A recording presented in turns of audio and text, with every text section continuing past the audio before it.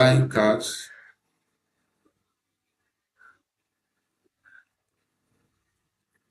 They were buying cars and preparing for 2027 elections, while children are in the hands of Boko Haram terrorists. So let's see if you can have the video on the screen so that we play for you to see. This is how far Nigerian terrorist governments have become, and how useless they have also become by deceiving the people to get the sympathy of the communities. They played no part in the release of these children. They came out to lie to all of you that they made negotiations to release the children. You know that Nigerian government can never disappoint when it comes to lies and propaganda. So this is one of it. Let's see if we can play the video for you to hear. Posted this on their page, like they have successfully rescued the kidnapped mother and children that were kidnapped at Ngoshi. They posted this, and the thing is going viral, like everywhere. So I saw it and I was like, at first, Nigerians. So the Nigerian army posted this on their page, like they have successfully rescued the kidnapped mother and children that were kidnapped at Ngoshi. They posted this, and the thing is going viral, like everywhere. So I saw it and I was like, at first, I was happy. Congratulations. But then again, I can't look say, how did they manage to rescue these children? Like how? How, my people? And guys, you know the story. If they hide them, the English Alhaji will bring them out. Then I begin to started digging.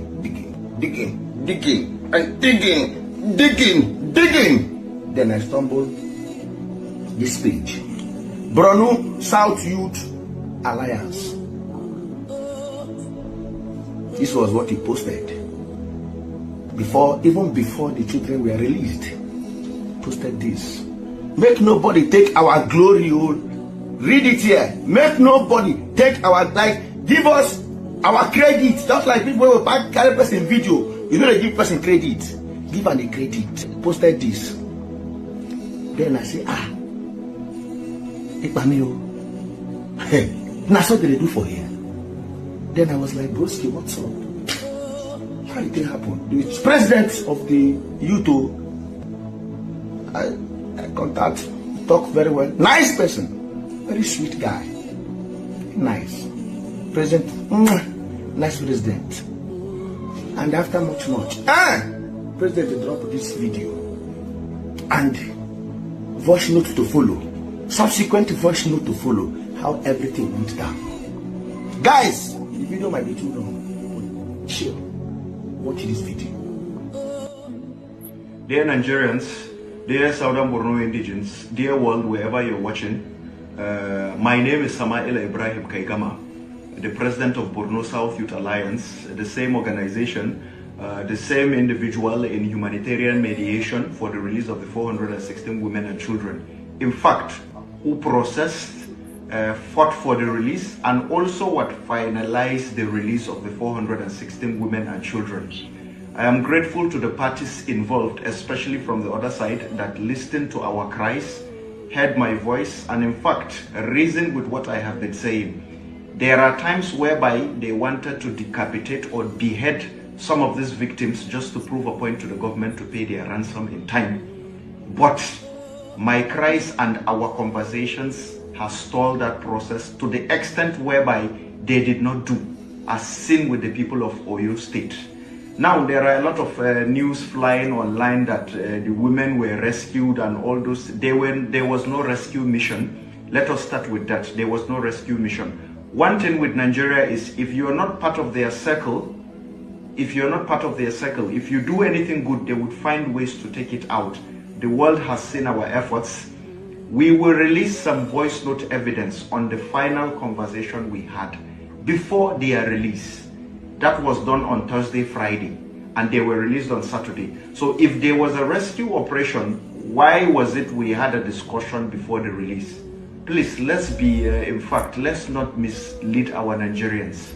In security situations, when you have people that are able to mediate for such a release, in fact, one of the biggest release, unconditional release in the history of Nigeria and the history of Africa, which we followed the process done by Borno South Youth Alliance, its president Samael Ibrahim Kaigama.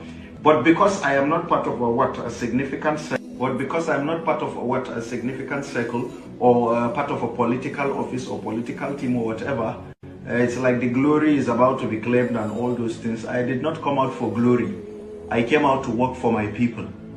I am not a political folk, but because of that, I decided I will pick up a ticket for Senate for Southern Borno, because the efforts I think should be put for our people is not being put.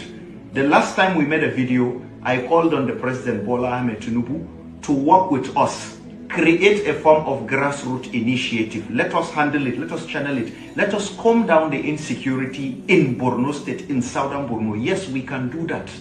We, the grassroots, we can do that. We have ways of doing things, as seen with the 416 women and children. But because we have certain people in Borno State that don't want to see Borno South Youth Alliance because they are not in good terms with them, we always fight for the people rather than for the politicians and for what some of the people that feel they are the most powerful. They will find ways to say no this, no that, and all. All our efforts, they would find ways to what? To destroy it. But our efforts is being seen by God and by Nigerians, by Allah specifically.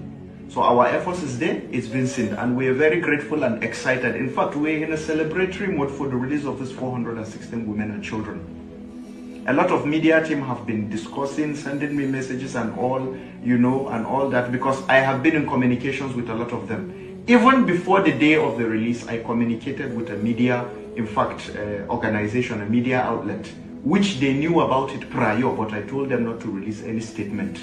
In case somebody would come claim glory and say we and all we. Where was the we when Borno South Youth Alliance went to what? Went to Maiduguri, made the necessary connections, got conversation with what? These people holding them, got them to make a video. Where was the we to reach? We did the necessary things, worked towards getting a video. We got the video released in Nigeria. So why was there no any of those conversations we are now seeing online? Please stop misguiding Nigerians, stop misleading them. Our efforts have been seen. What some of the politicians could not do, including some of the federal powers could not do, we did. It is left for the federal powers to do what? To create this initiative I keep speaking about. You created a security for, I think, Iboho, I think Sunday Iboho or something, right? Okay. So that is it. The Nigerian government came to the media. Nigerian army posted and said, these are the children that they just finished the rescue operation. So this is what Nigeria is all about. Federal government of Nigeria is all about blackmail, slander, and propaganda. So you can't get anything truth from the federal government of Nigeria. And I want to remind us something.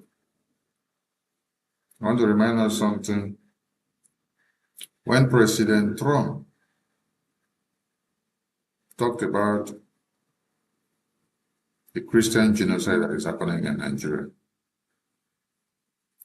the same way that you see that Nigerian army are lying today, Nigerian government are lying today, is the same way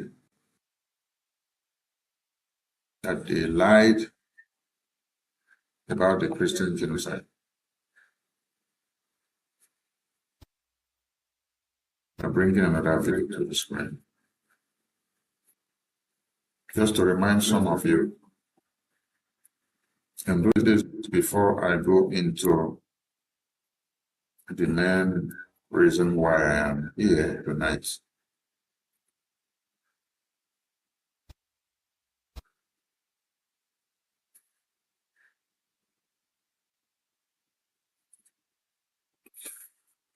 So Nigeria is built on falsehood, and anything you can hear from them is blackmail and slander. Now, let's listen to this one.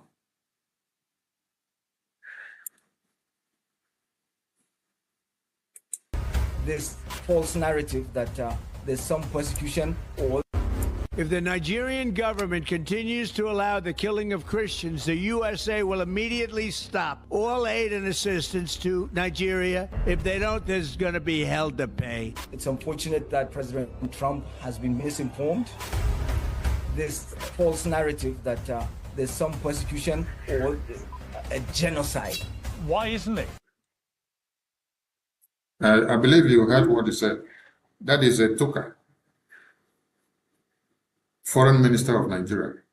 He was telling you that President Trump is lying and is acting on falsehood information that the Biafra government in exile gave Donald Trump's presidency. Because then it was Biafran government in exile that they use by the entire media of Nigeria. They said it's the Biafran government in exile, the secessionist group that is seeking sympathy for Biafra independence by pushing the Christian narrative. So the foreign minister of Nigeria was refuting the president of America and the lawmakers of America. He was telling them that the American president is lying, that there is no Christian genocide. But this is a man that comes out from where babies, women, and children were still in the hands of terrorist camps. But he was telling you on a live TV, on Piers Morgan's show, that the president of America was lying about the Christian genocide. Let's play it again. If the Nigerian government continues to allow the killing of Christians, the USA will immediately stop all aid and assistance to Nigeria. If they don't, there's going to be hell to pay. It's unfortunate that President Trump has been misinformed. This false narrative that there's some persecution or a genocide. Why isn't it a genocide against Christians in Nigeria? We don't want to be the next Sudan. You dispute the numbers that have been reported to have been killed, but you have no idea how many Christians have been killed. We are not hiding any facts. Right now, you have an Islamist government in Nigeria. There is a reason that we're seeing these Islamic militants going around and yelling Allahu Akbar. That's not by coincidence. It's easy for her to sit thousands of miles away and play games with people's lives. I perform several burials because the Islamic are controlling the government. Let me tell you, there's a genocide in Nigeria. Right. You can all hear that. And the video you see on the screen, or the picture on the screen, is a recent publication that came up this June, on the 4th of June, where the terrorists that have the Oyo children that were kidnapped in their schools and their teachers demanded that the people of Oyo State must implement Sharia. They must give them money, give them weapons before they release the children. The question we asked these idiots that was on the screen just now is that, is Donald Trump still a liar? is Donald Trump still acting on falsehood? Because you guys said Donald Trump was acting on falsehood when he spoke about the Christian genocide.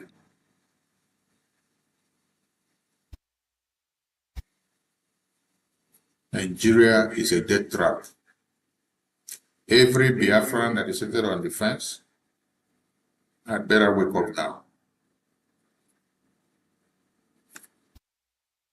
We saw in Ogbomosho that people were running away from their communities,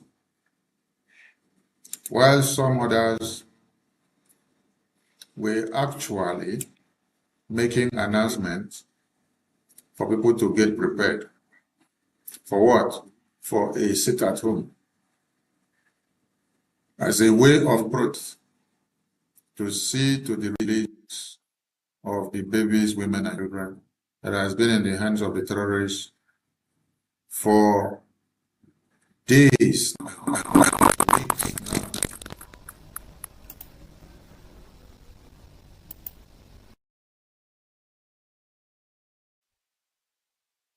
This is the Nigeria you find yourself.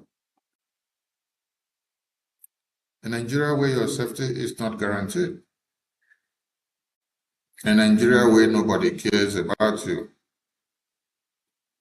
Let's see if we can bring this video to the screen so that you see how the people of Ogbomosho are making announcements and preparing for their upcoming sit-at-home. The sit-at-home that you will tell Biafrans to do sit-at-home, and some of them will be gnashing their teeth and telling you they want to go to the market. Now, the people of Ogbomosho now want to sit at home. Yes. As a way of protesting. Biafrans have been sitting at home and protesting since 2021. And some people did not take us serious. And some fight us because of the sit-at-home.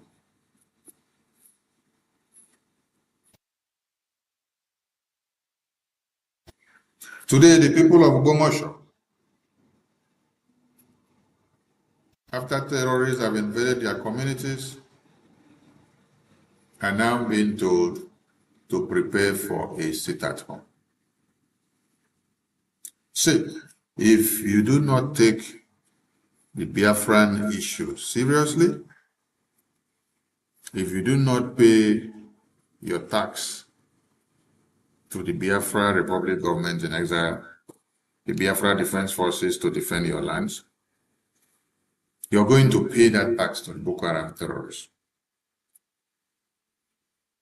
The people of Ogbomosho are now planning of a sit-at-home. Let's see if we can bring this video to the screen. This is a video of the people of Ogbomosho announcing a sit-at-home, a shutdown of the market, workplaces, roads, and everywhere, starting from Monday. Because their babies, women, and children have been kidnapped, and the government do nothing to get them back. They are using the kidnapping to politicize 2027. And they end up killing many of you. Yes. There are pictures and videos of those that they have killed already.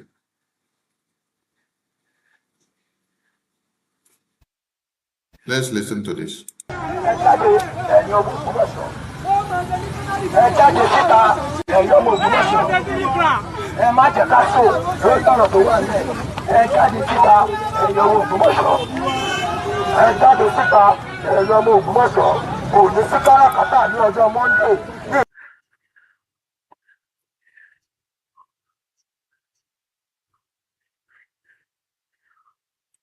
Sorry about that.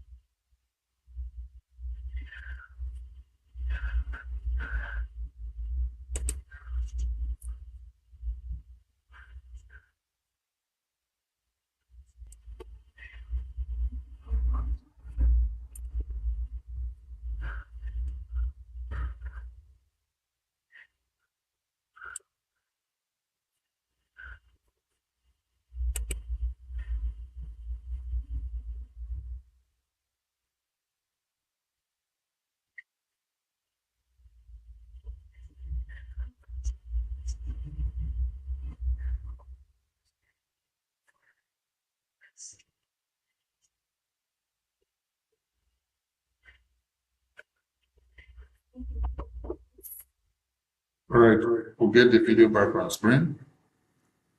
So, the people of Biafra have been conducting voluntary sit-at-home since 2021 to this very day now. In all these years that they've been conducting the sit-at-home, people have been laughing at them. Yes. They've been laughing at the people of Biafra. I think we have the video on the screen now. I want everybody to listen and get the message.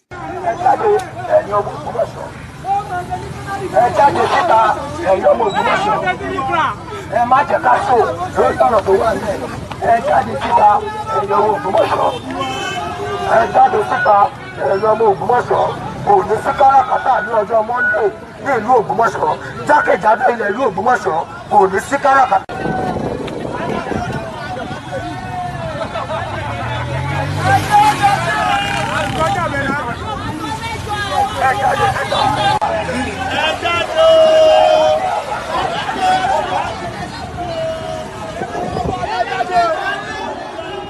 Chisamu, ẹ máa wo fún Monday o.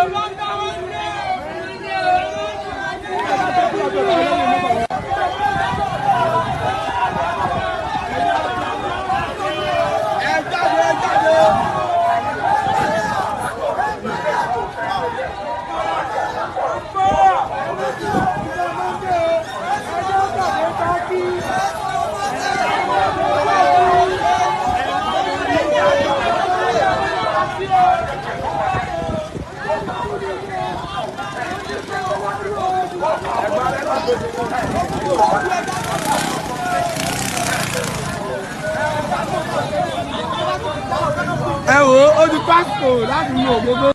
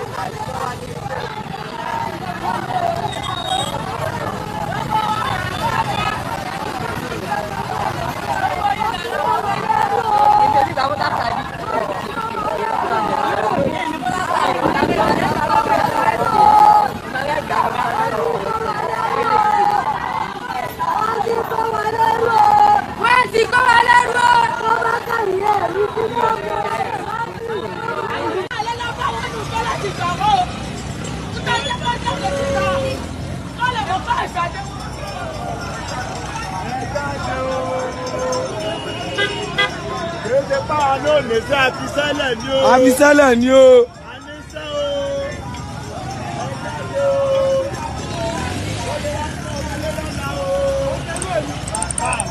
They play. Aláìmọ̀kàdífà ẹ̀ tó ti fẹ́ ṣe rẹ̀. Àwọn olórí ibú gbogbo.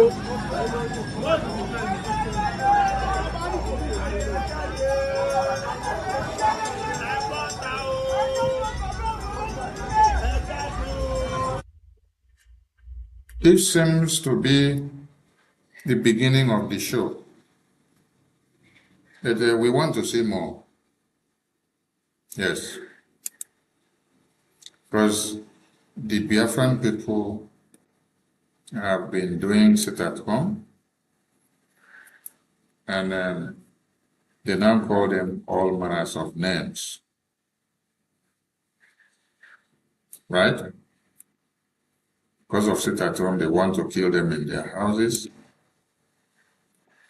When they sit at home, they don't become victims of the Boko Haram terrorists. When they sit at home, they eat their good food and relax while protesting and grounding the economy of Nigeria because of Biafra. We take a short break, and when we return, I will go into the main issue of the day. This is Voice of Biafra.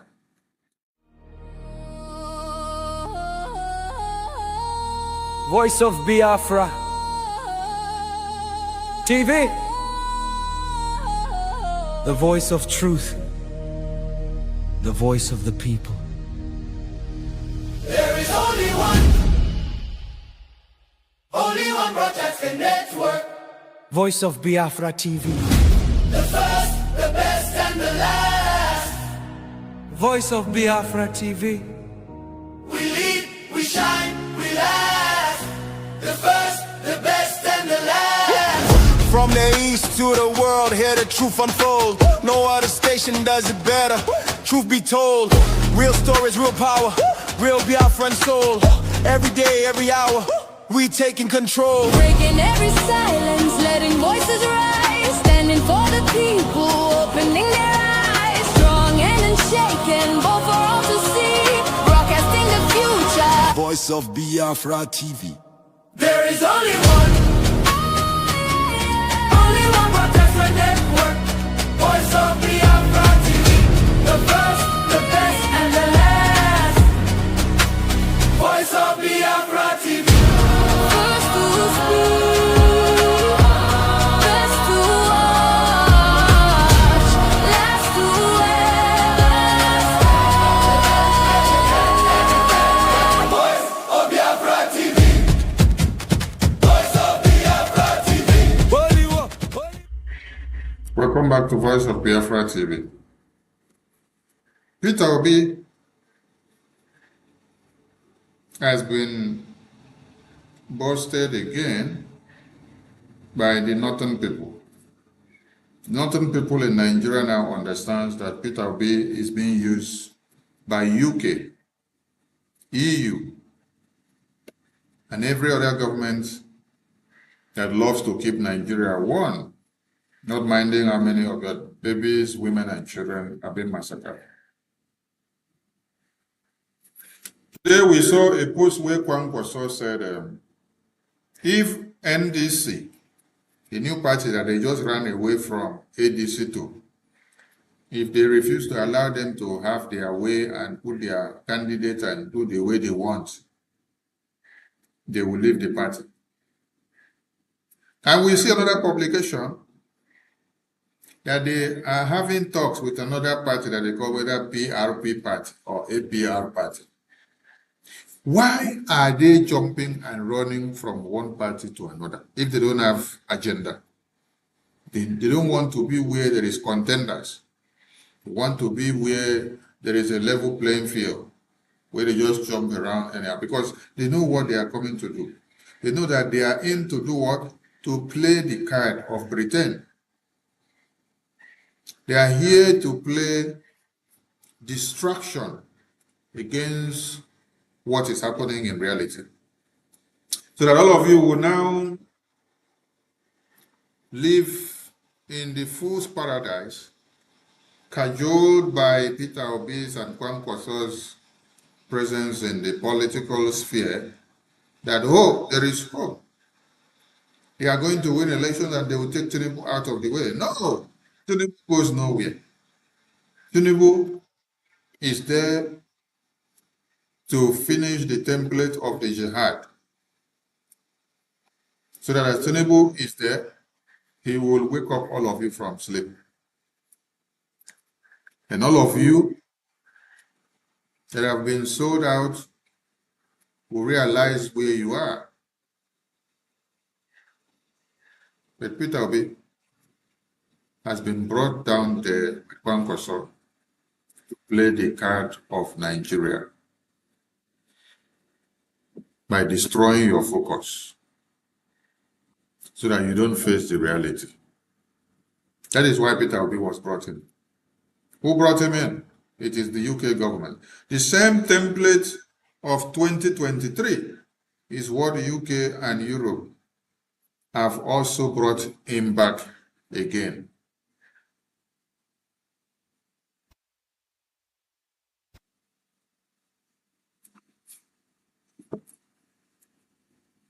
And is here to do the bidding of UK government. So we are calling on all of you that are still also working for the UK. The more you align with Peter Obi, the more you are killing the subconsciousness or the livelihood of the Nigerian people who are supposed to live up to the reality of the genocide. So, with Obi and Kwankwaso presented to you by UK and Europe, you are brainwashing the indigenous people of Nigeria, whose babies, women, and children are in the hands of the terrorists, with hopeless hope that Peter Obi and Kwankwaso is going to come and change something in Nigeria. It is a very big lie. So you are working for UK, you yourself. You're also working for Europe, you yourself. Because the worst thing that has happened to the Nigerian people is the UK government and the European government. These people want to see that the Islamic jihadist terrorists take over the entire Nigeria. As far as they continue to leak the oil and gas in Nigeria, they don't care about how many of you are being kidnapped. What intervention has the UK government done or the European government done about all of you that terrorists have beheaded your parents, your children, your babies, your women and children? They can't do anything. Because their mind is not dead. Where their mind is how much oil and gas will they be able to suckle out of Nigeria? That is the most important thing to the Boko Haram terrorists. They don't care about your babies, women and children, or those that are in the hands of the terrorists. UK don't care about it. UK don't give a damn about it. What the UK government so cares is about how they will benefit themselves from the jihad that is happening in Nigeria now. How many oil and gas will come back to the Nigerian government while you are crying? That is what the UK government wants. You see these people on the screen? This one has been slaughtered by Boko Haram. This baby also slaughtered. I think we hear that this one and this one also have been slaughtered. We've not seen them or hear of their situation reports. Does UK government care anything about this? No, they don't care. Does European government care anything about this? No, they don't care. Does the Asian government do? No. Who then cares about you? Does the Chinese government do? No. Who then cares about you? The only person that cares about you is American government. That is why Biafran people want American government to come and even take everything that they want to take in Biafra land today in exchange of our freedom. Yes. Because if American government is giving and taking, and then you see the result, is it not better for those of you that have been in the hands of Britain and Europe and China and Asia for years? Then you cannot see anything about yourself. The only thing you can see is pens and penury.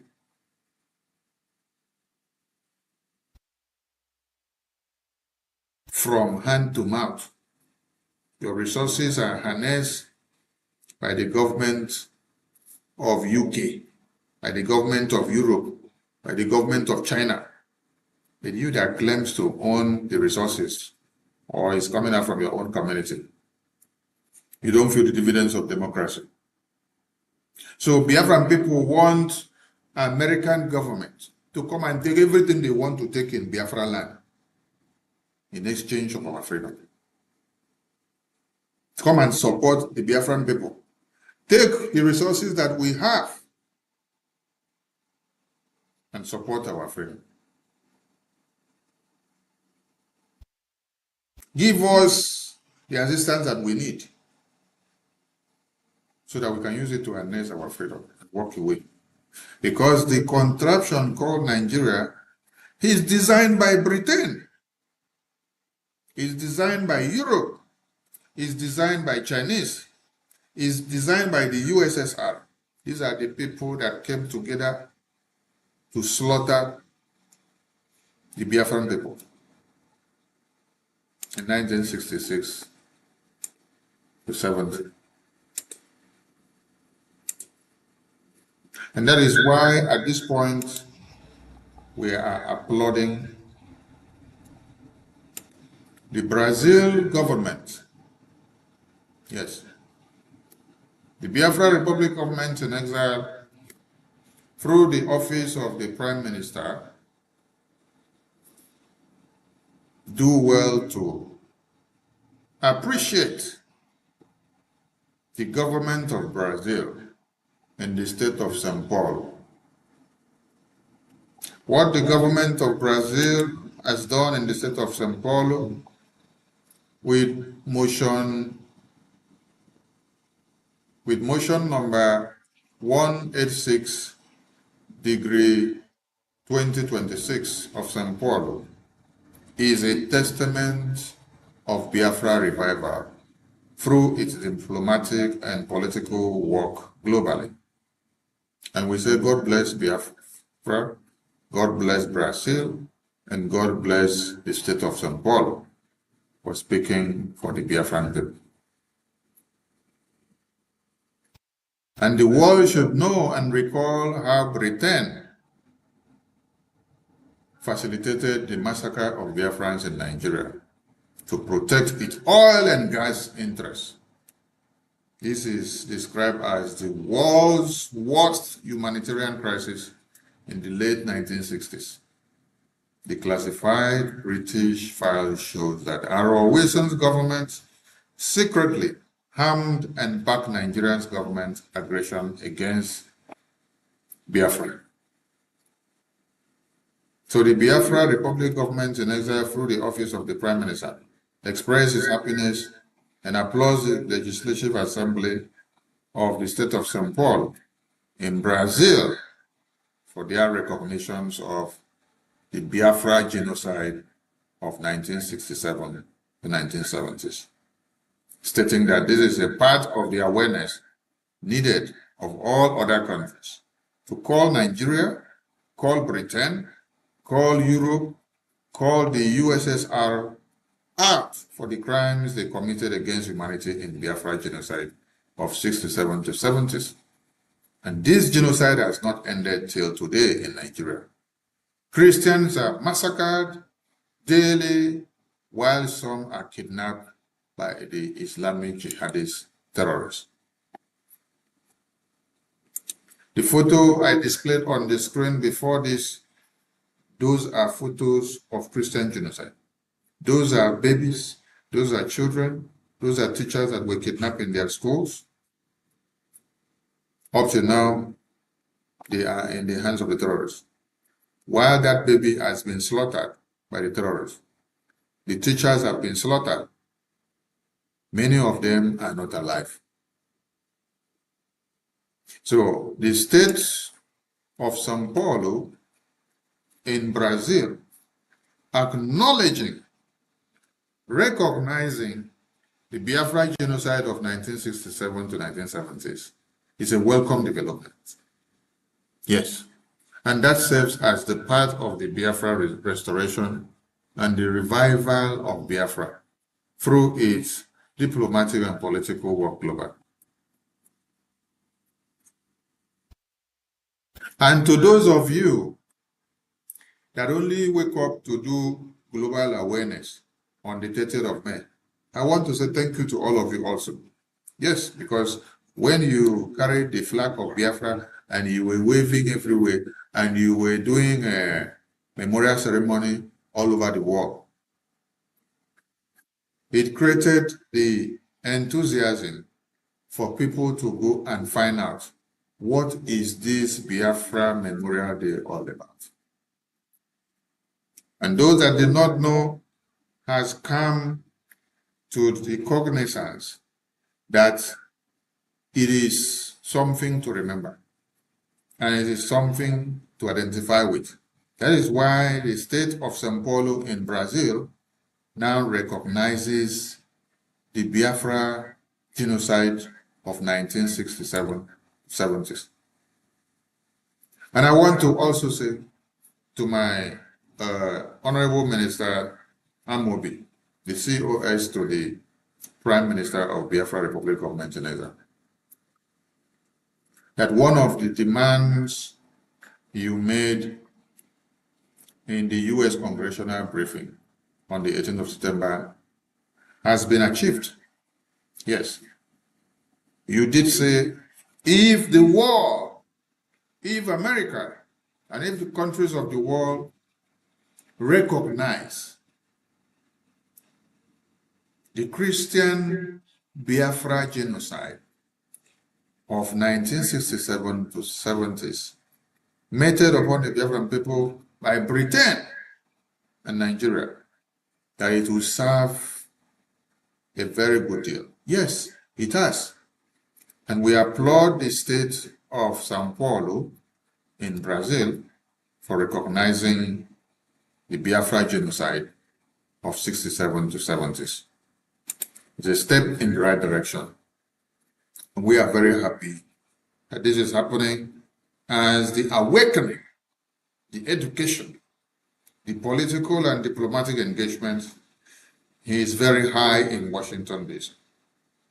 And let me also remind us that at this very time, the Nigerian terrorist government are not asleep. They are looking for the Prime Minister of the Biafra Republic of in exile to kidnap. Yes. They are looking for the Prime Minister of the Biafra Republic of in exile to kidnap. Nigerian governments are not only shameful, but Tinubu is someone that has lost integrity. Boko Haram terrorists is kidnapping, ravaging your communities on a daily basis, taking down babies, women, and children, and you are looking for 9Geria to kidnap and bring him home. Why? Because he is opening the eyes of the American lawmakers to know what is happening in Nigeria. Because he is telling them the truth about Nigeria. So you think that you can do what you did to Mazi Nnamdi Kanu from UK, Mazi Simon Ekpa from Finland. You think you can do it to Okechukwu 9Geria in America. American governments don't sell their citizens like the UK government does. American government don't sell their citizens. These are some of the things that Tinubu has not come to terms with. American government don't sell their citizens. They protect their citizens. So as Tinubu is working hard to see that he kidnaps Okechukwu Nkere, American citizen, and brings him to Nigeria because he is putting Biafra on the table of the American lawmakers. Tell Tinubu and remind him that America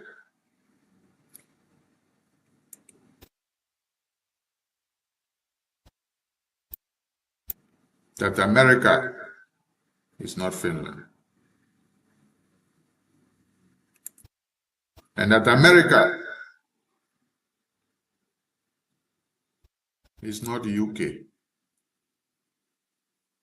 where they were able to bribe many people, both home and abroad, and put them all together to succeed in the kidnap of Mazen Nnamdi Kanu. And also they used the UK government to succeed in the imprisonment of Mazi Simon Ekpa, and also the EU government, and also Finland. America is not Kenya. America is not UK. America is not Europe. America is not Finland. These are the important messages that Tinubu should know. All right, having laid these precedents, now I want us to go into the topic that you see on the screen. There's a topic here on the screen. The topic here says on the headline, Nigeria proposed death penalty for Nnamdi Kanu. Lawyers seek awards. There are two things involved here. Nigerian government are paying Boko Haram terrorists on daily basis. They're signing contracts with them, they're having pacts with them, they're giving them money, they're giving them weapons, they are exchanging their own prisoners, which they arrested, or those that they say they are doing rehabilitation for. When the terrorists kidnap people, they give them a condition as part of the truce for them to release some of their Boko Haram terrorists that are in their captivity, or in their prison, or in their rehabilitation center, because they need to use them to do some work. So Boko Haram terrorists will give them a condition: release these numbers of Boko Haram terrorists, give us some money, give us some weapons, then we will release the school children, the teachers that were kidnapped. This is the kind of deal that is happening in Nigeria. And there's something else I need to bring to the screen. Yes, because if I don't bring this, it will be as if I'm doing myself a disservice.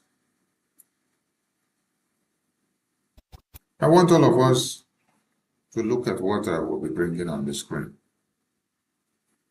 Yes. Look at what I am bringing on the screen and look at it very well and ask yourself a very simple question.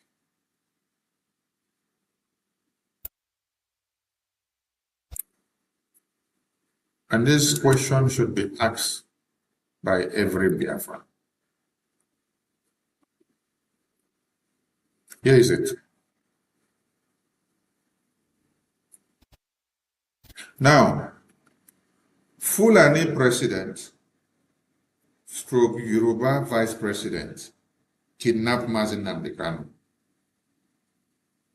Yoruba president stroke Fulani Vice President jailed Mazi Nnamdi Kanu. Yoruba President stroke Fulani Vice President jailed Simon Ekpa. Yoruba President stroke Fulani Vice President pays Boko Haram on daily basis. Then I asked Biafran people, have you seen how your self-hatred has become your weaknesses? Yes, have you seen how your self-hatred has become your weaknesses? Because the Yorubas and the Hausas, the Yorubas and the Fulanis, they have come together using the office of the presidency and the vice president to use some of you to imprison your own and to kidnap your own against Biafra. Because they promise some of you Igbo presidency, they promise some of you Senate president, Speaker of the House of Assembly, Commissioner of Police, Inspector General, Minister of Defense, Minister of this, Minister of that, Ambassador. They give you this position, they give you that position, they give you money. You are ready to sell out and to betray those that are fighting for Biafra. Look at the screen again. Fulani president with a Yoruba vice president kidnapped Mazi Nnamdi Kanu for Biafra. Yoruba president plus a Fulani vice president jailed Mazi Nnamdi Kanu for Biafra. Yoruba president and a Fulani vice president jailed Simon Ekpa for what? Biafra. Yoruba president and Fulani vice president are paying Boko Haram terrorists on daily basis. While you allow your self-hatred, your backstabbing, your envy, your jealousy, your evil, your ideology of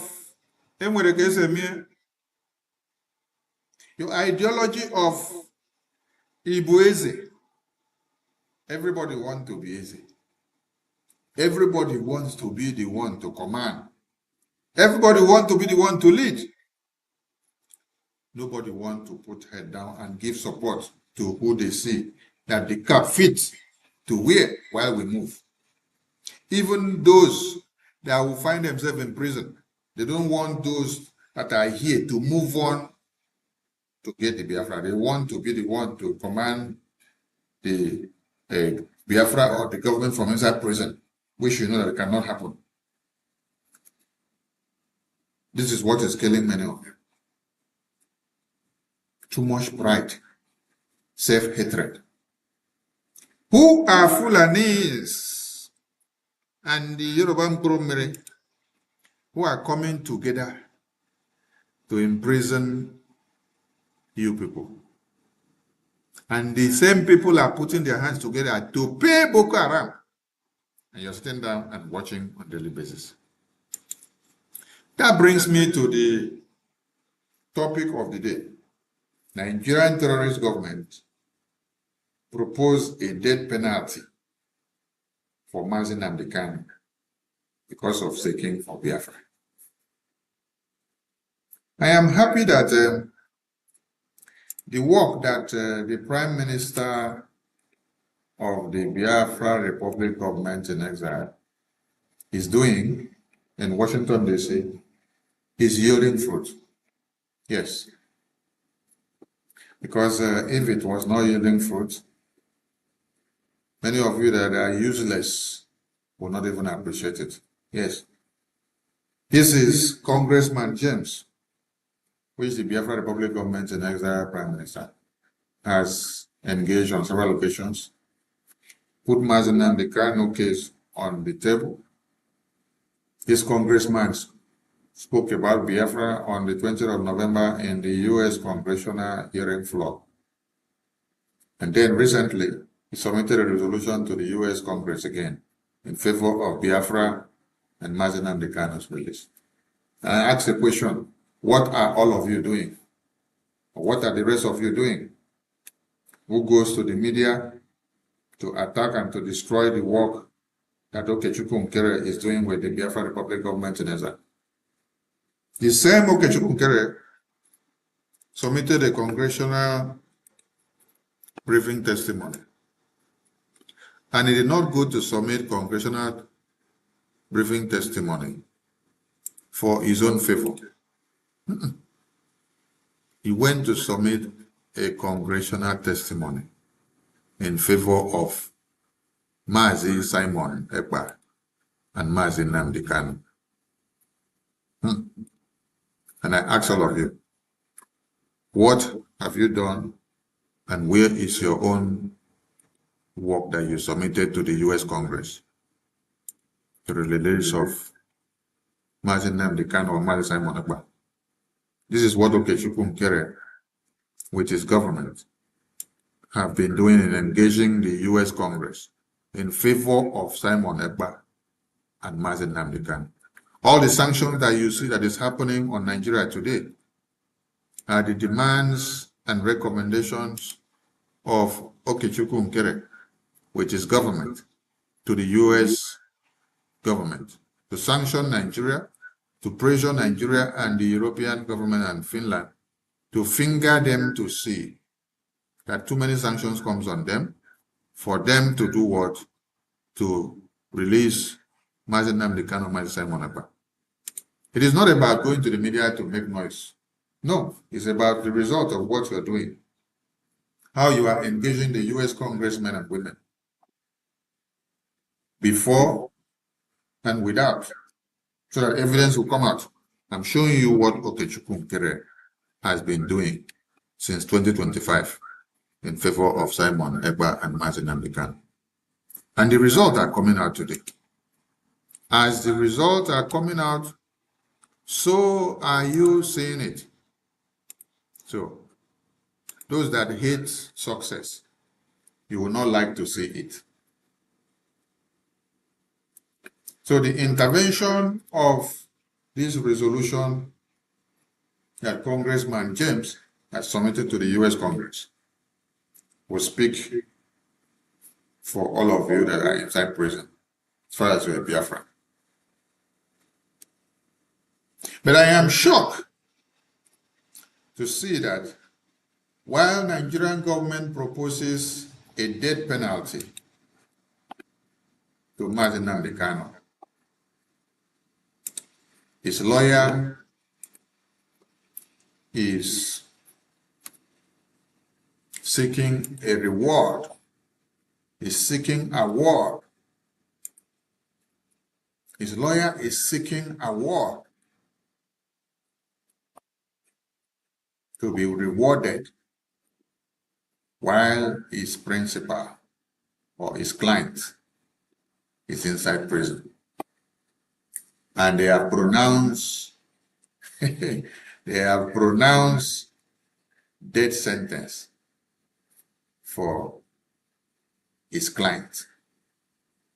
Then the lawyer is proposing and looking for award. Yes, he should be given award.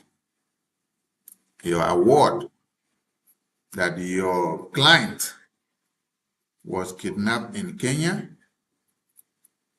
and then detained in DSS detention since 2021 till now. The people have not been able to deliver anything. And then on 20th of November,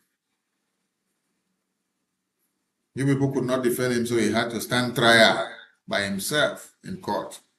And he was tried in his absence when he was walked out of the court.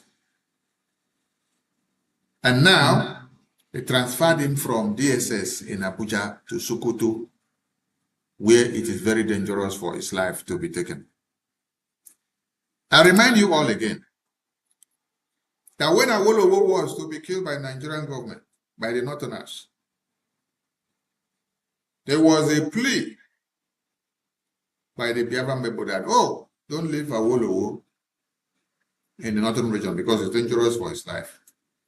Bring him to the Biafran region prison. That is where they brought him.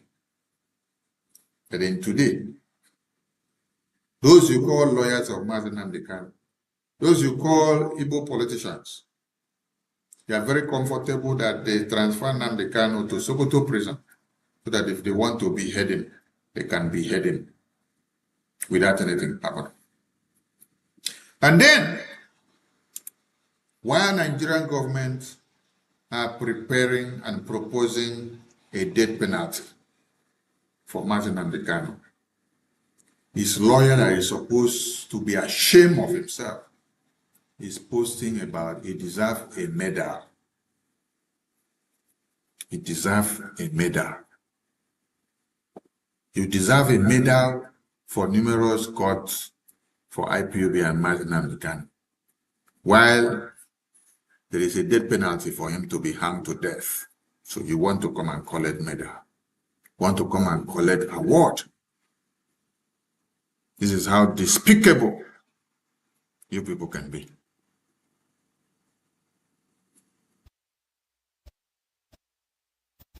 And the brother of Mazi Nnamdi Kanu, Kanu Nti, who said over his dead body will he see Simon breathe? Who says over his dead body will he see Biafra Republic government in exile breathe? They wrote letter with all these lawyers and then they sent it to Finland to prison Simon Ekpa, to imprison all Biafrans who are fighting under the auspices of the Biafra Republic government in exile. They said Biafra Republic government in exile is a fraudulent attack and that we should all be arrested, deported, imprisoned from Europe. This is what the lawyers of Mazi Nnamdi Kanu did, with the brothers of Mazi Nnamdi Kanu, with the wife of Mazi Nnamdi Kanu. And they put Mazi Nnamdi Kanu name there on the letter. The letter is there, signed by these people. So the lawyers and the brothers of Mazi Nnamdi Kanu are not worried that their client was sent to a dead zone, a dangerous zone, and also that their client is to face death penalty. But what they are comfortable is to come and seek medal of honor. You want to seek medal of honor for recognition as the best lawyers who could not deliver their clients, as best lawyers whose clients are to be executed, as best lawyers whose clients are to die by death by hanging. You're coming to seek award. No wonder the other one they call Michael Opera has already go to file for his Nigerian election in the National Assembly or House of Assembly, because they are all politicians. They're working with politicians.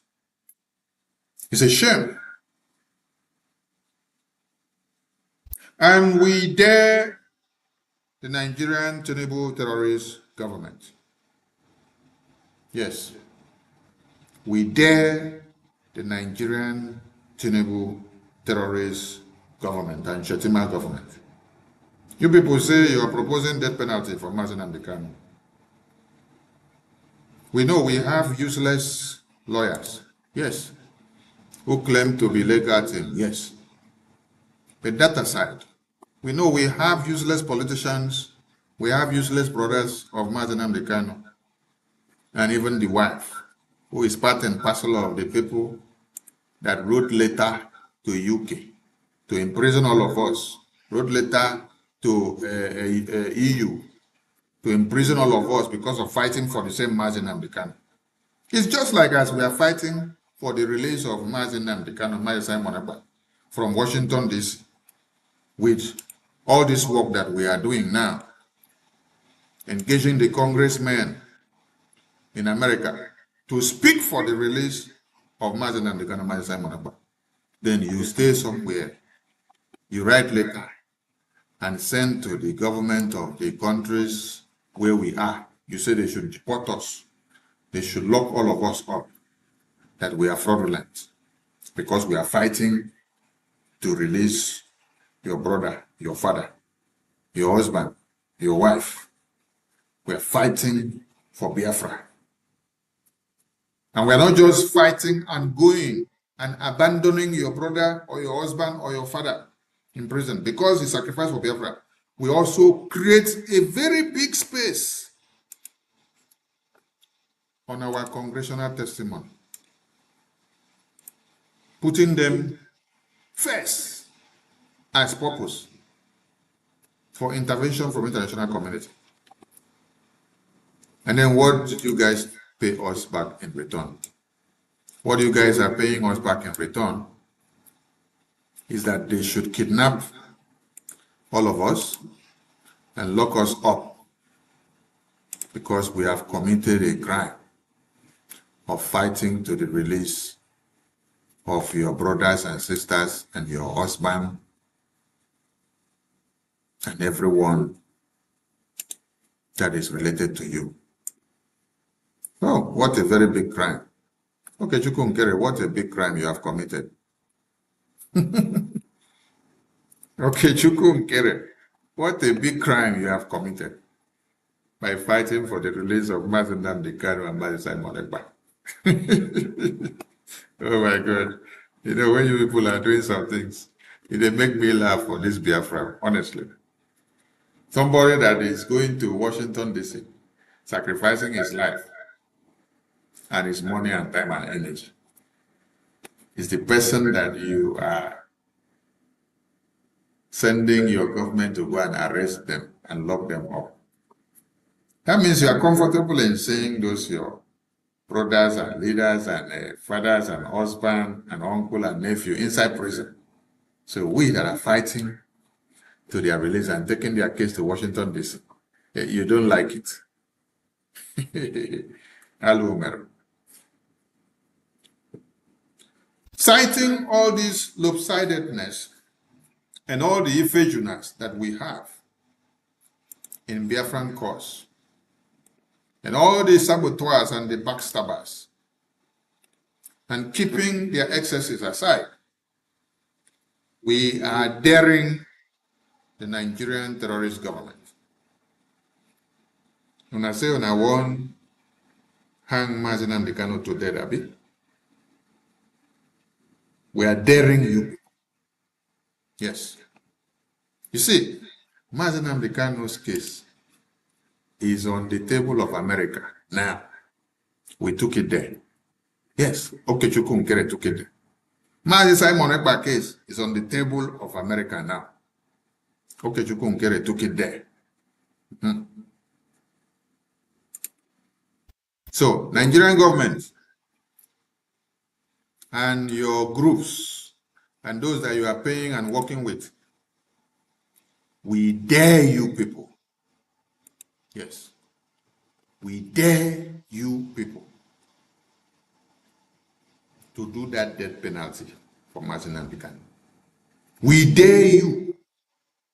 Tinubu, we dare you. Shetima, we dare you.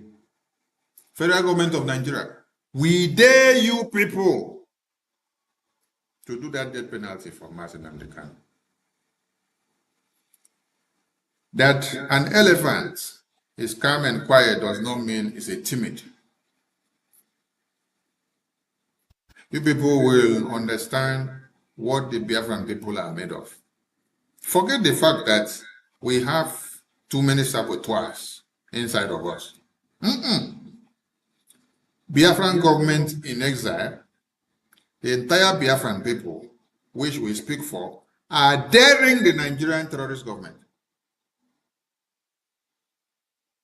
Let them do that death penalty for Mazen Nnamdi Kanu.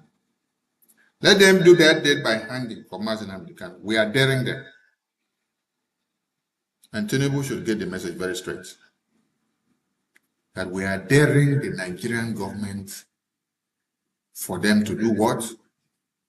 To bring that death penalty for Mazi Nnamdi Kanu. We want to see them bring it. Yes. Let them bring it.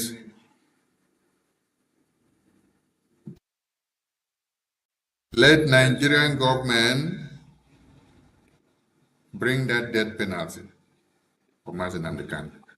We are daring the Nigerian terrorist government to bring that death penalty for Mazi Nnamdi Kanu. Then you will understand the stage which we have reached in this Biafran cause. Yes, this is where we are now. This is where we are now on this Biafran cause. Washington, D.C., U.S. Congress. When you used to see Okechukwu Nkere having meetings with all these U.S. lawmakers, some of you think that we are just going there to take photos. What's that to go? Nigerian government. And Abuala. We want to see. Let it happen. Make una do that in way una want to. So that una go know say we no be Fulani terrorists or Yoruba people wey una dey use. They play this nonsense game every day when they play. Touch Mazi Nnamdi Kanu. Bring the death penalty to him. Let us. From there, you will understand. First and foremost, you will now understand why we are having meetings with the U.S. lawmakers. That is number one. Then number two, you will also see the beast that will be coming out from Biafra land. You see that Biafra that you people don't want to escalate into another second war. I want you people to dare the Biafran people. Yes. Tinubu, Nigerian government, and all the Fulani terrorists that are in Azurok, dare the Nigerian government. Yes. We dare you.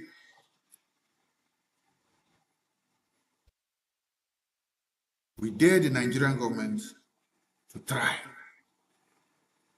Let them try.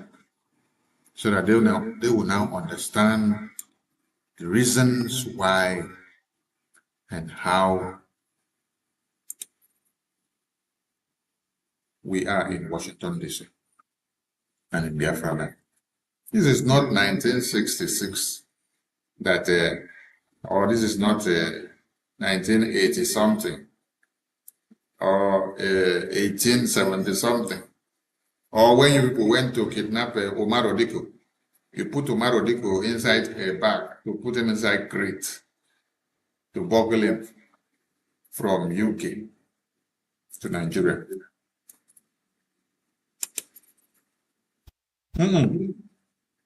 We are in America today. This is America era. As at that time, UK was leading. Today, it is America that is leading. So we want to see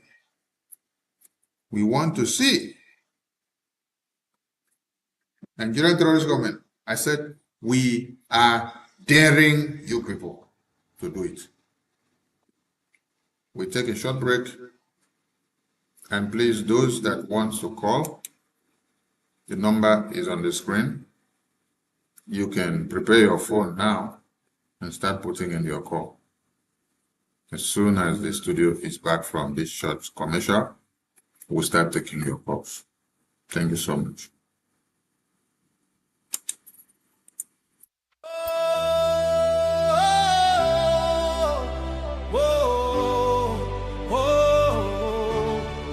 Voice of the East, hey, hear our voices rise.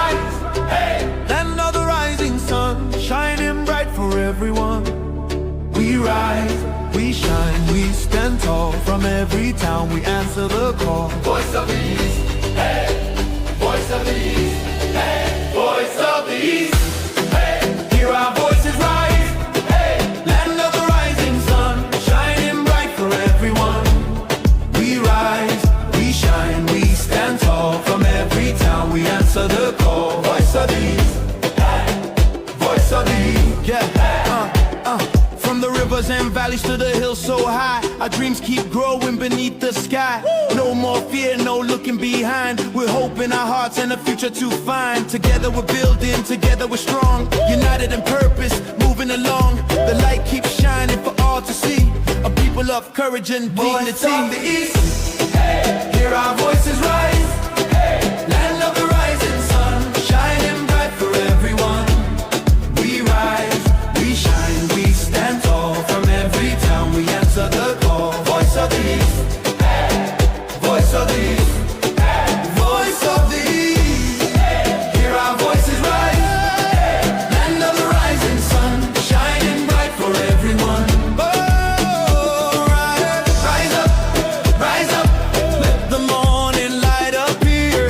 rise up, With hope and vision far and near. Voice of the East, hear our voices rise.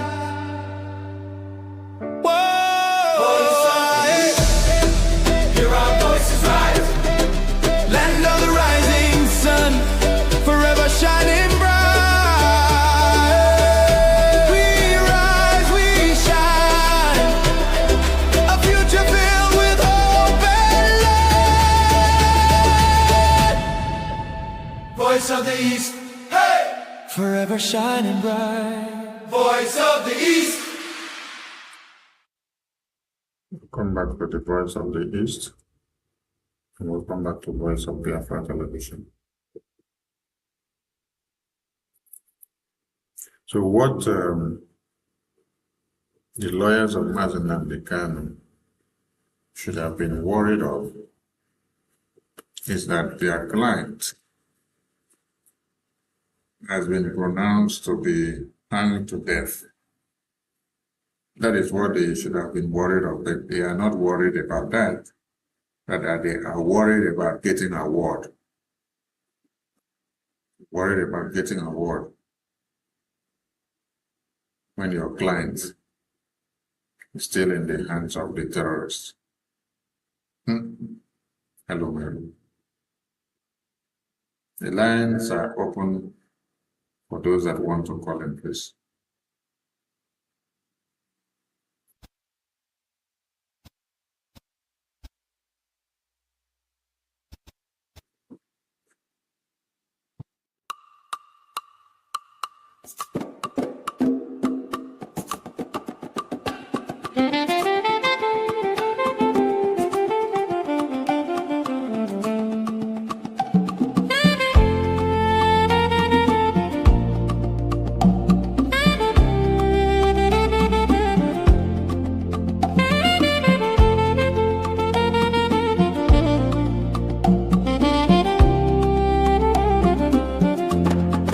In the rising sun of a new dawn, a nation stood tall on her own ground. May 30, 1967, the flag was raised. Land of the rising sun, freedom proclaimed. All over Biafra land, the people sang and danced, tired of broken promises and iron chains. In July 6, 1967, Nigeria waged a genocidal war against the young republic. The drums of war began to sound. Nigeria turned against us on our own sacred ground. May 30, 1967, We still remember the day hope was born and hell descended. Rivers ran red, children cried for food. In the shadow of famine and flying bombs, Biafra, Biafra, your name we call. though they tried to bury you behind the wall, your spirit lives in every soul that knows the price of freedom and the blood that flows.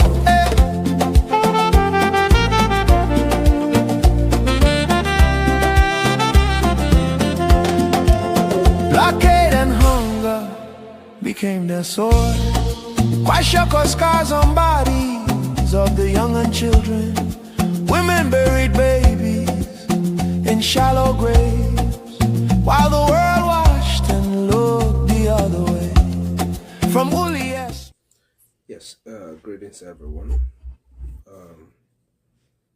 This is 7th of June, and this is a Sunday.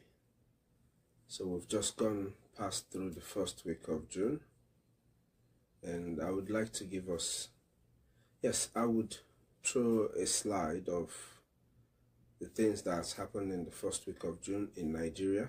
But for today, there is a very important thing that people must bring together, piece them together to understand what is going to happen in Nigeria and why, like I've always said, why people need to start doing what they're supposed to do. People from Biafra, people from Oduduwa, the Middle Belt, and every indigenous person in Nigeria. So a few videos I'm going to play, but before that, there's this headline that you see here. The headline that reports that 30,000 armed Fulani militants driving Nigeria's insecurity. This is from the US government. From this headline that in the news, which was on May 27th, 2026, to a couple of videos that I will be playing, just take a listen to these videos, and I will bring back pictures of what has happened in Nigeria before I go into saying what I want to say. Just a few minutes. Allahu akbar, masoyana ku matso ku ji wani labari mai ban al'ajabi. Kai mahasiri bai yi ba a rayu, sannan kuma makitaci bai yi ba a rayu. Wallahi wanda duk yace baya son ka koda jariri na kai.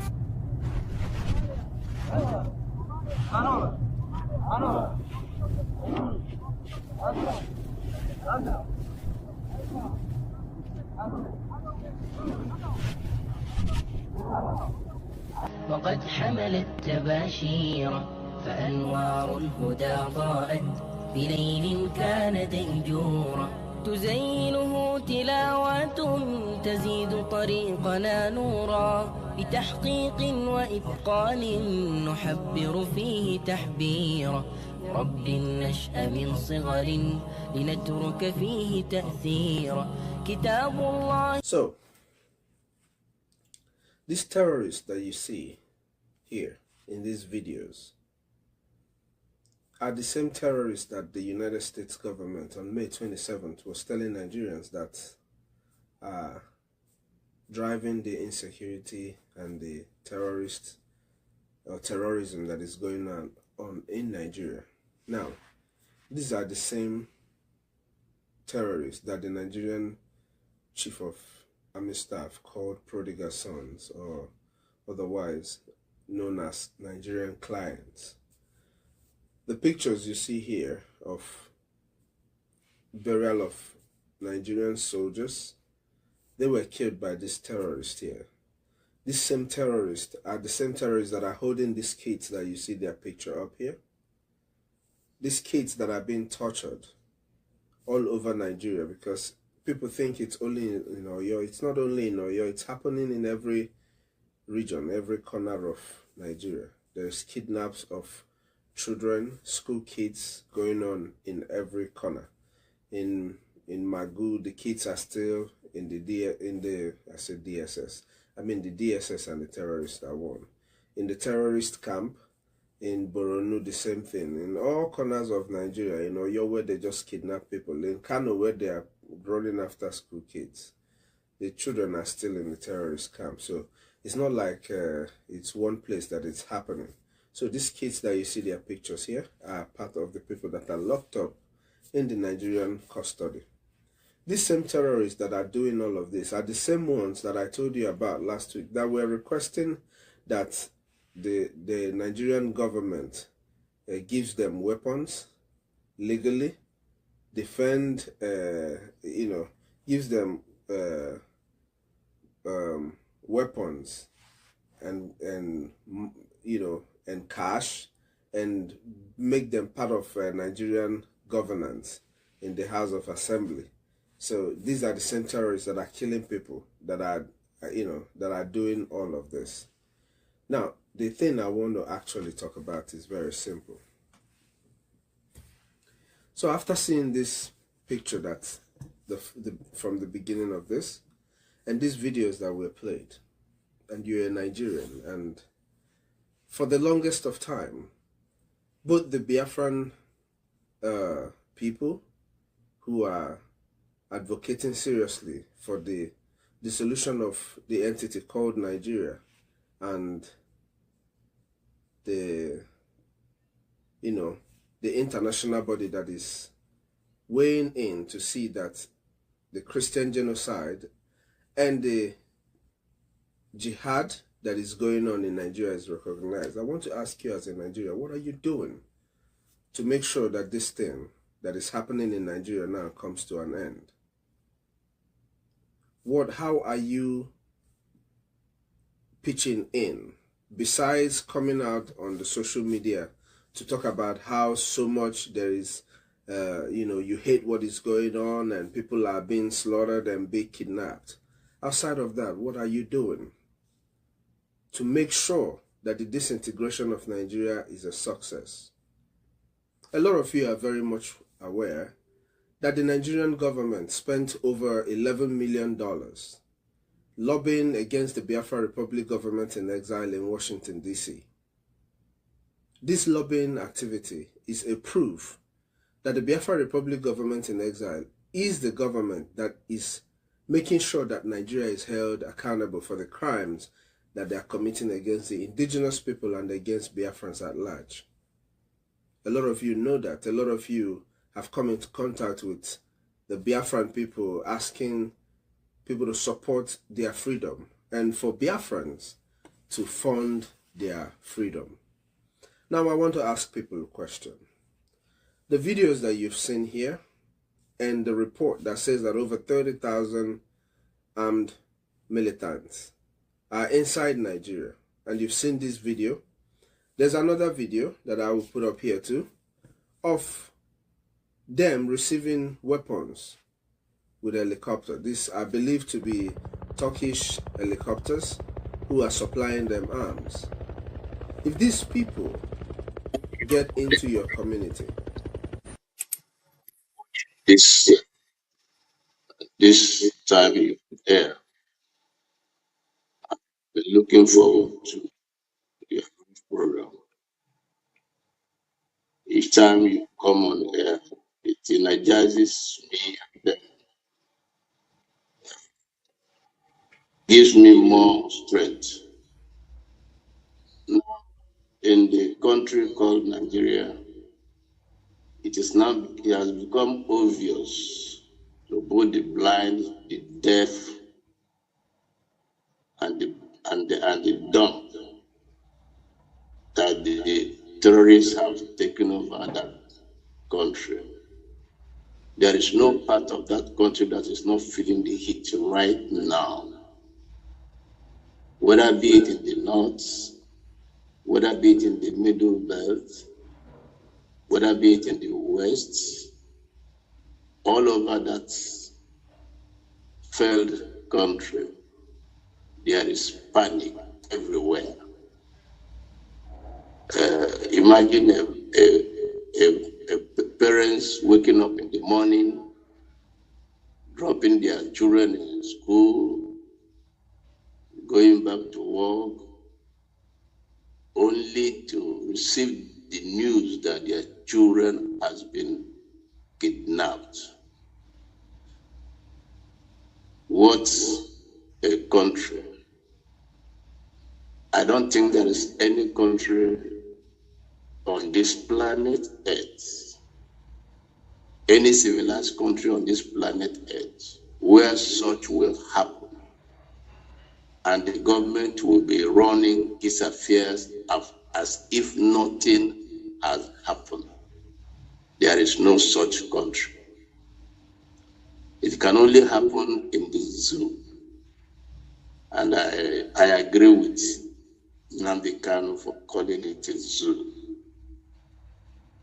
Today there is this news that in Mowe area of Lagos and Ogun State, which is very close to Lagos, that the kidnappers, the terrorists killed a soldier and also adopted some civilians. And the other day we learned that soldiers were beheaded and their heads are being displayed. You go to TikTok, you see the terrorists boasting and displaying their blood money. The government have totally lost control.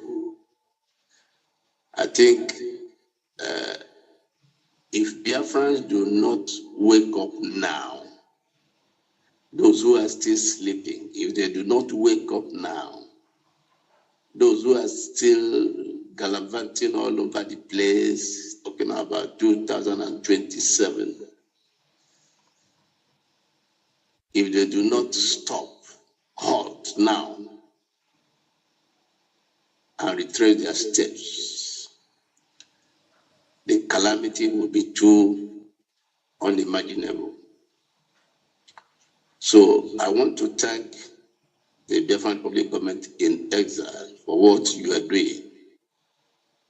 I want to thank the Prime Minister of Biafran Republic government in exile, His Excellency Ogechukwu Kere, for all his efforts, sacrifices, going to Washington to represent us, making our voices heard. Biafran case today has been internationalized, as we heard, as we are reading, as we are seeing. Even in Brazil, it's being echoed. So our march to freedom is unstoppable. I want to thank all the cabinet members, every one of you that is doing what we are doing to make sure that we are free from these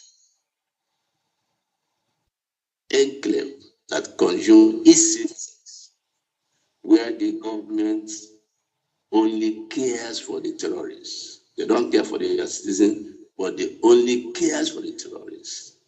Billions and billions of money are being given to them as a ransom. And like their leader, Gumi said, he said it is to equip themselves, to buy their war machines. So all the indigenous people in that enclave called Nigeria, if they don't wake up now, it will be too late. We have been shouting about this for a very long time. But now the Yorubas are having the heat. They are shouting. Even the sister at home we were talking, everybody was they were shouting, they were condemning us. I think we are now hearing that in Osun State, they are asking the markets to close, banks to close, schools to close. That is it. When we said it, when our leader, Martin Nnamdi Kanu, was shouting and talking and speaking and shouting at the top of his voice, all they could reward him was to imprison him. And today we are even hearing of a threat to sentence him to death, to hang him. And like you said, that is impossible. We will not allow that. It will never happen. We will burn down Nigeria. We will burn down that entity called Nigeria. It will go down in flames. That will never happen. Thank you so much for all you are doing. My friends are very much with you. I yield here. Thank you for calling. Thank you for your call. Appreciate it.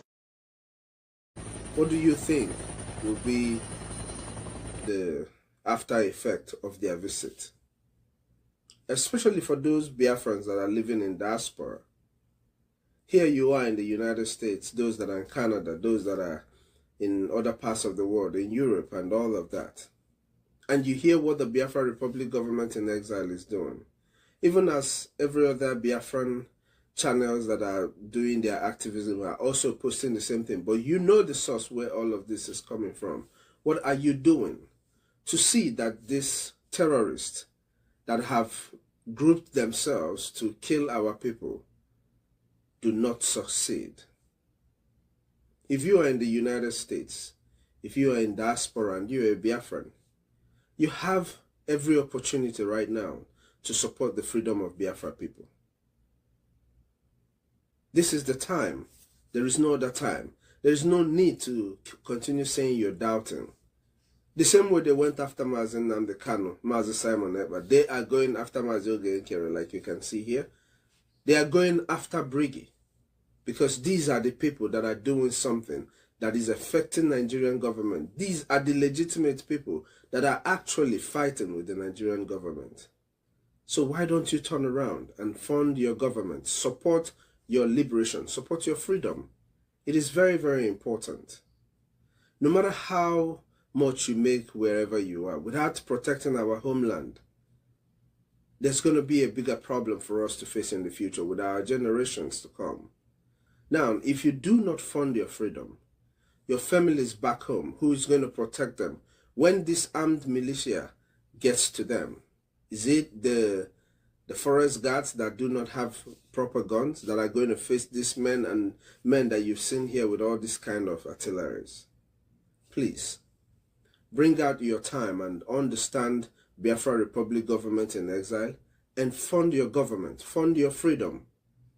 United we can do this, divided we can't.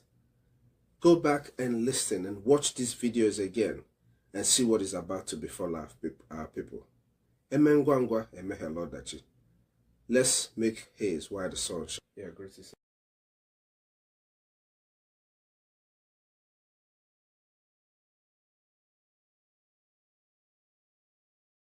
Everyone,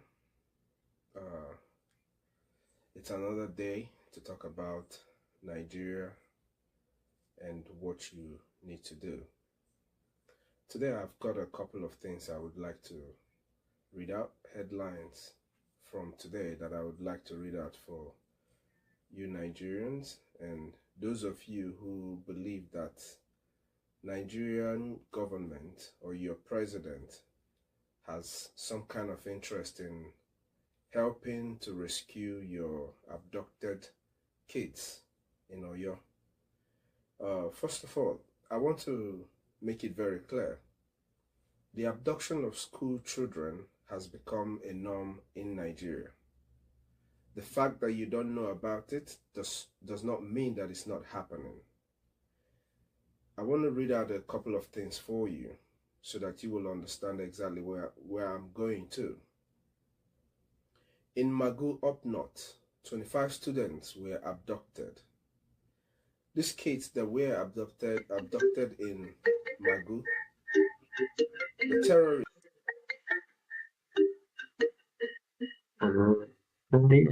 What's up? So welcome to. Yes, also. Good morning from my location. Can I be heard? Yeah. Okay, thank you very much. Greetings, dear fans, all over the world. Greetings to all the entire Republic government, director, ministers.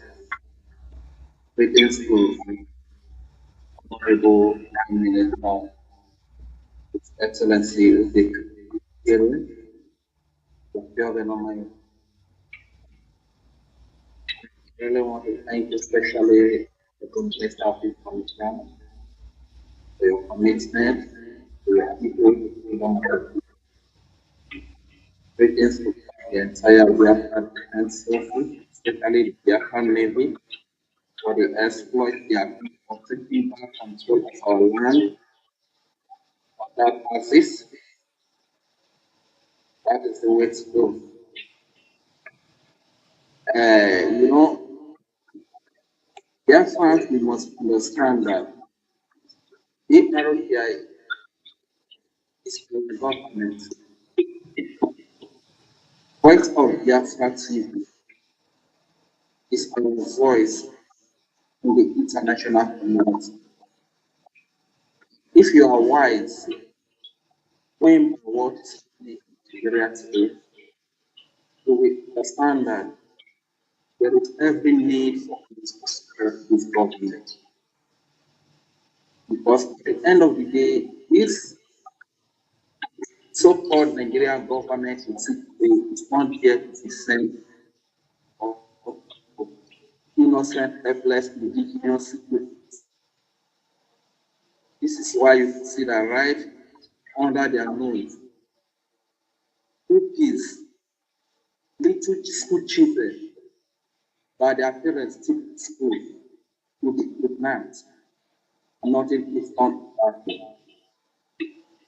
That is a sign of a total collapse of the government and the total failure of the state. Nigeria is a complete failed state. How long is it going to take to understand that? Are you waiting until your baby is adopted from the school before you realize that Nigeria is a failed state? Before you realize that the Nigerian government is behind all the crimes that are happening?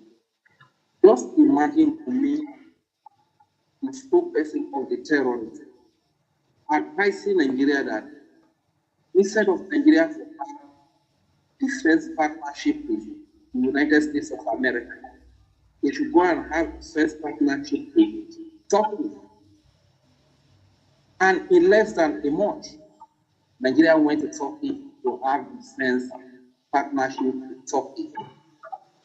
And as you can see, Turkey is not friendly with Christians. We all know the history of Turkey, which used to be a very powerful Christian state. And as a result of their hatred for Christians, they eliminated all the Christian families today an Islamic state. How long is it going to take us to learn? And today you can see Turkey supplying weapons to Nigeria. These weapons are not being used to go after terrorists, but to combat people. Those that are volunteered, that our baby's head, our witness head cannot be talked of. Our babies cannot be adopted in the school. These are the people that Nigeria use nuclear compound. How long is it going to take for you to realize that this Nigerian so-called government is not there for your protection, it's not there for the baby female like that. Rather, it is a stool in the hands of the enemy. It is a stool in the hands of this person who wants this foreign entity from Nigeria that is used to kill the indigenous. The Nigerian government is just a stool in the hands of this foreign, which is beautiful. This is why you see that Nigeria is a foreign entity owned by a foreign. Most of the managers of Nigeria, they are also foreigners. And the few indigenous people that are part of the managers who happen to be the government managing this foreign entity called Nigeria, also stooges to silence you when you cry.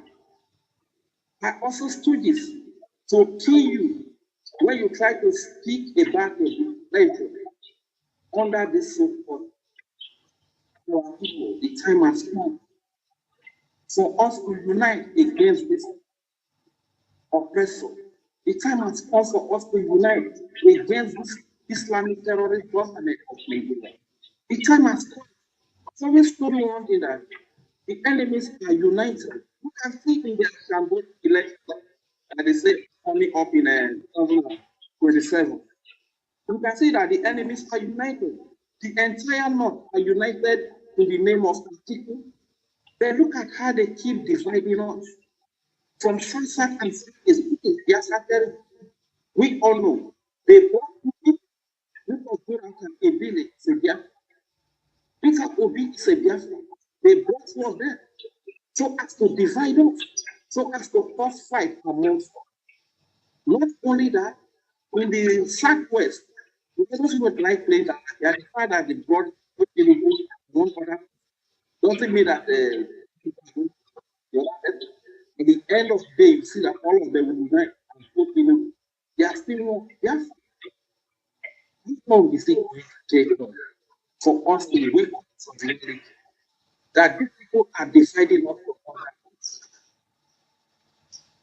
If the mother tries to support with a death, the time has come for us to unite and fight for our freedom. A nation that we can be proud of. A nation that the primary assignment of the government, the protection of life in our territory. A nation where our children, little school children, will not be adopted from the school. That is what we are talking about. A nation where there will be hospitals. A nation where there will be good road network. A nation where there will be security. This is what we are talking about.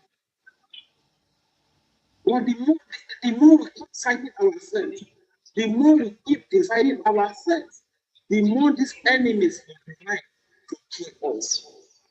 The enemies are united, irrespective of their skin color, irrespective of the language they speak, irrespective of their societal status. They are united. From Britain to the Fulani, to the political students, they are united. To the security terrorists, they are united to kill us. We should we that are the victims be disunited, be taken amongst themselves, instead of coming together to fight against these terrorists that are united to kill us. Yes, people each to cover their all over the world. Not from here and abroad. We should unite under the government. Let us support this government. Let us support this government so that they can be our voice in the international community. Let us support Voice of Biafra TV. This is our voice in the international community. Our money is needed. Our fund is needed. Because these people that are killing us, the weapons with which they are killing us, are purchased with a huge sum of money in order for us to be able to defend our. We also need huge sum of money to get what it takes to protect us, to defend us from all this Islamic terrorist regime of Nigeria, from this Islamic terrorist state. This is why we need to together. Anybody that is fighting against the Biafra Republic government in exile, know that is carrying out the agenda of Nigeria. It's no longer fighting for your freedom, because it is the only Biafra Republic government in exile that is exposing the criminality, the genocide that is sponsored by the Nigerian state against the indigenous people, against the Christians in Nigeria. So any person that is speaking against the Biafra Republic government in exile, simply know that it's not for your interest. It's not fighting for your interest. It's supposed I still speak to you. Under Nigeria, we can never get electricity. Under Nigeria, the poverty will always be there. Under Nigeria, the underdevelopment will be there. Under Nigeria, there will be no sickness. People will keep on dying. For little sickness to be treated, we just bring them. Nigeria is something with Nigeria, the insecurity. The only answer is Biafra. The only answer out of all this crisis, all this pain, all this slavery, every dehumanizing experience we've been through, the only answer, the only way is the freedom. It's for freedom. A country that we can be proud of, a country that we can call home, not something that is created in foreign body, merge different people, all different set of people, different civilization, different values, put them together, and they call Nigeria. Nigeria, the crime will continue. The insecurity. We need to keep together and unite. Fight for the freedom of God. That is the only way to enjoy the good of life as offer.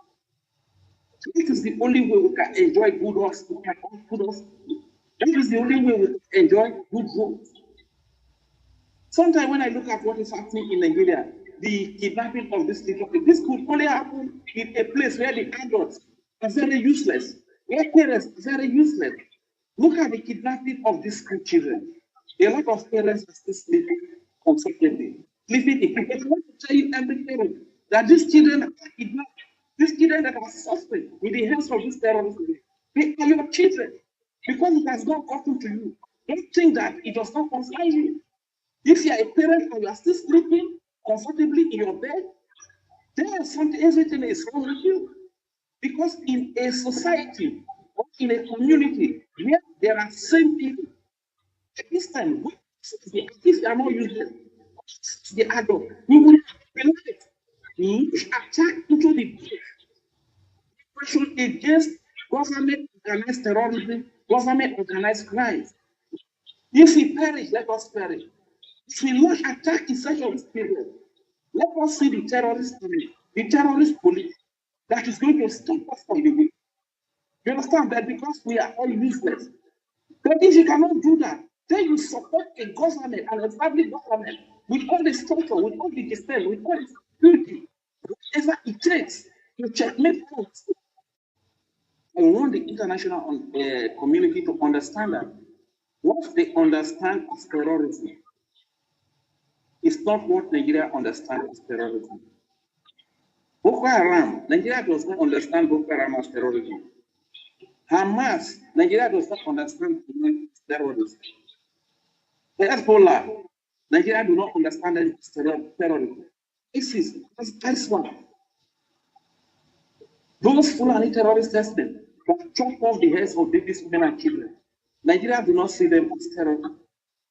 Those that Nigeria see as terrorists are those that stand up to confront this menace from this group of people that say enough is enough of this killing. Enough is enough of the kidnapping of little babies. Enough is enough of the chopping off of heads of babies, women, and children. Enough is enough of raising down churches.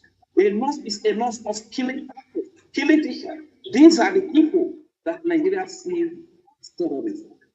Hence, when you are supporting Nigeria by giving them weapons or by giving them any military support, know that what Nigeria understands as terrorism is not what you understand as terrorism.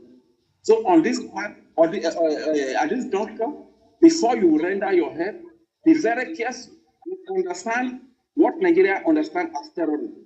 This is why the terrorist person Gumi advised Nigeria that they should not have defense partnership with America, that they should have defense partnership with Turkey, because they know that they are Turkey, they are in it together. Turkey fund the terrorism that's happening, just like Iran. This is why you see that today Nigeria has defense partnership with Turkey today instead of the United States of America. So I know America may be claiming to be working with Nigeria, but in the recent, Nigeria is just trying to use Turkey on you. Not that Nigeria is fighting against terrorism. Because what they understand as terrorism is not what they understand as terrorism. Nigeria understands a Biafra that is exposing the genocide against Christians. It's terrorism. Nigeria understands a Biafra that stood up to protect his sisters, his mothers, his wife, to protect his brothers. It's terrorism. Not those that are coming to kill innocent babies, women, and children. Nigeria do not see those as terrorism. So this is just the only point I want to make here. Once again, it's my Biafra,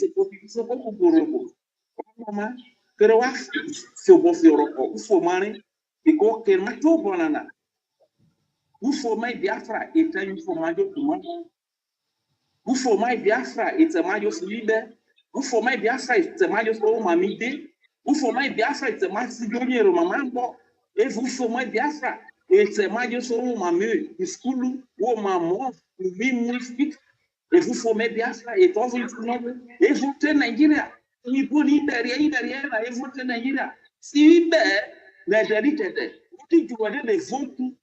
Ils votaient ils ont dit que vous avez des votes pour dire, ou dit que vous avez des votes pour Jonathan, you were they vote for. Many people who will not vote for okay, vote in Nigeria.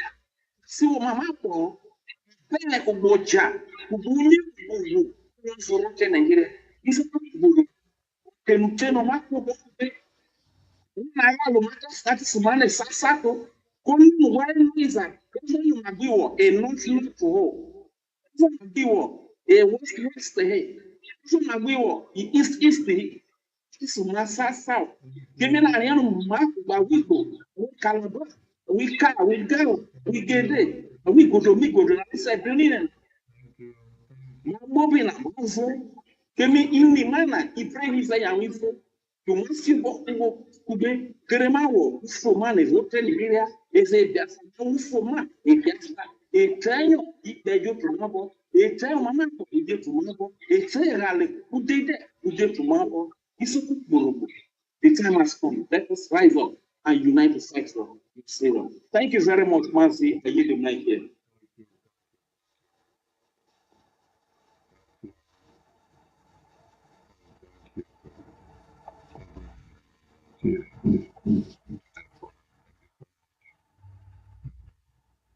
Keep the floor. This is voice of Biafra. It took them after 30 minutes after the soldiers who were supposed to be guarding the school were withdrawn from that very school. In your Senate chamber sometime in the past, they talked about it about a couple of weeks ago. They talked about it, asked who actually ordered for the withdrawal of those soldiers. Now, that's 25 students just a few weeks ago. 42 students, like the video that you're going to see up here, were kidnapped in Borno last month. 42 kids were kidnapped in Borno State last month. The video that you're going to watch up here, I'm going to let you just watch a little bit of the clip, and then we can continue. In Maiduguri, teachers are out of the classrooms and in the streets, demanding the release of 42 school children abducted in Borno State last month. The latest kidnappings, another painful reminder of a crisis that has haunted Nigeria for more than a decade. They gathered outside the National Union of Teachers office, carrying banners and chanting for action. If you can write your name. Teachers say repeated attacks are eroding public confidence and leaving many families afraid to send their children to. So for those of you who think that somehow the kids in Oyo is just the worst of it, no. Why you feel that way is very simple. Down west or south, this school kidnapping hasn't become so rampant, but they just wanted to show you that they are around and that they have come to do what they do best. You know, they've been kidnapping up north and the ransoms are not coming as it used to or as it should come. So now they have migrated down to Yoruba land to continue. Meanwhile, don't forget, there is terrorism going on in every corner of Nigeria. Every part of Nigeria is experiencing some kind of terrorism. Now, this is what one of their members in the Senate said. Today, he said, "Help, my constituency is under terrorist siege. Kwara North Senator petitions Tinubu." This is a senator. He is crying out for help. For those of you who think that somehow, you know, the Nigerian state really cares about you, you know, not only that, I want to tell you a few things that these terrorists are demanding for before they release the kids that have been kidnapped in Oyo. Meanwhile, families in Borno State, it's a lot. I don't even know which one to talk about right now. Families in Borno State are worried that infants and 12 others abducted by Boko Haram have spent 50 days in the captivity, in the camp of the terrorists. You know, I refer to it as camp because the government knows where they are. They keep them safe there until they get money from the government to be able to let the kids go. So these camps where they have kept people, you just heard now, in Borno State, they have spent 50 days in terrorist camp and the government hasn't done anything. The same government that is telling you that they're going to recruit 1,000 forest guards, like I spoke about in my previous video, to come and help you free your school kids. Now, what are these terrorists requesting of from the government before they will free the kidnapped students? This is what these terrorists are asking of the government. The terrorists said,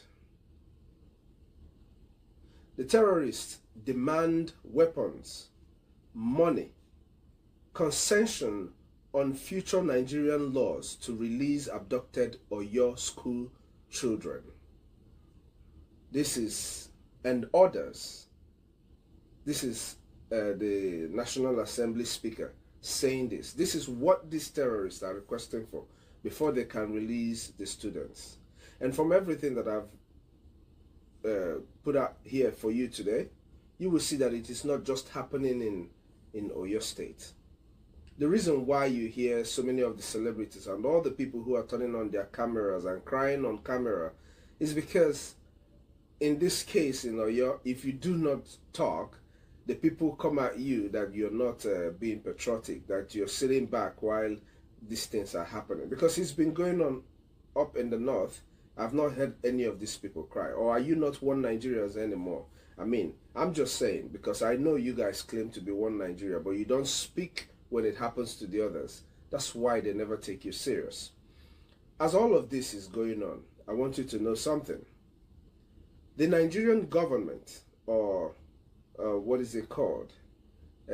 SERAP. They are probing the Tinubu government over missing 145 billion Save School funds. And they are threatening the Tinubu government with lawsuits. This is money that is supposed to be for the school kids. It's missing. Guess where this money is?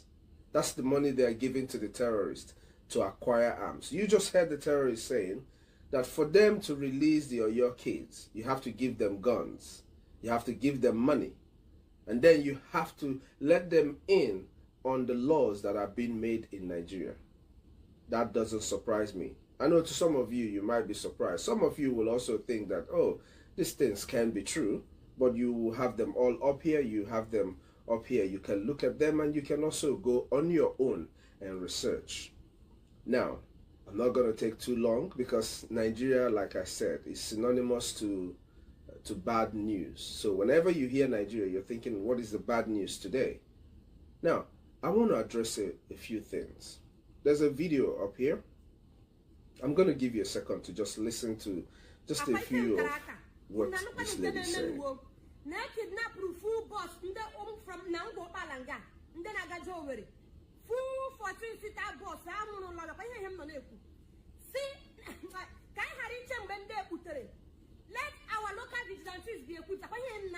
So, let me just break it down a little bit, or because I don't have all the time. The lady you're hearing her voice is screaming that they have been surrounded by the terrorists. The Biafran people have been saying this for the longest of time. When I say Biafran people, I mean the frontliners, those who are agitating for the freedom of Biafra. Particularly the Biafra Republic government in exile and the de facto government in homeland. Of course, all of this was started by Mazen Nnamdi Kanu. Now, my dear young lady, you are complaining that you have been surrounded by terrorists that were brought into your territory by the government, but you're still calling on the same government to come help you. Are you not dulu? You guys are delusional. You guys have a problem. I have said this before. In Nigeria, you are on your own.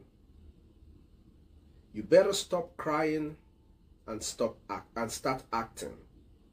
The earlier all of you understand that acting now will save your life.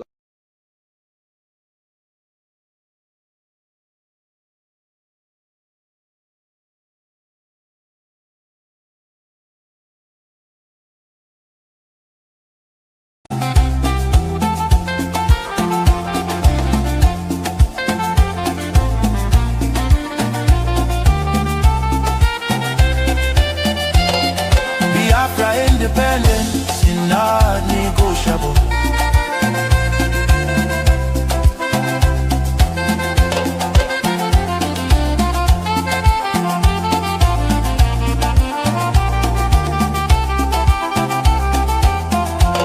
Biafra leaves.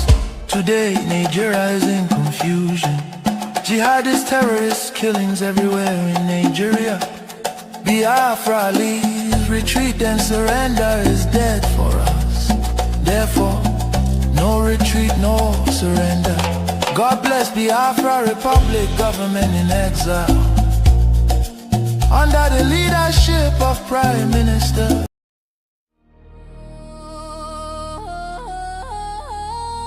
Voice of Biafra TV, the voice of truth, the voice of the people. There is only one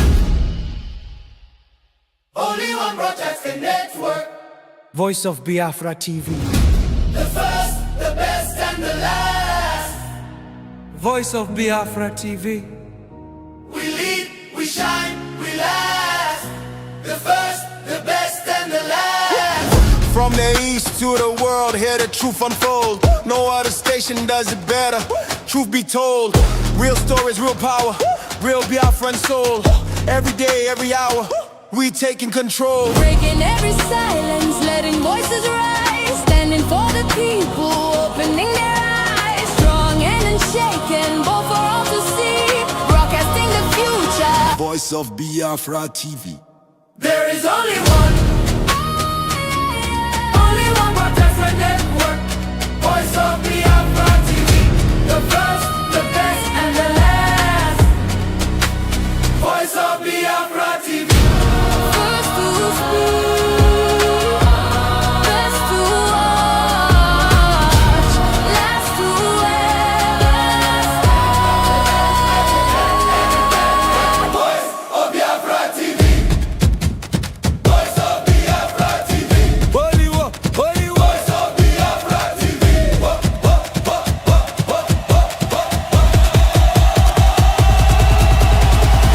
Only one, no only one. Only one. Voice of Biafra TV. Only one.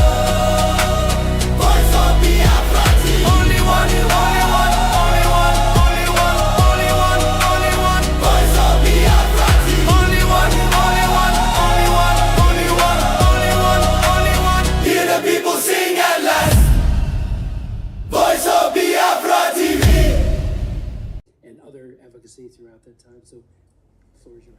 Mr. Chairman, thank you so much for your personal invitation, for your leadership, and for your friendship. I'm honored to be back. Psalms 96:14 asks, "Who will rise up for me against the wicked? Who will take a stand for me against evildoers?" Nigeria is facing one of the gravest religious freedom crises in the world. As the former chairman of the House Foreign Affairs Committee on Africa, I have visited and have seen firsthand the direness of the conditions in what is now the deadliest place on earth to be a Christian. They are targeted, displaced, and killed simply for their faith. The ancient plea, "Is there no help for the widow's son?" still echoes today. Since 2019, nearly 17,000 Christians have been killed. In the first 7 months of this year alone, hundreds more were murdered. On June 13th, during the Yellowwater Massacre, more than 280 Christians were slaughtered in a single day. These are not isolated tragedies. but a sustained pattern of religiously motivated violence, often ignored or even enabled by the Nigerian government. Extremist groups like Boko Haram, Fulani militants, and ISIS West Africa attack often without any meaningful intervention from authorities. The lack of response has created an atmosphere of impunity where Christians continue to live in constant threat and fear. The United States has previously recognized this crisis. President Trump not only designated Nigeria as a country of particular concern during his first term, but redesignated it again in his second term after President Biden inexplicably removed that designation. Religious persecution is tied to political repression and weakening institutions in Nigeria. Example, the detention of Mazi Nnamdi Kanu is a clear example. In 2022, Nigeria's Court of Appeal struck down the charges against him and ordered his release. The UN Working Group on Arbitrary Detention has also called for his unconditional release. Yet he remains in solitary confinement, in deteriorating health, and recently had to represent himself in court. Nigeria has signaled that the law is optional and targeting Christians is fair game. Just hours ago this morning, despite the pleas and cries of the Nigerian people and many Nigerian lawmakers, Mazi Nnamdi Kanu was convicted on all charges. For fiscal year 2025, the U.S. has requested nearly $8 billion for sub-Saharan Africa. But when Americans see political prisoners, judicial defiance, and the slaughter of Christians, they understandably ask as they meet their own struggles, why should our tax dollars support governments that refuse to protect their own people? Is our aid aiding a genocide? Nigeria is a nation of tremendous potential, but that potential is being choked out by violent persecution of its Christian population. No country can build a stable future where churches are burned, believers are killed, and communities live in fear. The United States must stay engaged, and Nigeria must change course now. Mr. Pratt, a direct question. Do you believe, in your professional assessment, that the government of Nigeria has been infiltrated by jihadists? I do not believe that the government of Nigeria has been infiltrated by jihadists. Okay, because when you look at the selective enforcement of the rule of law, one might question if there are any favoritism or looking the other way when groups are being specifically targeted, despite the fact, as my colleague Mr. Moore mentioned, not enforcing the rule of law with regard to weapons. My next question, how has the Nigerian government reacted since President Trump's country of particular concern designation announcement?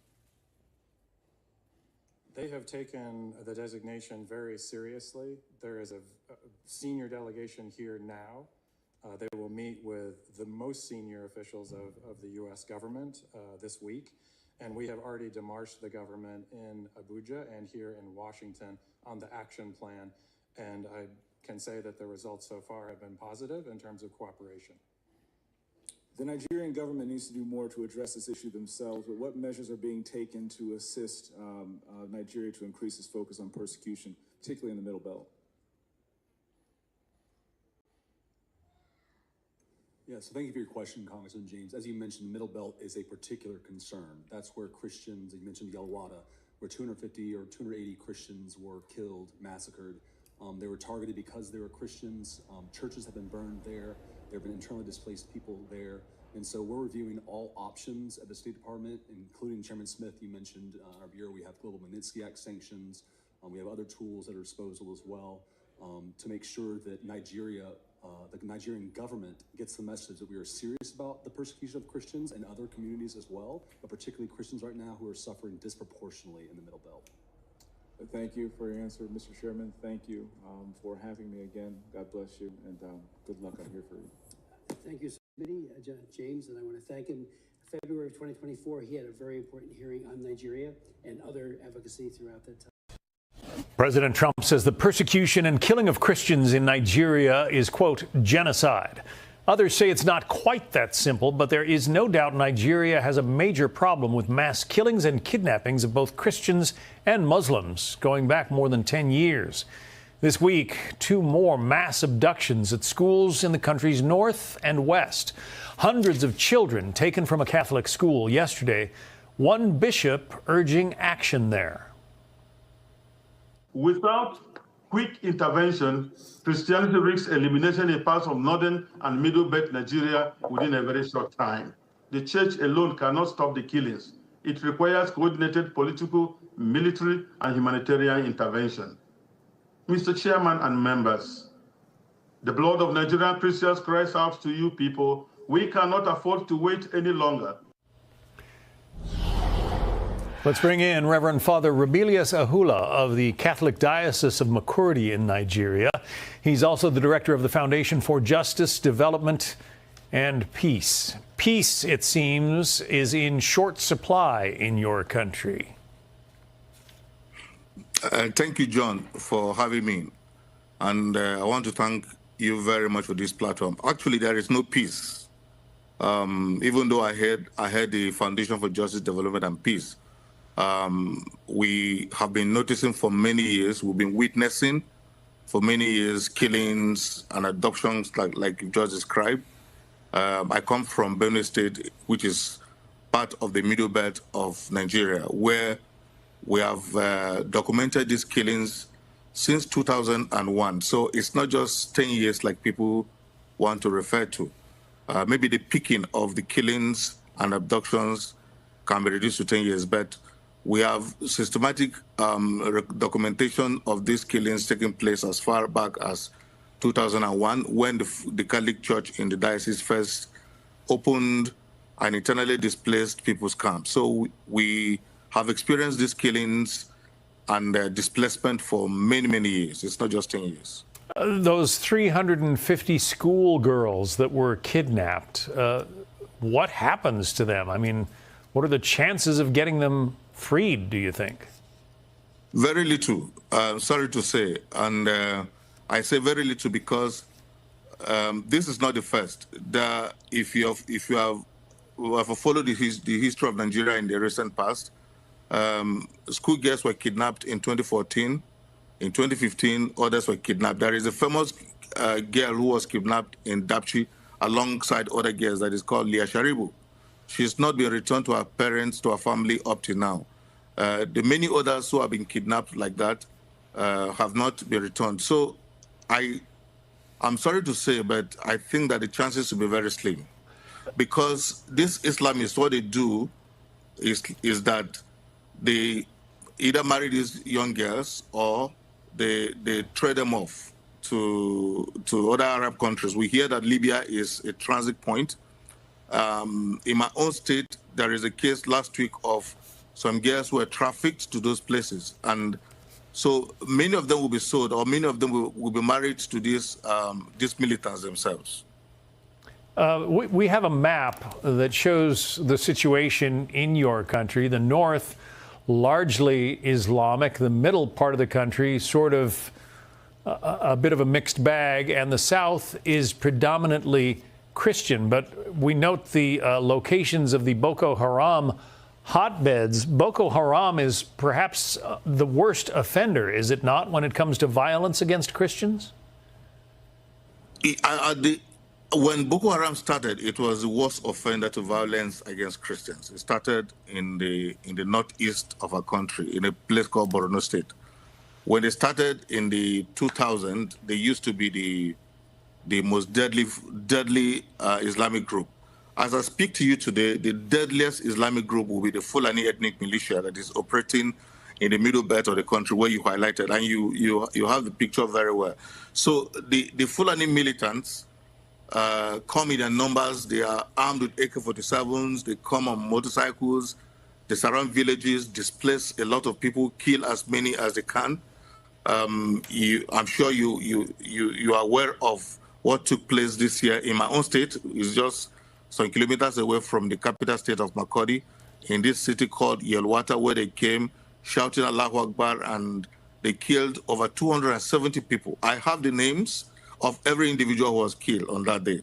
So this is not just happening in Benue State. Also, Plateau State has been very much hit by these Fulani ethnic militias. So it is true that Boko Haram is deadly, but in the last 10 years or 12 to 10 years, the Fulani militants have overtaken Boko Haram in the brutality of killings that they're doing and stuff like that. Yeah, so much for the so-called religion of peace. Reverend Father Remilius Hula, we wish you well, and we urge strength and prayers as you continue. Thank you, John. I thank you for giving us this platform, because many times our stories have been stifled and no one wants to take our news. Yeah. So I thank you for giving us this platform. And please thank President Trump, who has brought this to the attention of the world. I think by his intervention, Nigeria is discussing this issue and the world is getting to discuss this issue. Thank you very much for this. The President of the United States is on your side, and that certainly helps. Thank you. Thank you.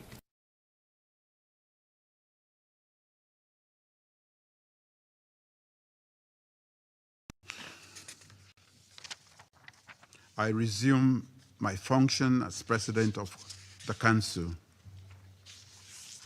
I now give the floor to the representative of the United States. Thank you, Mr. President, and thank you for chairing this important meeting. Thank you to our briefers, Secretary General Guterres, and ECOWAS Commission President Dr. Touré. Colleagues, as we speak, Al-Qaeda-affiliated terrorists in the Sahel have paralyzed Mali with a fuel blockade. Colleagues, the situation is dire there. We see Al-Qaeda aiming to take over the entire country. The United States acknowledges the counterterrorism efforts of the Malian armed forces against these and other terrorist organizations such as ISIS, Sahel, but the situation is worsening quickly. We remained deeply concerned about the incidents of kidnapping, the incidents of hostage-taking across the Sahel as a means to finance these terrorist activities. Unfortunately, since the veto of the UN sanctions regime in 2023, it has been deeply disappointing to see Mali's security situation continue to deteriorate. That decision removed critical tools from the international community that it relied on to promote accountability and to promote stability. And the result has been an uptick, a massive surge in violence, has been a shrinking space for dialogue, and growing risk for civilians across the country and across the region. The terrorist threats are not only intensifying, they are spreading, they are shifting southward, as evidenced by the terrorist attacks we've seen in Benin and Togo. But particularly, the United States is concerned and outraged by the ongoing slaughter of thousands of Christians in Nigeria by various ethnic militias in the Middle Belt, as well as terrorists like Boko Haram and ISIS West Africa in the north. It is tragic and it is unacceptable. Churches are burning, villages are being razed, thousands are killed, clergy murdered simply for wearing a cross, for being a Christian, for daring to say they worship Jesus as Christ. Just yesterday, 25 little girls were kidnapped from their school, and one school official murdered trying to protect them from MAGA Comprehensive Girls Secondary School in Kebbi State. Colleagues, this is happening. It's undeniable, and it's unacceptable. The United States condemns these attacks in the strongest terms, and it demands accountability. And as President Trump has made clear, we will not stand by while such atrocities are happening in Nigeria. The government of Nigeria must take immediate steps and do more to increase security, respond to early warnings, end impunity, and address the drivers of violence. And colleagues, we need to see African leadership on these matters, and we need to see a coordinated response among all countries in the region. The situation is critical. The United States will continue to work with regional partners to counter these common threats. Thank you, Mr. President. I thank the representative of the United States for the statement. I now give the floor to the representative of China. You decided to use Christians in place of Biafra to catch President Trump's attention? Well, I wouldn't say in place, but rather in connection with, because the Biafra issues both has ethnic undertones, but also it's a religious. There are religious connotations to it as well, because the Biafrans are predominantly Christian, and so we have advanced the Biafra issue in conjunction with the issue of Christian persecution in Nigeria, because those are connected issues and related issues. It's just the Biafra issue also has some specific nuances to it beyond also the Christian issue as well. So you're saying that you added Biafra and Christian advocacy to catch President Trump's attention. Am I getting that clear? That's correct. And those are related issues. Cameroon on October 12 had presidential elections. The Constitutional Council declared Paul Biya the winner, that is the incumbent president.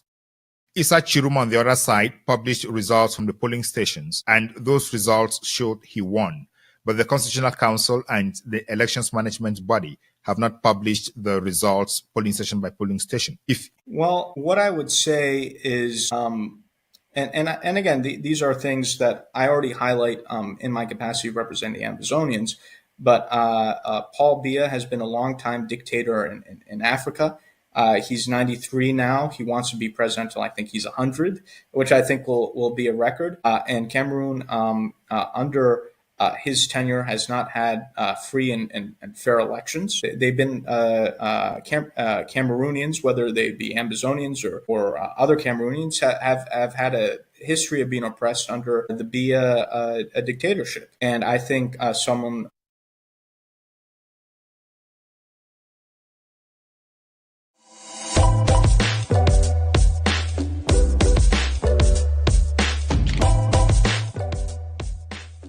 Ladies and gentlemen, you're welcome again to the Beyond Africa podcast with me, your host, Ngalim Bernard. At the Beyond African podcast, we tell African stories that change lives. Today, we are discussing not Cameroon, but the United States and Nigeria. All this because it is important within the global context of Cameroon and Africa. Why? You'll get to understand that in the course of the conversation. President Trump recently redesignated Nigeria as a country of particular concern on religious freedom grounds, citing alleged widespread attacks on Christians. He publicly threatened to cut U.S. aid to Nigeria and instructed Pete Hegseth, the United States Department of War Secretary, to prepare for possible military intervention if the Nigerian government continues to allow the killing of Christians. This rhetoric or this approach, you would say, has generated alarm in Nigeria and abroad. And of particular interest are a group of people who have been identified as key lobbyists in the United States. We have one of them in the studio today, and he's going to discuss with us what role he has played or his organization has played and why the United States considers the current unfortunate events in the United States as an attack on Christians, and if that is the right designation, or if there is any other thing behind that designation, and where we are going to, how we are going to get there, and if there are going to be any repercussions, both for Nigeria and the United States. And if there is, what is going to be the repercussions for the rest of the continent? Mr. Elias Jerasulis, you are welcome to the Beyond Africa podcast. It's an honor to be here, Bernard. It's a great pleasure to be on this show. I congratulate you on this very successful program that you've created, bring eminent experts on Africa to speak about these issues of importance. So it's just an honor to be on your show, to have this discussion. In way of introduction, as you alluded to, I'm a lobbyist here in Washington, D.C., a partner with the firm Moran Global Strategies. I represent a number of international clients on the African continent. One of the clients that I represent, which we'll discuss more, is the Biafra Public Government in Exile, which is the political arm of the Biafra independence movement. And in that capacity, I've played an active role in shaping U.S.-Nigeria policy, including the current posture coming out of Washington, taking a very harsh stance against the government of Nigeria for a number of issues, including the Christian genocide that you mentioned. So I look forward to having this productive discussion. Thank you so much, and thanks for that clarification, because you're making it very clear that you have a client. Therefore, I don't expect you to be very objective. I expect you to be subjective and defending the interests of your clients on this conversation. Am I right? That's correct.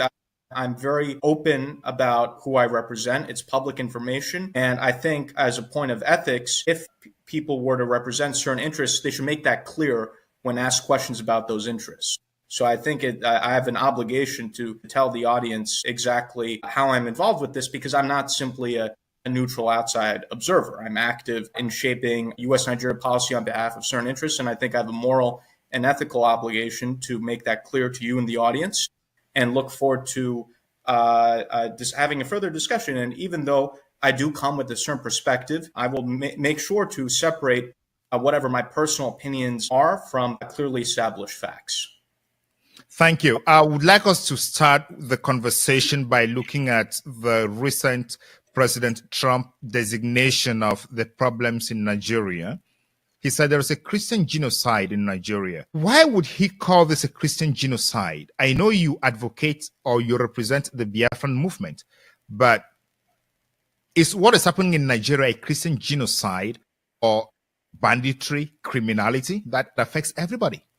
Yes, I think the reason why we are using, or the U.S. government's using the term Christian genocide, is you're not simply talking about general criminality. When it comes to groups like Boko Haram, ISWAP, and other groups that are engaging in mass murder, there is a religious undertone to these actions. Their actions are targeted against Christians. Yes, there also have been other individuals who've been murdered as well, moderate Muslims and so forth. But there's a clear religious undertone in terms of the targeted killings that are being taken place. And genocide is as much about intent as it is about the number of people who are killed, which in this case is quite significant. So this is not simply a matter of general criminality like in other contexts. There are religious and other motivations in the context of the killings that are happening, the groups that are behind it, and ultimately the complicity of the government of Nigeria as well in terms of the insecurity in the country. Yeah, when you mention Boko Haram, ISWAP, ISIS, what comes to mind is terrorism. How could terrorism be linked to genocide? These are therefore terrorists who are committing terrorist acts, and then you refer to it as a genocide against Christians. That doesn't seem to match with my understanding. I think you bring up a very good point. I think part of the problem is that the Nigerian government is not an innocent bystander in this. If it were, then maybe a term other than genocide would be used. But the problem is that the government of Nigeria is complicit in what is happening, and you have elements of the government of Nigeria that are tied to these terrorist groups. So if we look at the current government of Nigeria, the vice president of the country currently, Shettima, has deep ties to Boko Haram. Some have called him the co-founder of Boko Haram. But regardless, everyone, and this is a public fact in Nigeria, he has deep ties to this terrorist group. There are photos that are available. Politicians in Nigeria have talked about this. What I'm saying is not a speculation. It's an established fact in terms of his ties.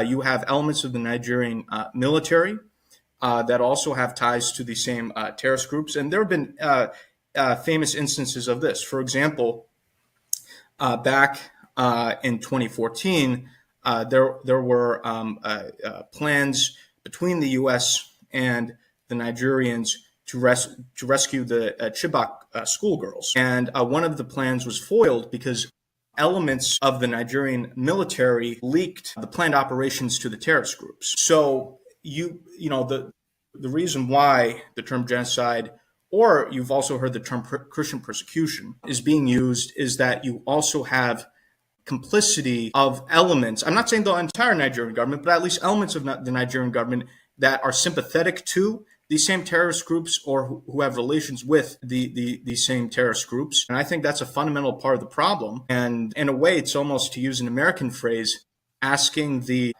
the wolf to arsonist? guard the sheep, or to ask the fox to guard the hen house. Because how can we hope that a government could effectively fight the same terrorist groups in which some extremely senior members of that government have relations with those groups? And again, even politicians in Nigeria have openly talked about, we have this dangerous situation in which elements of our own government are tied to terrorist groups. So this is not just Elias's opinion. So Let's look at it this way. The United States has legal instruments like the Magnitsky Act and other sanctions that they could apply to the individuals you have identified and mentioned, if at all they are guilty of what you are mentioning. Why doesn't the Nigerian government or the United States government use those tools at their disposal to target the individuals they know are directly linked to Boko Haram, instead of categorizing a whole nation as suffering from genocide, understanding that maybe the vice president, as you say, is part of it, but then the president himself, who is the commander-in-chief of the armed forces, is not part of it? Is that not a mistake on the side of the United States? I don't think it's a mistake, and also I don't think these things are mutually exclusive. So you talk about targeted sanctions. That's the next step. You know, President Trump has designated Nigeria as a country of particular concern, which is an appropriate designation given their poor record on religious freedom. But additional steps need to be made. Simply designating the Nigerian government as a country of particular concern is not sufficient. There have been talks and efforts in the U.S. Congress to go further than what the president has done and to start engaging in targeted sanctions on specific Nigerian officials. And Magnitsky sanctions are an enormously effective tool to be used as almost a surgical knife to identify specific wrongdoers who are engaging in bad acts and are of a malignant influence. I fully support Magnitsky sanctions. Currently in the U.S. government, people like Senator Ted Cruz, who we've met with, has publicly talked about how he knows who the guilty parties are. There are lists that are being considered now in Washington. Names are being discussed. These things aren't overnight. They take time. I will anticipate over the coming months that there will be a push for certain Nigerian officials to be sanctioned under the Magnitsky Act that you referenced. So, you actually mentioned something that we completely agree with, and I think you'll see as one of the next steps. And the great thing about the Magnitsky Act is, again, these are targeted sanctions that specifically go after the wrongdoers rather than having something that's just generalized. So, targeted sanctions are effective, and those actions will be pursued. I understand that is just a first step, and there could be second steps or third steps. But President Trump was very emphatic about using military attacks, and he already told Secretary Hegseth to prepare to attack Nigeria, meaning he understands, or they already know where the terrorists are, and they could just go there and obliterate them, as he did with the nuclear arsenals in Iran. So why take all these steps if he already knows that is where the problem is and the terrorists could be obliterated? Right. Those are two things, right? One is a symptom of the problem, which can be addressed through military action, right? Eliminating specific terrorists. But the problem will continue if the government of Nigeria continues to have politicians that have relations with these terrorists that covertly support these terrorist groups. So there can be operations that are done to eliminate terrorist cells and terrorist operators in Nigeria. But ultimately, we also need to engage on it using the diplomatic tools. It's not enough to use military tools. You have to use diplomatic tools in order to... But you use military tools after diplomatic tools have failed. But President Trump started with military tools. Well, as you can see, we haven't engaged. The U.S. government yet is considering its options, right? There haven't been military operations, full-scale military operations yet. And the President Trump has a very unique style, if you will, in terms of dealing. That's very unique, right, amongst the presidents that we've had. And I think that in dealing with a country like Nigeria, where people have for years been complaining about these issues, and the government of Nigeria has refused to listen to the suffering of its own people, I think, frankly, a straightforward style of the president is what's needed in order to show the government of Nigeria that we're serious and that they can't continue with what they've been doing. And you can see that the president's style has caused the Nigerian government to have a reaction, whereas for years they've just been completely blasé. And a lot of my friends in Africa very much like the president's straightforward, no-nonsense style. And I think when you're dealing with a country like Nigeria or some of these other countries where you have bad governments, diplomatic whispers often don't move the needle. You need to be a little bit more aggressive. So I think it's part of the president's diplomatic style of carrying a big stick. And I think sometimes that's what's needed. And I think it's been effective in this case. I think President Trump's direct style, where he breaches diplomatic protocols, is one of the strategies that he uses to get things going and resolving problems around the world. But let's come back to talk about the funders of the Boko Haram. You have been emphatic that military officers in Nigeria and politicians are part of that movement. But we have on record on the floor of Congress a congressman reading an audit of USAID. And in it, he claims that the USAID has been sponsoring Boko Haram. So why is President Trump putting the responsibility on Nigerians and Nigerian leaders while there is evidence from the United States side, read by a congressman on the floor of Congress, that the USAID has been participating in this? Why is the responsibility falling only on Nigerians now? Well, the responsibilities, as discussed, are falling not on Nigerians, not the Nigerian people, but these horrible, horrific Nigerian politicians. And I want but on the United States side, there seems to have been action sponsoring that too. Yeah, well, and you see what President Trump did on that front. President Trump has shut down USAID and has folded USAID into the State Department, and a lot of ineffective programs were eliminated. Again, I'm not... I try to work to influence U.S. policy in directions in which I think they are the right directions. That doesn't mean that everything the U.S. government has done has been correct. Sometimes mistakes have been made. And I think the president made the right choice in terms of deciding to make reforms within our administrative state. So again, the same USAID that you're mentioning that the congressman talked about is the same USAID that the president has shut down, and it's now been folded in the State Department. Programs like that. Those programs have been closed. And there have been other programs, too, that have made absolutely no sense whatsoever. We've, unfortunately, USAID, which had, started with good intentions, had a variety of programs that just didn't make any sense, that were a waste of taxpayer money, sometimes even working against our interests. So I think that that's a perfect example in terms of why there have been reforms. But nonetheless, the primary responsibility is for the problems in Nigeria is the government of Nigeria. Yeah, thank you. I just want to make a clarification here. You don't work for the State Department. So what you are saying is just your understanding of how the State Department and the government of the United States is operating and the processes, how you read them from outside. Am I being right? Well, yeah. Well, I'm a lobbyist, government relations consultant here in Washington, D.C., so I'm not an employee or representative of the U.S. government. That being said, I work closely with all the parts of the U.S. government, including our Congress, State Department, White House, National Security Council, and other agencies. So I'm not a representative of the State Department. I'm not a formal representative of the U.S. government, but these are all officials whom I talk to, who I work closely with, who I try to bring my information to and my perspective to. So I hope that provides a clarification. Thank you so much. Let's go back to talk about the categorization of the genocide.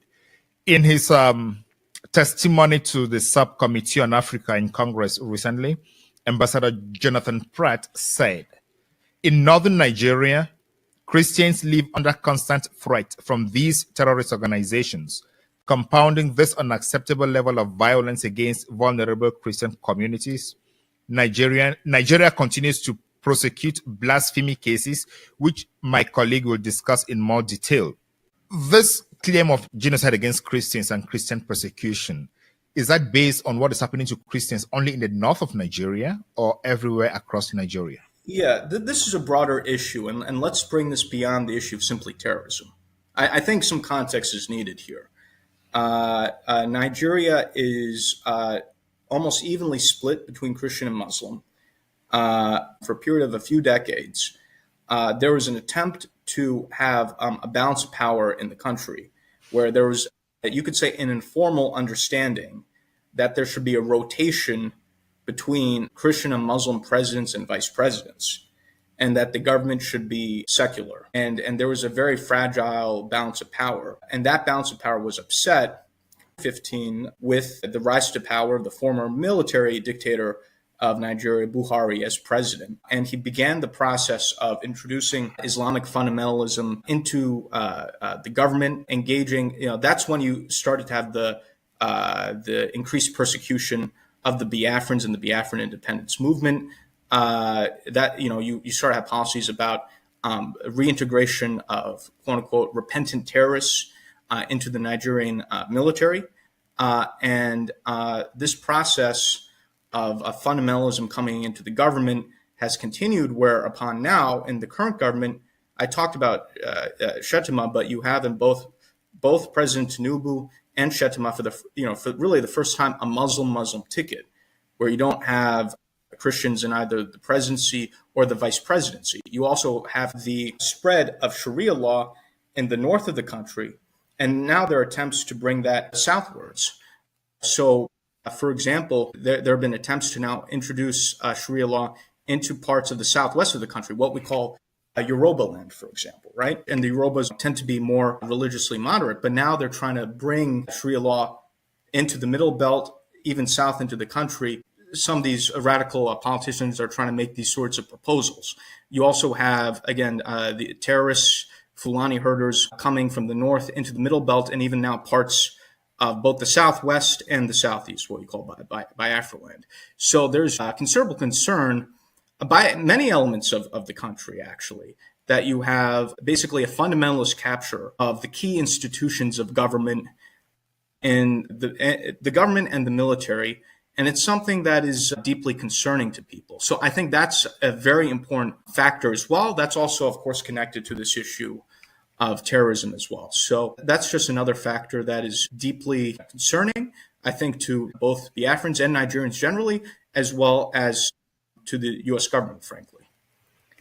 I get you very well. What difference do you make between the Fulani herders and the Boko Haram terrorists? Because when I listen to you, it looks like the two are the same. No, I didn't say the two are the same. I'm saying there have been issues by those groups and other groups in terms of murders of innocent civilians, and the situation has gone completely out of hand in the country. So I did not, I didn't say all these groups are the same. They have different nuances, but they all contribute to the problem. So at what time, I am asking these questions because I understand that your work informs the United States government on what is happening in Nigeria. So at what point do you make a difference between a Fulani herder attack on farmers and a Boko Haram attack on farmers or on Christians? How do you make that difference? I'm not sure if I really understand the question. I think it's almost, splitting hairs in terms of if the government of Nigeria is not only not protecting the country, but you have politicians that are tied to radical groups that are killing innocent civilians, whether or not an innocent person's murdered by Fulani herders or by Boko Haram. I think it's a problem either way. So I'm not sure if I understand what kind of distinction. Point. I get the point where you are making the argument that it doesn't matter whether it is called a genocide or it's called Christian persecution. What matters is insecurity, and the government of Nigeria is not performing its role. And that's where many people are offended by the government of Nigeria, because they try to engage in semantics in terms of it's not Christian genocide, and that's not the technical term, and there is no genocide, and maybe use this other term. And even if you see the reactions, forget about the U.S. government, if you see the reactions of many Nigerians, they themselves get furious when they see these Nigerian media spokespeople trying to, split hairs over definitions and terms. And you'll hear many regular, not just Biafrans, but Nigerians generally, say, hey, listen, the country is a disaster. We're moving towards a failed state. We have problems. people are being killed, and yet you're trying to, make a debate over terminology. So, I think this is something where, even people in Nigeria are very, very upset, and they want their own government to be held accountable for what's happening. Okay, so I'm happy with that clarification. So at this point, from your understanding of what the United States Congress and White House and State Department are thinking, what would be a solution that the United States would say, okay, the Nigerian government is doing everything now to protect Christians? What is going to happen for them to say that that is happening? Yeah, I think when you're dealing, again, with the country in Nigeria, with the types of people that are running the government, the best tool to use is really sanctions, including targeted sanctions. When these corrupt Nigerian politicians, for example, are no longer able to, let's say, launder their money in the U.S. and other places, if, let's say, their assets are seized, because also many of these officials are completely corrupt in outrageous ways. And there have been a number of stories about the corruption of Nigerian officials. So if we were to go after officials who are complicit, who are part of the problem, sanctioning them and holding them accountable, I think that would be the best way to change their behavior. Simply trying to nicely ask the Nigerian government officials, oh, please do something. People have been asking the Nigerian government to do something for years. Clearly, they've not cared to do anything, and the problem's only gotten worse. So I think when you're dealing with a conundrum like Nigeria or any other, and these other governments too, I think, a tough approach is what's needed, frankly. And the same goes to, for other governments in Africa as well, where, let's say, and especially with more autocratic regimes. But, that's a separate discussion. Yes, we're going to talk about that in a moment. I want us to switch gears now and talk about Biafra. So we'll definitely talk about autocratic governments like the government of Cameroon when we talk about Biafra in this case. In an article by the Africa Report, they say former U.S. Congressman Jim Moran, who lent a voice to the indigenous people of Biafra movement in 2024, the situation in Nigeria reflects human rights abuses, religious freedom issues, persecution of Christians, increasing Islamic fundamentalism with the Nigerian government and its alignment with U.S. adversaries. But in his statement, Ambassador Jonathan Pratt says, Nigeria is one of the United States' key allies in Africa. Is your firm having this thing wrong? No, I think not at all. I think one thing to clarify is the U.S. government is a very complex machinery. It works in a very unique way. On any particular issue, you'll have different parts of the U.S. government that may have different points of view, right? What matters is what's the overall political consensus among those who are the decision makers. In this case, when it comes to taking a strong stance against the government of Nigeria, you see extremely strong support in the United States Congress. I've worked with many of these members of Congress. That's now been reflected at the White House and in the National Security Council and the President of the United States himself. And ultimately, in the nature of the current U.S. government, what really matters is the policy stance of President Trump.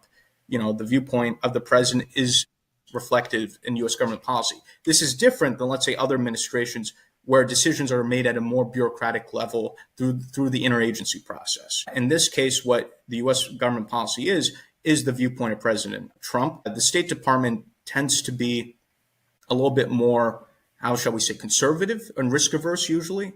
So that's why you have people like Ambassador Pratt making those comments, but that doesn't necessarily reflect the overall consensus and the viewpoint of the people who are the decision makers. Mind you, before this whole topic took off the past 2-3 months in terms of Christian genocide and the stance of the President of the United States, you had people like Masad Boulos, who's another senior State Department official, who try to argue that the Christians aren't being targeted and that maybe more Muslims are being killed. Mr. Boulos has had a past history with Nigeria, given his background, and has friendly relations with the President of Nigeria. But then the President of the United States decided to take a different stance, given the mood in Congress and other parts of the government. I guess what I'm trying to say is the stance of the U.S. government is very clear through the opinion of the President of the United States. President Trump has even made comments saying Nigeria is a disgrace. So with due respect, what really matters is the viewpoint of President Trump his influential people in the White House and his allies in the U.S. Congress. And Ambassador Pratt, I think, is speaking in diplomatic terminology, but that's not really driving the U.S. policy right now. Yeah, so I just want to give you that. Yeah, that background was necessary. And somebody who's listening to us now, it's definitely asking, how did you get to President Trump's ears, whereas his own ambassador could not convince him on these issues? Well, that's why lobbying is important here in Washington, D.C. It's to engage in an education campaign. For the past year, we've been very proactively lobbying members of the U.S. Congress, educating them on these issues, building alliances. And again, we can't take all the credit. You've also had some pro-Christian evangelical groups that were very active and also lobbying on behalf of similar issues, Christian persecution in Nigeria. And some of those groups we've allied and worked with and cooperated with in terms of our lobbying efforts. And because of the alliances we built in the U.S. Congress, and you had people like Senator Ted Cruz, who are extremely influential, who introduced legislation calling for sanctions on Nigeria, that penetrated into the White House, into places like the National Security Council, which is very influential in this particular White House.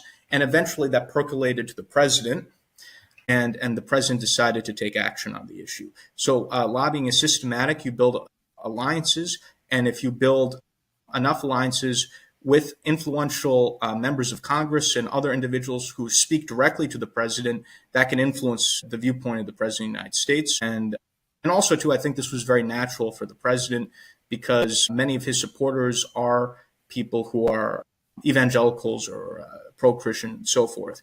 So I think this was a very natural decision for him to make. Am I understanding you very clear that in your lobbying and advocacy, you have decided to use Christians in place of Biafra in order to catch President Trump's attention? Well, I wouldn't say in place, but rather in connection with, because again, the Biafra issues both has ethnic undertones, but also it's a religious. There are religious connotations to it as well, because the Biafrans are predominantly Christian, and so we have advanced the Biafra issue in conjunction with the issue of Christian persecution in Nigeria. Because those are connected issues and related issues. It's just the Biafra issue also has some specific nuances to it beyond also the Christian issue as well. So you're saying that you added Biafra and Christian advocacy to catch President Trump's attention. Am I getting that clear? That's correct. And again, those are related issues. It's just that the Biafra matter also has some additional elements and nuances to it. What are those additional elements and nuances? Well, when it comes to the persecution the Biafrans have faced, part of it, there is a religious element to it because the Biafrans are a significant bulk of the Christian population of the country. But there's also an ethnic element because Biafrans, one of the major tribes in Biafra land are the Igbo people who've suffered significant persecution in Nigeria in the 1960s. Of course, you're aware that there was a civil war where the Biafrans tried to establish their independence, and they had their own state for 3 years, recognized by some countries. Unfortunately, they were re-annexed by Nigeria, and unfortunately, they were never really fully accepted back into society. They face discrimination and marginalization since the end of the Civil War. They haven't been able to get, for example, the Nigerian presidency. And there's, for example, a lot of that part of the country, Southeast Nigeria, the Nigerian government has purposely neglected to invest in that area, develop the infrastructure of that area. You have Port Harcourt, for example, that's still been completely undeveloped. This is all intentional to punish the people of what we call the Southeast Nigeria or Biafra. So there's been very unnecessary persecution and marginalization, which has only gotten worse with the recent governments in Nigeria. And this is something that needs to be I hear all those points, but one point came to mind, or one point struck me more. Did you say Nigeria re-annexed Biafra? What I was trying to get at is, after the Biafrans declared independence in 1967, there's a 3-year civil war, and then Nigeria unfortunately won the civil war. That's what I was trying to convey. Okay, so Nigeria won the civil war, and Biafra became reintegrated into. That's Yeah, that's what I was saying. Yes. So what is the basis for the Biafran movement of independence right now? Is it a historical base or an economic? I think it's a combination of a lot of things. I think a fundamental part of the problem is Nigeria is really an artificial amalgamation of the British, where they put together disparate peoples and under colonial borders. In 1914, you have the Biafrans in the southeast, you have the Yorubas in the southwest, and then you have the Hausas and Fulanis in the north. Unfortunately, the British played some games where they favored, politicians in the north, which they felt could be more easily controlled, and empowered the northern politicians for political power in Nigeria, even though you have the human capital and the economic resource space in the south of the country. The Biafrans or Igbo people are incredibly educated, entrepreneurial, and also the Yorubas in the southwest. You have Lagos. They're also very educated. A lot of the Nigerian professors that you see are of Yoruba background, for example. And also that's where you have considerable natural resources, and let's say in the Biafra territory in terms of oil and gas and so forth, which unfortunately they don't get the benefit of that. So the country was put together, and again, when there was an attempt of having a balance of power between Christian and Muslim presidents and vice presidents, the country was kind of barely holding together in this dysfunctional way. But now that the balance has been upset, the country's totally spiraling into a failed state, because ultimately you have different competing value systems, within the same country. You have parts of the north, again, that are under Sharia law. You have, again, the Biafrans who are completely different in terms of being westward, westward oriented, Christian, highly educated population. So the whole system is disintegrating. And we've seen this in this happen in other cases, in other contexts, like, for example, the breakup of Yugoslavia and so forth. So, unfortunately, we're at a situation now where, given just how dysfunctional the country is, other options have to be considered. And what I'm talking about is not radical. Many people throughout Nigeria have talked about we have to really reconsider this whole arrangement. Even people in the Southwest, the Yorubas, some of them have called for their independence because they're just concerned that the whole system is becoming dysfunctional and collapsing. So given the state of that country and just how dysfunctional it is and how the system is at odds with itself, I think a lot of people are saying, okay, this is the time to sit back and potentially rethink how Nigeria should work and if parts of the country should have, let's say, greater autonomy or even their own independence. So this is not a radical point of view, and this is not just a perspective of the Biafrans. Different people in different parts of what we call Nigeria are seriously reconsidering this entire arrangement. So based on these factors you have just outlined, what is your client's final objective? Is it independence or greater autonomy within Nigeria? Yeah, so the eventual goal is independence. But that being said, the Biafra government also is very sophisticated. They understand how international diplomacy is. That's why they're working closely through me with the U.S. government, and we're working on seeing how we can achieve the goal, because it's going to take some time, and there are going to have to be transitionary processes as well as we work towards the eventual goal of independence. The creation of entities that are autonomous or newly independent states. These are things that take time, and it's something we want to be very thoughtful about. So the Biafra government, through my efforts here, is having close dialogue with the U.S. government. And this is a process that we're working on, but it's going to take time. And we're making sure that we're working with the U.S. and other necessary stakeholders to work towards the eventual goal. Let's talk again about the religious persecution and genocide as it's being presented. The Nigerian government has refused those claims and said they are gross misrepresentation of the reality. But when President Trump made his statement, mostly Biafran diaspora was celebrating and jubilating. Do you think the Biafran diaspora is considering this as a win for their advocacy? The president's actions are absolutely a win. And again, what the government of Nigeria is talking about is just complete nonsense.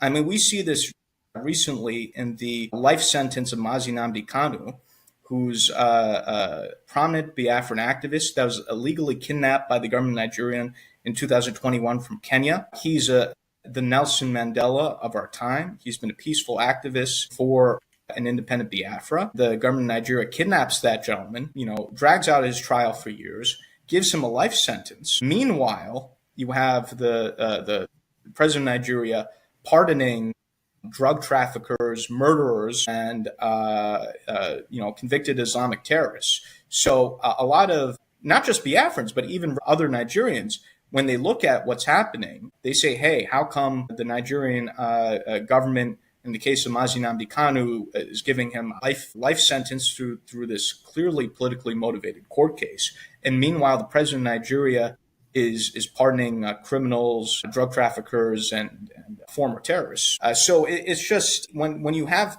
contrasts that are so stark, one can't help but come to the conclusion that there's a bias against both Biafrans and also Christians generally in Nigeria, because what else could possibly explain these type of discrepancies? So you're saying that...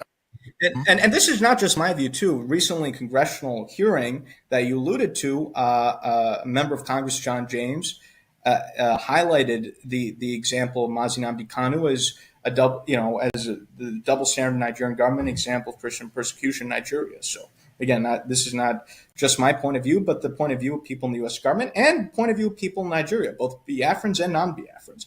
A lot of Nigerians, again, non-Biafrans, think that the Nigerian government's prosecution and life sentence of Mazi Nnamdi Kanu is completely ridiculous and absurd. Yeah, I don't want to adjudicate. Again, that's just one example to show you why what the Nigerian government says is just absurd. That's right. I don't want to adjudicate those issues because we could have a different conversation on the judgment itself that was delivered 100 and something pages, but we could have a separate conversation on that one. But that's just to answer your question, though. Yeah, what I want to touch, do you believe that Nnamdi Kanu did not commit any crime, or are you saying that the sanction was more than the crime he committed? He did not commit any crime. He was agitating for the independence of Biafra. He had an organization, the indigenous people of Biafra. He was a peaceful activist, and the government of Nigeria has not presented any convincing evidence regarding any crimes that he committed. It seems that from the perspective of the government of Nigeria, simply having the viewpoint of supporting Biafran independence is a crime in and of itself. And I think that's just, again, completely absurd. People should have the right to free speech and the right to have different political viewpoints. So what is the main leverage right now that the Biafran movement has as compared to the Republic of Nigeria, to the Federal Republic of Nigeria? Because the Biafran movement is actually advocating for independence, as you said, but at this material moment, it looks like President Trump is rather focused on bringing in sanity as regards Christians. So what leverage does the Biafran movement have to press the right buttons? Well, we have a lot of support here in Washington, D.C. Again, there's certain things I can't go to due to their sensitivities, but we've met with senior people in Congress, in the White House, and other places as well. I think given the acknowledgement of the poor treatment of Christians in Nigeria, right, that there is a greater sympathy or openness towards having a separate Christian state in the south of the country, and in this case, Biafra. And the Biafrans, and I'll speak generally again because I can't go into private conversations, have a lot to offer the United States. The Biafrans have, as I'll talk about what's been mentioned in press reports, have offered military bases to the United States in the Gulf of Guinea. There are immense oil and gas deposits in Biafra. That's actually majority of Nigeria's oil and gas. The Biafrans will be more than happy to renegotiate more favorable contracts with U.S. oil and gas companies, cooperation with the U.S. government on counterterrorism, and other benefits. And the U.S. government is very much interested in having greater presence in West Africa. There have been a number of coups in the Sahel, Niger, Mali, Burkina Faso. We've lost some of our military installations and bases in those countries. There's an interest in having alternative allies in West Africa to make up for those losses so we can maintain a presence. And Biafra offers an ideal place for the U.S. to have presence in the Gulf of Guinea. And unfortunately, because the Nigerian government has just proven to be so problematic, and there have been efforts over the years to try to work with the government of Nigeria, and it's just been not very fruitful. There's an openness now to alternative allies. I'll give you another analogy in a different part of the continent. We have in East Africa, Somalia, which has been a failed state for a long time. You have the separate de facto state of Somaliland, which is self-governing, but they're not recognized yet by the U.S. or the international community as an independent country. That being said, because Somaliland is developing good relations with the U.S., they've made open offers to the United States in terms of bases, port deals, natural resource deals. You've had key people in the U.S. government, especially in the U.S. Congress, advocating for the recognition of the independence of Somaliland. President Trump has talked about him looking at Somaliland, and I think it's very likely that the U.S. government will make a deal and recognize the independence of Somaliland sometime during President Trump's term.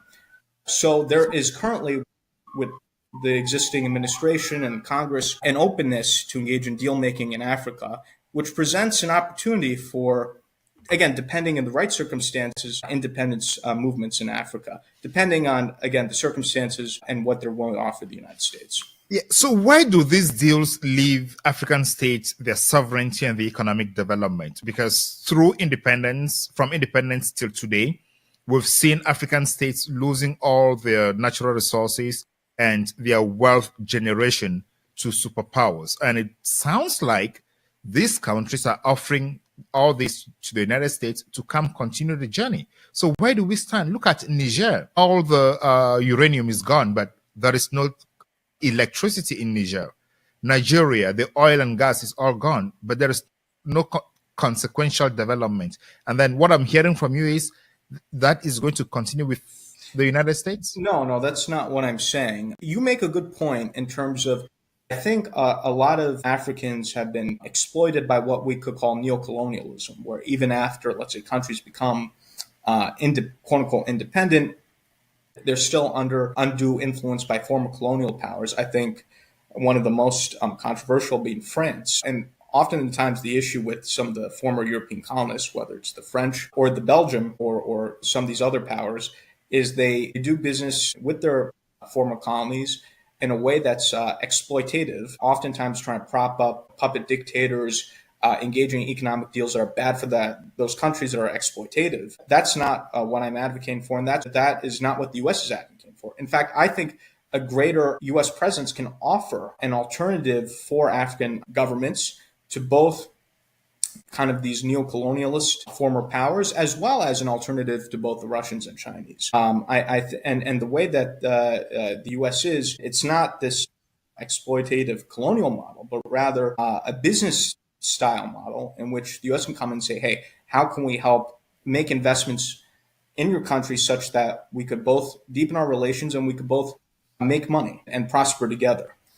So the viewpoint is not in exploiting the countries or its natural resources, but rather having investments in these countries in which both the U.S. and those countries, whether it's the Biafrans or other places in Africa, where there can be a mutually benefit, where it could be a win-win situation.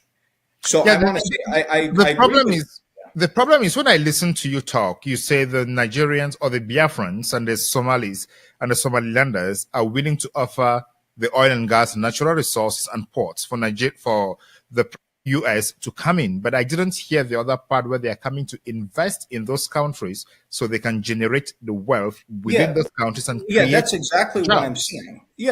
For where the U.S.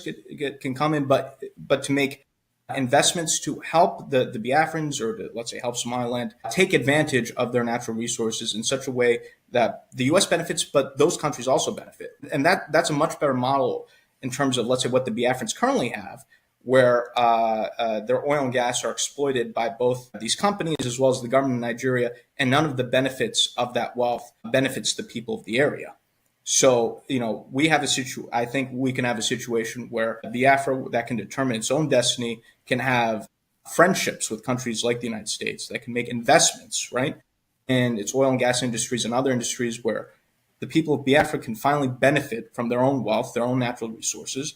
Of course, it'll be of a benefit to the United States as well. So it's a win-win situation. Yeah. So far, what is the blueprint from the Biafran side that they're offering to the United States? Because, as you say, I understand President Trump's foreign policy is driven by national security and investment, which he considers to be economic security, both for the United States and for the foreign countries. But at this point, what is the kind of blueprint? If it is not confidential, tell us, what is the blueprint that Biafra is offering? Do they already have some numbers? Do they have what they're looking at and saying, okay, if we do this, Trump comes in and offers this, then our country is going to benefit by this? If not, wouldn't they be falling back into the situation that we find in Nigeria today? Yeah, so we do have a blueprint. I'm just telling you the generalities of the blueprint, right? In terms of the areas in which we're already having discussions with the U.S., in terms of the oil and gas investments, U.S.-Biafra defense relations, and in terms of potential bases and also counterterrorism cooperation and other areas. So I could speak generally in terms of this is what we're offering. There are some more specific things, but again, I can't go into those particular details due to sensitivities, but I'm just telling you what the general items are, which some of this is in the news and public reports. We are having some more specific conversations, but I can't go into those specifics. All right. So what is the advantage of having a lobbyist in DC instead of doing or talking to these people yourselves? Because the senators, their doors are open to the public, open to their constituents. They listen to their constituents and receive them. Why should someone be hiring you to go talk on his behalf? Yeah, so the way I would explain lobbying is similar to how you have a professional attorney that you hire to navigate you through the political process, through the legal process. You hire a lobbyist to help you navigate through the political process. And I think there's a term in law that any client who tries to represent themselves in court is foolish, right? There's this phrase for attorneys. And I know you have the legal background yourself. So someone can represent themselves, let's say, in court or at trial, but they're better off having a professional attorney helping them through that process. The same thing goes for the political process, where the U.S. government is extraordinarily complicated to navigate, and people like myself have the knowledge and expertise as to how to navigate the U.S. government, and we provide advice and counsel to our clients in terms of how to best navigate through the U.S. government, who are the right people to meet with, and also how the information should be conveyed and what the message should be. So we act similar in a very similar way as attorneys do. And also people like myself, we have established relations with members of Congress. So a lot of members of Congress are people in the U.S. government. They know me. There's a certain comfort. There's a certain understanding that if I'm to introduce someone, let's say to a member of Congress, that person is vetted, that the cause that I'm representing is legitimate because I have these relations and I'm established here in Washington, D.C. So it produces a certain comfort to be introduced by a party that's known by both sides versus, let's say, someone approaches a member of Congress who they don't know who that person is, right? And the same thing applies to life in general. More comfortable when you're introduced to someone else by someone who you already know, who you have friendly relations with, who you trust. So I have established relations with members of Congress and other people in the U.S. government. They know me, they know my expertise, and that allows me to be essentially a facilitator between myself and these worthy causes. So I hope that gives some perspective.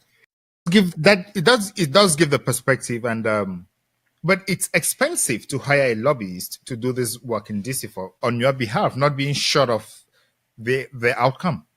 It's an investment that I think should be viewed as a political investment, and it's something that's very effective. That's why so many countries and international causes hire lobbyists.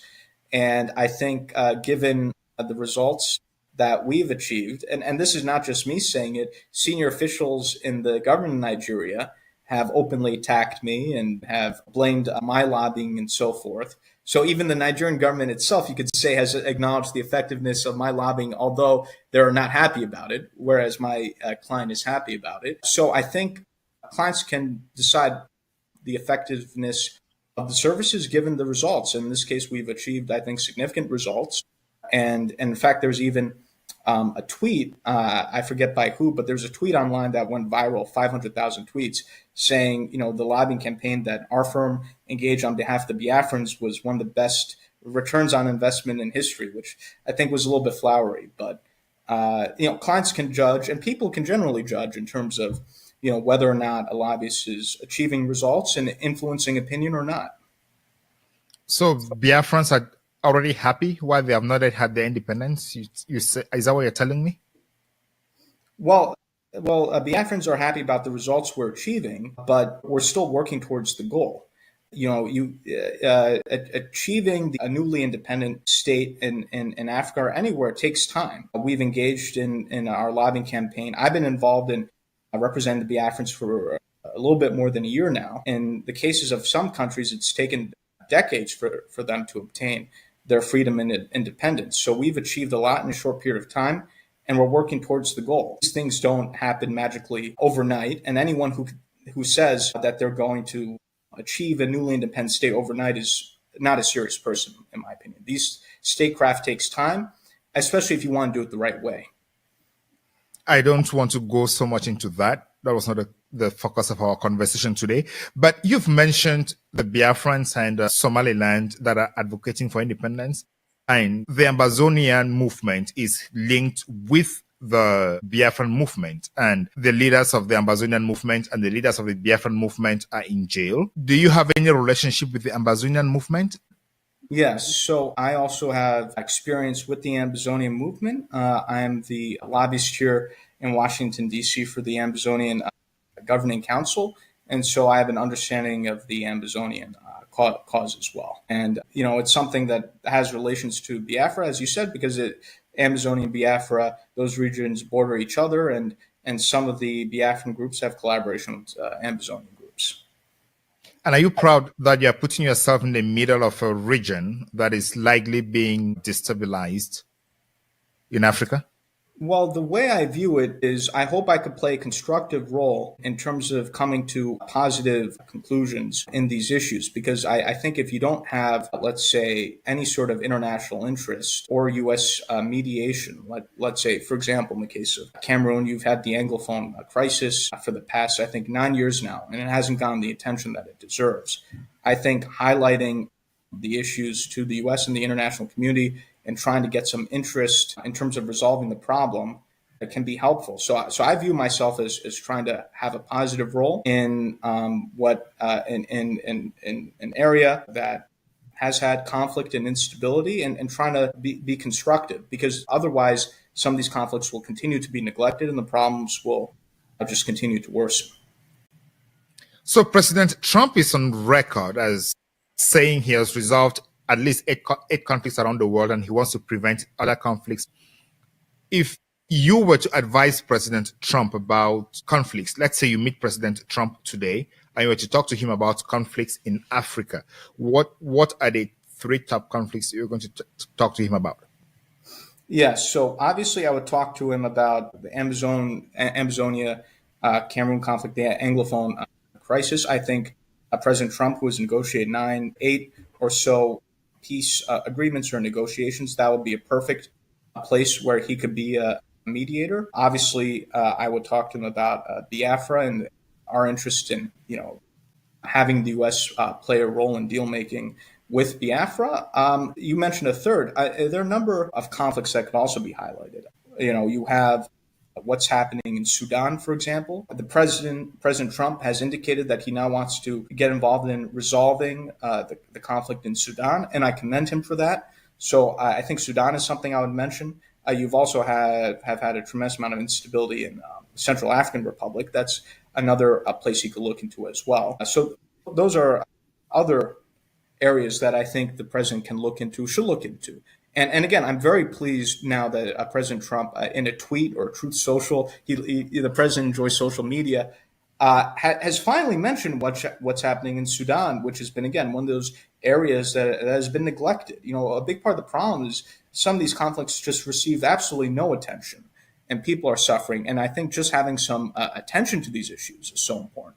So I think if the president can play a positive role in negotiating the situation in Sudan, I think that'll be a great win for his administration. He's already, the President Trump has already tried to broker deals between Rwanda and Democratic Republic of Congo. So I commend these efforts and engagements, and they should continue with these efforts and engagements. All right. You say you are the lobbyist and you speak to these people.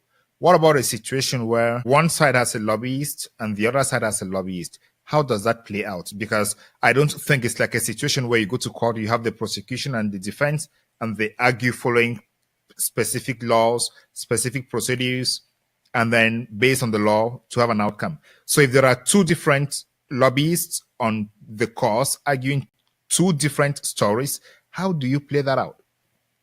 That's a very good point, and it happens quite often here in Washington, D.C., where you have lobbyists, let's say, representing the opposite sides, right, of a particular issue.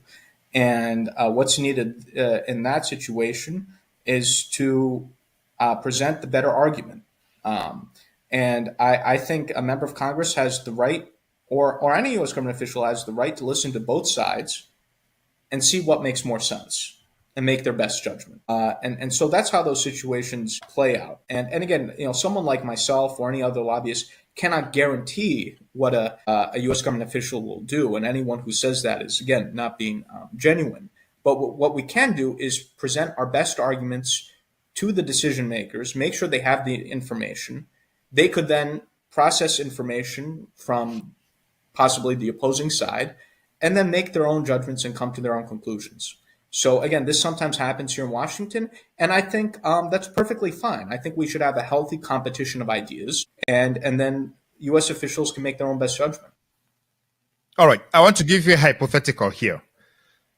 It's a practical example, and I hear how that plays out. Cameroon on October 12 had presidential elections.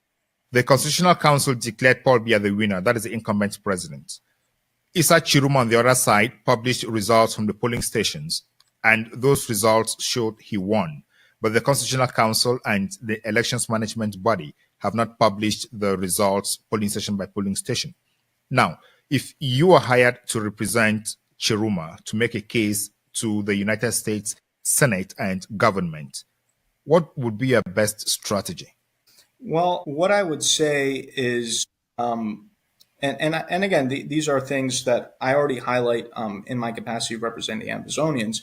But Paul Biya has been a longtime dictator in Africa. He's 93 now. He wants to be president until I think he's 100, which I think will be a record. And Cameroon, under his tenure, has not had free and fair elections. They've been Cameroonians, whether they be Amazonians or other Cameroonians, have had a history of being oppressed under the Biya dictatorship.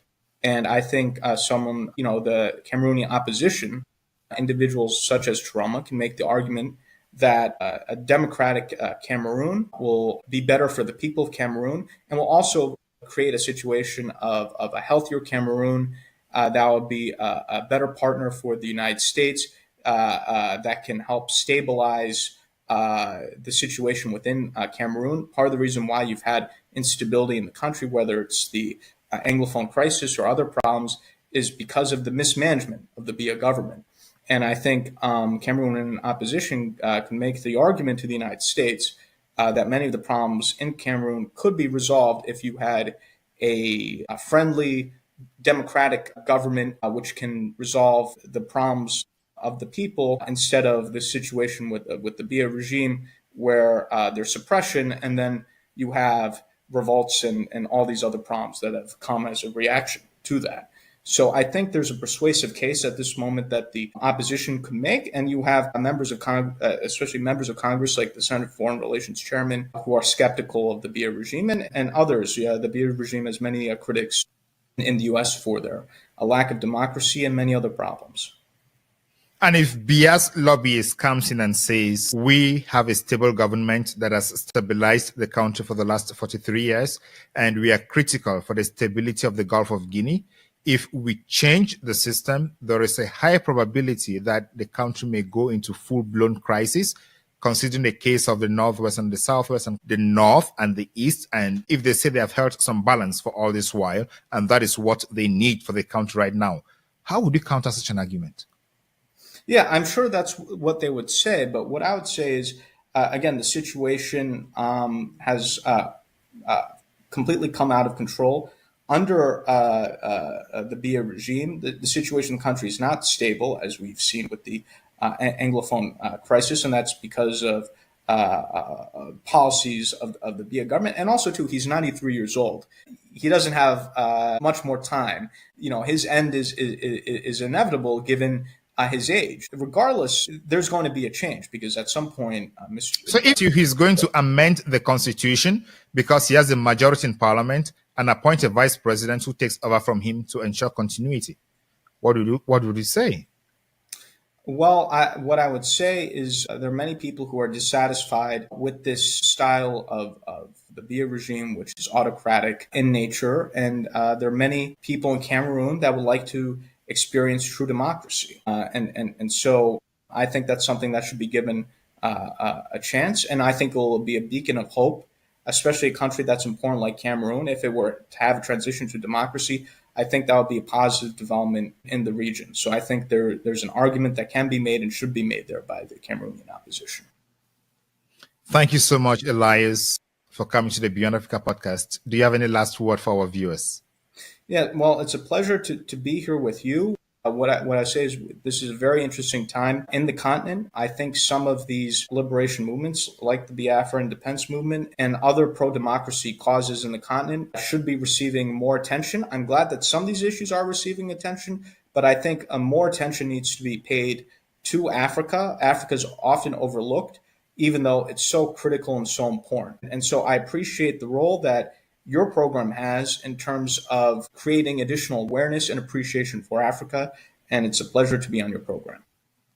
Thank you so much. We seek to give in-depth time to actors who are discussing and managing issues on Africa because traditional media does not give that amount of time, and we want to have all perspectives on the news, so we share those views.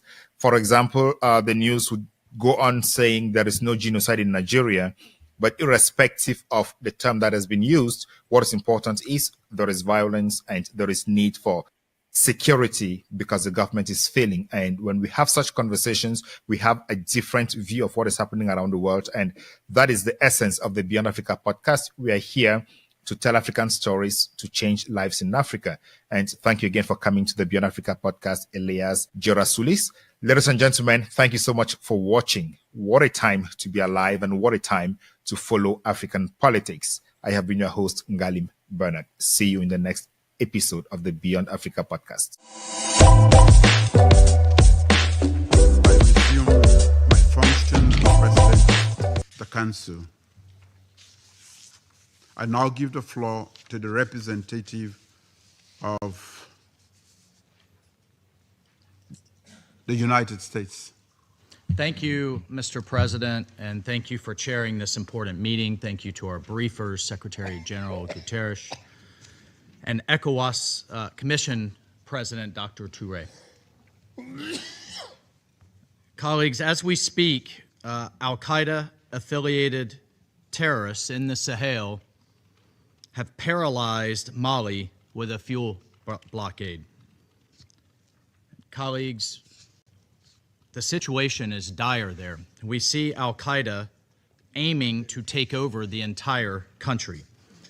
The United States acknowledges the counterterrorism efforts of the Malian armed forces against these and other terrorist organizations such as ISIS, Sahel, but the situation is worsening quickly. We remained deeply concerned about the incidents of kidnapping, the incidents of hostage-taking across the Sahel as a means to finance these terrorist activities. Unfortunately, since the veto of the UN sanctions regime in 2023, It has been deeply disappointing to see Mali's security situation continue to deteriorate. That decision removed critical tools from the international community that it relied on to promote accountability and to promote stability. And the result has been an uptick, a massive surge in violence, has been a shrinking space for dialogue and growing risk for civilians across the country and across the region. The terrorist threats are not only intensifying, they are spreading, they are shifting southward, as evidenced by the terrorist attacks we've seen in Benin and Togo.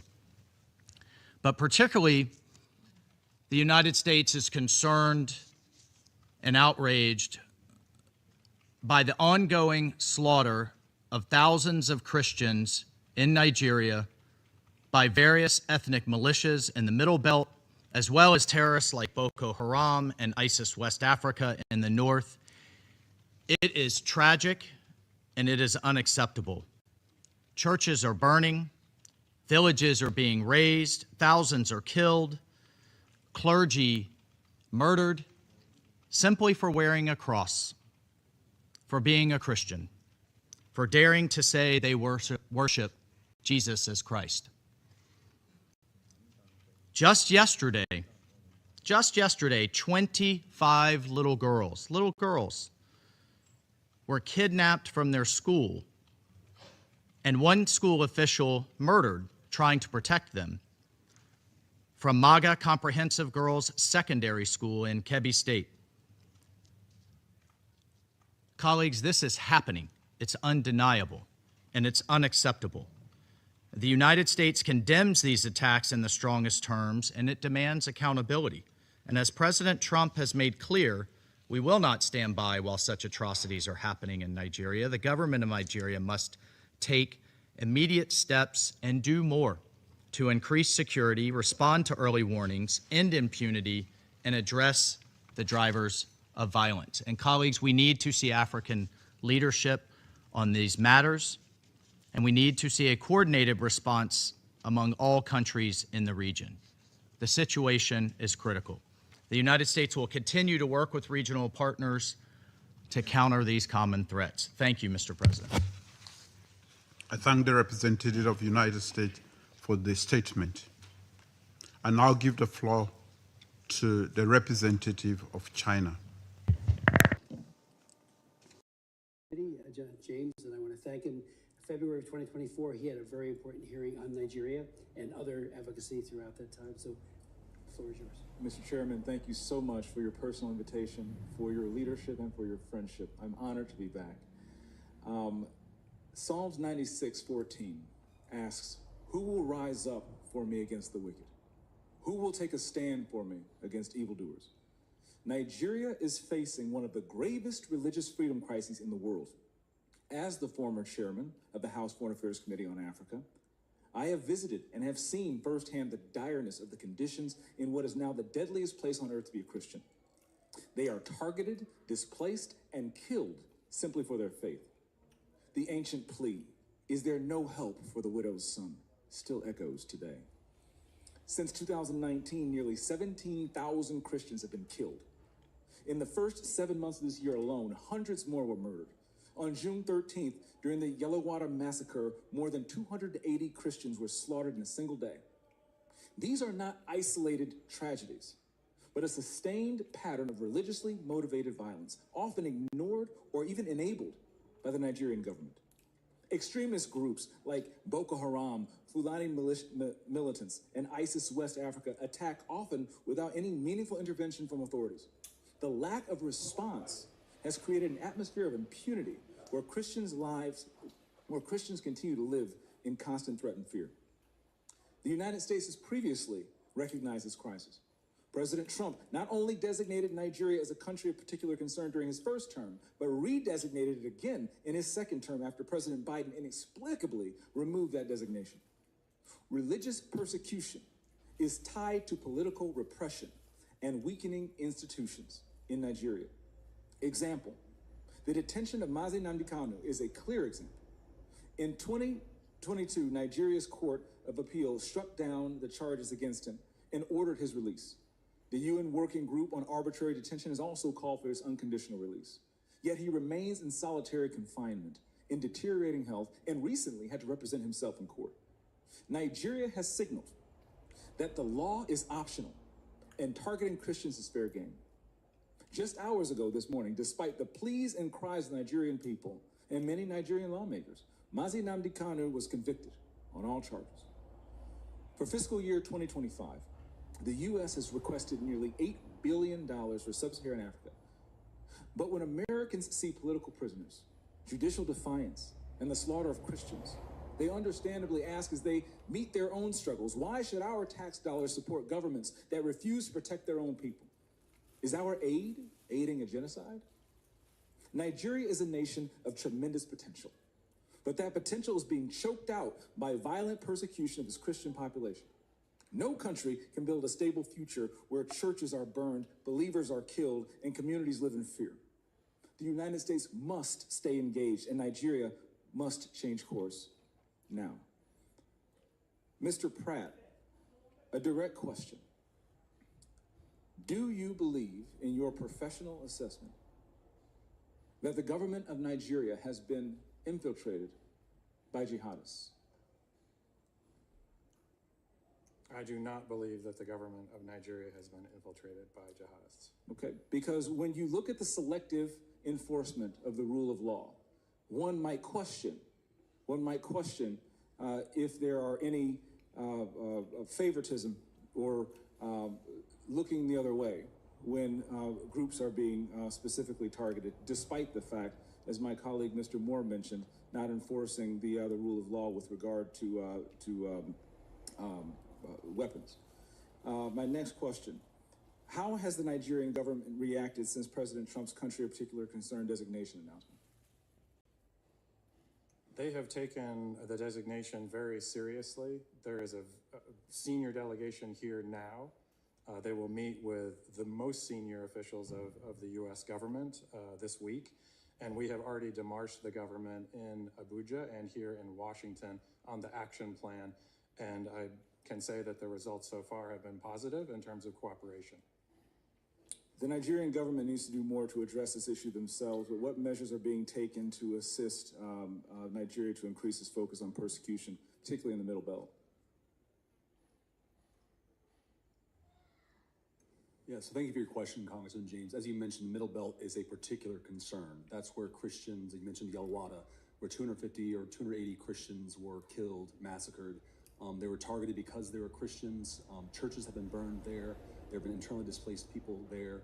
And so we're reviewing all options at the State Department, including Chairman Smith, you mentioned our bureau, we have Global Magnitsky Act sanctions. We have other tools at our disposal as well to make sure that Nigeria, the Nigerian government gets the message that we are serious about the persecution of Christians and other communities as well, but particularly Christians right now who are suffering disproportionately in the Middle Belt. Thank you for your answer, Mr. Chairman. Thank you for having me again. God bless you, and good luck. I'm here for you. Thank you, James, and I want to thank him. February of 2024, he had a very important hearing on Nigeria and other advocacy throughout that time. So, the floor is yours. Mr. Chairman, thank you so much for your personal invitation, for your leadership, and for your friendship. I'm honored to be back. Psalms 96:14 asks, "Who will rise up for me against the wicked? Who will take a stand for me against evildoers?" Nigeria is facing one of the gravest religious freedom crises in the world. As the former chairman of the House Foreign Affairs Committee on Africa, I have visited and have seen firsthand the direness of the conditions in what is now the deadliest place on earth to be a Christian. They are targeted, displaced, and killed simply for their faith. The ancient plea, "Is there no help for the widow's son?" still echoes today. Since 2019, nearly 17,000 Christians have been killed. In the first 7 months of this year alone, hundreds more were murdered. On June 13th, during the Yalwada massacre, more than 280 Christians were slaughtered in a single day. These are not isolated tragedies, but a sustained pattern of religiously motivated violence, often ignored or even enabled by the Nigerian government. Extremist groups like Boko Haram, Fulani militants, and ISIS West Africa attack often without any meaningful intervention from authorities. The lack of response has created an atmosphere of impunity where Christians continue to live in constant threat and fear. The United States has previously recognized this crisis. President Trump not only designated Nigeria as a country of particular concern during his first term, but redesignated it again in his second term after President Biden inexplicably removed that designation. Religious persecution is tied to political repression and weakening institutions in Nigeria. Example, the detention of Mazi Nnamdi Kanu is a clear example. In 2022, Nigeria's Court of Appeal struck down the charges against him and ordered his release. The UN Working Group on Arbitrary Detention has also called for his unconditional release. Yet he remains in solitary confinement, in deteriorating health, and recently had to represent himself in court. Nigeria has signaled that the law is optional and targeting Christians is fair game. Just hours ago this morning, despite the pleas and cries of Nigerian people and many Nigerian lawmakers, Mazi Nnamdi Kanu was convicted on all charges. For fiscal year 2025, the U.S. has requested nearly $8 billion for sub-Saharan Africa. But when Americans see political prisoners, judicial defiance, and the slaughter of Christians, they understandably ask as they meet their own struggles, why should our tax dollars support governments that refuse to protect their own people? Is our aid aiding a genocide? Nigeria is a nation of tremendous potential, but that potential is being choked out by violent persecution of its Christian population. No country can build a stable future where churches are burned, believers are killed, and communities live in fear. The United States must stay engaged, and Nigeria must change course now. Mr. Pratt, a direct question. Do you believe in your professional assessment that the government of Nigeria has been infiltrated by jihadists? I do not believe that the government of Nigeria has been infiltrated by jihadists. Okay, because when you look at the selective enforcement of the rule of law, one might question if there are any favoritism or looking the other way when groups are being specifically targeted, despite the fact, as my colleague Mr. Moore mentioned, not enforcing the rule of law with regard to weapons. My next question, how has the Nigerian government reacted since President Trump's country of particular concern designation announcement? They have taken the designation very seriously. There is a senior delegation here now. They will meet with the most senior officials of the U.S. government this week. And we have already demarched the government in Abuja and here in Washington on the action plan. And I can say that the results so far have been positive in terms of cooperation. The Nigerian government needs to do more to address this issue themselves, but what measures are being taken to assist Nigeria to increase its focus on persecution, particularly in the Middle Belt? Yeah, so thank you for your question, Congressman James. As you mentioned, the Middle Belt is a particular concern. That's where Christians, you mentioned Yalwada, where 250 or 280 Christians were killed, massacred. They were targeted because they were Christians. Churches have been burned there. There have been internally displaced people there. And so we're reviewing all options at the State Department, including Chairman Smith, you mentioned our bureau, we have Global Magnitsky Act sanctions.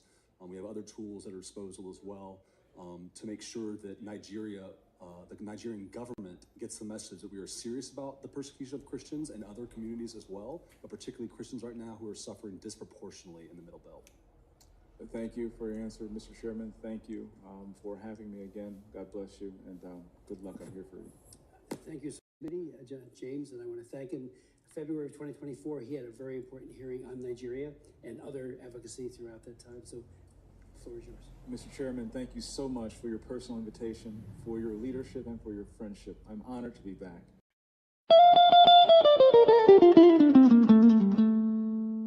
In the heart of Africa, a nation bleeds, not from a single wound, but from 1,000 cuts, inflicted by a forced union, never meant to endure. This is the story of Nigeria. A giant built on false foundations, now straining beneath the weight of its own contradictions. And at the center of that storm stands the unbroken spirit of Biafra, crying out for freedom from a nightmare that has consumed millions.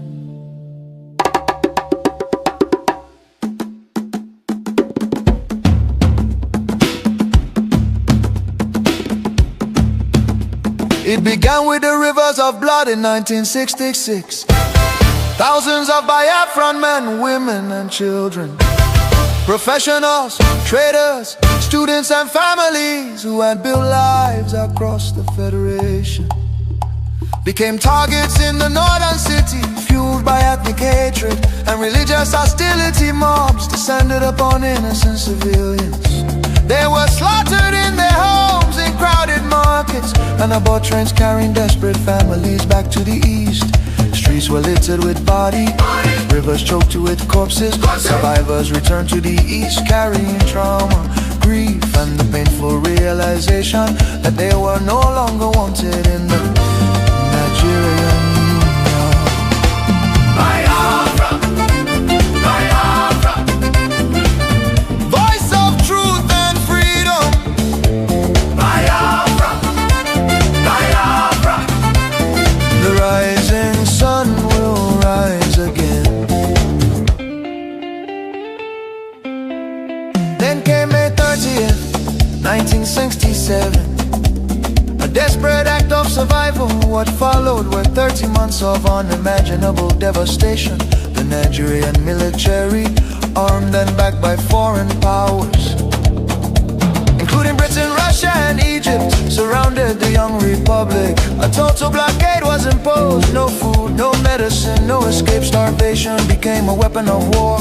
5 million, mostly civilians, many of them children, perished during what was not just a conflict but genocide against Biafra. Bombs fell on markets, hospitals and villages. Communities were razed. The world watched in silence while famine hollowed the faces of innocent children. Some nations spoke out, but many turned away. The war officially ended in paper in 9Geria under the declaration, no victor, no vanquished. Yet for Biafrans, the suffering did not end. Their properties were confiscated, careers destroyed. Biafrans were given only 20 pounds regardless of how much they had. Entire families struggled to rebuild shattered lives. The promise of reintegration faded into disappointment. Marginalization deepened in Nigerian government appointments. Infrastructure and control of resources from Biafran land. Oil flowing from the Biafra land enriched the center, while much of the east remained neglected. Roads deteriorated, industries collapsed. Biafra, Biafra, voice of truth and freedom. The rising sun will rise again. The nightmare did not disappear, rather it evolved. Across Nigeria today, violence and insecurity continue to devastate communities. Armed attacks by Fulani herdsmen terrorists have left villages destroyed, farmers killed, women violated, children orphaned and churches burned. Boko Haram and its offshoots have unleashed terror across multiple regions in the southeast. Demands for Biafra and self-determination are often met with military crackdowns, arrests and bloodshed. Protesters have been killed, fear and tension continue to rise. These tragedies reflect the deadly consequences of forcing vastly different peoples into one political structure. Through the 1914 British amalgamation, distinct ethnic nations, religion, traditions, ideologies, and systems of governance were merged without consent and without a shared national vision. The North's feudal and religious conservatism can never blend with the South's entrepreneurial drive. And the East Republican individualism attempts to hold the Union together continue to be be at the cost of innocent blood. Why does Biafra matter? Biafra means self-determination. Biafra represents dignity, survival, and the right of a people to life and choose their future. Biafra symbolizes resistance, innovation, enterprise, and hope.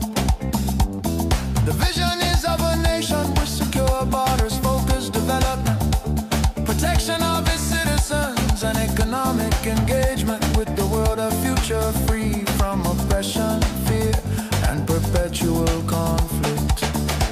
The solution is not endless political conferences, military force or federal quota system, but a peaceful separation based on shared values and voluntary association. History shows that artificial unions often fracture violently, while honest separation can allow wounded nations to recover. Biafra is not dead, Biafra lives. It lives because the desire for freedom cannot be extinguished. Nigeria's ongoing crisis, corruption, insecurity, poverty, and division are proof that one structure cannot hold people with dangerous diversities together. For the million already lost, for the children yet unborn. Biafra, Biafra independence is non-negotiable. Let Africa remember that true unity cannot be sustained by force. The world must listen before more lives are lost. Biafra, Biafra lives, freedom calls. God bless Biafra. God bless the land of the rising sun. God bless Biafra Republic, government in exile, led by Prime Minister His Excellency Okechukwu, for standing tall in the pursuit of Biafra independence. Biafra,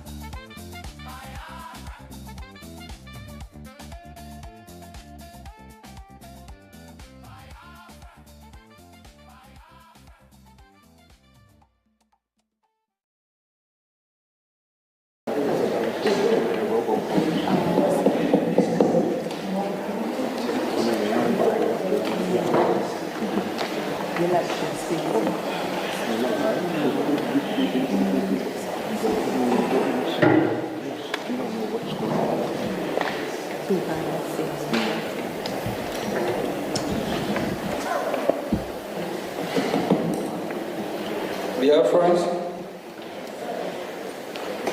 am I coming out? Yes.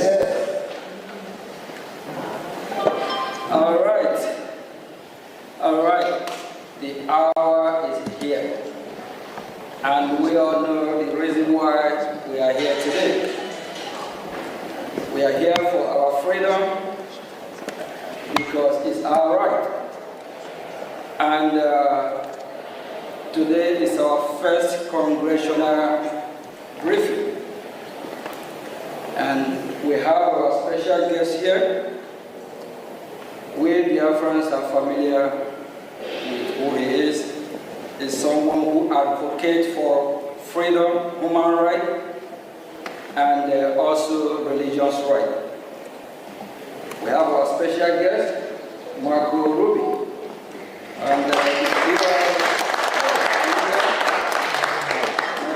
Ruby is Senior Fellow, American Enterprise Institute. Thank you, Marco.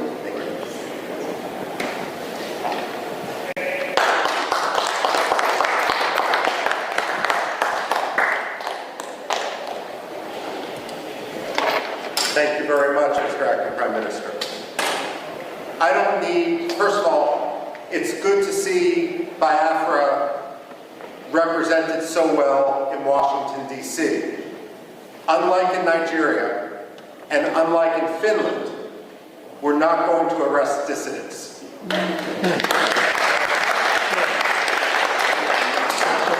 I'm a historian by training, and especially with this audience, we don't need to tell you that Biafra may have redeclared its independence, but it is a long history.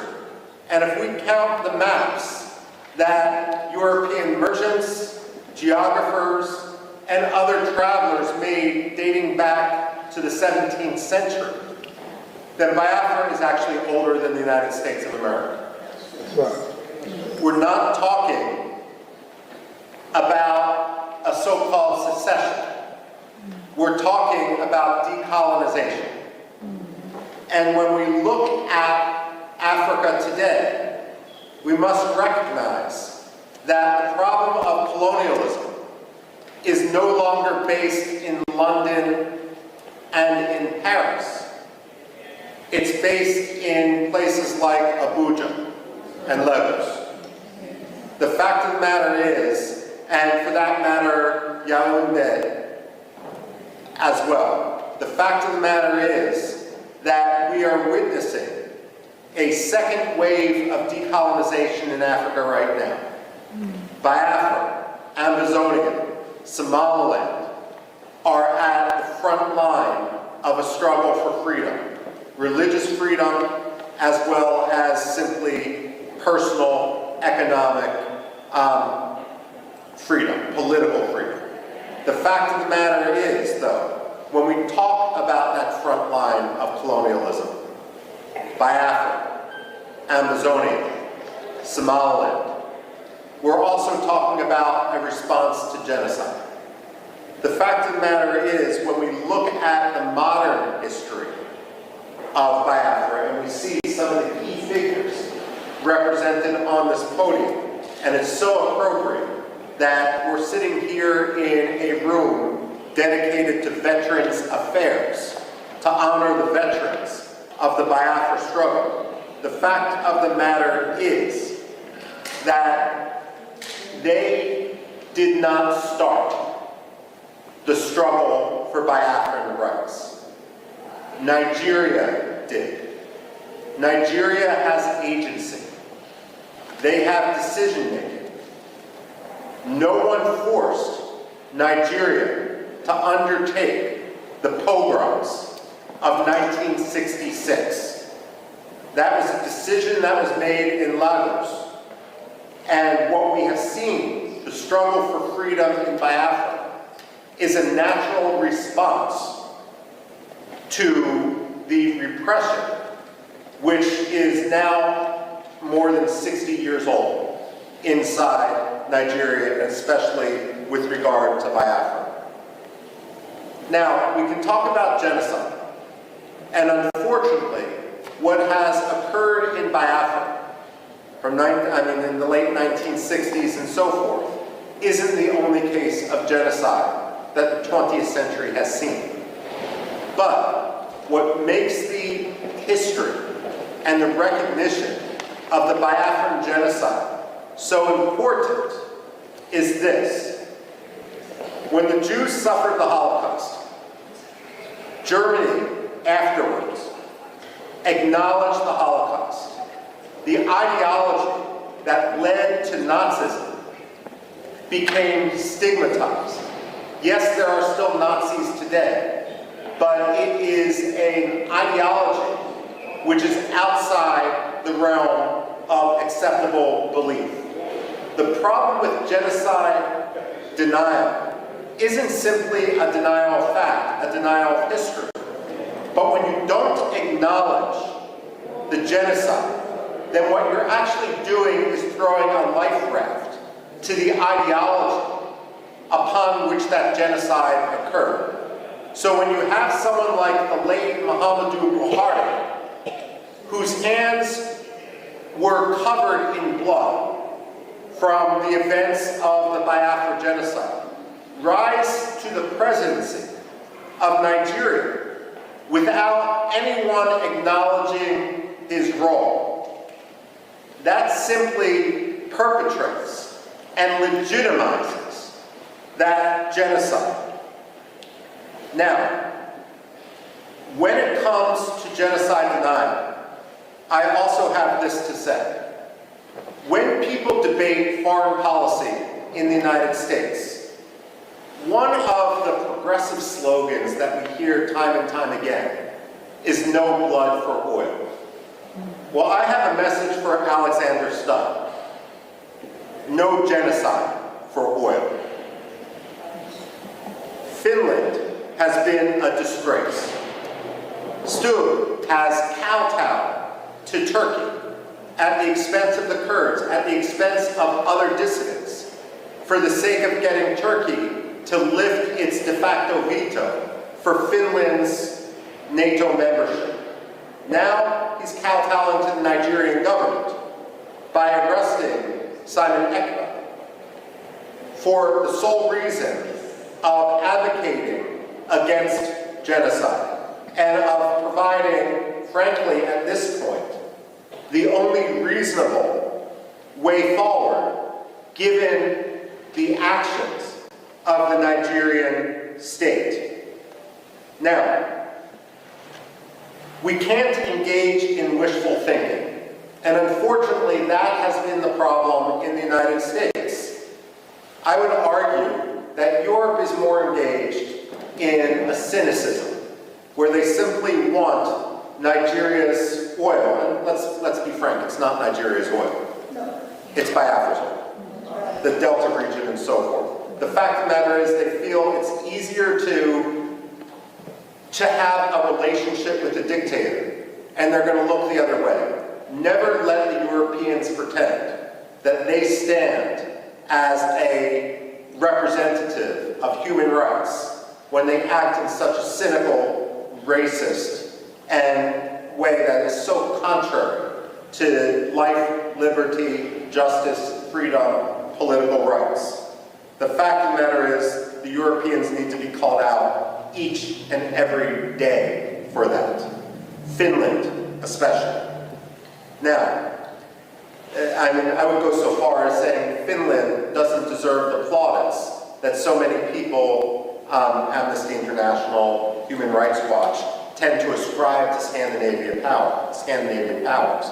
I would today argue that through its actions behind the scenes, by laundering the Nigerian government, by allowing, by cynically using this mantle which it had developed over decades as a protector of human rights, that Finland has become one of the most cynical promoters of human rights abuses, on par with Russia, with China, and with others. The only difference is Russia and China are much more open about what they're doing. Finland thinks they can have it both ways.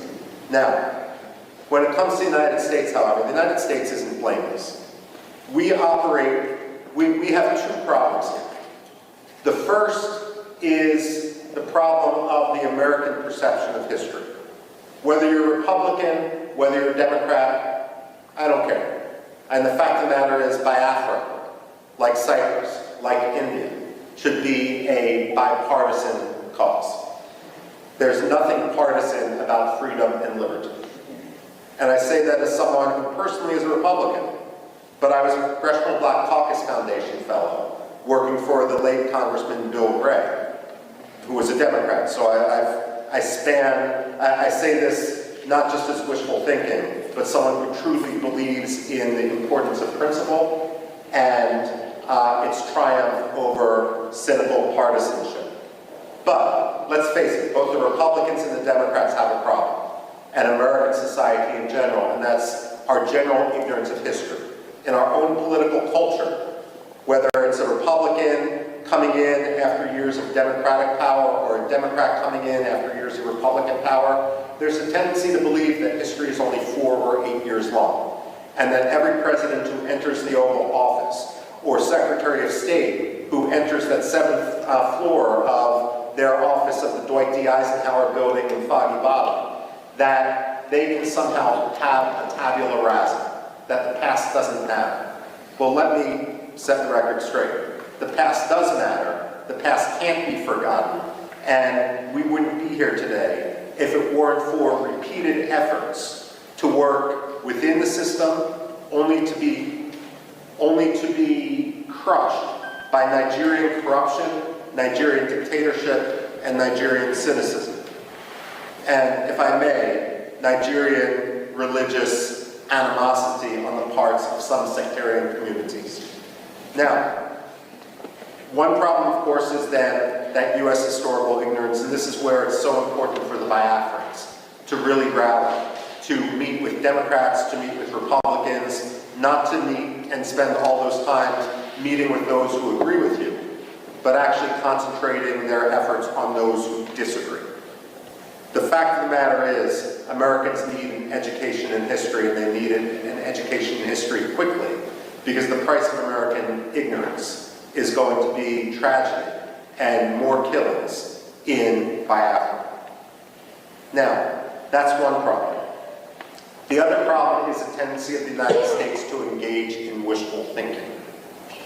There are two types of ambassadors that the State Department sends abroad. And I'm not talking about professional ambassadors, civil service, foreign service versus political appointees. There's some good political appointees, there's some bad political appointees, and the same thing is true with the professional foreign service. But among ambassadors, however they get their job, there's two general styles. One style, and we've seen this too often in Nigeria, and I can name other places where we've seen this, the Democratic Republic of Congo, Somalia as well, takes an ambassador, and that ambassador believes that the best way to represent American interests is to ingratiate themselves to a dictator, to have zero tension with that dictator, and that oftentimes means amplifying that dictator's propaganda, his rhetoric, to his face. Well, the State Department should realize and should recognize that dictators have no shortage of sycophants. It shouldn't be the job of American ambassadors to join the sycophants. George Shultz, the Reagan-era Secretary of State, was famous when a new ambassador was appointed. He would bring them up to his office, which was an elegant room, not unlike this which we're standing in the U.S. Congress. And he had a big globe next to his desk, and he would always ask the ambassador appointee, point to your country on the globe. And if they pointed to Nigeria, or they pointed to France, or they pointed to Burma, or they pointed to Pakistan, God help them, he would point to the United States and say, this is your country. You never forget it. When we send ambassadors abroad, their job should be to speak truth to power. It shouldn't be to kowtow to a dictator. And if that means calling out Nigeria for its abuses in Biafra, for its abuses of religious freedom, so be it. It may mean you're not going to get invited as the ambassador to this reception or that state dinner. Well, that's the price of being an ambassador and being truthful. Your job isn't to make a dictator feel good. It's to promote American interests as a U.S. ambassador. And one of the top American interests is religious freedom. The reason why religious freedom should be such a top priority is it really is the canary in the coal mine. It really is the metric by which to see whether a dictator's rhetoric and actions meet.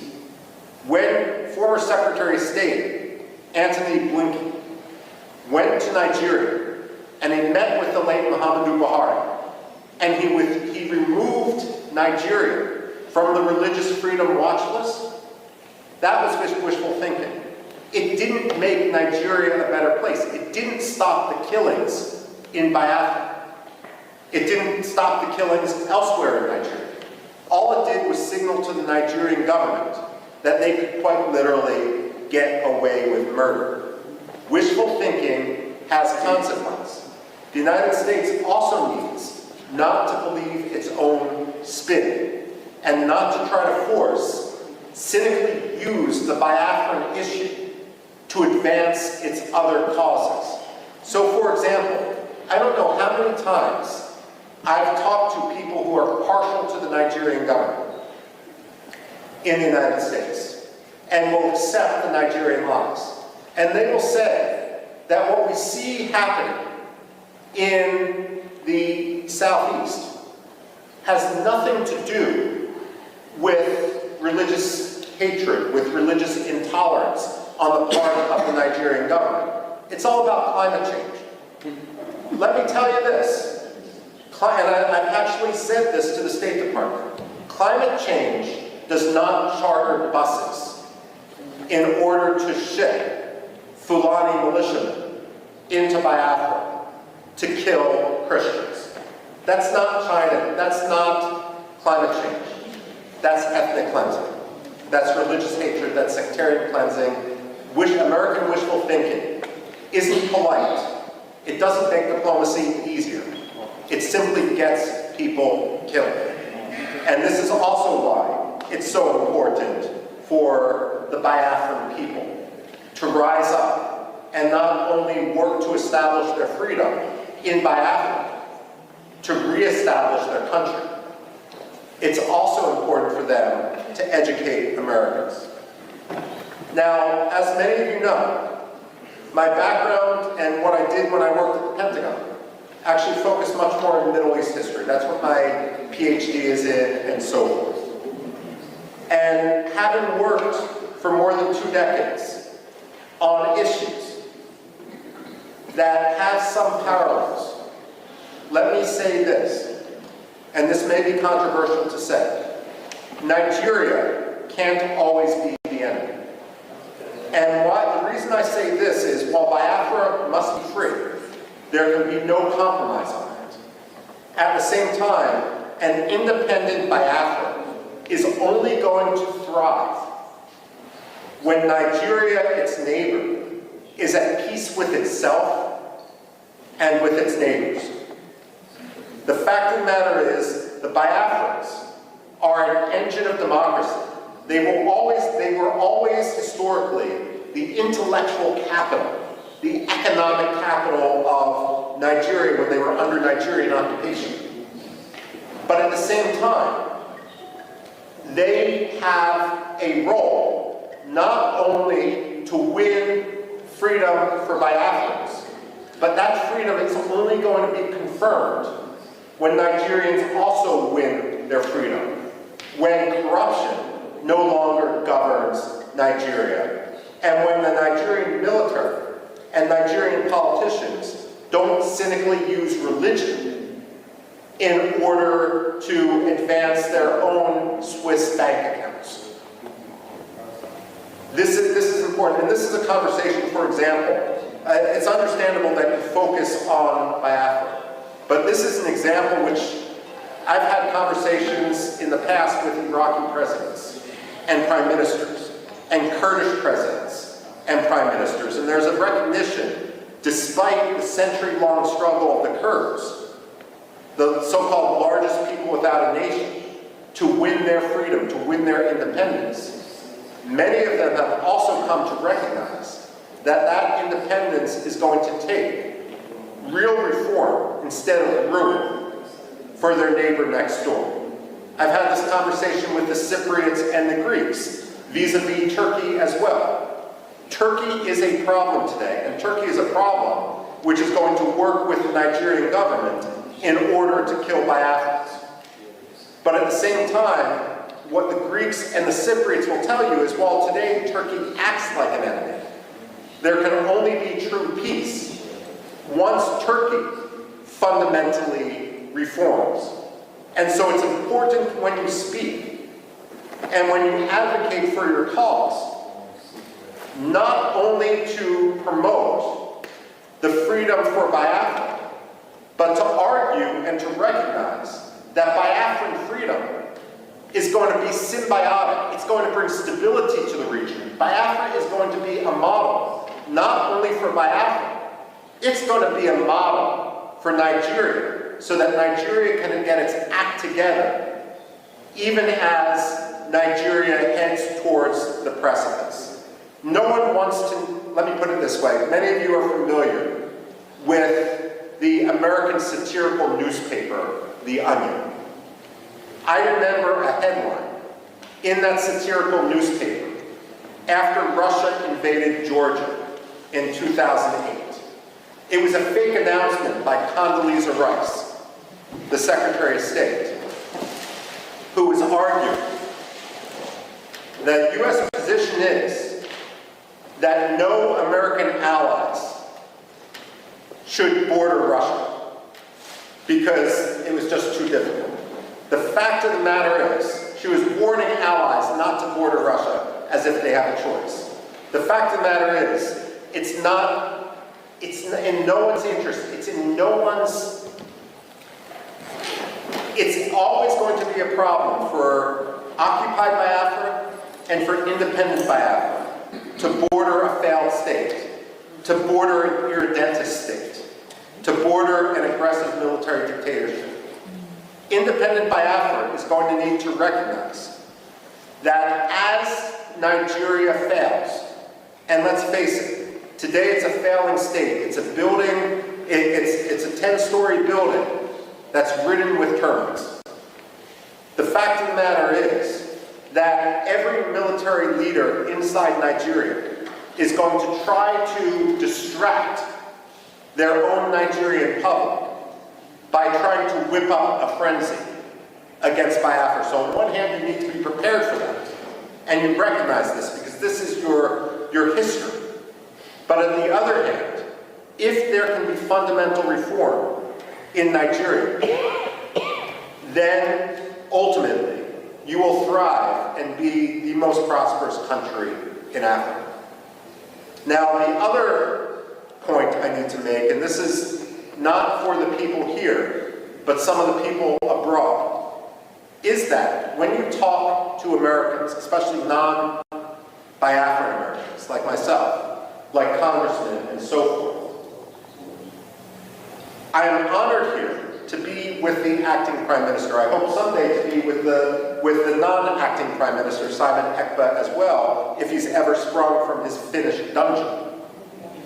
But the fact of the matter is, as an American, as someone who obviously has no Nigerian heritage, it's not my job or my concern to decide who the leader of Biafra is. You ask any American like me, any white American, who cares about human rights, who cares about Biafran liberty, what I would say is, when Biafra becomes independent, all these disputes will fall by the wayside because you have monitored democratic elections.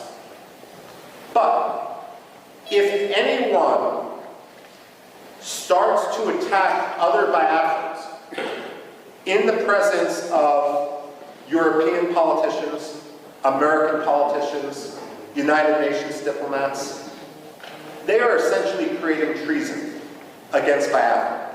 Because what you're doing is giving evidence to your enemies that Biafra isn't serious. Now, let me give you one example. When I came to Washington and began working in foreign policy in 1999, one of the first people I met was a gentleman named Brgie. He was the Washington representative of the Patriotic Union of Kurdistan. Now, the Kurds, I've referenced before, they're split between 4 different countries, so Biafra's a little bit luckier than this. At the same time, the Kurds in Iraq, in northern Iraq, are divided between 2 major political parties. One was Jalal Talabani's Patriotic Union of Kurdistan. The other was Masoud Barzani's Kurdistan Democratic Party. And between 1994 and 1997, these 2 Kurdish parties fought a civil war to suggest that anger among the Kurds wasn't high would be an understatement. They hated each other's guts. 2,000 people remain missing to this day from that civil war in northern Iraq between the Kurdish parties. And again today, that region is essentially divided. Barham Saleh had a rule as the representative of one of the 2 Kurdish parties in Washington, D.C. His rule was, I will talk Kurdish politics to other Kurds, but I will never talk Kurdish politics when someone else is in the room. Because the only message that Washington needs to hear is Kurdistan must be free. The only message that Washington must hear today is that Biafra must be free. Decisions with regard to the leadership of Biafra are going to be made by Biafrans themselves. But the most important issue for everyone, whether they are legitimate or frankly whether they are illegitimate, is that Biafra must be free. Don't tweet against your political adversaries. Take the high road. Don't talk about your rivals to congressional staffers. And if your rivals talk about you, you may feel that it does you a disadvantage. Let me assure you it does not. If the acting prime minister, if the acting cabinet are the ones who are speaking softly and achieving things, creating a new currency, creating the structures of state, ultimately every serious congressman, like Chris Smith, like Mark, one of the most important staffers on Capitol Hill, they are going to recognize you for what you are. Because only amateurs talk about their rivals. Those who are legitimate, those who are serious, those who are here today are the people who advance their cause. And make no mistake, momentum is on your side. So I speak here today, and I'm concluding my remarks right now, by thanking you for your activism, by welcoming you to the halls of Congress, where you are free to talk to anyone, and you don't need to risk arrest, because again, your words we're not in Finland. We don't have to talk about the Helsinki standard. The fact of the matter is, I hope to be here when the United Nations General Assembly recognizes Biafra as the 55th or 56th African state. And I have absolutely no doubt that I am sure about over to the acting prime minister.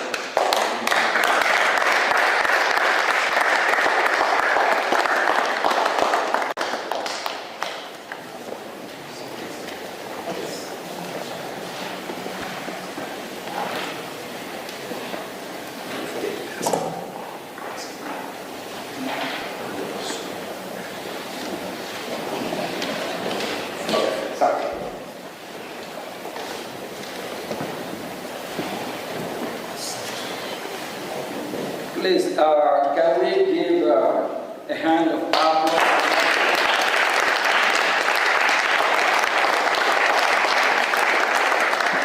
He is a true friend of humanity, not just Biafra. He fights for me, he fights for you, he fights for the global community. And he is a kind of one we need, so that we can have a safer world and a better world, a world that will be great again. Thank you.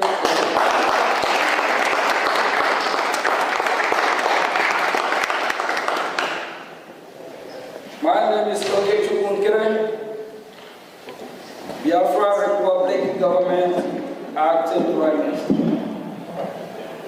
I'm here acting on behalf of His Excellency Mazi Simon Edward.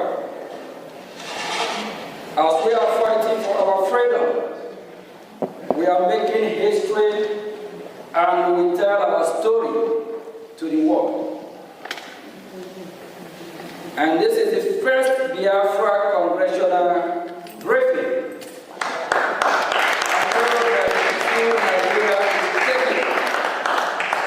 I tell you, you won't believe. Nigerian government, they protest to stop this hearing today. They protest. They have not started protesting. Thank you all for being here today. Thank you. It is an honor to speak today during this historical congressional briefing on Biafra, the first in modern times. I want to thank Michael Ruby, which we are just giving hand of applause now before, of the American Enterprise Institute for his unwavering support and friendship to the Biafran people. Today, I will provide a broad overview of Biafra issue for all those watching. Nigeria is oil-rich country. When we say Nigeria, it's Biafran oil. Marco just on his speech, he made it clear. It's Biafran oil.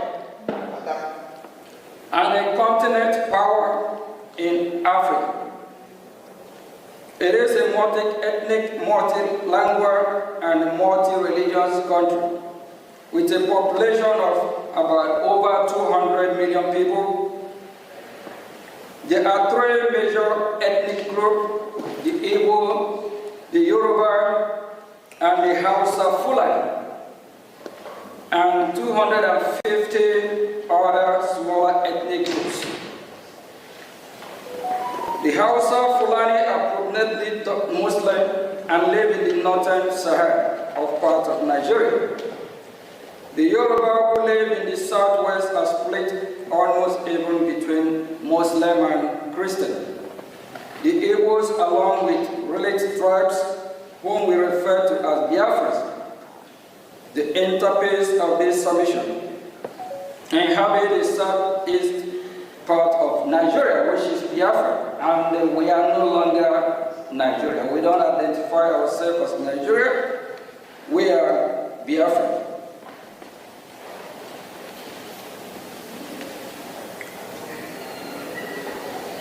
Part of Nigeria, which is combined population of over the Biafrans population and over 70 million.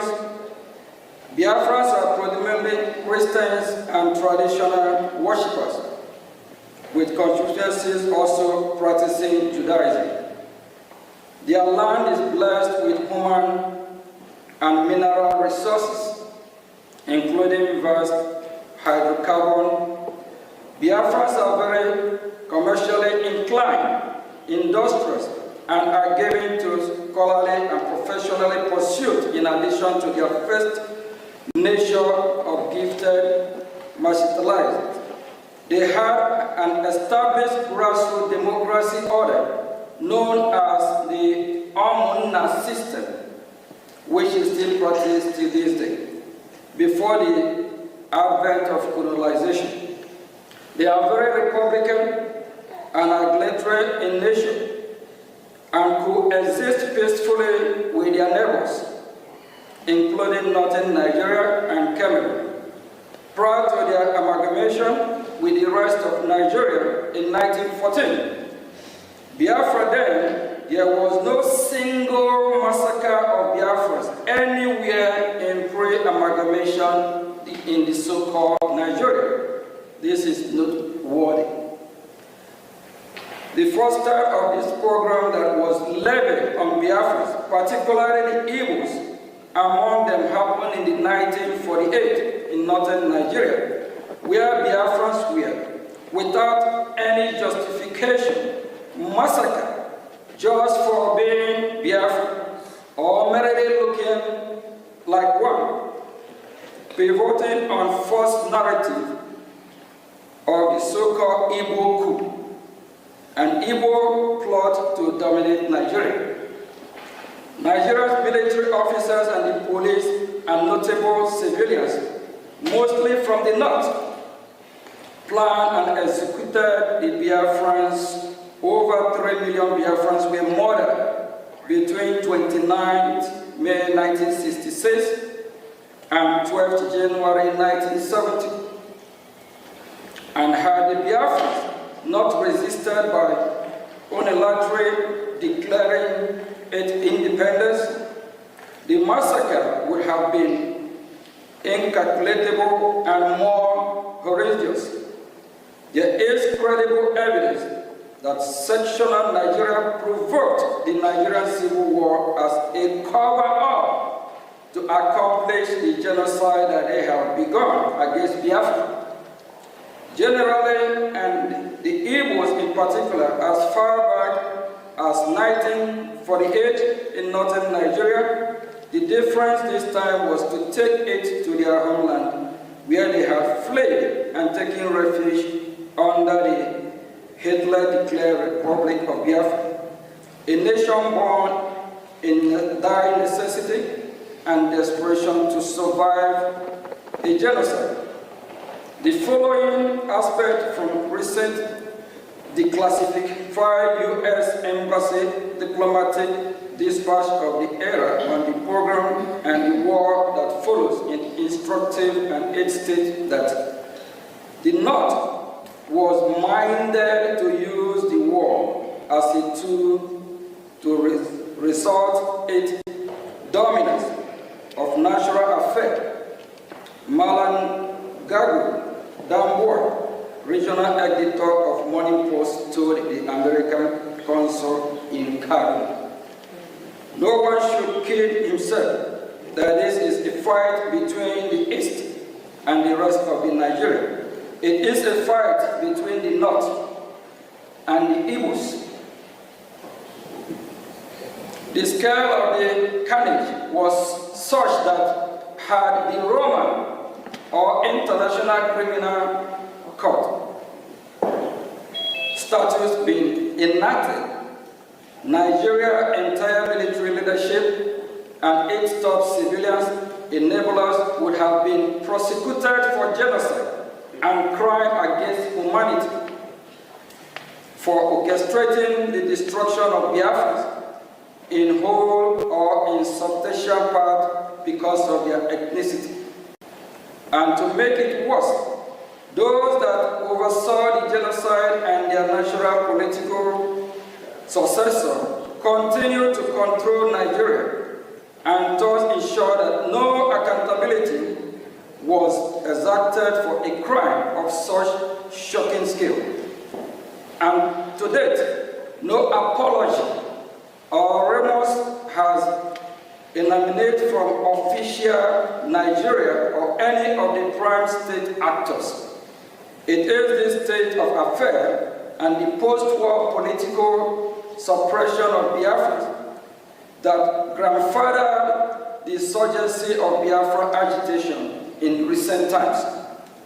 The modern-day Biafra independent movement surfaced in 1999 with the creation of movement of the actualization of sovereign state of Biafra Mazur in 1999 by Chief Owazurike, in 2012 by Mazi Nnamdi Kanu, a protege of Chief Owazurike, then created the Indigenous People of Biafra, IPOB, in 2012, which became the predominant Biafra independence organization.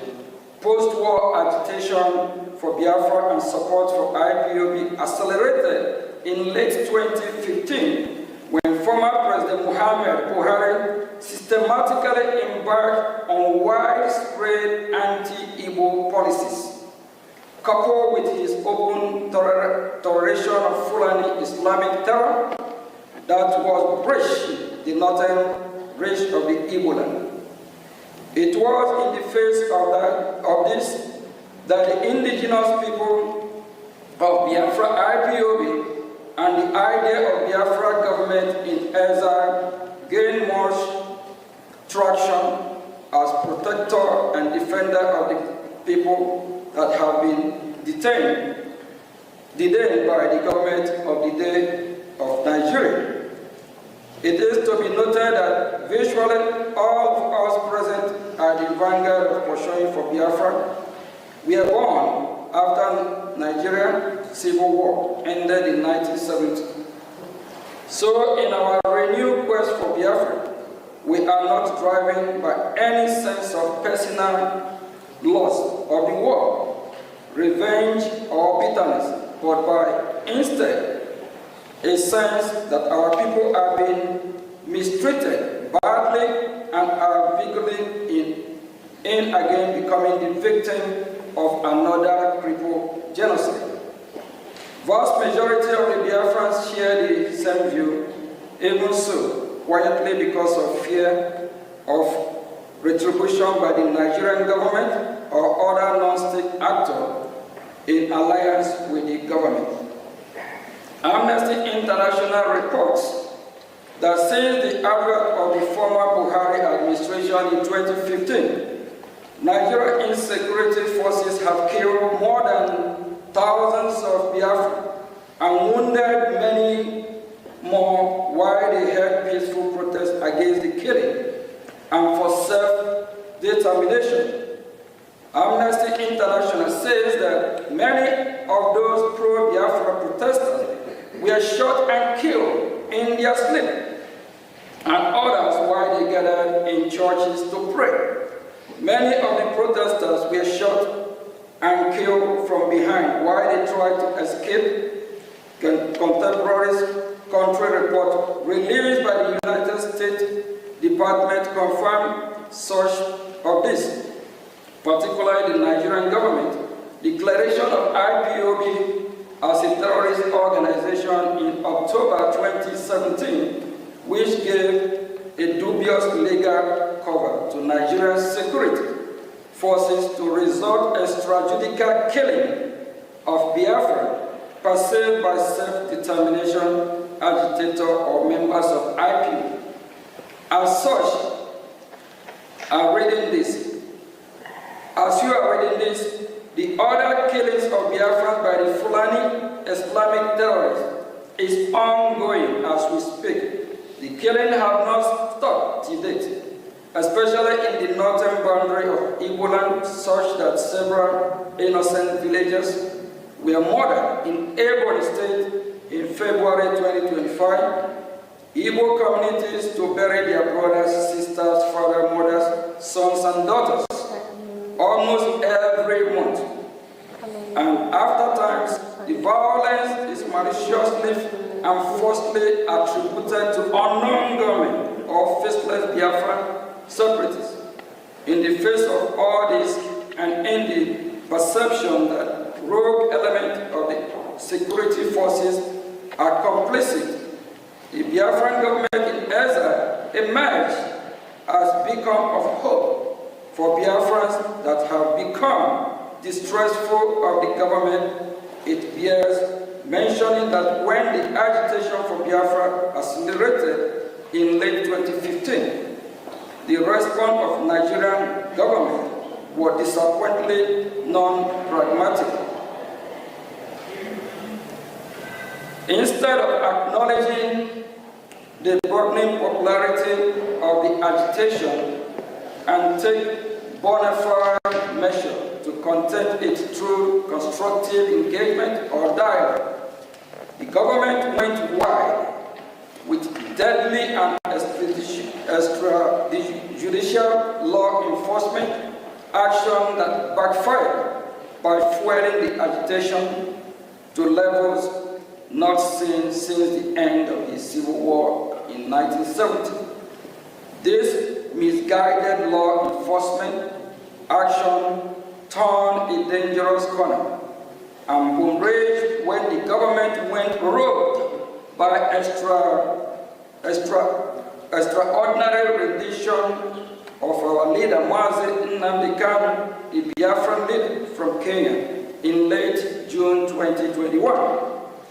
No doubt this is an avoidable overreaction that has composed Nigeria's legal system, triggered the international legal order against Nigeria, and bettered the government driving insecurity that have brought Southeast Nigeria, which is Biafra, to this day.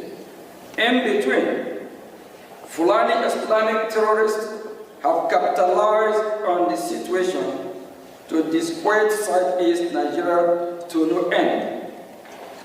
After Mazi Nnamdi Kanu illegal kidnapping, one of Mazi Nnamdi Kanu protege, Finland-based Biafran activist, His Excellency Mazi Simon Ekpa, took charge of the Biafra independence movement and created the Biafra Republic government in Brgie, of which he is the Prime Minister.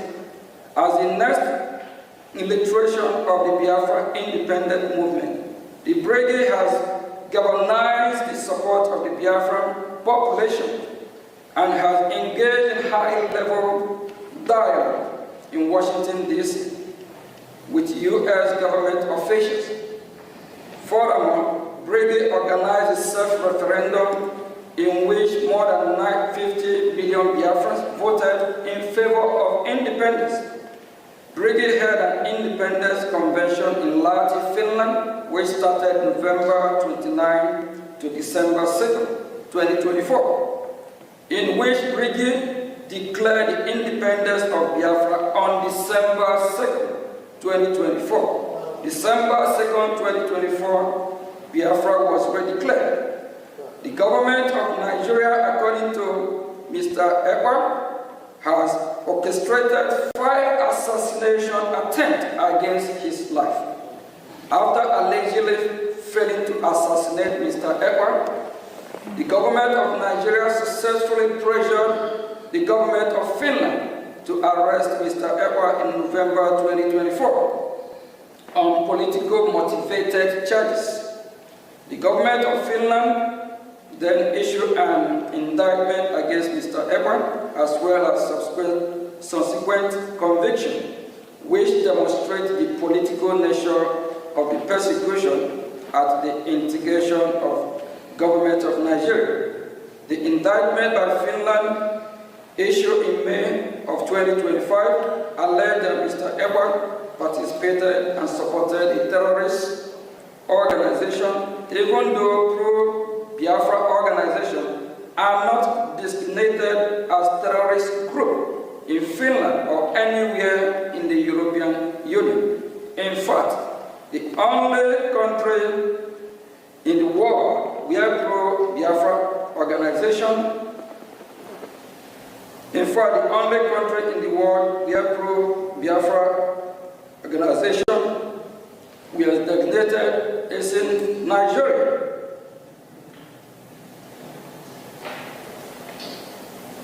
For the government of Finland to accept that the Finnish citizen holding political position regarding internal policy matters within Nigeria is somehow a criminal offense in Finland is a nonsensical and absurd, and demonstrate that Finland is engaging in a political motivated prosecution.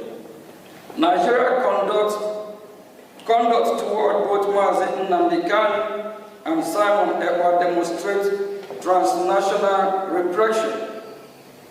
At the moment, the issue of Biafra, the insecurity in southeast Nigeria, which is Biafra land, and all the unpleasant aftermath cannot be resolved, while the federal government of Nigeria persists in detention of Mazi Kanu, while Finland persists in detention of Mazi Simon Ekpa, and Biafrans continue to be marginalized. On this basis of foregoing, we must respectfully suggest the following to the U.S. government. 1. We urge the United States government to invoke the Global Magnitsky Human Rights Accountability Act, Summit 5 of Title S, 11 of 114-28328, to identify and impose travel and financial restrictions on all officials of the federal government of Nigeria and any Nigerian non-state actor implicated in the killing of Biafrans, Christians in their homeland in southeast Nigeria, which is Biafra land.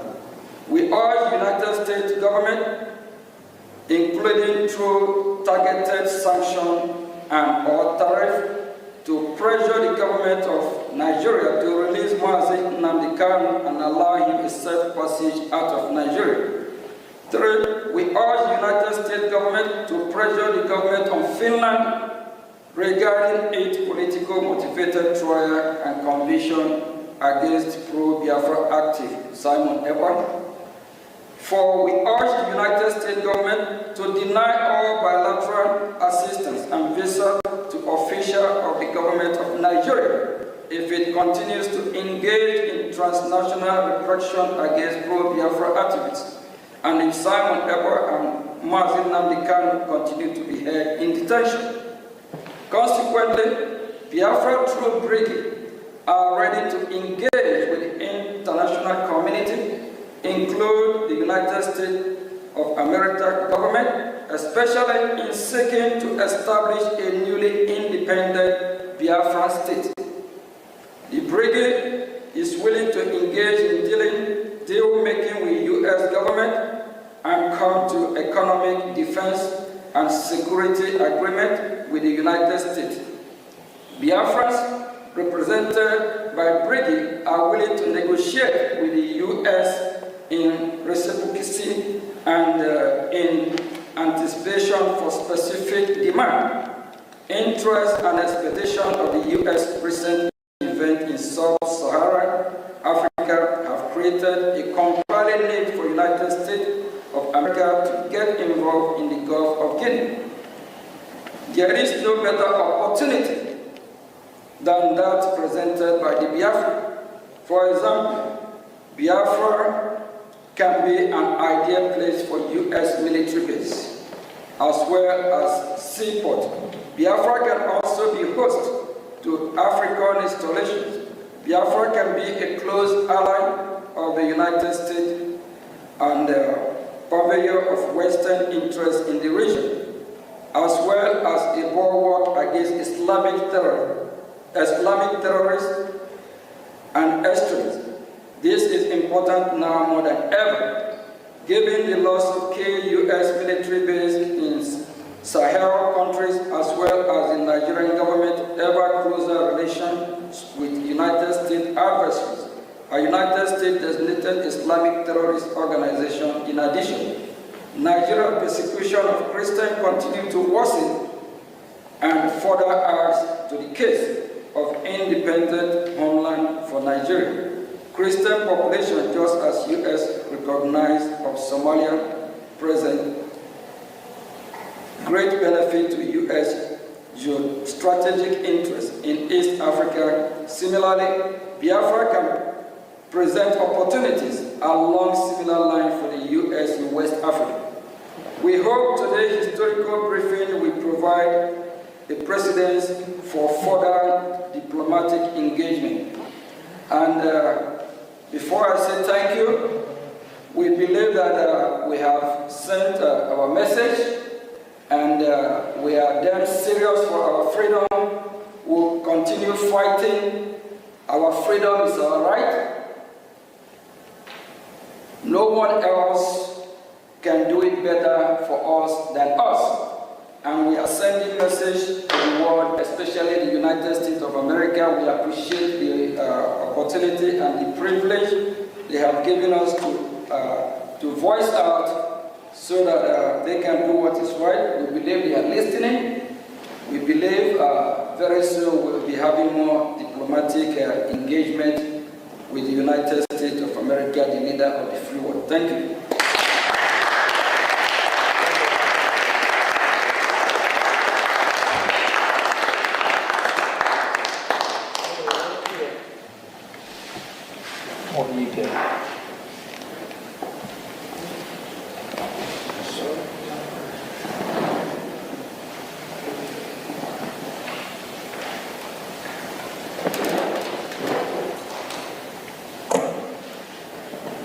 We're going to be having some question and answer, and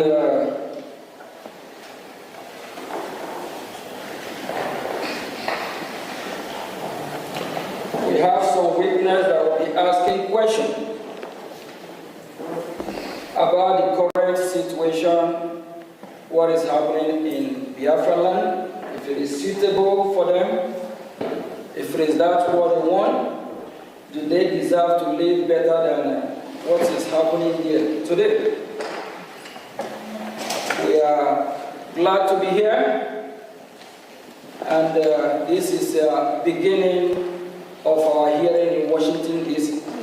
We believe that U.S. government, they are watching, they are listening, they are following, even if the members of the Congress, the ones that are not here, they are watching, so they know what we are doing and what is going on. I will call on Mazia Mobi Yeah.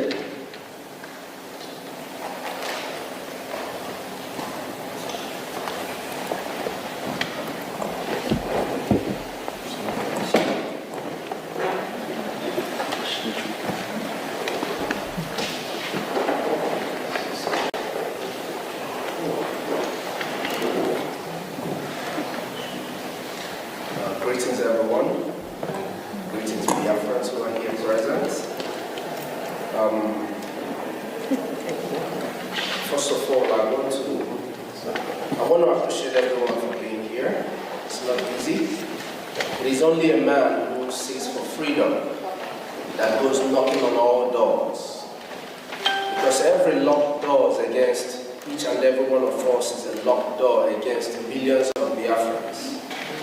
Especially millions of Biafrans, yourself, myself, who are witnesses, and over 50 million people who gave the Brgie government their vote for a self-referendum conducted in Finland. It conducted back home and ratified in Finland by over 517 Biafrans. So I appreciate each and every one of you who are here. And we thank the United States Congress for giving us this opportunity, for calling us to hear our voice at this time. It is of utmost importance that the Biafran people in general speak up now to stop the killing, to help the world, to help those who cannot speak for themselves, and the entirety of the people who live in the geographical location known as Nigeria, to regain their freedom. The freedom that we seek today is not just for the Biafran people, but for over 230 million people who exist in a place where they are all in a cave.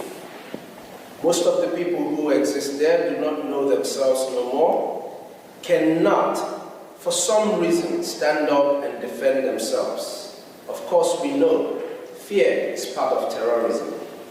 With me here are fellow Biafrans who are witnesses to the ongoing genocide in my land, Biafra.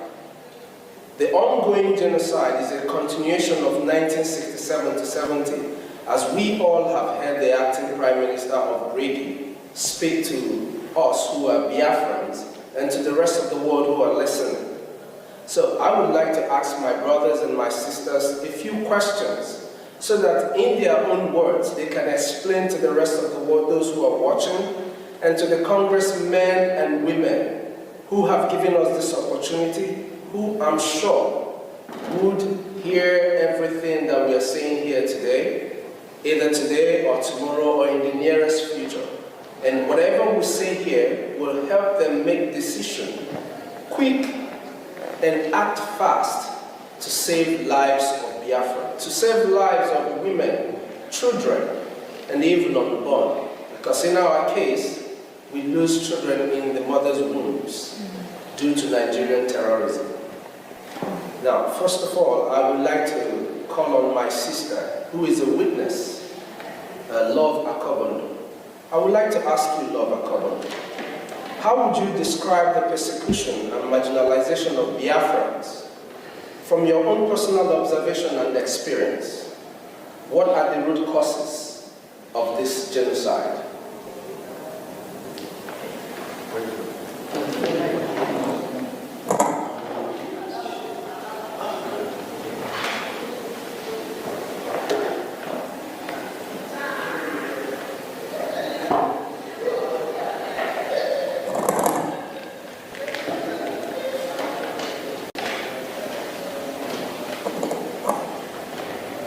Hello, dear friends. Good afternoon. Thank you for the Brgie government. Thank you, the acting Prime Minister and your staff. And I also thank the Congress, American Congress, for giving us this opportunity. I'm going to say what I received as information from those who witnessed those incidents, because I wasn't there at the time. From there, that will lead into what is happening and still happening unless we put a stop to it. You see, the marginalization has a long-standing history, stemming from the so-called colonization. From the time those people showed up in the shores of Biafra, the Bight of Biafra, there hasn't been peace. Each time they bring up a situation that is not acceptable to our people, the Biafrans, we object it because we already had democracy before they showed up. We were living in organized society in every ramification before they showed up. So when they showed up and want to alter who we are, change us to benefit them, we said no. Instead of dialoguing with us, they come up with aggression. This has been going on through the Edumelu warriors after the fall of our kingdom. Our people regrouped, defending themselves, defending their land, defending their culture, defending who they are as a people. They were met with killing, because that's the only thing to understand. They don't understand dialogue. From there, it moved to the time of taxation that was totally unacceptable, and our great-grandmothers came up to protest, simple protest. They did not kill anybody, they did not destroy anything, they were just protesting because one of the useless people, it is not today we begin to have a flavors in our society. A man called, and I'm going to call him by name, and I wish his generation will get to hear it so they can be ashamed of their grandfather. Chief Okuk from Oloko was the warrant chief who delivered that message of taxation. And after they had finished taxing our fathers, they came up with our mothers. And our mothers said no. What did they do? They turned out, killed some of them. To glorify their action, they termed it about women riot, which is a false thing. From there, when they discovered coal in Enugu, again, to their interest, poor working condition, our fathers protested for a better wages, a better working condition. What did they get? Bullets. They massacred the men. That was the coal mining massacre. It did not stop there. Each step of the way is aggression, no discussion. The good thing is, we are not the people you can just walk over. It's not going to happen. It's not yesterday, it's not today, it's not going to be all the tomorrows to come, because we are Biafrans, madam. No two ways about to take it or drop it. We're going to fight to the last man standing. Now, it did not stop there. It continues. The same marginalization, the same wickedness in all form and shape. Fast forward to the so-called flag independence. What did we get? The 1966 pogrom. I have a sister-in-law who lost her father to 1966 pogrom. Move forward, 1967, the so-called genocidal war, which the world refused to acknowledge. The thing sweeping it under the carpet is going to make a difference. It's going to escalate, and it's escalating. We have no apologies to anybody. Biafra must be free. Okay?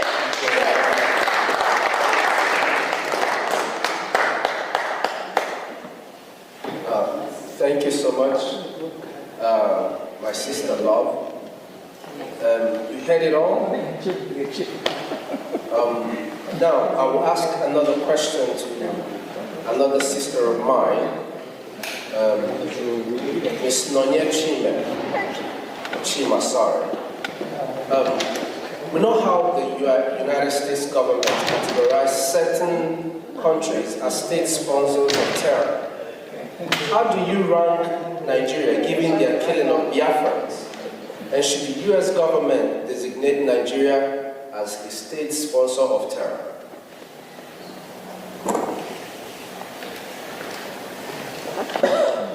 Thank you very much for that question.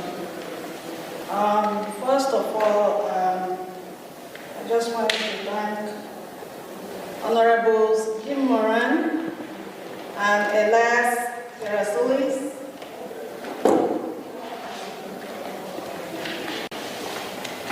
and the U.S. Congress for giving us the opportunity to inform the world of what has been going on in Biafra land for decades. So for the question, these are some of the reasons why United States government should designate Nigeria as a terror organization. One, between 2015 to 2016, Amnesty International reported that Nigerian security forces killed over 1,500 IPOB protesters in cold blood. Remember, they didn't have any weapons. They were just exercising their rights as citizens. And in 2017, there was what they called Operation Python Dance, which targeted the Southeast residents who are Biafrans, with soldiers invading communities, shooting civilians, and committing extrajudicial killings, which led to about 28 young men and women in our leader, Mazi Nnamdi Kanu's house. Thirdly, from 2021 to 2023, Amnesty International also documented over 1844 killings in Biafra land, including unlawful executions, torture, and enforced disappearances by security forces. And one might ask whether these killings or these killers have been apprehended and brought to justice, and the answer is no. No one has been held accountable for these killings. In fact, when locals apprehend any of the killers, there is always an order to free them. Up till today, the killings continue, and the painful thing is the fact that Biafrans are killed simply because we are Christians, simply because of the crude oil in Biafra land, and because they want to Islamize us by force, which we are resisting. So I call on the global community to pay attention to what's going on in Biafra land and elsewhere, where there is a genocide going on. Thank you all so much. Thank you so much. That was wonderful. That's what we expect from every Biafran to always carry in their heart. The fact that our people are dying every day. Now, I want to ask my brother Emmanuel Ugo, how would you describe the hatred of Biafrans or Igbos within the Nigerian by the political establishment, which has traditionally been controlled by the Muslim North? Would you say this is an important part of why there is support for the Biafran independence movement? Thank you all. When we talk about Biafran hatred, the hatred of Biafrans in Nigeria by the political establishment, that goes deeper. Some of us came into this world and we live with this hatred, and we keep asking ourselves, why? Why us? What have we done? They will hear after everything we have gone through. The hatred runs deep in the Nigerian establishment, in their blood, both the political establishment and people from other parts of the country. We see this hatred every day. We have this economic jihad that has been going on. Our businesses are being born in Lagos, in the north. We are not allowed to scale when it comes to political positions as in the presidency of the country. And now we are seeking for Biafra. We want to be on our own so that we can be able to live in peace without facing this hatred every day. The Fulani Caliphate are the ones controlling Nigeria. And with this economic jihad, they have continued to display this economic jihad on the Biafrans, day in, day out, in every aspect of life. And we are tired of it. And we say this is the reason why over 80 million Biafrans, over 50 million Biafrans voted for the Biafra self-referendum, because they themselves are tired of the hatred. Every one of us can see it, even the young ones. And that is why there is maximum support for Biafra, so that we can have our own independent state and live in accordance with our own values. So that's what I will say about that. Thank you.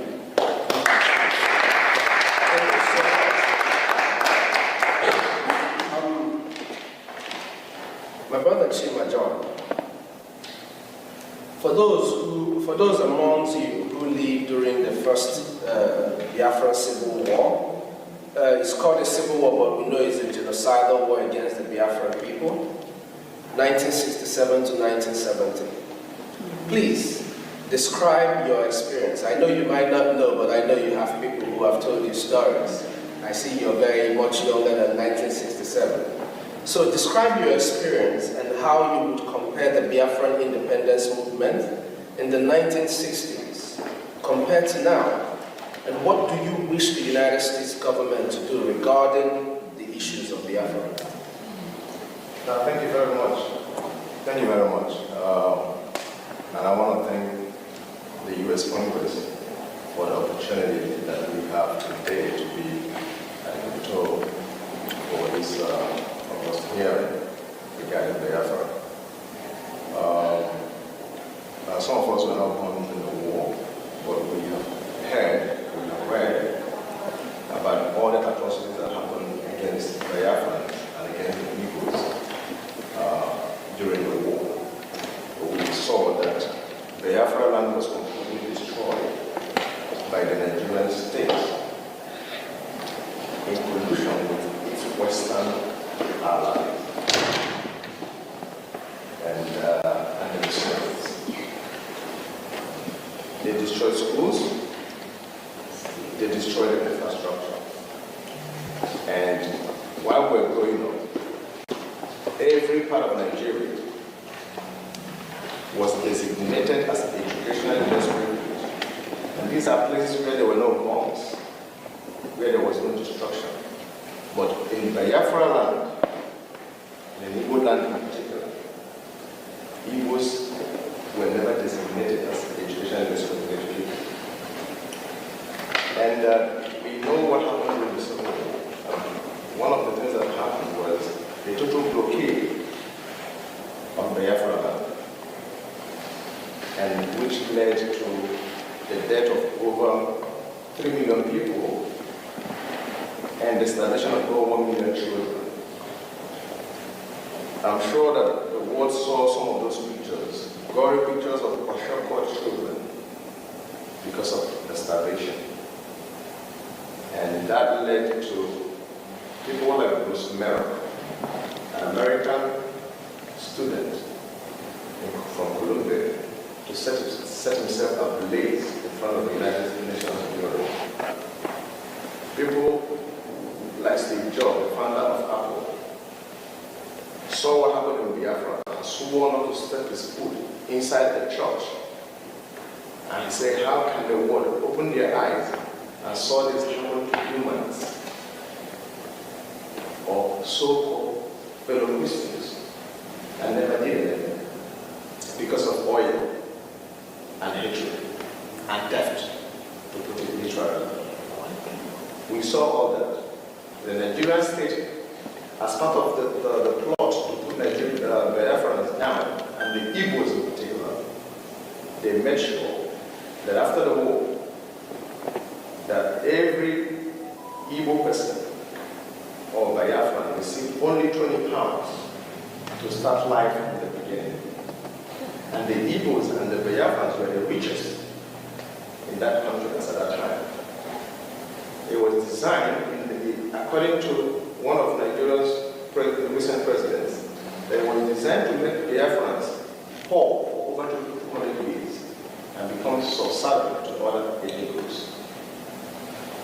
At the end of the day, today, Biafrans are not only successful, but they have reason to say that the only thing that will make us safe to actualize our economic and political potential and destiny is the creation of an independent state of Biafra, or the restoration of it, so that we can live in peace with our neighbors, so that we can be allies of the West and to our global community, so that we can harness our potential, our intellectual resources, our natural resources. We can harness it to the benefit of not only our own people, but to the world at large. That is what Biafrans seek. And we want the United States, as the leaders of the free world, to stand up and begin to do what is right by the Biafran people. Begin to do what is right. Because that's something that they're looking for. That's something that they take, that Nigeria gives them. Those oil and gas comes from Biafra land. We can negotiate. We can reach a deal with any country, America in particular, so that we can have our independence, a place we can feel safe, and to live in freedom. Thank you very much.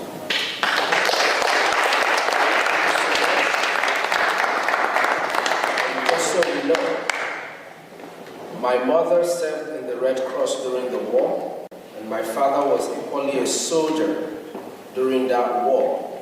So, just like himself, and like many of us here, I have so many stories of what happened and why we need to be free.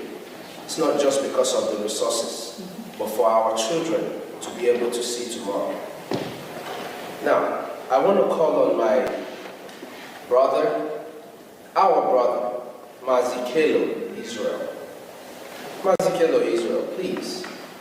As we are in the Capitol Hill building, speaking to the United States Congress and to everyone who cares to listen to the Biafran people, I would like to ask, what would you recommend, or what would be your recommendation to the United States government to hold Nigeria accountable and to assist Biafra? Thank you, Honorable Speakers. Thank you very much, Honorable.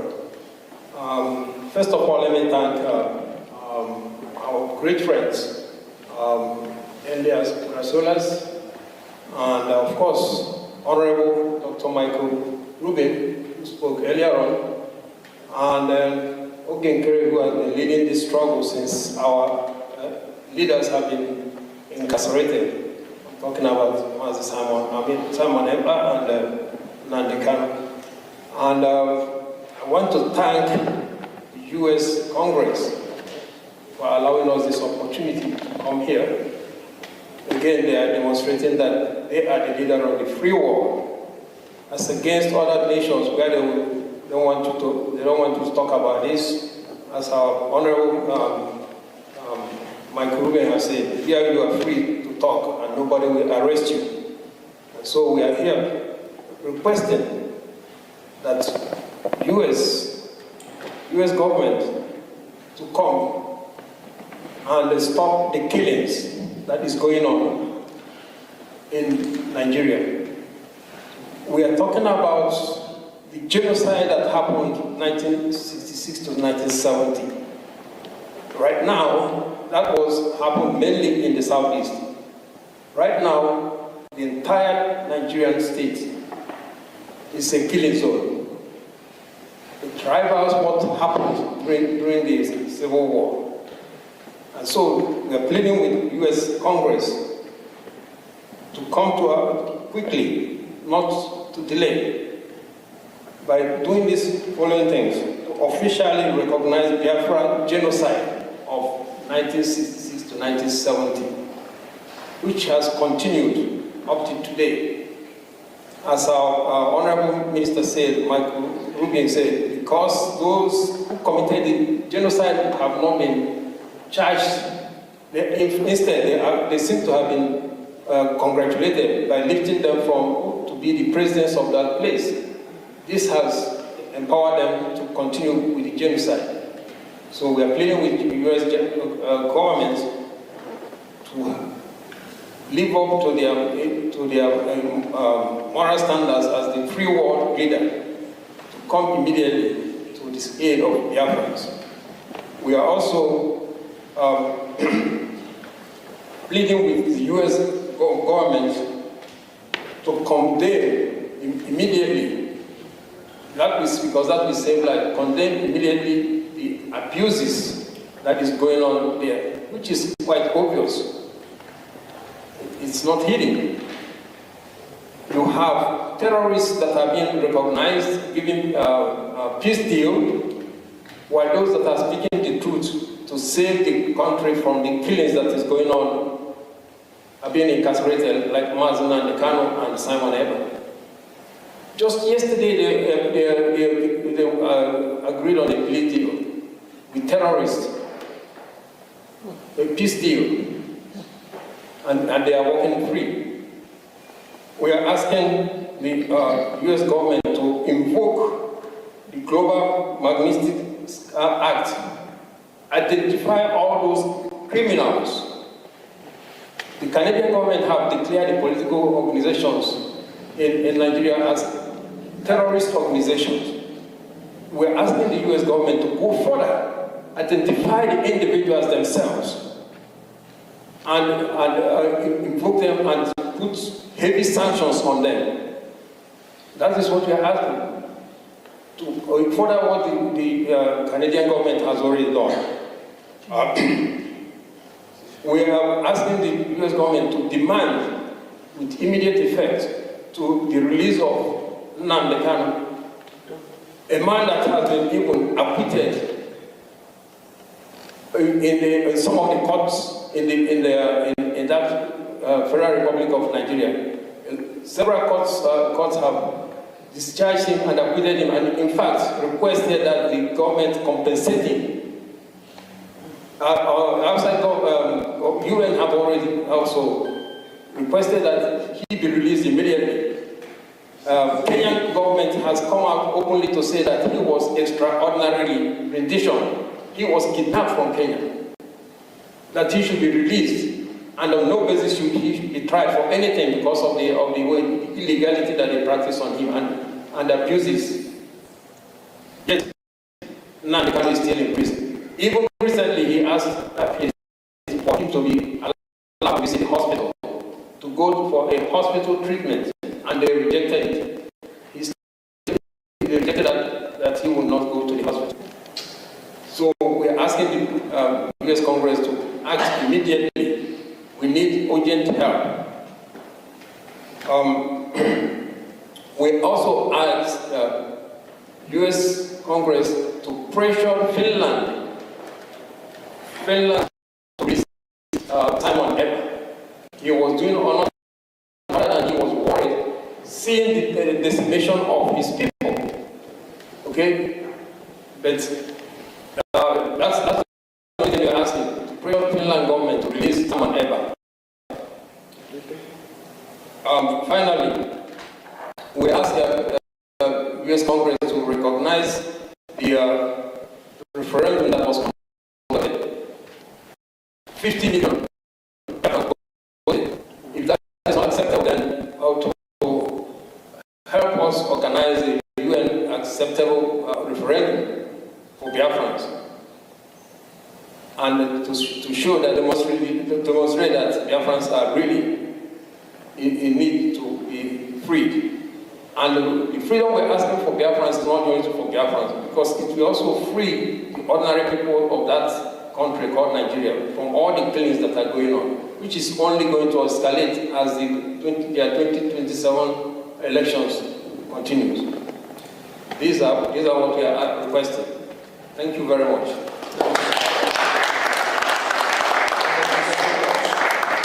Just to add one single thing to what he said, something that is very dear to me. I really wish that the United States Congress and the United States government would help us pressure Nigeria. I would like for the genocide that took the life of over 5 million of my people to be recognized. If today we speak about the Holocaust, there is no reason why we shouldn't speak about the death of over 5 million Biafrans. Thank you very much.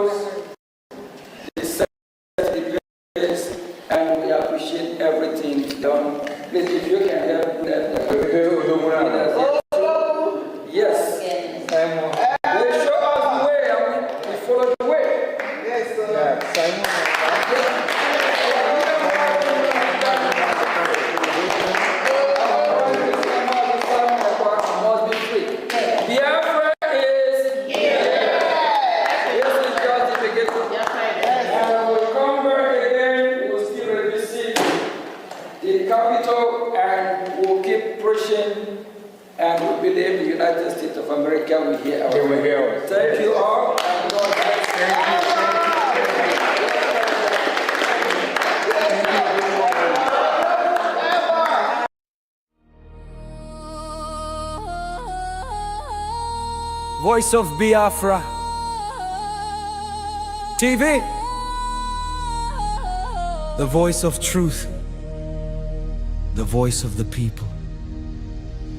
There is only one broadcasting network.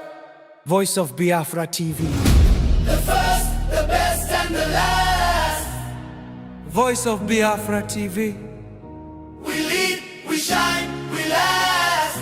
The first, the best, and the last. From the east to the world, hear the truth unfold. No other station does it better. Truth be told, real stories, real power, real Biafran soul. Every day, every hour, we taking control. Breaking every silence, letting voices rise. Standing for the people, opening their eyes. Strong and unshaken, both for all to see. Broadcasting the future. Voice of Biafra TV. There is only one. Only one broadcaster network. Voice of Biafra TV. The first, the best, and the last. Voice of Biafra TV. First to speak,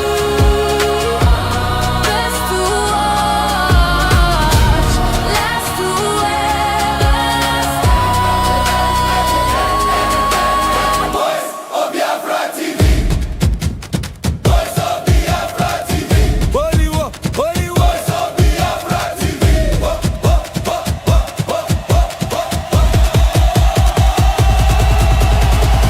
Only one, no only one.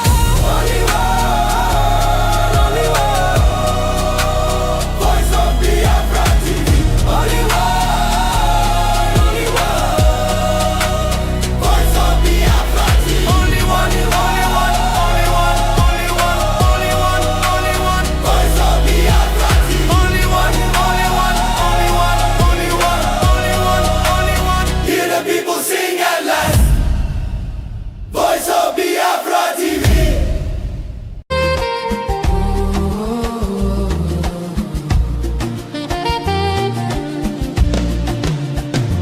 Millions roaming, nowhere to stay. No clean water, no food today.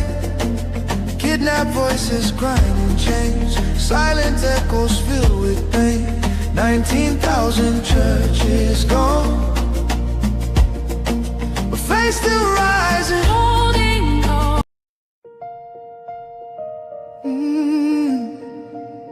Can you hear the cry from the broken land, from the wounded hearts? Nigeria, they bleed. People, Nigeria, they bleed. People, they cry. Tears for the ground. Nobody asks why. Over 7,000 souls don't fall. Every single day, we still there call. Churches burning, hope fading fast.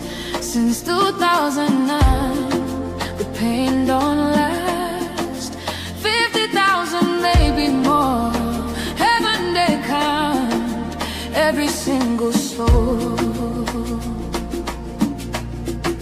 Children without home tonight. Mothers praying through the night. Fathers lost no strength to fight. Who goes stand for what is right? Stand for love, stand for life. Be the answer in this time. You can have to wipe their tears. You can calm their fears. Give a hand, don't turn away. Be the light in darkest day. Every little you provide keeps a soul alive.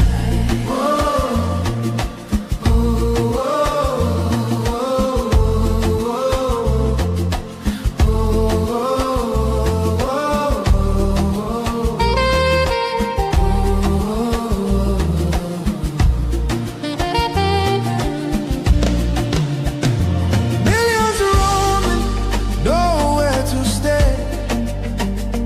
No clean water, no food today. Kidnapped voices crying in chains. Silent echoes filled with pain. 19,000 churches gone, but faith still rising. Holding on. In the ashes, hope remains.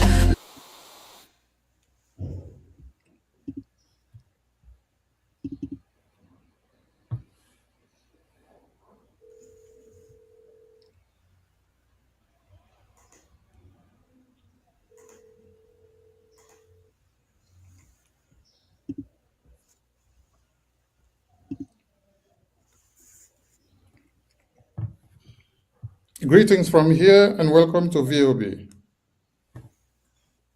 Are we coming out loud? Yes, Mr. Information Minister.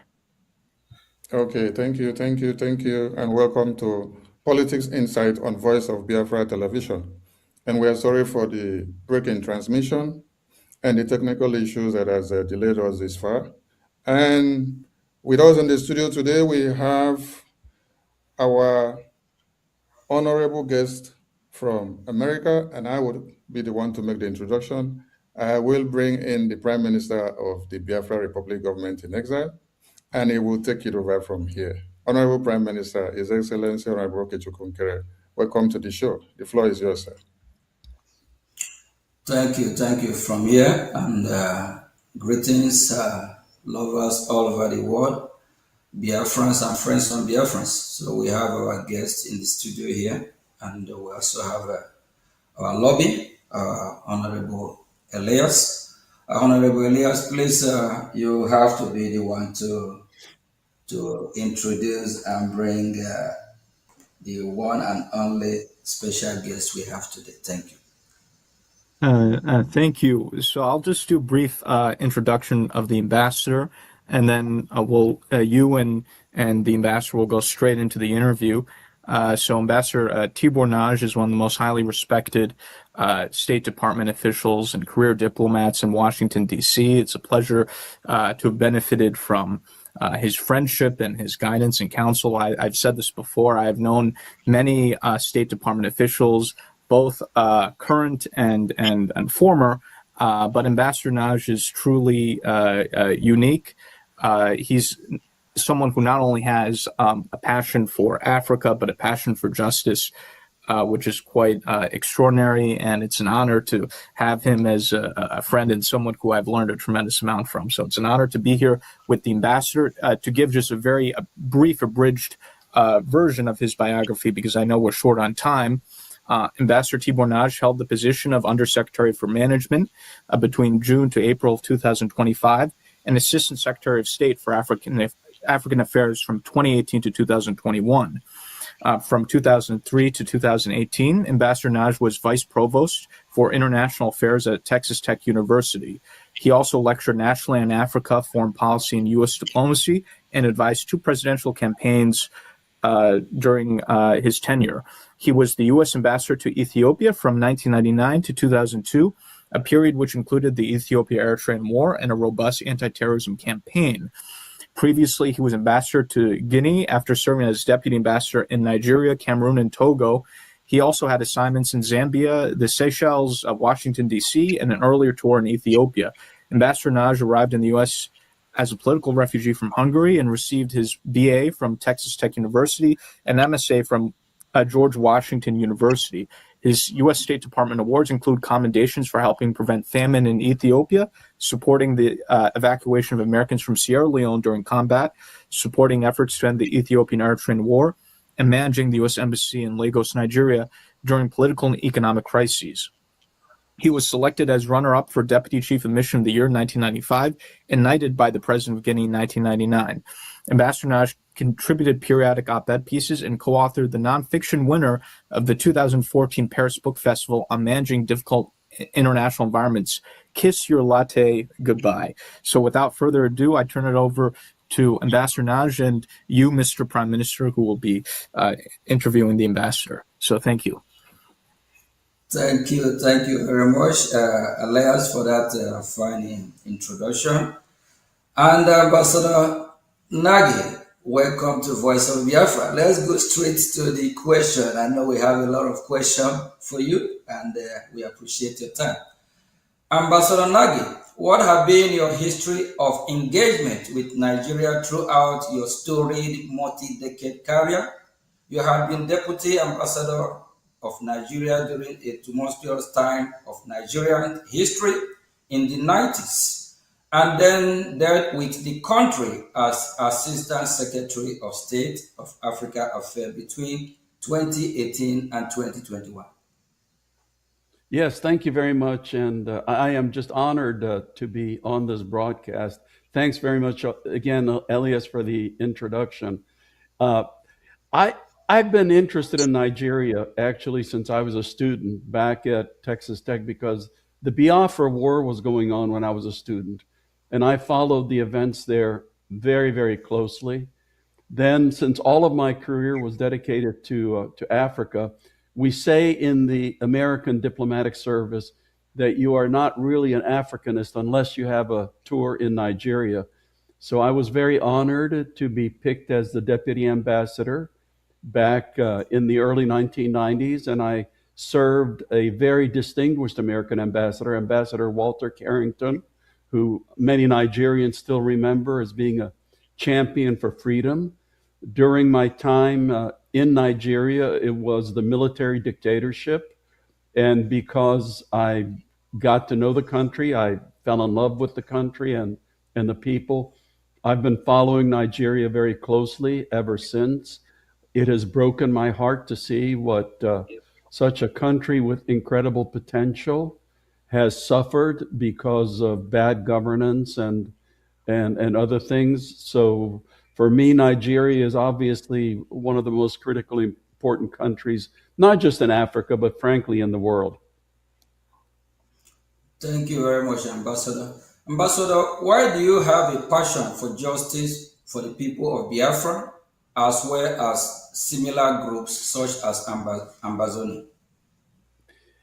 Yeah, that's also a great question because I mentioned just a minute ago that I know the incredible potential that Nigeria has. And I also know specific to Biafra that it is the part of Nigeria that contains so many resources. It is actually the part of Nigeria that makes the country rich. And also, as I said, I've been following events in Biafra since I was a student. I saw the incredible suffering that the people endured during the Biafran War. And even now, I've been following closely how the people of Biafra do not get the share of resources, they do not get the investments, and the after effects of the Biafran War, which was more than 50 years ago, that there's still some after effects which the people are suffering from. So like a couple of other places in Africa, it's tragic, and the people of Biafra deserve much, much better than what they're getting today.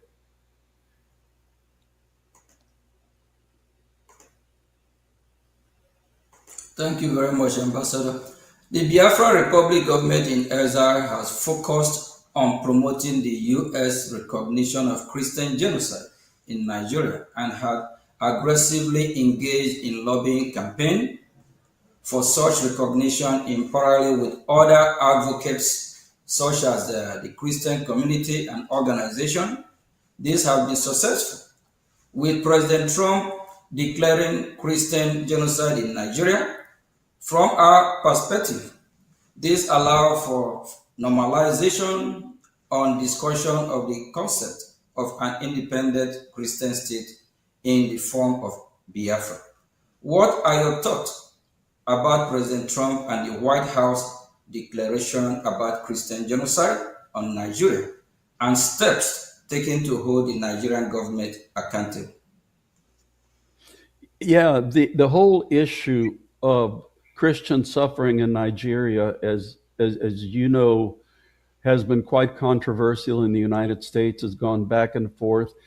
And the people who deny Christian suffering use an argument which I would label as plain sophistry, because people say, people who object to the concept of Christian suffering say, oh, you know, if you look at Nigeria, there are many more Muslims who die because of terrorism and violence and extremism than Christians. And what those people refuse to admit is that there are several consecutive crises going on in Nigeria at the same time. Because you can look at what's going on in the Northeast, which is absolutely, it's a heavily Muslim area. So the violence that's going on in the Northeast is between terrorist organizations and the Muslim population.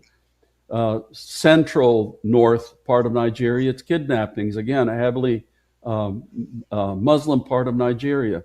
Northwest Nigeria is starting to be impacted by local groups and also by some of the terrorist organizations in the Sahel. Again, an Islamic area. But if you look at the area where the Christians are being targeted, which is central Nigeria and now in the southeast, the overwhelming number of victims are Christians, and the victimizers, the people that are perpetrating the violence, happen to be Muslim groups.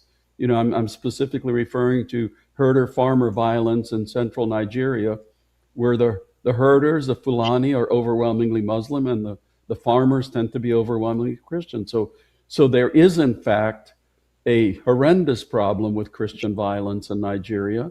And thankfully, the Trump administration is taken it very seriously, unlike the previous Biden administration. Thank you very much, Ambassador. What are your thoughts on the interconnection between the Nigerian Christian persecution issue ties in with the Biafra aspiration? Yeah, again, I understand, and from my studies, the region that is Biafra is overwhelmingly Christian. And leaders of Biafra, like yourselves, have been very loud in pointing out the egregious injustice that is happening to Nigeria's Christian population. And, there are also political forces at work, which we can talk about later, which also is very much against the Christians.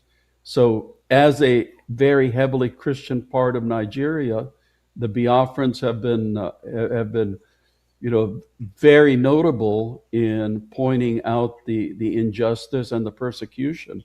So God bless you for that. Thank you, Ambassador.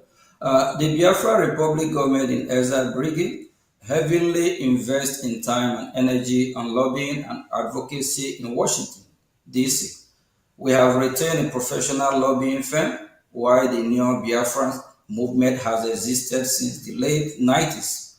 A professional Biafran lobbying campaign led by Brgie in Washington, D.C. is very recent phenomenon, being less than 2 years old. Due to this change in strategy, in some ways, we have more success in the past 2 years than the previous 20. We have two questions relating this to ask. Can you explain to Biafran people why high-level lobbying and educating U.S. officials on the Biafran issue is critical? Sure. Number one, I am not a lobbyist. I have never been a lobbyist. I don't get any money for the causes I support. But causes like yours, to get the kind of attention in Washington that it needs, in my view, really does need a professional lobbyist. And I'll tell you why. Let's be honest here. If you were to survey most of the members of the U.S. Congress, people who work for the president in the White House, even people in the State Department, very, very few people would ever have heard of Biafra. Obviously, everybody has heard of Nigeria, given its size and importance, but very few people would have heard about Biafra. Not too many people even know about the problem of Christians in Nigeria, although recently there has been some publicity. So to get people, especially policymaking important people, to pay attention to your cause, to your issues, there needs to be a sophisticated, strategic, and high-level information and education campaign. And frankly speaking, in the American system, to get that kind of education, to get that information around, you need somebody with influence amongst American policymakers.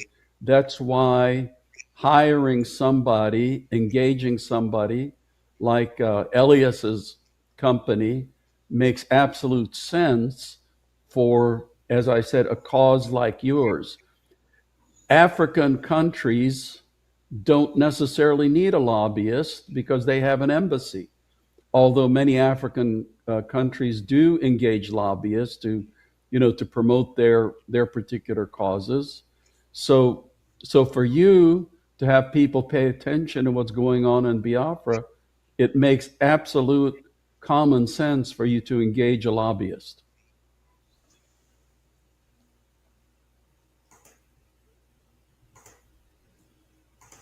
Thank you very much, Ambassador. In addition to the preliminary successes the Biafran lobby has had, where would you point to as lobbying successes, past or current, for groups similar to the Biafrans? Yeah, for groups such as yours, lobbying is really about the only way that they can get their cause into the attention of American policymakers. So I would point, in the past, liberation struggles, which were trying to get justice for their cause, the African National Congress, leading to the freedom in South Africa, the Sudan People's Liberation Movement. Now you have successful efforts, for example, Somaliland. Like you, Somaliland has gotten a lot of attention recently. Your friends across the border in Anglophone Cameroon, Southern Cameroon, the Ambazonians, they're also trying to pursue their cause for justice. So again, these are the kind of causes that get the best efforts through engaging with the lobbyists in Washington. Thank you, Ambassador. So what you're saying is that what Biafra Republic government is doing is the right way to get the attention of the U.S. government, and the right way to also get our freedom, correct? Absolutely. And again, it means engaging the right person. Because unfortunately, as with anything, there are some people who are very effective at doing this, and there are other people who are not so effective at doing this. So it's essential for you to engage somebody who knows the people in Congress, who knows the people in the White House, who knows who does what at the U.S. Department of State, to make sure that your cause is promoted the way that you want to promote it. Thank you very much, and special thank you to our lobby, Elias, for being our voice in Washington. Thank you, Elias. The Biafra Republic government in exile has trans-action approach in engaging the U.S. government, making beneficial offers in the area of defense, security, and natural resources in exchange for U.S. political support, similar to what Somaliland is doing. What are your thoughts on this approach? Okay, so, I am not now speaking for the U.S. government. That's very important to say. I am no longer working for the U.S. government. I've now retired 4 times, so currently I'm retired. But obviously, Biafra has incredible natural resources. Biafra has incredible human resources. So,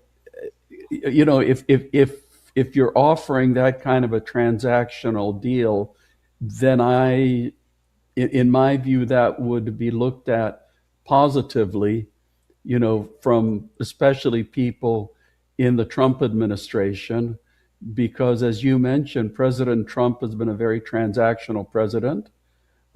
He's not looking for, long-term this or long-term that. He's looking for what is the interest of the United States of America.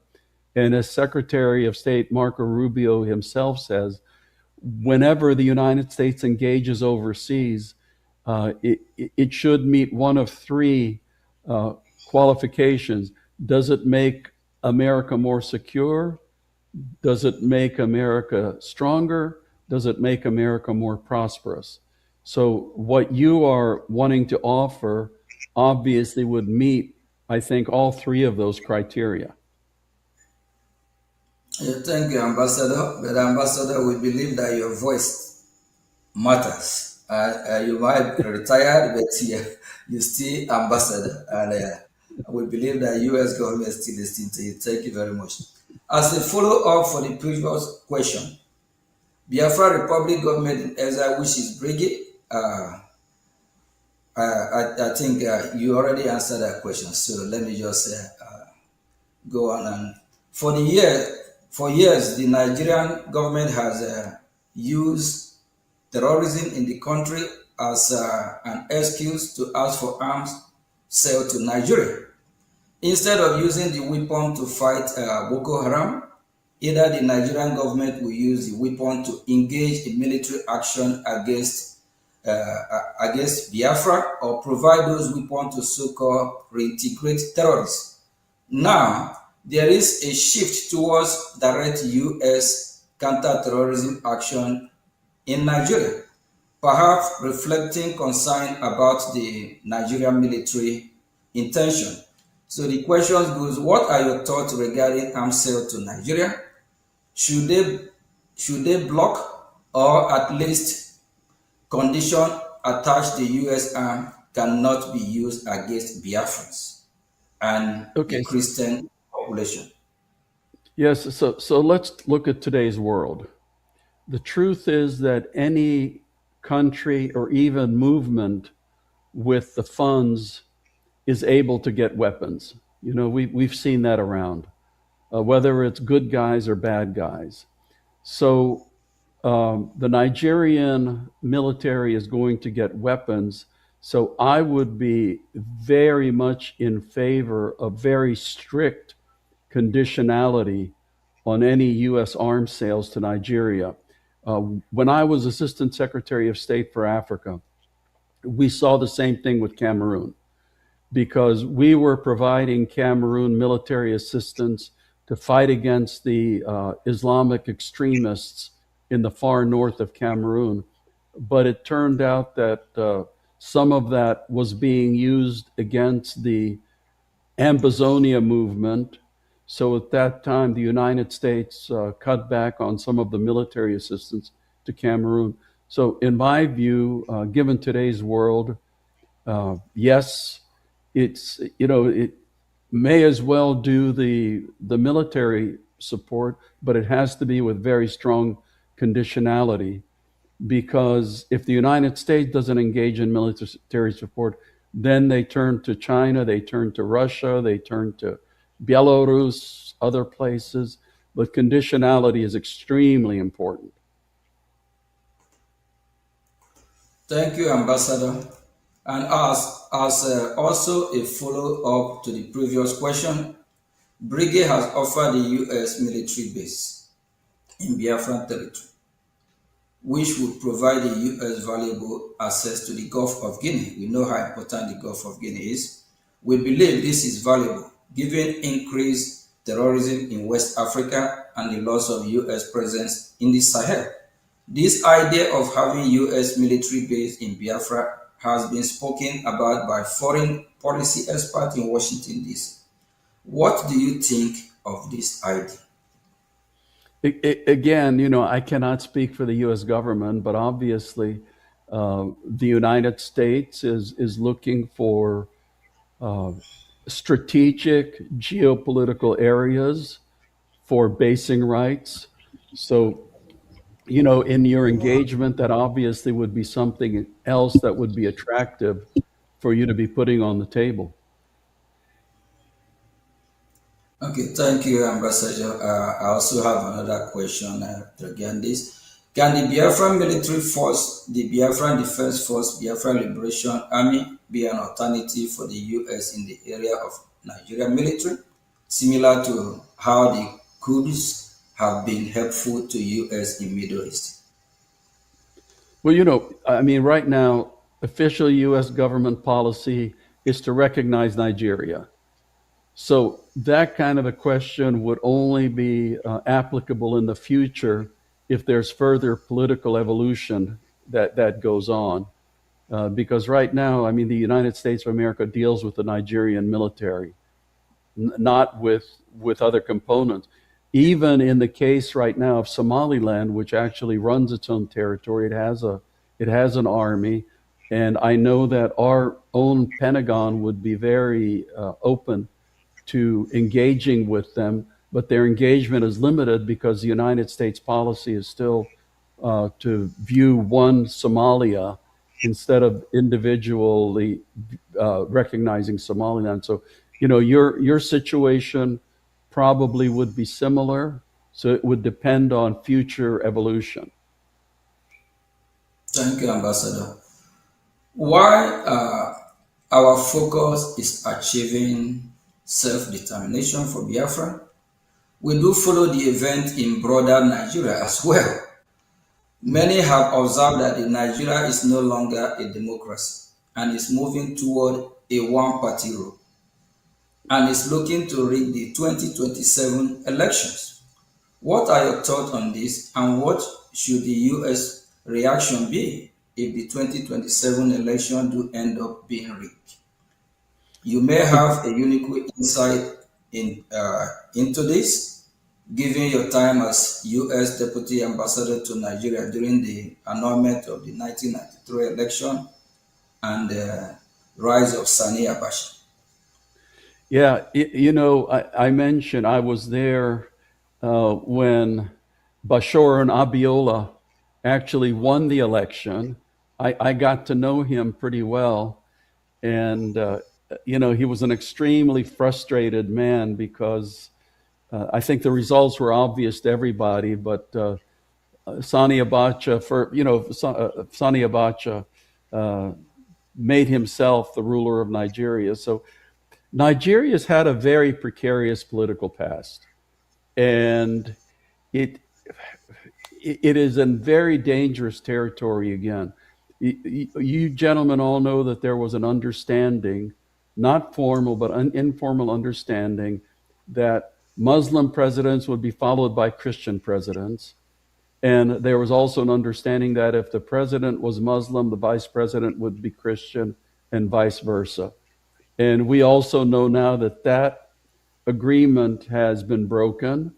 We've had Muslim presidents now, I think, for, if I'm right, for over 10 years.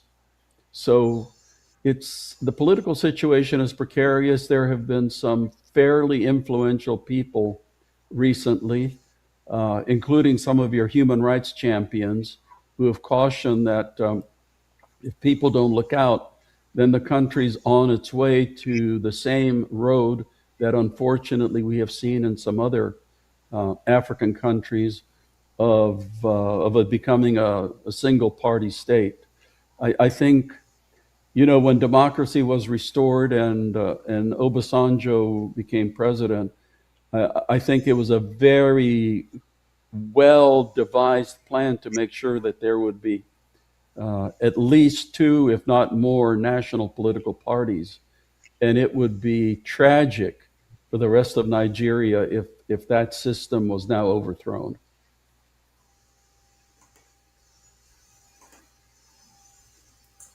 Thank you, Ambassador.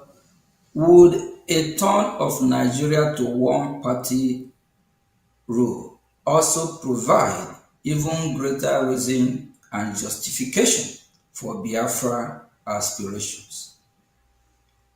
Well, that's obviously up to the people of Biafra and the people of Nigeria. That's not the kind of decision that anybody outside can make for you. But, that's definitely something that I'm sure that your leaders would put into the equation, because I understand that the whole thrust for what you're wanting to achieve is coming because the people feel marginalized. They feel like second-class citizens. They feel like they have not been getting their share of the national treasures, even though they are providing much more than their share to the nation. So, that's the kind of frustration that leads people to look around and say, there must be a better way to do this. Thank you, Ambassador. I know because of time, we still have a few more minutes left. From our conversation in Washington, D.C., U.S. officials are open to exploring possibility with us, which by their own admission, they will not have even considered just 1 or 2 of these years ago. We suspect that this is not only due to our education campaign, but also U.S. dissatisfaction with the Nigerian government. What are your thoughts on the performance of the Nigerian government, as well as how we can keep pushing the envelope forward? You are absolutely right.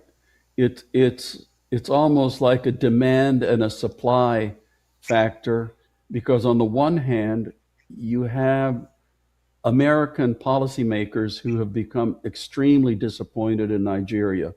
The victimization of Christians has been probably the most dramatic recent issue which has popped up, which American politicians and policymakers of all parties are looking at and saying, this is absolutely wrong. But as we all know, sitting here, that Nigeria is undergoing a series of extremely difficult and very serious crises. Most countries, any one of which would be existential, but somehow, you have to say the Nigerian people are extremely tough because they always get through these crises one after the other. But now they're going on at the same time. And with all of the crises going on, with all of the disappointment in Nigeria, all of a sudden you have your group, which is stepping forward, which is educating people and informing people about this solution that might be right in front of their eyes if they were to follow it or if they were to support it.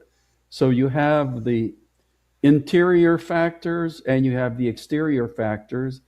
And all I can say is that you are making your push at a very timely moment of history. Thank you very much, Ambassador. And, we always are going to be grateful for somebody like you with your voice, and also our lobby here, Elias. We have already, pushed a lot in Washington, D.C. A lot have happened, a lot of education, meeting after meeting, just like throughout last week. Even we traveled far and wide, all the way to even Florida. So it's just a lot. And the people of Nigeria, those that identify themselves as Nigeria, are crying. They are tired. They can't afford food to eat, no road, no electricity, nothing is working. Everything is just falling apart. The people themselves are tired. Thank you very much. And can I just say one thing? One thing I have noticed: Nigerians who leave Nigeria end up doing extremely well. When I was vice provost at Texas Tech, I was in charge of all the international programs, and we had quite a few Nigerian students. So among the international student groups, the top grades were received by the Chinese students, but the second group were the Nigerian students, and most of them were in engineering or business.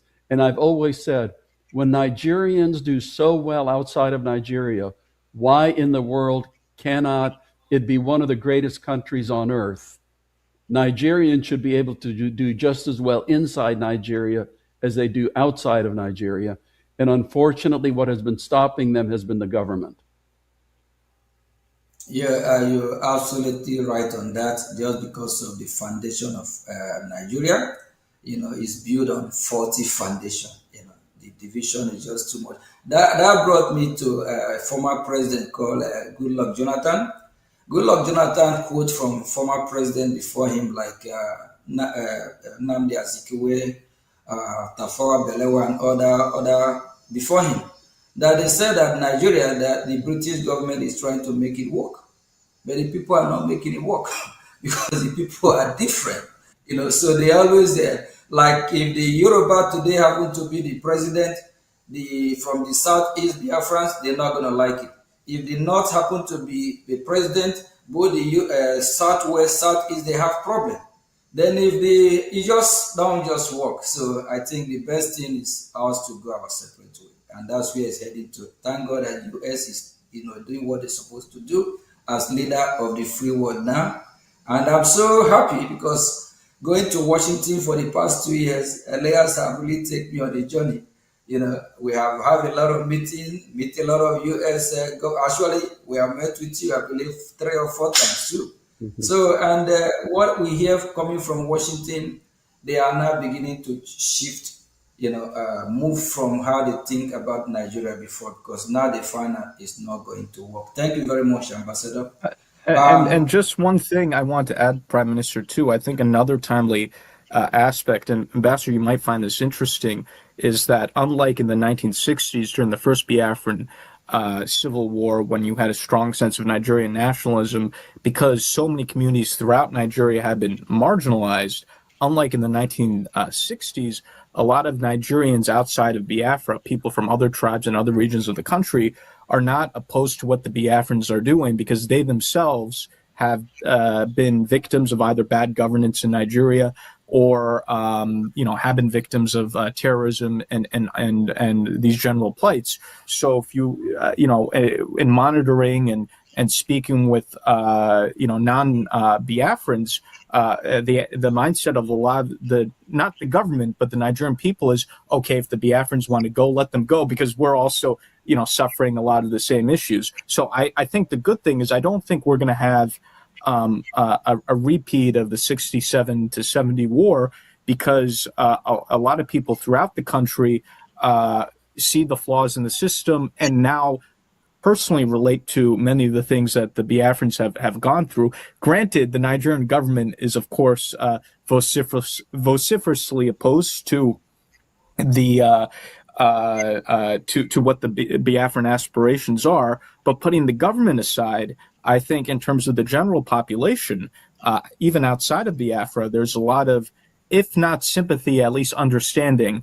And I don't think the Nigerian government will even have the moral support to engage in heavily militarized conflict against the Biafrans. I think what they're doing against the Biafrans is already unpopular throughout the country. Even many non-Biafrans have criticized the Nigerian government for their heavy-handedness in dealing with the Biafrans. And I think from a population perspective, I think many things are moving our way. Of course, the Nigerian government has its vested interests, and they'll be much more aggressive towards the Biafrans for the foreseeable future. So I just want to add that perspective as well. Thank you very much, Elias. And Ambassador, I know we have thrown a lot of questions on you. You just have a few more to go. And it actually shocked me, and I believe it shocked other people when they see this, find out that the same people that have been massacred today, like the Middle Belt, both the minority in the North, these are the same people that fought against Biafra, killed Biafrans in millions. And these are the same people that years ago, all of them be campaigning one Nigeria to save Nigeria. The same Nigeria they try to save is killing them. So they themselves, I believe, they want to leave, they want to exit Nigeria. They are getting tired. We need to save the life of the Middle Belt, minority in the North, even the Muslim moderate, whether Muslim moderate or whatever, no one deserves to die. So, each region just have to go their separate way. I believe even the North will live better on their own, the Southwest will be better on their own, the Southeast, which is Biafra, will be better on our own, and the Middle Belt, and they are good in agriculture, did not have a gold. There's gold in Zamfara, so the Southwest have minerals, and they also have a potential of surviving as a country of their own. We Biafrans also, we also survive on our own, of which if they don't, we will help them. Thank you very much, Ambassador. Ambassador, we have just 2 more questions for you. What are your thoughts on how Biafrans should frame the Biafran struggle to the U.S. government and to international audience who may be unfamiliar with the conflict? I personally think that Elias is eminently qualified in that regard because, the way to do it is to present very much what you were just saying, is that Biafra, I think, historically, the term was used in the 17th century, in the 1600s. So there is a distinct history, there is a distinct people, there is a close historical record. Then you had the horrendous circumstances of the war, the incredible suffering. I forgot if it was up to 2 million people who died. Now you're a region of anywhere from, I don't think there's been a census, but I know estimates go from 50 million to 70 million people in the region, very heavily Christianized. The last thing Biafra would want is to have any part of Sharia law, which exists, I think, now in 19 northern states of Nigeria. So it's almost like, I've heard Elias, it was, I think, Michael Rubin, who referred to a second wave of decolonization, that the first wave of decolonization in Africa was against the European powers that had colonized it. Now, colonialism is not necessarily by somebody who's a different race, because being Hungarian, we were colonized by Austrians and Russians along with the Turks. So it can be that, in today's Africa, that some people see themselves being colonized by a fellow African ethnic group, and those forces are steering very quickly. So, information, education, the truth about what's going on, the truth that has gone on, and the kind of future that you want. I have never, said it has to be independence. My own campaign has always been for justice and equality and fairness for all of the people, and that's what I absolutely believe in, and that's the points that you should be making.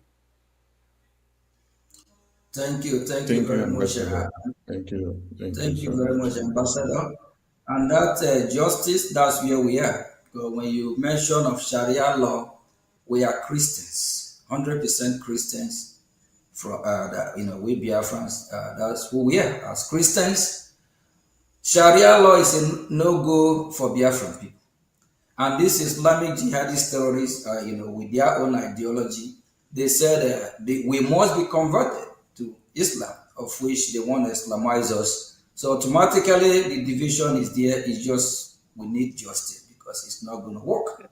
And justice have to play its own role, its own part here, since we are not going to accept that Sharia law. And it's part of the reason why all feeling the middle belt and even a minority in the north, and they are actually pushing it towards the Biafran territory to try to, see how they can penetrate with this so-called Sharia law and whatever they call it.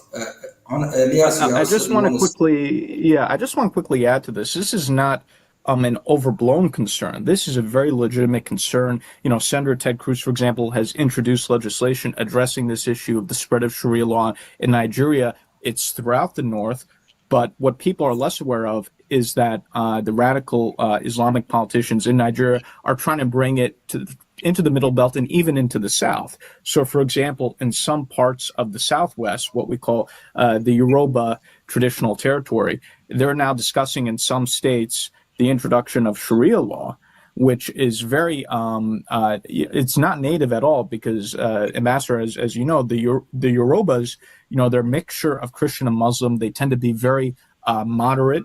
Sharia law is really not indigenous to those people at all. And even with the Biafrans, Sharia law has not yet been introduced, but now the Nigerian government, for example, we've noticed propaganda recently talking about this concept of Igbo Muslims, which is very strange. And we see this as the beginning of what they're already trying to do in the Southwest, of trying to now push Sharia law into the Southwest. So they're slowly bringing Sharia from the north into the Middle Belt and even in the South now, or parts of the South.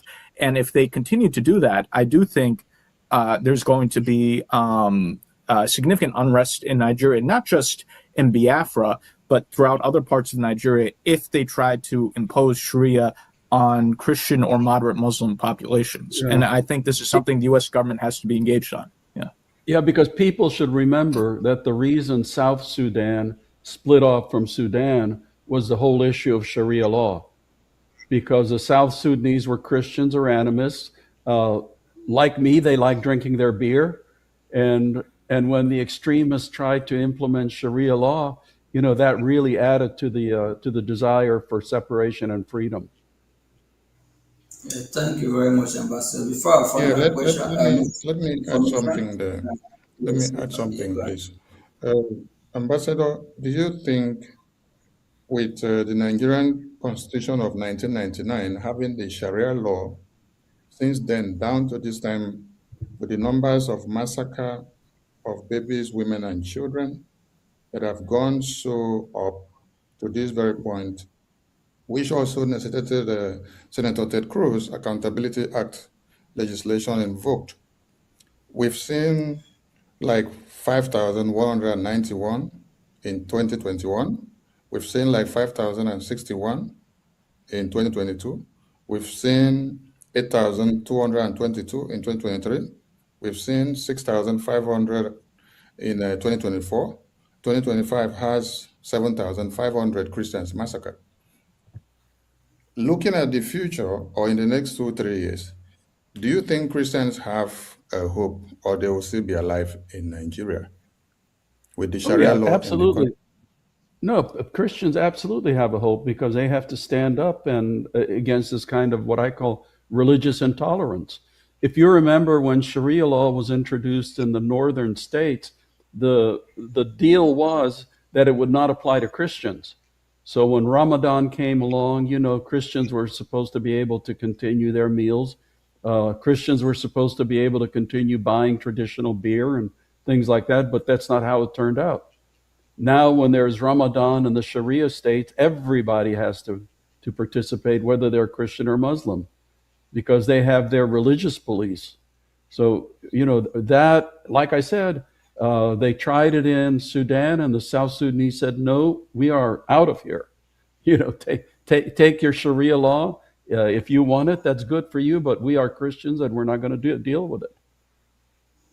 Thank you very much, Ambassador. I think you just answered that question, that Christians have to stand up and have their own Christian country. Yeah. Christians in the middle belt need to stand up if they want to live, and they will be well better off having their own territory and worship their God. Then those that want to worship Sharia, they can go and have their Sharia. Thank you very much, Ambassador. Finally, what message would you like to send to the Biafran people and supporters around the world regarding international advocacy and the path forward? My message is that the people of Biafra have the same rights to justice and equality and dignity as anybody else, and it's for them to decide how they want it and to struggle for it. Thank you very much. Thank you, Ambassador. Thank you for being part of this program today, and I know that Biafrans and the lovers of freedom around the world will be very happy to see you on VOB, Voice of Biafra. And Minister of Information, what do you have to say to our wonderful ambassador here, being in our show? I want to say a very big thank you to our wonderful ambassador, who has been the friend of the Biafran people, the friend of the Christians, and the friend of everyone that do not carry machete to cut off heads of babies, women, and children in their communities. And that brings me to the conclusive question to our ambassador as he showers us the grace. Nigeria pays terrorists and reintegrate them into their military formations. Some people may be asking, if Nigeria wants to emulate America, where are they copying this kind of habit from? Is it okay for Nigerian government to pay terrorists and reintegrate them into the military formations? When I went through some documentaries the last time, they said they are trying to use the terrorists by reintegrating them into their military formations to go after another terrorist. And these are the same terrorists that ruined their plan before they go out to attack the other terrorists. What do you have to say about this? Because I would have loved to hear if America is reintegrating the ISIS or the Al Qaeda into the U.S. Department of War. Thank you, sir. So do you turn the hyena into a guinea fowl by bringing the hyena into the guinea fowl house? I don't think so. Ambassador, what is that not the same playbook of Afghanistan by Taliban, right? Yeah, no. Anyway, listen, thanks so much for having me, and God bless you, and God bless your struggle. Thank you very much. Thank you. Thank you. Thank you. Bye-bye. Thank you very much for having you. Thank you. Thank you. Okay, Biafrans, we just, is this not wonderful? Having somebody like Ambassador Tibunage, is that not wonderful? And on the 4th of May, 9 a.m. Eastern Time, 2 p.m. Biafran time, we'll be having a Marco Rubin on our show. So please tune in as well. And, Marco Rubin is someone who we're really familiar with. And, he advocates for freedom of religion. He also advocates for freedom for oppressed one. So it's somebody that you will want to hear from him.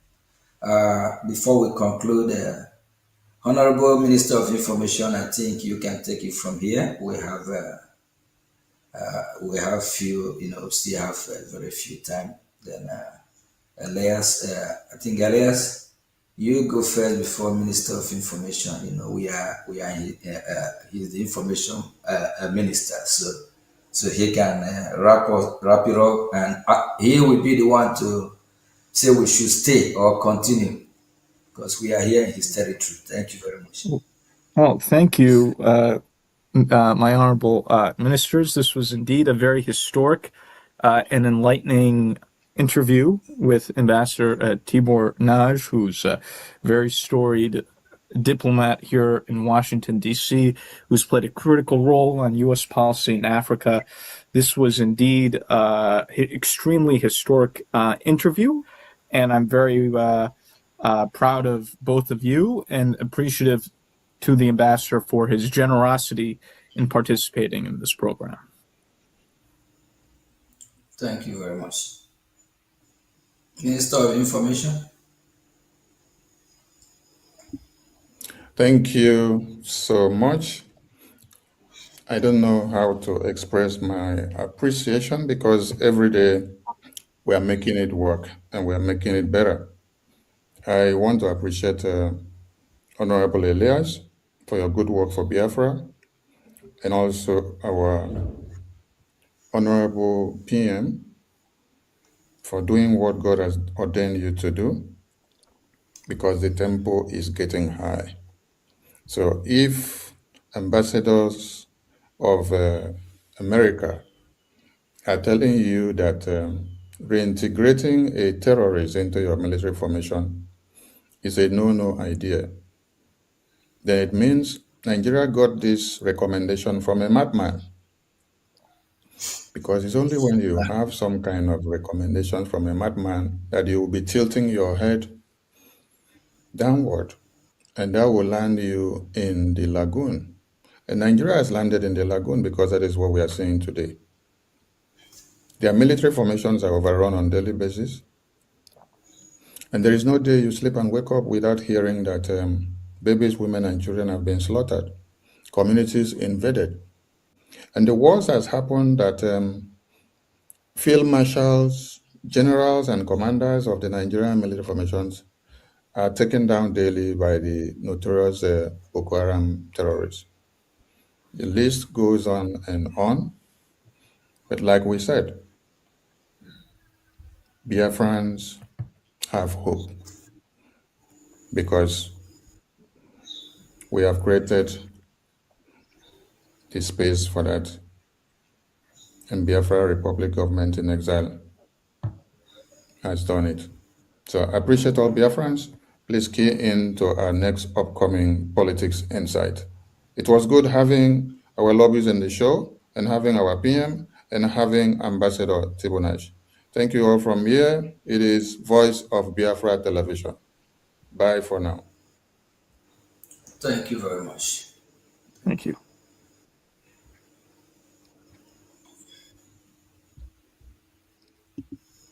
Oh, no,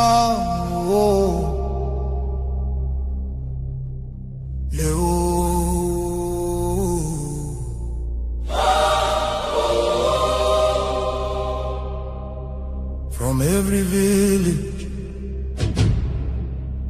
every city, from homeland to diaspora, hope is rising again.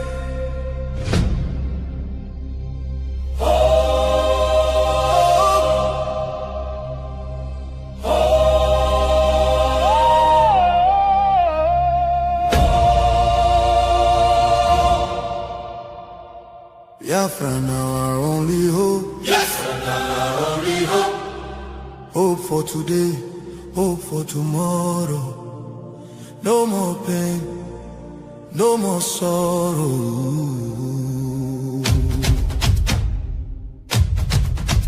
Ha! We bring better news, make you head on clear. We get hope, now Biafra we dey see. Beautiful nation, shining bright justice and fairness. Now the light. Biafra go be one beautiful nation. Every Biafran go enjoy true freedom. Fine, fine country, shining nation. Justice and fairness. Justice and fairness. Everybody equal, one love for rich and poor. Leader or citizen, no different, justice go speak with confidence. No oppression, no discrimination, rule of law for the nation. Truth and justice go reign forever. Biafra go get strong and better. Where your home? Biafra. Who be your home? Biafra. Waiting be your country. Biafra. No more suffering and smiling, no more fear, no more hiding. Respect and dignity for all.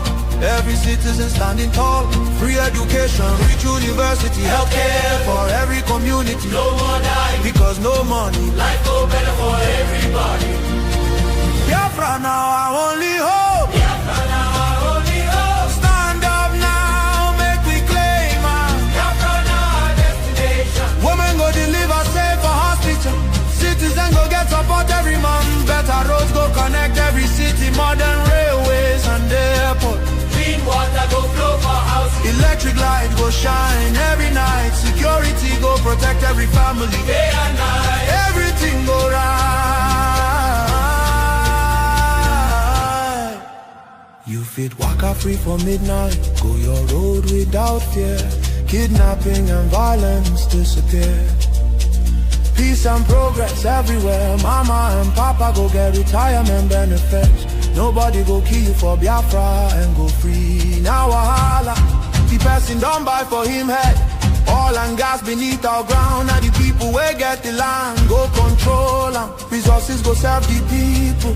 Prosperity go spread for all. Anything we dey for our land. Now our citizens go manage them. Development go reach every corner. Nobody go suffer again. No vote buying, no rigging game. Election fair and play. One woman, one vote. One man, one vote. Your voice go matter every day. Biafra now our only hope. Biafra now our only hope. Hope for today, hope for tomorrow. No more pain, no more sorrow.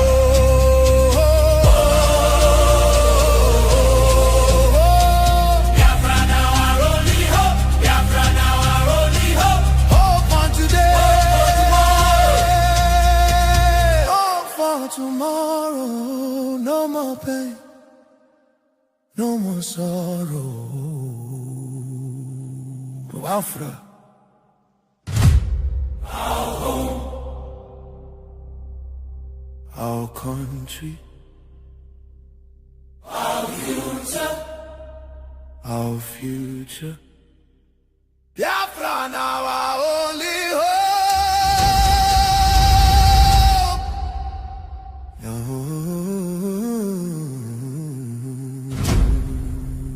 Love can heal the deepest pain. Shelter broken dreams erase. Hunger.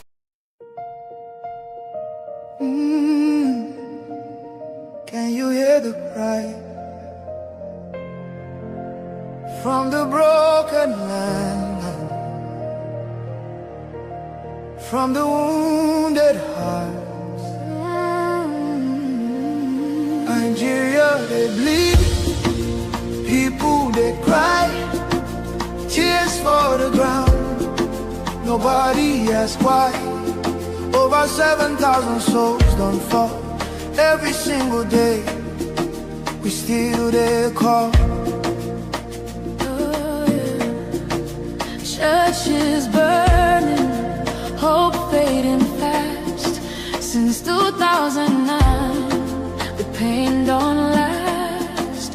50,000, maybe more. Heaven they count every single soul. Children without home tonight, mothers praying through the night, fathers lost no strength to fight. Who go stand for what is right? Stand for love, stand for life. Be the answer in this time.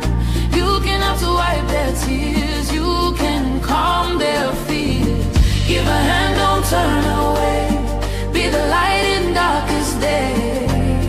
Every little you provide keeps a soul alive.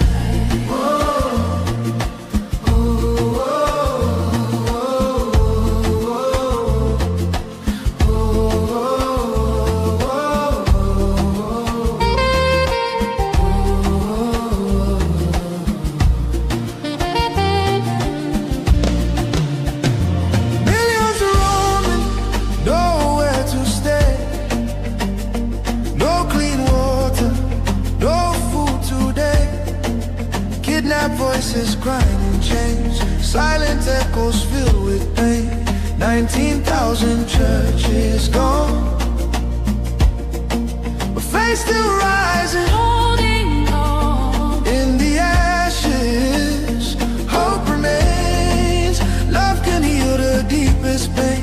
Shelter broken dreams erase. Hungry hearts we can embrace. Let compassion take its place. Now's the time to show his grace. Stand for love, stand for life. Be the answer in this time. You can help to wipe their tears. You can calm their fears. Give a hand, don't turn away. Be the light in darkest day. Every little you provide keeps a soul alive. Food, water, shelter, hope. You can be the miracle they pray for. You can change a life today. No matter how small it seems, your love can rebuild their dreams. Together we can make a way. Keeps us all alive.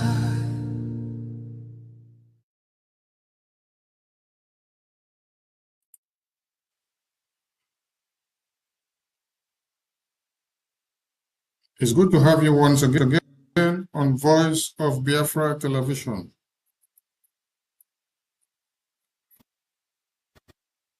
And you're all welcome to this very evening.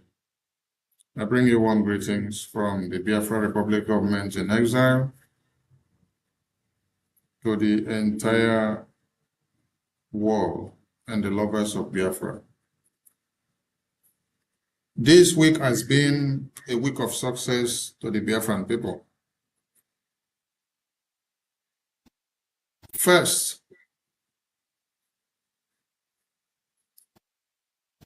Congressman James, a key and a leading figure in U.S. Congress, who have had series of diplomatic engagements with the Biafran people, represented by the Brgie Prime Minister,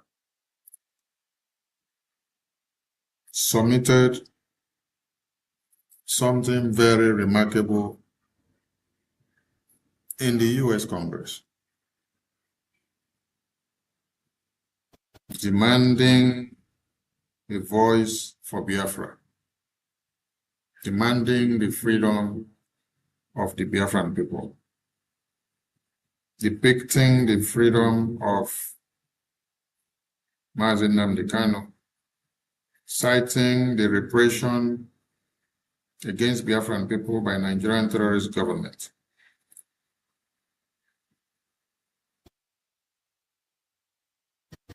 The intervention of the U.S. government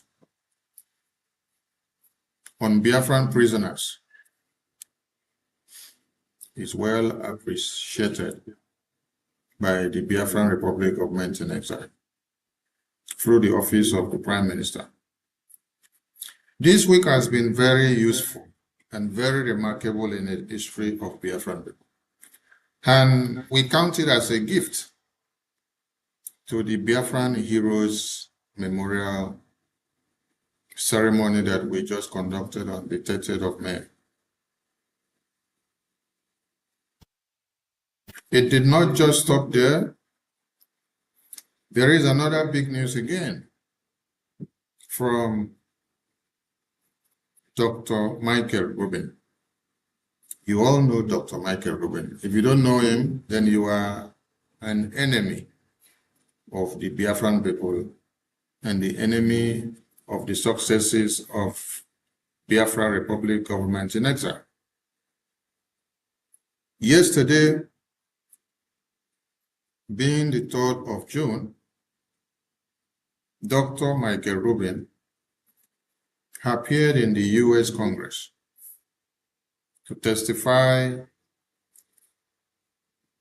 in Congress, and Biafra was part of his testimony, calling on the American government to recognize the genocide that Nigeria has committed long before now, and the repetition that is exponentially here, and the actions that could be taken to term more genocide that may come. Because the international community did ignore entirely the genocide that all these foreign governments have committed before. Because of their diplomatic engagement, they sweep it under the carpet. You see countries that have committed genocide on the minority people in their countries, and then their international allies just move on. They use something to cover their blood, business interests. Honorable Dr. Michael Rubin, yesterday in the U.S. congressional hearing, testified and called on the American government to the reasons why they have to recognize the Biafran genocide, the Biafran quest of independence, the Biafran resurgence today, and why they must not ignore, because there is a very big danger that is coming ahead. So this week has been a very great week And maybe by next week, I will be having some guests in the studio to discuss some of these blueprints that have been on the media sphere in favor of the Biafra Republic government in exile. And tonight, I welcome you all to Voice of Biafra.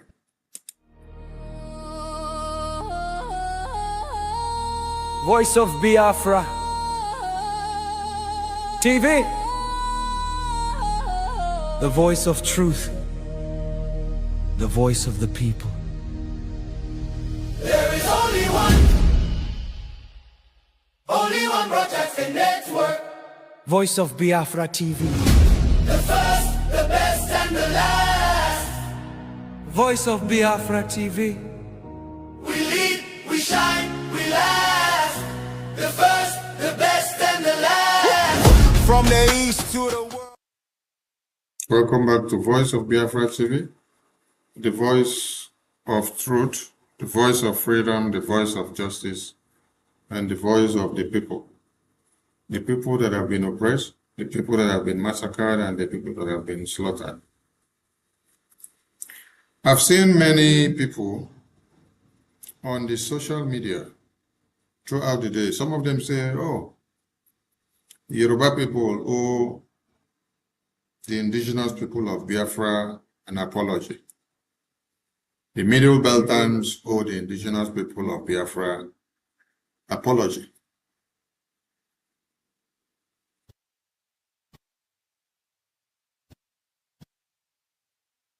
Some of them say the Yoruba people owes Mazi Nnamdi Kanu apology. Your apology does not change the fact that you laid the path to destroy innocent babies, women and children of Biafra, who were slaughtered in their mother's womb. Your apology cannot bring back those babies. Your apology at this time is not very important. It is useless to the Biafran people. What is of more essence is for you to pick up arms to defend yourself against the Islamic jihadist terrorists that are in your communities. So, it is no more about the Biafran people, because you all made it look like a case of Biafra in Nigeria. We took the stand to preach the message and to call on the subconsciousness of everybody to wake up and to face the reality that was coming to consume their babies, women, and children. But you all betrayed our call and our cause. You took it to be just a call. You rejected the message and you trampled on the messenger, which happens to be the Biafran people. Today, when Nigerian government brings out statistics of insecurity in Nigeria, they see that the Biafran territory is more and most secure territory in the contraption of Nigeria. This has been the sacrifice of the Biafra Republic government in exile. You all mocked at us. You sent many of us to prison.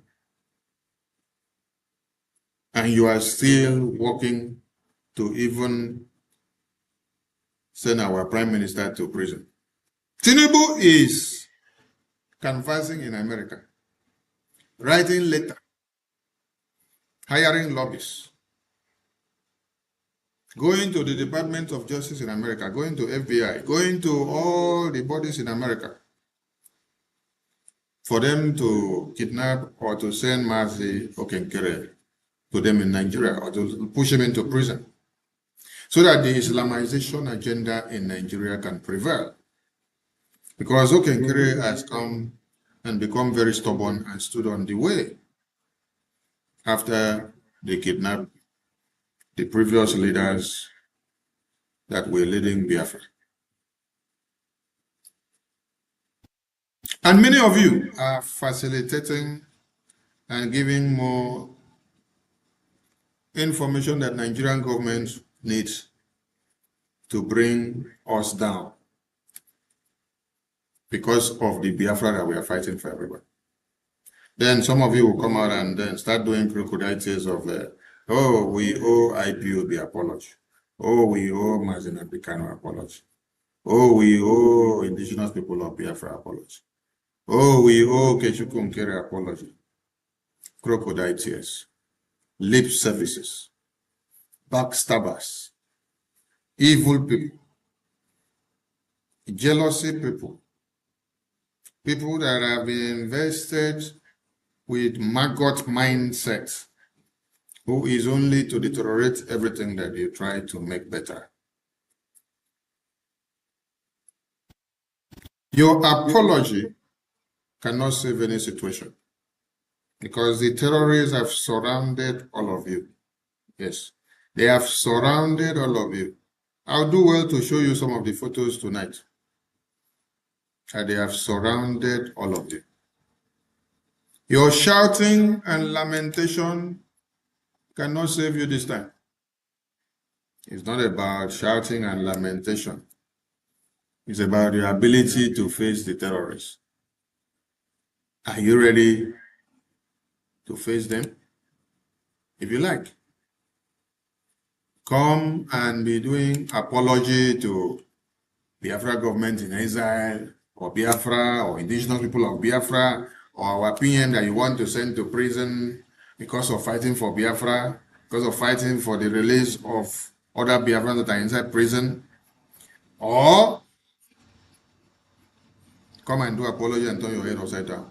That does not change the mindset of the Fulani terrorists. You know what? What you should be doing is to brazen up. Be ready to face the real terrorists because they are here and they are looking for all of you to take out. He said, if you do good, you do for yourself. You do bad, you do for yourself. Many of you claim you are IPOB, Indigenous People of Biafra. I saw Okechukwu on social media. Okechukwu says he is IPOB, Indigenous Person of Biafra. But Okechukwu cannot present to you any evidence of his support of Biafra government in exile, which he is supporting or fighting for or helping to annex Biafra, that same IPOB that he claims to be in Washington, D.C. Okechukwu can go to Washington, D.C. and do protests for Nigeria continuity, for one Nigeria to be. But Okechukwu cannot do fundraising, or you cannot see Okechukwu come and carry Biafra flag to join Biafra. You cannot see him come and speak for Biafra.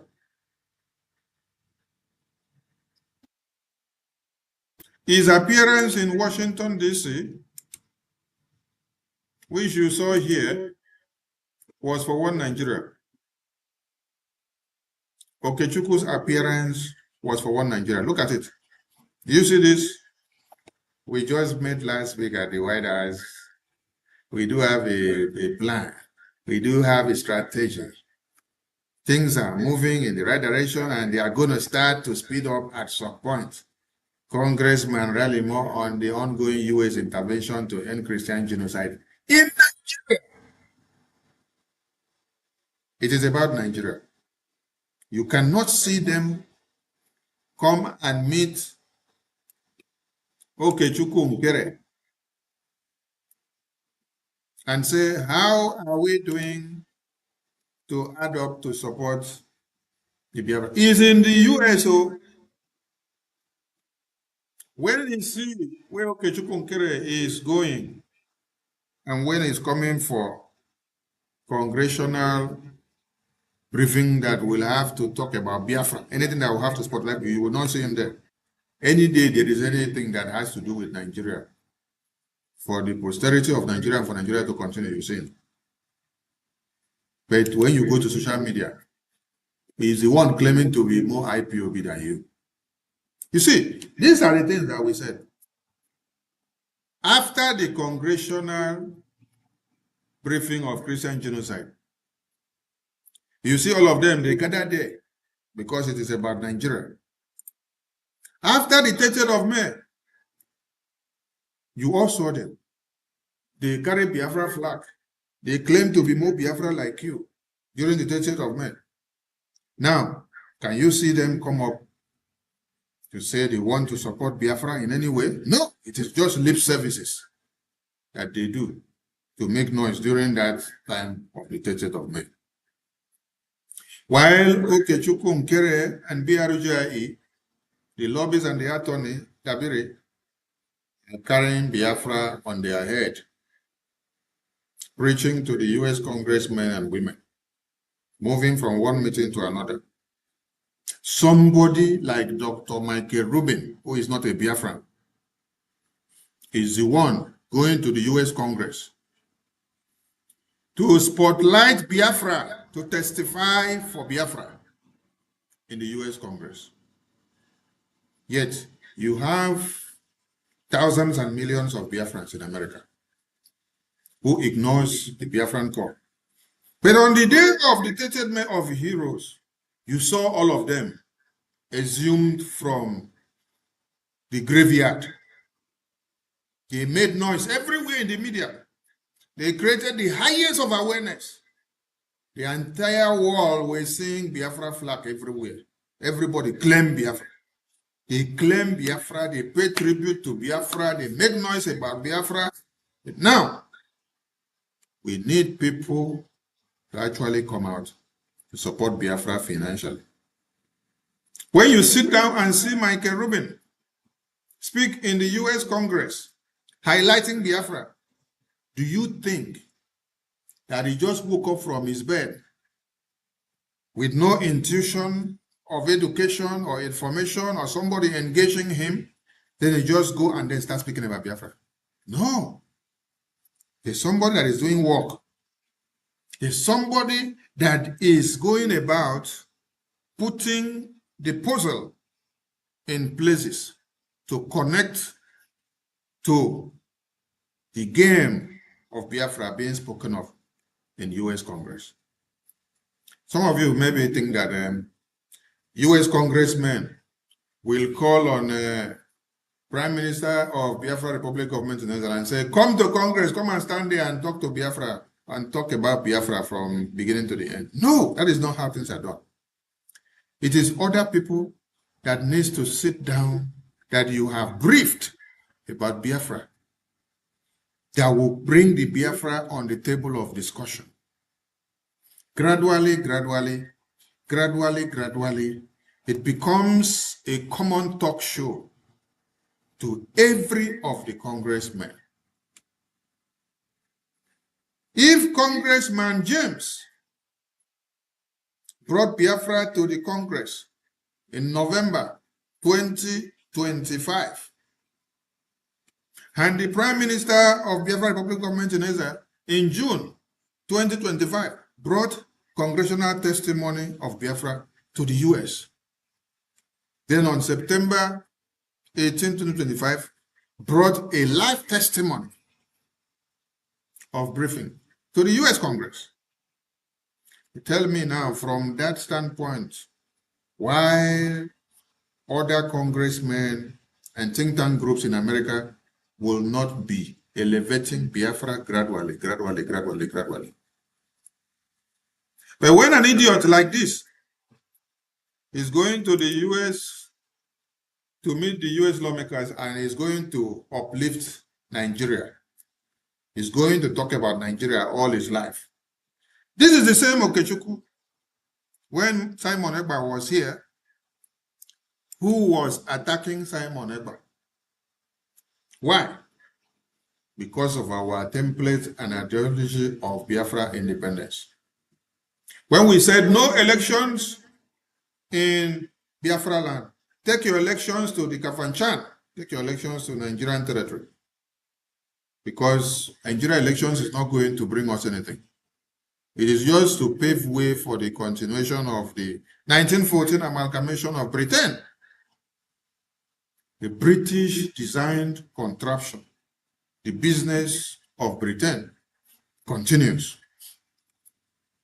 These are the people that came out and fought us very hard.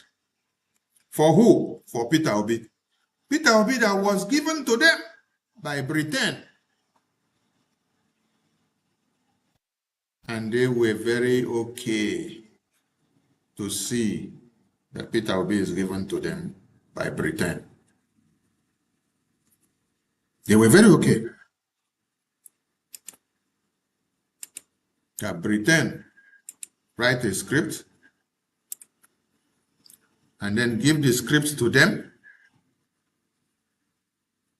and then call on one of them and say, go and play the script. And then they were very happy to be the one to play the script.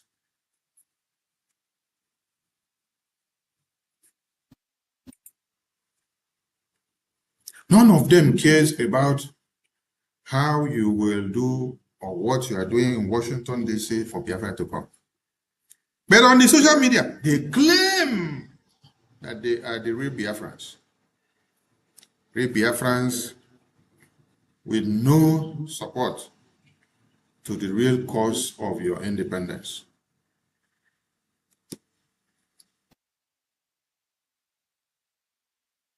Few weeks ago, he was in Abuja to celebrate Nigerian Nollywood actors' nonsense. Nigerian Nollywood actors are people that are denigrating the culture and tradition of the Biafran people. You will not see Nigerian Nollywood actors act a movie that is depicting Islamic jihad, that is exposing Islamic jihad. Rather, what you see Nigerian Nollywood actors, who are predominantly Biafrans, what you will see them act is to portray that Igbo people are doing money rituals, that they sell their mother and sell their father, and then they use them to do money rituals. And they do witchcraft. These are the kind of things Nollywood has been brought about to be projecting about your culture. So when they do this kind of movies and they sell it out, what do you think your culture looks like out there in the eyes of the people?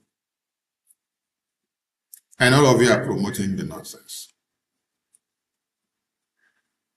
When they all saw that BBC was preparing a documentary on surviving Biafra, they all came out from the bush and were making noise. Even the foolish man they call Ejimako, the one that claims to be the lawyer of Mazi Nnamdi Kanu, a lawyer, he saw a documentary publicity that has not been released. You don't know the context. And then he was the one that launched the thing in the media and say, oh, Biafran people, Yoruba person cannot read or write your history or tell your story. He pushed their attack dogs and they went out to the media and started mesmerizing themselves. You guys really disgrace yourselves. The same Ejimako that came to push and say Yoruba person cannot work with BBC. to tell your story of Biafra. How many stories of Biafra did Ejimako write before the Yoruba journalists decided to compile and bring something very skeptical and inquisitive? No, nothing. The only thing they can write is for them to come and ask you for money. They'll come and read, we have filed the case of Mazen Nandekan. We have filed the case in Abuja. We have filed the case in Sokoto. We have filed the case in Enugu. From 2021 to now, they cannot deliver anything. So the man had to relieve all of them of their duties. He stand in the court to defend himself, yet they are collecting salary. Even when the man is sent to Sokoto, they cannot do anything in court to see that their client is not transferred from a safe zone to a dangerous zone. Why did they transfer him to a dangerous zone? So that when the terrorists want to start killing people, they will kill him there, right? Awolowo was to be killed by the Northerners, a Yoruba man. When he was sentenced to prison, they wanted to put him in the north. Biafrans said, no, you cannot take Awolowo to the northern prison. They will kill him because they see him as enemy. Because the north is already in fury against the south. Send him to Biafran prison, where he is not seen as enemy or as a threat, so that his security will be secure. Did anybody alter it? No. He was sent to Biafran prison. He stayed there until when it was time that we released the animal. And the plan was to make the animal the Prime Minister of Nigeria. So when the animal came out, they made him Commissioner of Finance of Nigeria. He turned back against the Biafran people. So all these useless lawyers that wear wigs and call themselves names, you can't even secure that your client will not be sent to prison in a dangerous zone. Anyway, if you could not secure anything for him inside the court, is it for you to now secure where he will be kept in prison? That shows how useless you are. The only thing that is important to you people is to keep him in prison and turn him to a manicure. Turn him to a museum article so that everybody will be going to prison to look at him. And then you'll be collecting money from everybody. The day you want to go to Sokoto, it will now become as if you are traveling to America. You call the entire people in America, Canada, UK. Call them in Europe, ask them for money. Oh, give us money, we have to go to Sokoto prison to go and see. It becomes a merchandise.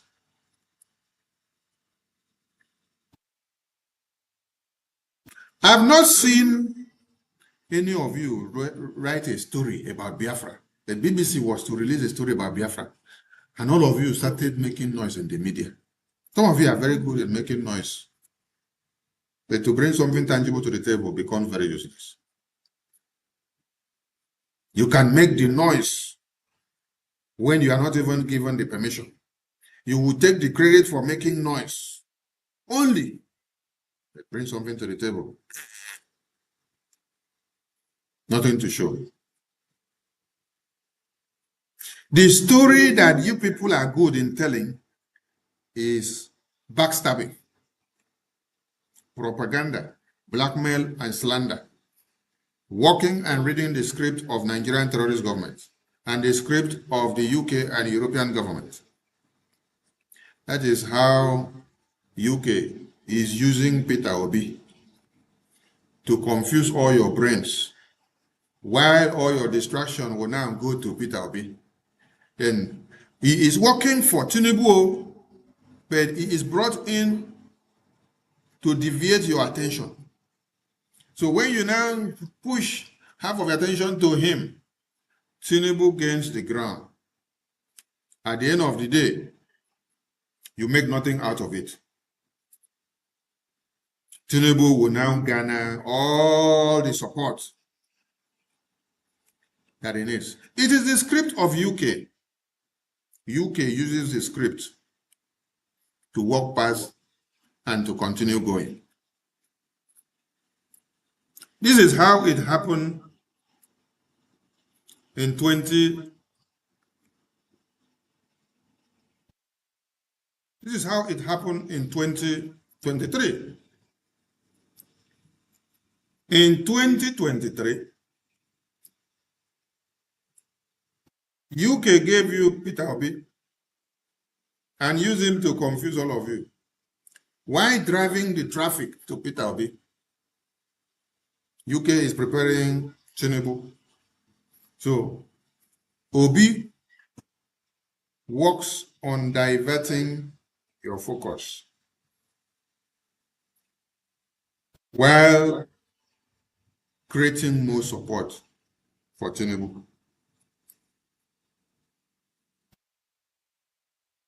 Few weeks ago, who is the person that hosted Tinubu?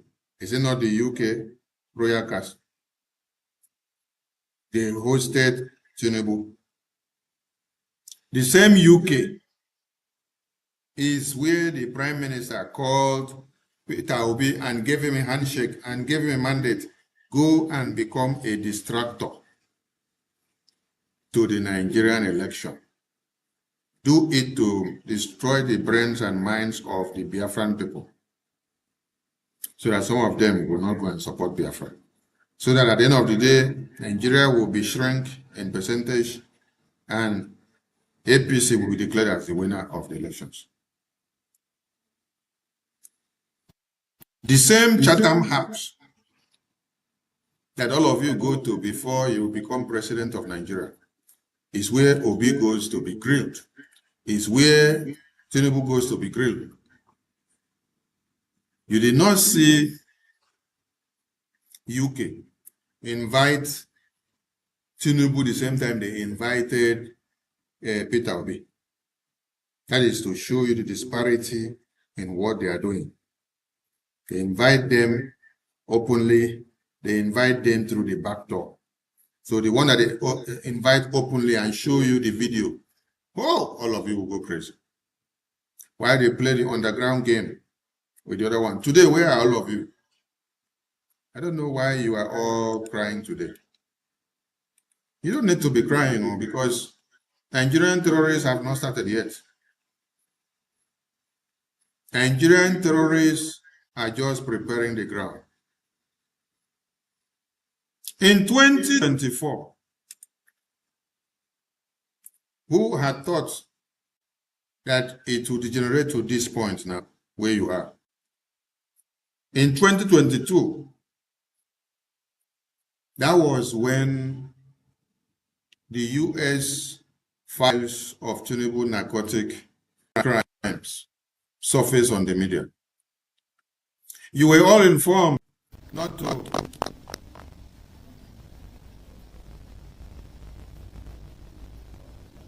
We take a short break. No other station does it better. Truth be told, real stories, real power, real Biafran soul. Every day, every hour, we taking control. Breaking every silence, letting voices rise, standing for the people, opening. Thank you so much, and welcome back. In 2022, that was when the narcotic files of Tinubu surfaced from America, and you were all warned not to vote Tinubu into power. Nigerian citizens, were you not fighting the Biafran people because of cautioning you not to make Tinubu your president? Were you not fighting the Biafran people when we canvass for no elections of Nigeria in Biafra land.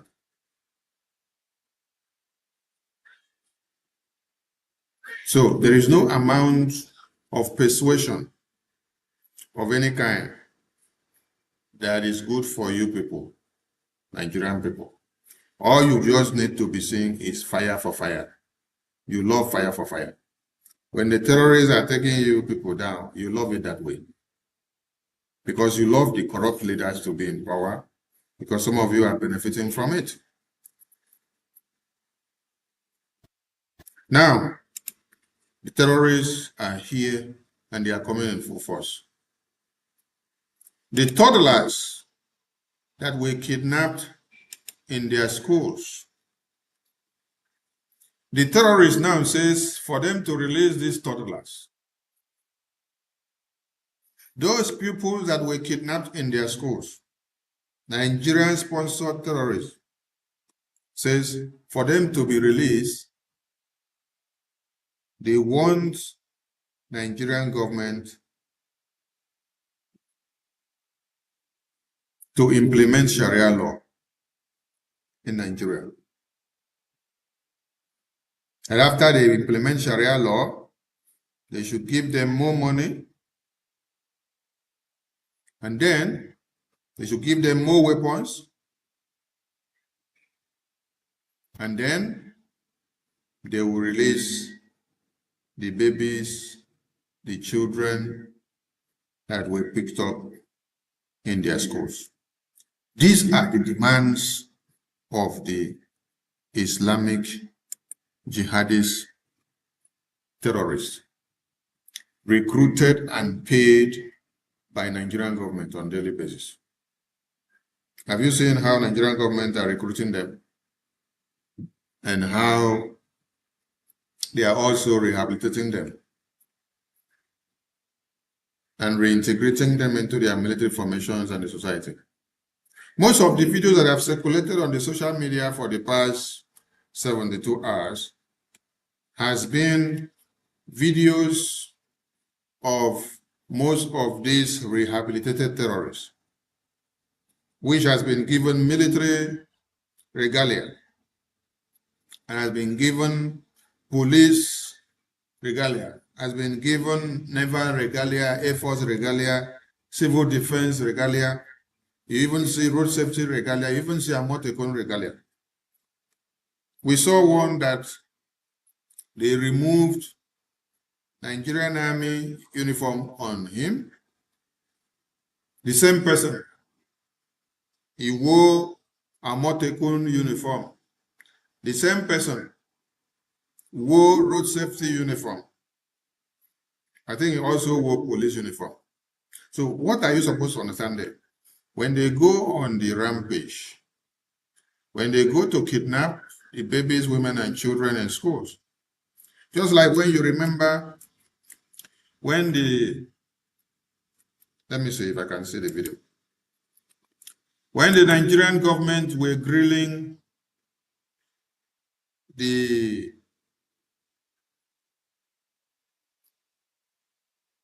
chief of staff or minister of defense, when they were grilling the minister of defense in the Senate, they were asking a question. Who orders the withdrawal of the military personnel from the school where our children were kidnapped? And the military personnel were ordered to withdraw from the school few minutes before the terrorists invaded the school. These are some of the questions that were asked inside that Senate grilling that day. I'm looking for the video. I want to bring it to the screen. Even if I don't find it now, I'll look for the video and bring it later. Yes. This is the Nigeria that you find yourself. when terrorists are wearing military uniforms, tell me, on that very day when they are asking this question and say, who ordered the withdrawal of the terrorists from the school before the real terrorists invaded and kidnapped the children? It's very simple to answer now. You know how simple it is to answer. How simple it is to answer now is that if Nigerian government recruit these terrorists and put them back inside the military formations, they give them uniform to wear,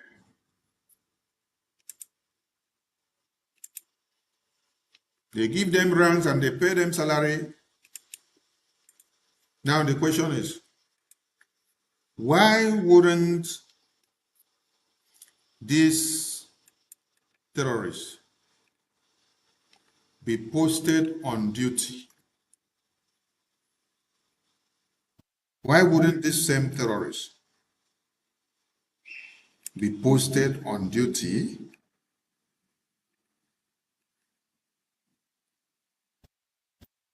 and then when they are posted on duty, when these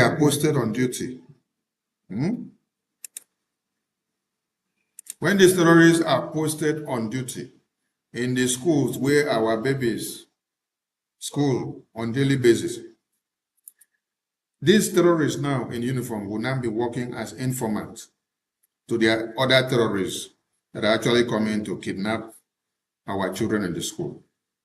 So on the other end coming, they will communicate together. So the ones that were sent to come and mount here as officers on duty, this is how they will discharge. They will discharge few minutes before the other ones that are to come to launch the attack will now invade the school. Do you now understand?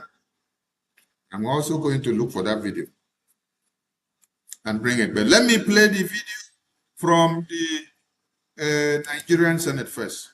Should have asked had been asked. But it's to say to you, based on where you're coming from, the commendations and accolades that you've gotten from my colleagues, is to say to you that I will be requesting the Senate to give you like what had not been done before. You will be approved, but in principle it will be probational. If within the first 6 months these sensitive questions are not brought to bear in the affirmative, where is Brigadier General who authorized the withdrawal of soldiers 30 minutes before the operation that saw to the kidnapping of the MAGA, 25 children in MAGA, and etc., are not answered, or no progress is seen by the Senate, by extension of the country, because the Senate is the country. We represent Nigerians here. If those are not taken care of within the first 6 months, this same Senate that members have applauded you, commended you, and will approve you, the same Senate will call on the President to send you packing,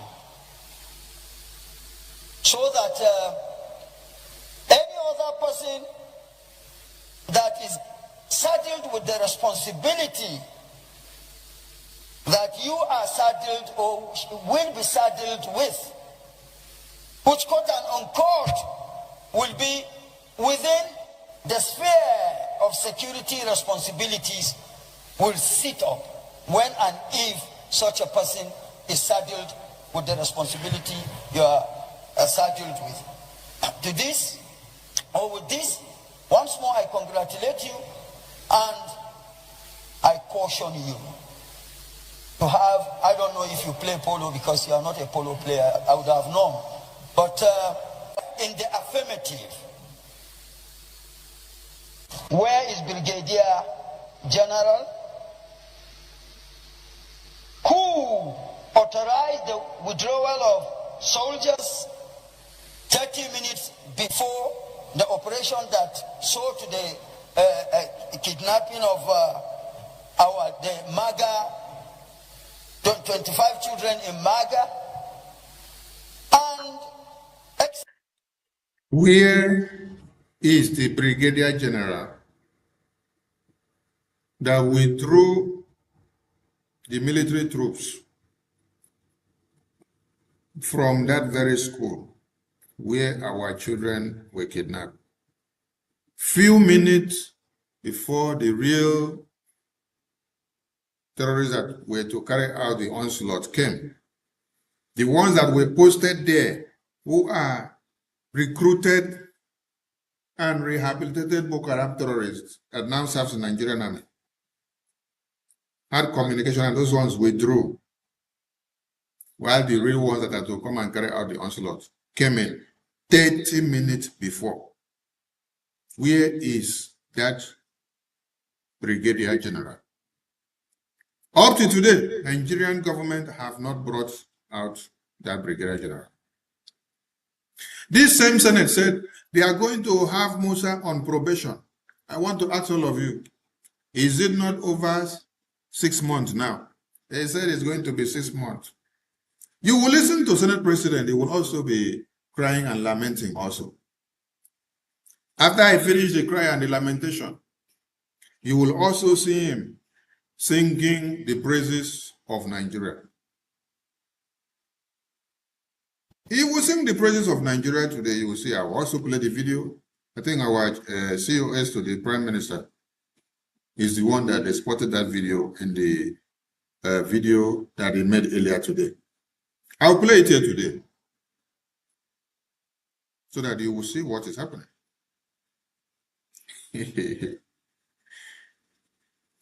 Where is the Brigadier General that commanded the troops to withdraw from that school where our children were kidnapped? So what you should now be worried about is, what is it about this Brigadier General? Or what is it about these people? And how do they come in there to now be the topic or the issue of the day?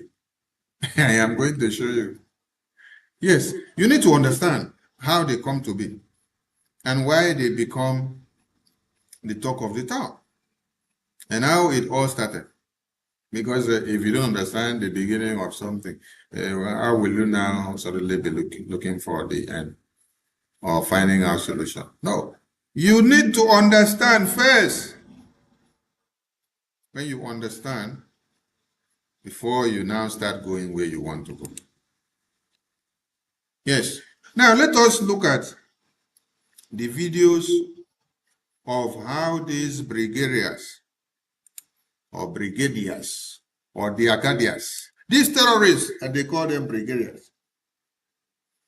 Let us see how they carry out that kind of act so that you will understand. Because they did not just wake up from the toilet to carry out the act. So when this question was posed in the Senate, they said they are going to give Musa 6 months.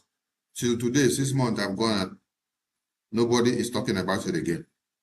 Now, how many more babies have been kidnapped now? The one that they did before, they have buried it. They don't want to talk about it again.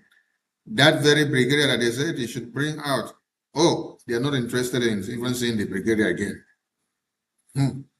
Now they are talking about releasing the new children that have been kidnapped recently. This is the Nigeria that you all worked for now and are so happy to have. as Nigeria. Many of you are very happy to even say, I'm in Nigeria. You carry that useless passport and you'll be making noise in the media. You will not even allow somebody to hear what. Wait, I'm going to bring a terrorist to show you how they do it. Because you'll be asking the question, oh, how is this happening? No. These ones are asking their own here in the Senate. Since when they asked, did they get answer? No. They did not get any answer. They said they are going to use 6 months to get the answer. Musa is more than 6 months in the office. The other day, we saw Musa doing political campaign. Musa is no more so concerned about security affairs. Musa delves so much into politics nowadays. But when you people see Okechukwu Nkere, the Prime Minister of Brgie, doing his work in Washington, D.C., you guys want to go about to bring him down. Tinubu is liaising with many of you to see that Okechukwu Nkere is kidnapped or imprisoned or locked up in America. Why? Not because he committed any crime, but because he decides to fight for Biafra for you and I. Yes. Because he decides to fight for Biafra for you and I. And many of you are very, very okay when you are playing the red card to please Nigeria or to serve as a tool to Nigeria while trying to bring down Biafra Prime Minister. I weep for many of you.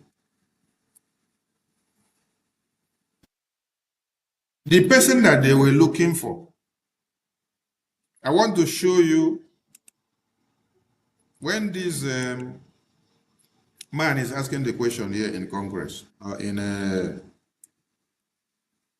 Nigerian Senate.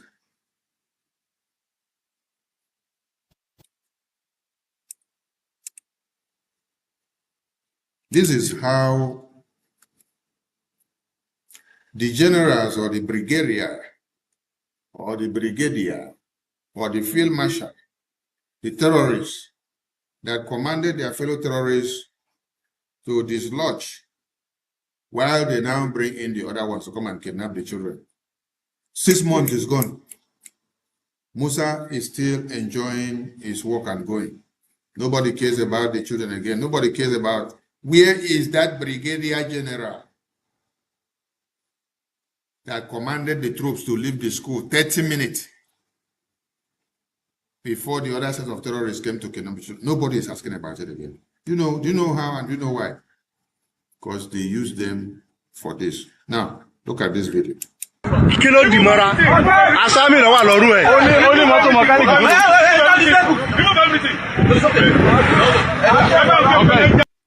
Now, you are wondering what is happening here. Let me explain what is happening here. This is a terrorist that has been captured, a recruited one, a rehabilitated one, the one that Nigerian government put inside their military formations. This is how it happened in that very school.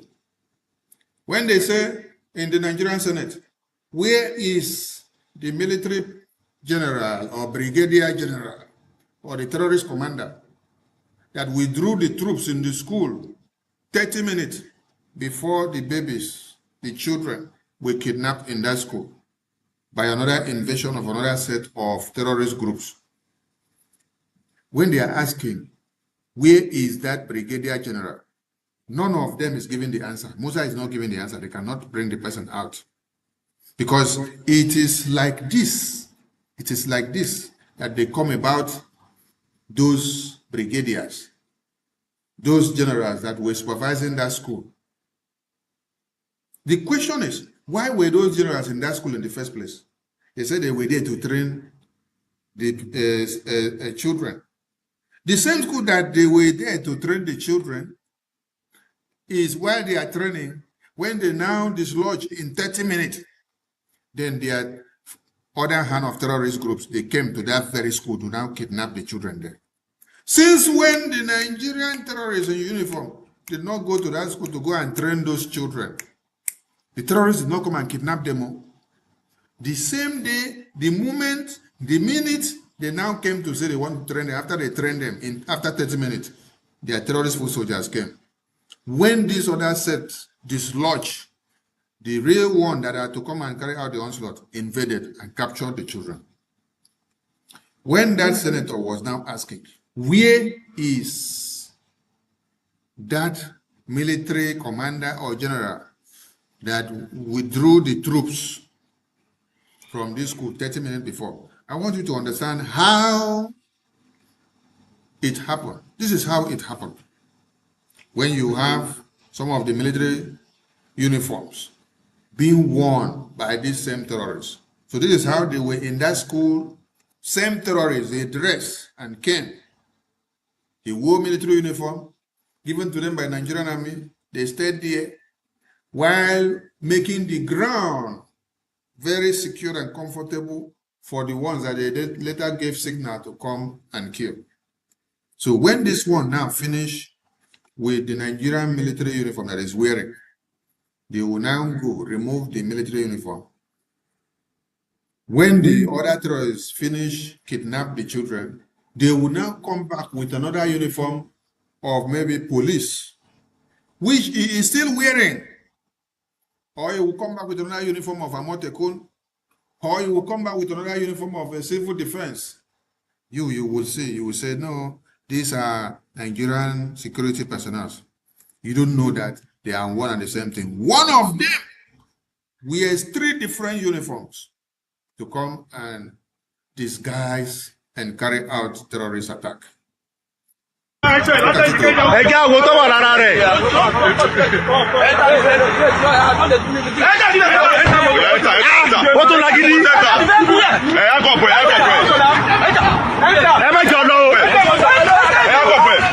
Just wait to.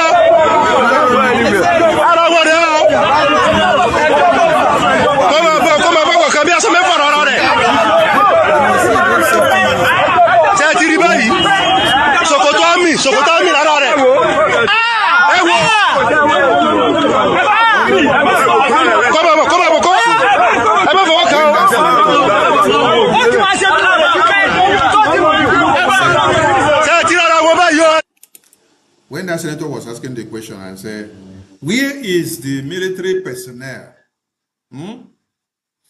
that withdrew the other terrorists from this school. Hey, can you see another uniform? Hey, how many uniforms are you seeing? This one never finish. Oh, they go see pull another uniform from his body again. More uniforms are going to come out from one person's body. Now we are going to go back to the Nigerian Senate video so that we explain to you when the Nigerian senator is asking, where is the general, the brigadier that call off their fellow military personnel that were there 30 minutes before? This is how it happened. All of them that wore the same Nigerian military uniform to come down there, they were the same terrorists because they are all wearing the military uniform. So when they wear the military uniform, they come and disguise as if they are the real military that time. So they are giving them training. They are securing the environment to see that there is no threat of invasion. After they have secured and gotten guarantee, they now send signal to the other ones that will come to do the attack. Then they will now dislodge. All of them will now disappear. As they now disappear, are not answered. As they now disappear,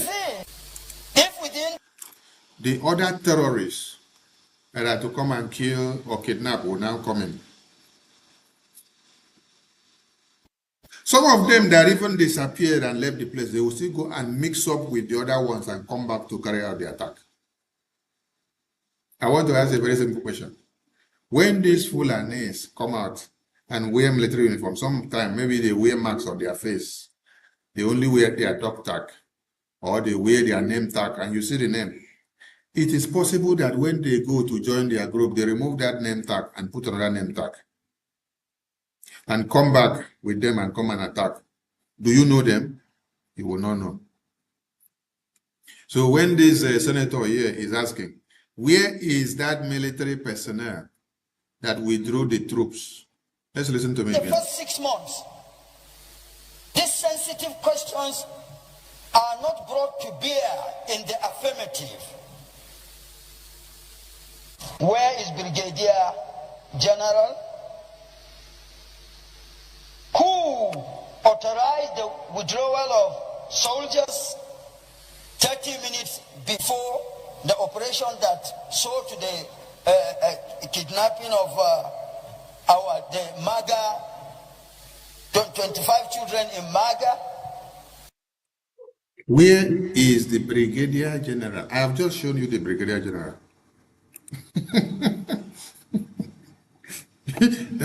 that is how to see the Brigadier General that carried out that onslaught. Because the Brigadier General dress like them and come like them and wears like them. So that is what the Brigadier General is all about. Do you get the point? All right. Nigeria is built for the terrorists. Let us ask these people another question. God's will, Akpabio, here you are. You were asking Musa whether they will be able to secure our children. And today, you are singing that Nigeria is okay and that you people are making exploits because of Nigerian politics.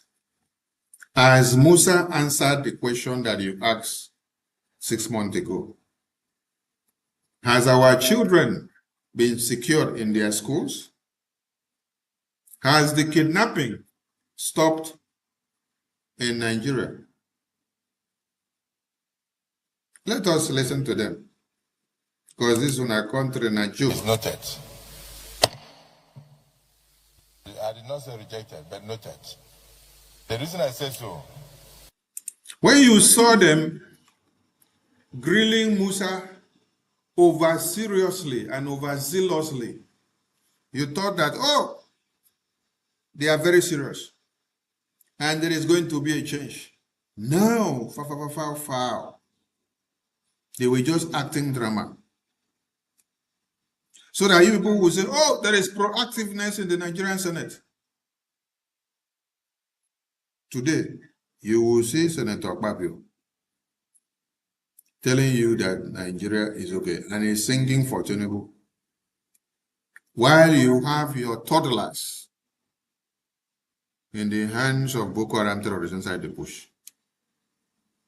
The terrorists which they themselves created and brought for political campaign in 2014 and 2015 is the danger that all of you are suffering today.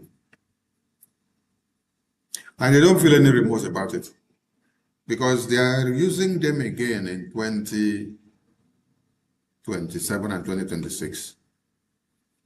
You know, one thing I love about President Trump, when he is handling these Nigerian terrorist issues, he doesn't rush about it, and he doesn't pour all the flames on the terrorists once and for all. He does it like you are doing anointing in an Anglican church. You know, when you are doing anointing in Anglican church, you will put the oil inside a small cup or basin. Then you will, let me remind some of you that used to go to morning mass and morning prayer and evening prayer, especially on a Friday night, when they say Friday night prayer. When you go, pastor will put the olive oil inside small tray or inside small plate. Then he will dip his finger like this and then do like this on your forehead. That is how President Trump is doing this Nigerian terrorist thing now, how he's dealing with them. He will just dip his hand inside the oil and then put small on the terrorists, and then the terrorists will explode. He will now wait until that oil where he put on your face dry, finish. You know, so that oil where they put for church, for tarry night, when we go tarry night, when they put that oil, you go want make that your oil day till the next morning, so that make it no dry come out for your face. Because you believe that it is this oil that will keep you from witches and witchcraft. That if witches and witchcraft come to attack you in the night, on them seeing the oil on your forehead, they will run away. So you don't want anything to clean the oil away. You want that oil to remain there. Some of us, when we wake up the next morning to go to school or to go to work, when we are taking bath, we don't want to wash the oil off. We want that oil to be there so that it will serve as good luck to us. That is the way President Trump is dealing with these terrorists. He will drop the small drops of the oil on their forehead and then wait for it to dry. You will now see the reaction of all these terrorists and all those that are sponsoring them. The first drop of the terrorist bomb was in December 2025. Just calculate. December 2025, January, February, March, April, May. After 6 months, before he drop another one. And this other one now, he dropped it for like 3 days. Eliminated about 175 Boko Haram terrorists. Then he now calmed down again. And the way he's doing it, it is sweet meal.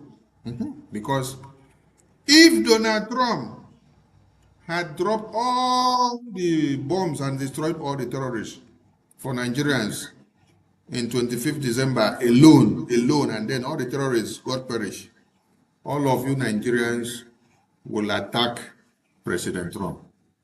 Because you people are people that are not grateful at all. In fact, you people don't need something good to be done for you. Yes, Nigerians, you don't deserve something good. Because the one that President Trump did, you did not appreciate him on that 25th of December. So the way the terrorist is rampaging now, is good for all of you. Yes. Because now you are the ones, after seeing more terrorists, after seeing the escalation of the terrorists coming out from the north, entering Yoruba land. Before, it was Middle Belt, and the people of Yoruba did not take Middle Belt case to be important. Now it has degenerated now, and it is coming into Yoruba land.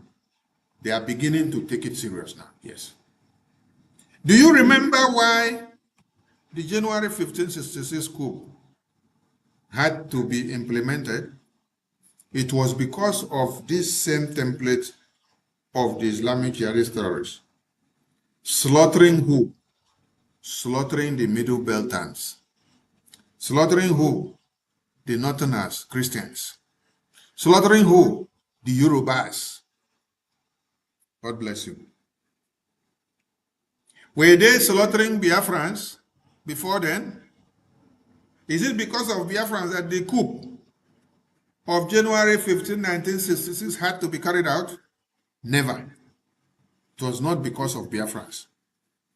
It was because of the Middle Beltans that were being slaughtered the same way that is happening today.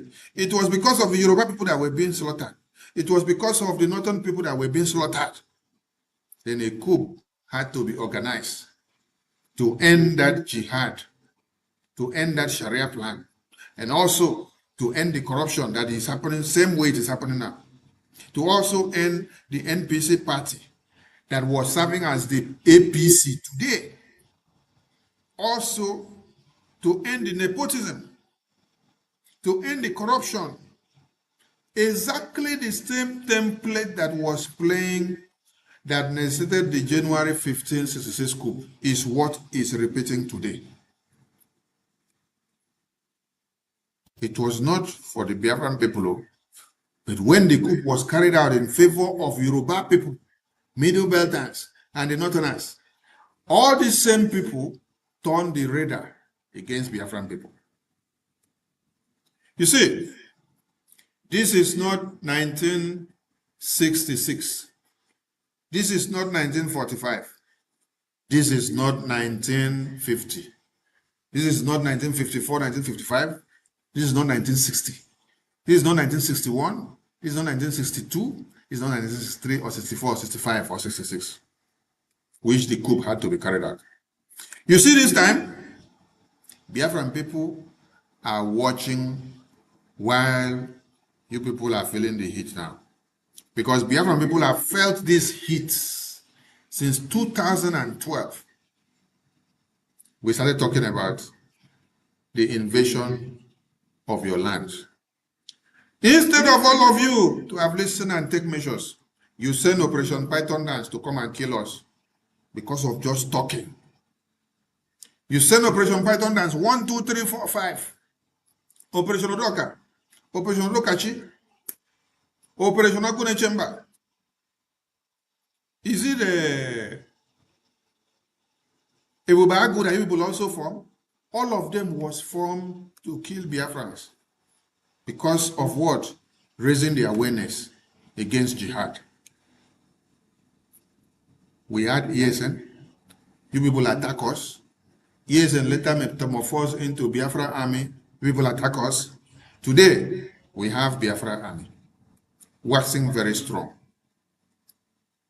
If you're not seeing them in action now, they have fought a very good fight. They are on the watching zone now. They are watching to see, they are relaxing to see how the terrorists will deal with all of you to wake you all up, because they have been fighting since when they were fighting. You were destroying their image. You were destroying their effort. So they cannot be fighting for all of you to continue to shout Nigeria, and to continue to shout Peter Obi, and to continue to shout Atiku and Golo Jonathan and Kwankwaso while they are dying for you. The worst part of it is that many of you are not contributing anything to support the Biafra Army. Just few people are contributing their ad-end money. Biafra Army have sacrificed a lot Now, it's time for all of you in Nigeria to bear the brunt. We are watching. When it is time for Biafra army to strike again, they will strike. But for now, let the terrorists deal with all of you. The terrorists of Nigeria must deal with all of you so that you will all wake up. So that you will realize that the God of Biafra is a true God. You kidnap Mazen Amdekan, right? You lock Simon Ekpa up, right? You want to lock Okechukwu Nkere up, right? Okay. You are locking Biafrans up anywhere they are, right? They say Biafrans that are doing Biafran government in Israel, all of them should be locked up in prison. They should be deported to their country, right? Because they are fighting for Biafra. Because they identify with the Biafra Republic government in Israel. Yeah. When I go see the thing never starts. These terrorists that we work so hard to alert all of you in 66 to 70s, and you all turn it against us, this time you will bear the brunt. Biafra land, we have Biafra army. You see, when it's time, those of the Biafrans that are not supporting Biafra now, it will get to a time that they will rush and say they want to come and support Biafra. Yes, because the heat will come up. We are waiting. We are not in a rush. We have created the highest level of awareness. We have set the template and the pace already. We are just waiting for everything to key into the puzzle. There is a puzzle game on the table. They are all coming in one after another. The puzzle is coming in one after another. It's remaining some to fill up. When they fill up, get to the right place, you hear the next stage of what we are going to do. So let those people that dug the graves of Biafrans, let them embrace and rejoice with their terrorists. But woe to you that makes yourself a vessel of destruction to be used by Nigerian government to either imprison Biafrans, both the past leaders that are in prison and the leaders that are here, and the government of Biafra that you're working against to betray. Woe to you that will make yourself that vessel of destruction, because it will not be nice for you. Listen to Akpabio and ask Akpabio, where are all these things that he said 9 months ago? And what reforms has been implemented from what he said 9 months ago? Yes, listen to him and ask him the questions. Is that the man standing in front of us could be regarded as a solution to the current insecurity in the country. And we are not here on our own. We are here representing our constituents. And our constituents would like to hear from him whether his appointment will enable them to sleep well, whether their children will be safe in schools. Yes. Whether the appointment will enable them to sleep well, whether their children will be safe in school after appointing Musa. Are your children safe in your schools? Are your children in the hands of the terrorists as we speak now? Are your parents, are your teachers in the hands of the terrorists as we speak now? I thought the reform of bringing Musa was to make sure our babies will be guaranteed of safety. Our children in their schools will be guaranteed of their safety. Our teachers in their school will be guaranteed of their safety. Where are those reform promises? Akpabio, you continue. So we are not asking him questions because we don't like him. We're asking him questions because our constituents would have loved to ask him questions at a time like this. So if we come here and we do politics of bow and go, this is not a period we should say bow and go. Even Donald Trump is on our neck. We have not yet asked him what his response will be to Donald Trump, the President of America. He is not just anybody. Chief of Defense Staff, a nominee for a Minister of Defense of a country, and you stand up and say you should take a bow and go, with so many questions on the mouth of Nigerians, with over 200 Nigerian children in the bush, kidnapped and being tortured. With over 200 Nigerian children in the bush, being kidnapped and tortured. Today, how many do you have in the bush? When they were grilling Musa to put him into office, you had over 200 of our children in the bush in the hands of the kidnappers. And today, in 2026, this is June, right? This video was done, I think, whether in September or October of 2025, when they had this Senate gathering. How many months has gone? Every day, from January to this very day, we are counting more numbers of dead babies, women, and children. As we speak, the one that we kidnapped, they are in the hands of the terrorists. We are wondering and thinking of when we will see them.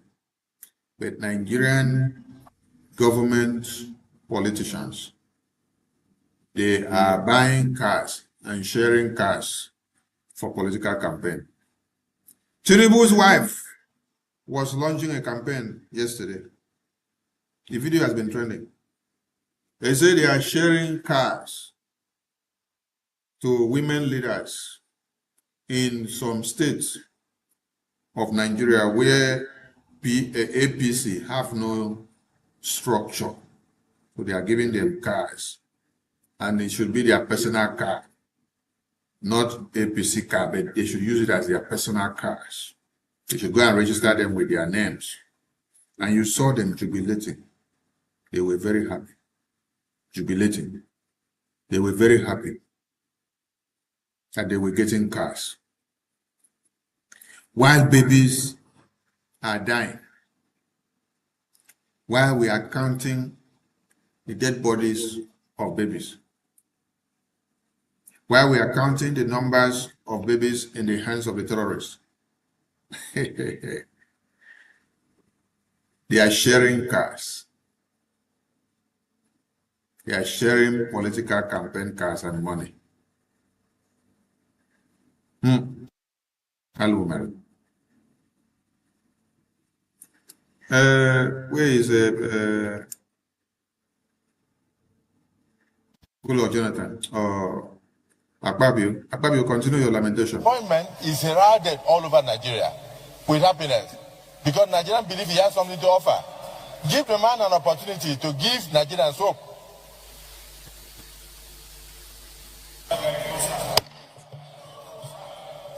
Akpabio, don't talk finish, Mr. Nominee. He wants to start his grilling now. Listen to him. You answer questions, but you will not give any strategic information on the strategy that you use.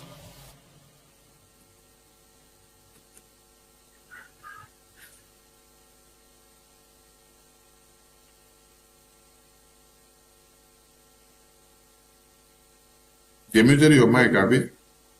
Unmute your mic. We want to hear. Don't take it that we are not happy. We are all happy. We applaud Mr. President for your nomination. We have a lot of hope in you based on your track record. But a few questions are begging for answers. The Senate has just set up a committee to find out from the cry of the governor of Kebbi who gave the order for the soldiers who had prior information that kidnappers were coming to the school Is it St. Mary's School or where? Maga. And they went there and they even took the students to the field and taught the students what they would do when the kidnappers come. But are you getting the point? They got there, they were giving the children orientation of what they would do when the kidnappers come. How did they know that kidnappers were coming that same day, that they must come and give children kidnappers anti-orientation that same day? So that is the thing I was playing before in that video, that the same terrorists in uniform had the same terrorists that works with the one that will come to do the kidnapping. Some of them were sent to come and give drill to the children. And when they finish the drill and step aside, they now give order to the other ones to come in. Question was, where is the military officer or general commander that gave the order? They refused to reveal or tell us. Till today, we have not got to know the person that gave the order to withdraw them or to deploy those terrorists to this place. And later interchange the terrorists with another set to come and carry out the attack. Minutes before the kidnappers arrived, somebody gave order for the soldiers to withdraw from the school. 30 minutes before the other kidnappers, the other ones that wear military uniform and say they are kidnappers. 30 minutes before, they gave order, they withdrew them, while these other ones enter to carry out. So it is a proper arrangement. And this is the kind of Nigeria you will have, and all of you are enjoying it. But you want to go after Okechukwu Nkere in Washington, D.C. to kidnap him, to come and lock him up. You want him to be imprisoned by American government because he's fighting for Biafra. The same way you did to Mazi Simon Ekpa. The same way you did to Mazi Nnamdi Kanu. People are coming to America to tell American government, kidnap Okechukwu Nkere and all the officials of Brgie in America. Because you know that it is those that are in America that are making things happen. All of us in other places cannot do or don't have the influence that is deposited in Washington, D.C. It is those in America that have the influence that is deposited in Washington, D.C. that is making something to happen. So now you say you want to go to Washington, D.C. and make sure, Okechukwu Nkere and the entire Brgie officials in America, that they are packed and locked up. They will stop us. They cited fundraising. They cited our town hall meeting. They cited our global engagement and meeting and how we gather and how we talk, and even the broadcast that I am doing. They said this is how we do our awareness and our campaign. So they are launching a network to go after the Biafra government and as a prime minister in America. Because they are done with Simon Ekpa in Finland. They are done with Mazi Nnamdi Kanu in UK. Now they are coming to Okechukwu Nkere in America. Hey, hello, Meru. And some of you that are looking for the downfall of Biafra Republic government in Israel, when you saw it, you clap your hands, you say, yes, Tinubu is coming after Okechukwu and the Biafra government in Israel officials in America. You are jubilating over the downfall of Biafra. Yet you claim that you are a Biafran. The same terrorist that kidnaps people in the north and Middle Belt and Yoruba land is the one that will visit you and visit your family. Yes, because you are even worse than those terrorists. You mixing up with us with backstabbing mindset, evil, jealousy, hatred, deceit. You are worse than the Boko Haram terrorists that wear the uniform to go to the schools to kidnap our babies, women, and children. Listen to the National Assembly of Nigeria. But 30 minutes before the kidnappers arrived, somebody gave order for the soldiers to withdraw from the school. And the kidnappers came and operated, and children were packed away. And the governor raised alarm all over. As the chief of defense staff, former, now a nominee for the office of Minister of Defense, I want you to know that this senator has set up a committee to investigate who gave that order and why they withdrew to give access to kidnappers to take those children unhindered.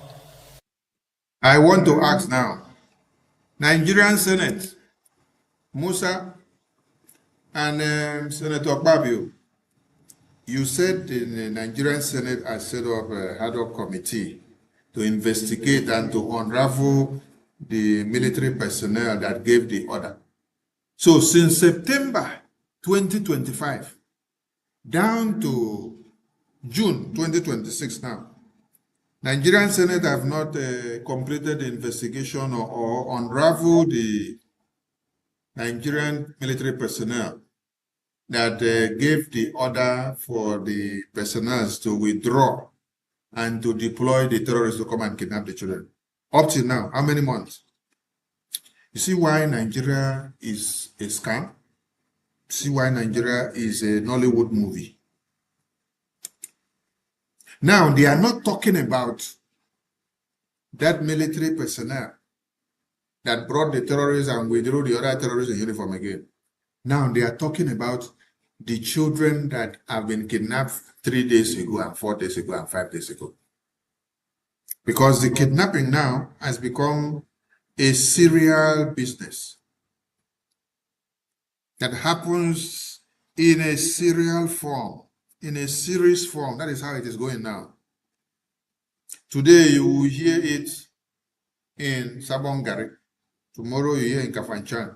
Next tomorrow you hear in Kwara. Another day in Plateau. This time now you're even hearing in Oyo and inside Ibadan. You're also seeing it in Lagos.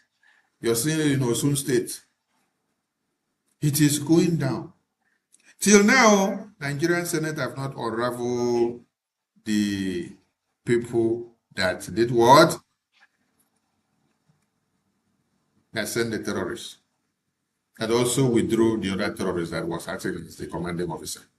Up to now, we never see. We are still watching. We are still waiting to see. This is the kind of shambolic Nigerian government that all of you are projecting in the international community. It's something that people would like to hear from you. And as we speak now, Brigadier General Oba has not been found, whether he's killed or not killed. He made a phone call to disclose his location. Who gave those coordinates for the kidnappers or the terrorists to go and pick him? Another good question. If the terrorists are not part and parcel of the army, of Nigerian military formation, how did they know the coordinates? How did they intercept the call? How did they know where that Major General Oba was? To intercept the coordinate to go and then kill him. Because the terrorists have infiltrated and they are working with Musa from the military intelligence unit down to the field marshals. So when they are going there, they give them information from ground zero to the intelligence unit. When you are sending a returning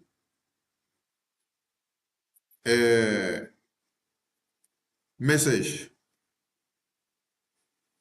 to the intelligence unit for call or emergency,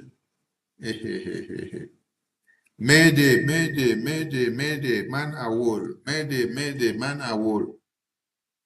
Who is intercepting the call? If it is not someone that is not in the intelligence unit, how did you get the call when a man is giving order, Mayday, Mayday, man awol? Mayday, Mayday, man awol. Alpha, Syria, Awol, and it's giving you the coordinates. And then as it's giving you the information, you are tracking his coordinate on the system so that you can be able to locate where he is for rescue. After you track and get it, you now send it to your terrorist brothers to go and eliminate him because he is alone there. Questions unanswered. Because they're working together. You see, as you people have come out and you want to kidnap all our Biafran leaders and to imprison all of them, America is the last bus stop. When I go see Nto, and all of you that are working together with Nigerian government, feeding them with one information or another, whether you claim to have been with us in BRGI, whether before or now or later, or you are privy to any information and you're feeding it to the Nigerian government, you don't enter big soup. Just wait. This is not Finland. This is not United Kingdom. Okay?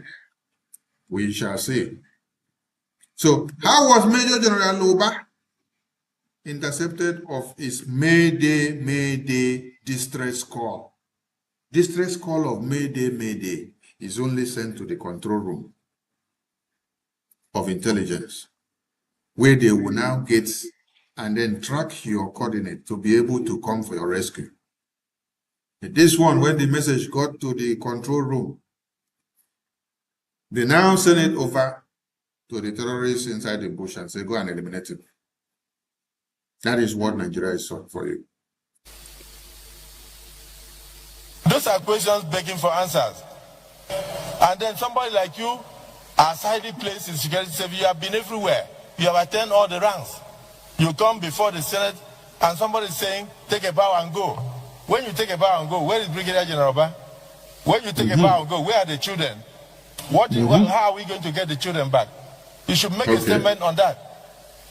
Please, I will not want us to ridicule the nomination of the president. The president knows why he brought him. And he has ideas of why he brought him. Let him also tell Nigerians what he will do in that regard. He doesn't need to disclose the strategy. Point of order. Point of order. Musa, since September, you people had this Senate discussion down to this very day, and Akpabio and all the senators. What has been the reform? Because as we sleep and wake up, we are seeing more children kidnapped on a daily basis in Nigeria. I just decided to bring the video back so that you people will know. This video had happened, I think whether in October, earlier or September of 2025. President Trump later warned the terrorists and told them if they continue to kill the Christians, he will come for them. They dared him in November again and in early December. That was why he visited them with the gift of Christmas on the 25th of December in Sokoto. Up till today, this legal chamber of, or judiciary, or I don't know what to call them, or legislative chamber of Nigeria, have not been able to give us answers to where is Major General Oba and our children that were kidnapped. The strategies and the guarantee that our children will be safe in school and they will not be kidnapped again. But every day, the bodies of our babies, women and children are stockpiling and they are kidnapping them more and more. And do you know what the terrorists are asking for? As condition to release our children. The terrorists are asking for Sharia implementation as a condition. They are asking for Sharia implementation as a condition before they release the toddlers, the children that are inside the hands of the terrorists. They asked for Sharia implementation. Do you all understand and see what Nigeria is all about? No, all of you will not understand. You will be shouting Peter Obi. You will be shouting PVC, PVC, PVC. You will be shouting Atiku Abubakar. You will be shouting Goodluck Jonathan.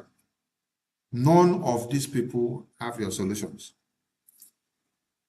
Peter Obi cannot help you. Goodluck Jonathan cannot help you. Atiku cannot. I think Atiku may help you. Yes, Atiku would be able to help you. Yes. Atiku could be able to help you. Yes, I want to tell you something. If you allow the Northerners to take power to Atiku, Atiku will be able to quell his terrorist brothers and tell them to calm down. Let us go wayo. They will calm down first small. And then they will now start giving them money and placing them into political circles. Ministers, senators here and there, they will be gaining more ground. They will now implement another thing inside the Nigerian constitution. This time it's not just the small part of Sharia. This time will be the biggest part of Sharia. At the end of the day, it will be total takeover of Nigeria Islamization. When you bring Obi, all of you will die overnight in Nigeria. When you bring Goodluck Jonathan, all of you will die overnight. Are you getting the message? Tinubu was to play this template of Islamization. This was part of the agreement of the Muslim ticket of 2023. But after Tinubu got into that seat, he refused to implement all those plans for them. That is why you see the hunger in them. Yes. That is why you see Erufai got angry to come out and say, Tinubu, they are paying terrorists. But the same Erufai was paying terrorists in his state under his watch. He said, we know the terrorists. We listen to their calls and their conversations. We know where they are. But we cannot bomb them.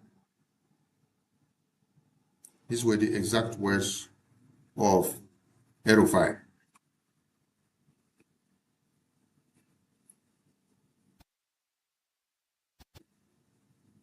But now, under Tinubu, as Tinubu is allowing America to come and crush the terrorists, because Tinubu is not allowing America to crush that terrorist with his free mind. His hands are tied because these terrorists have gone so much on the Christians. So Tinubu's hands are being forced by American government to crush the terrorists. So they are not happy with Tinubu.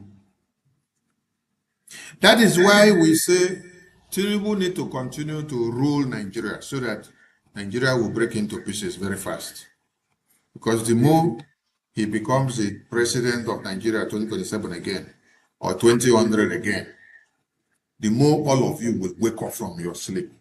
The more the terrorist Islamic Sharia agenda will escalate. The more they will move from the north to the south and enter everywhere. Then all of you will wake up and understand that you have a common enemy. Because for now, Biafran people still seems to be your enemy. You have not identified Boko Haram as your enemy yet. So you still have a long way to go. Okay? So, any vote for Peter Obi is a vote for Tinubu. Listen very well. This is the first time for Kenneth Okonkwo to even say something that has sense. I don't know whether he watched one movie before he woke up to give us this very one. Because you know, say Kenneth Okonkwo no get sense. He is living in darkness. So before he was able to give us this one, and he got this one right, you guys should be happy now. You guys should be asking, how did Kenneth Okonkwo come up with this one? That he got this one right. Listen to him. In charge of Bloomberg.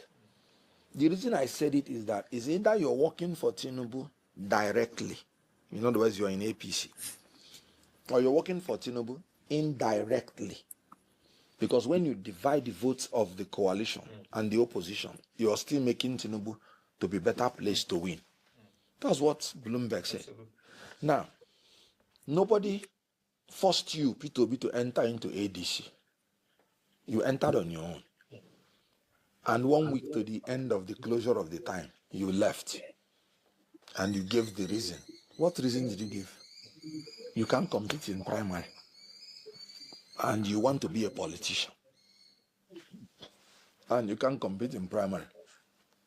You want to be the president of a challenged country.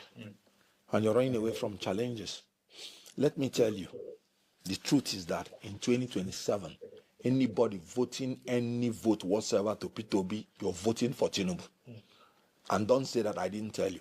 And I will give you example with Enugu State. Now, are you getting the message well? This is the first time in Kenneth Okonkwo's life for him to have been able to reason well. The very first time that Kenneth Okonkwo is able to reason well. In this is a living in darkness life of a Nollywood. Because in 2023, the UK and EU brought Peter Obi to come and destroy all your brains against Biafra, while he is working for Tinubu or UK.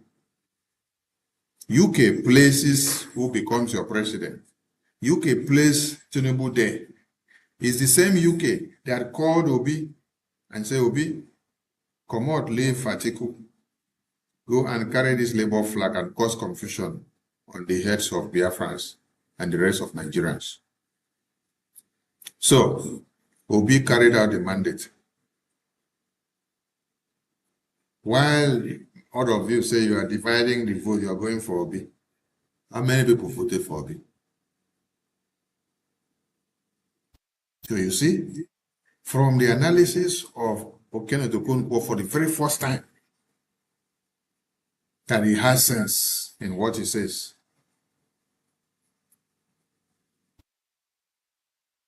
Obi is working to destroy your mind from reality of how you should have been standing to resist Nigeria continuity.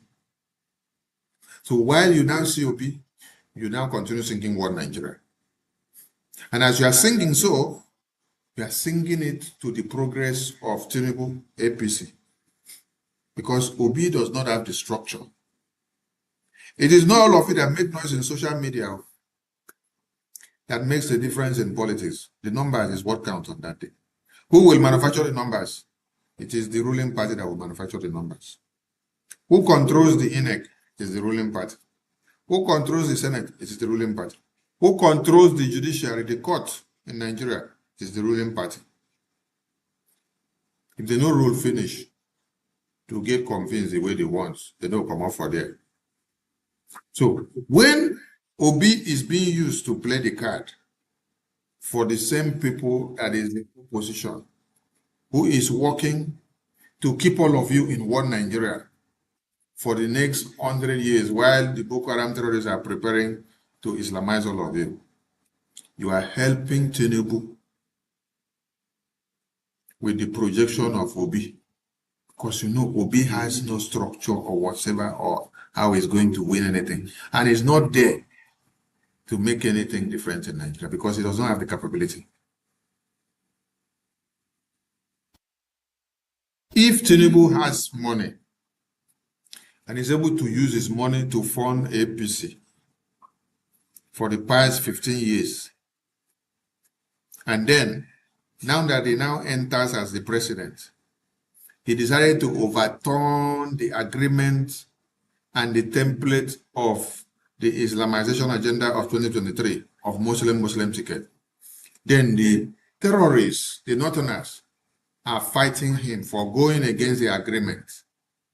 I want to ask all of you, how much money does Obi has that is now going to use to control the Northerners and to pay them and to control their political party for the next 15 years? Okay. UK only use Obi to play card for you, and all of you fell for it. And Tinubu has been reaffirmed again by UK. That Royal Castle banquet, that UK Royal House or Royal Family hosted Tinubu and all the officials of Nigeria, what do you think it was meant for? You think it was just mere decoration of a banquet? No. Didn't you hear them tell you that they have come to reaffirm the commitment of Nigeria into the hands of Britain, their British design business, to continue again? Who did they put the thing inside their hand? It's Tinubu. Did you see Obi there? Why didn't they invite Obi to come there? Why didn't they invite Atiku to come there? Why didn't they invite Goodluck Jonathan to come there? Why didn't they invite Amechi to come there? Why didn't they invite Kwankwaso to come there? All these useless people that you see that are carrying political party flag, they are all working for one APC to come out stand again. So it is a game. We are warning all of you. Now let us go to the event that happened in US Congress today.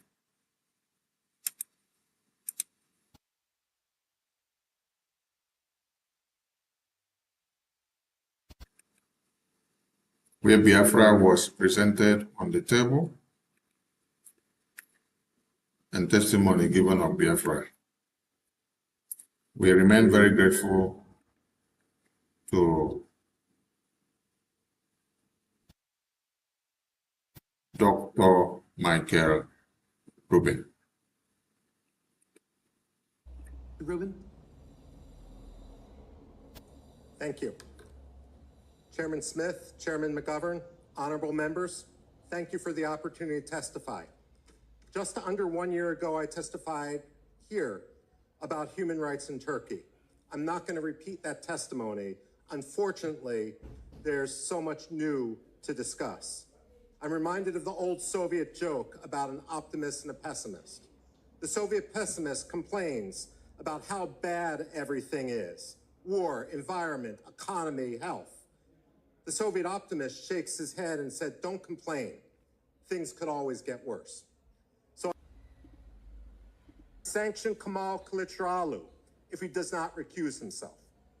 Representative Smith, to underscore the importance of freedom and of speech and discourse, you had mentioned what had happened at Sheridan Circle. The United States, Washington, D.C., should install a plaque on Sheridan Circle commemorating the illicit attack on peaceful protesters in 2017. Second, genocide recognition matters for a simple reason. If the international community does not force states and groups to reject racist and genocidal ideologies, those ideologies persist. When regimes nature them, the dangers grow exponentially. We've seen this with Hamas and radicalized Hutus and Nigerians attacking Biafrans. While Turkey blusters, it folds when others recognize genocide. We saw this with both the Biden administration's recognition of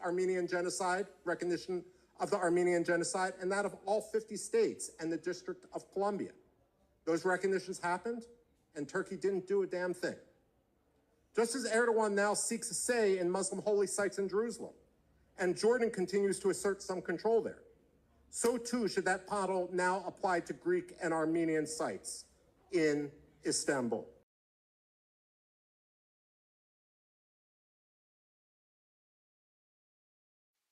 Thank you, Dr. Michael Rubin.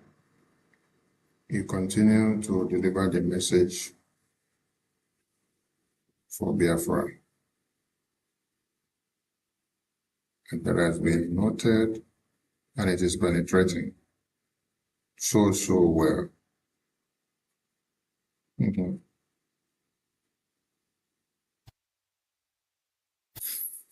Yes, Biafran people, we are making exploits, and we are going very far. And Biafra is being spoken of in the U.S. Congress. Daily discussions. And it is going slowly. The message is penetrating. And we are making it happen. And we are getting the results. We are getting the results that is needed of us. Now, a lot of you may not have seen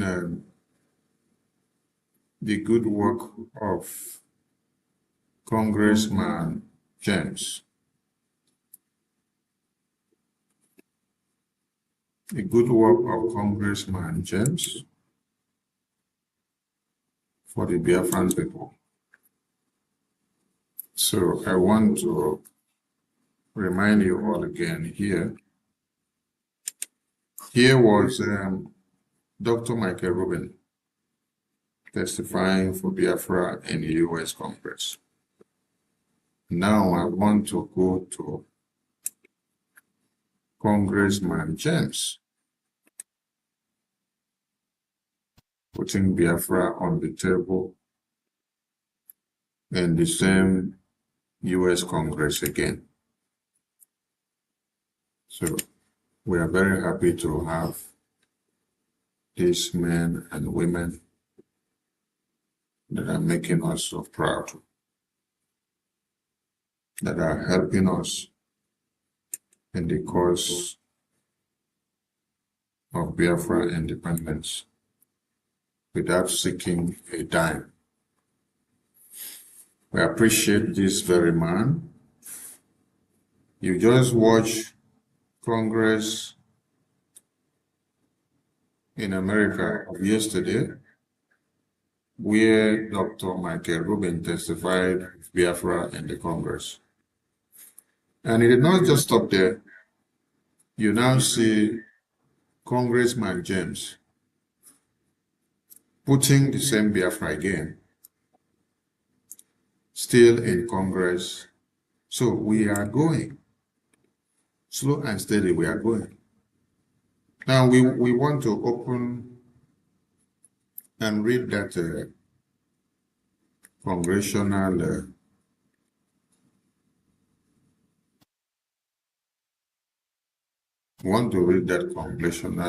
resolution. So for those of you that did not see what Congressman James did for Biafran people, you will now see it now. All right.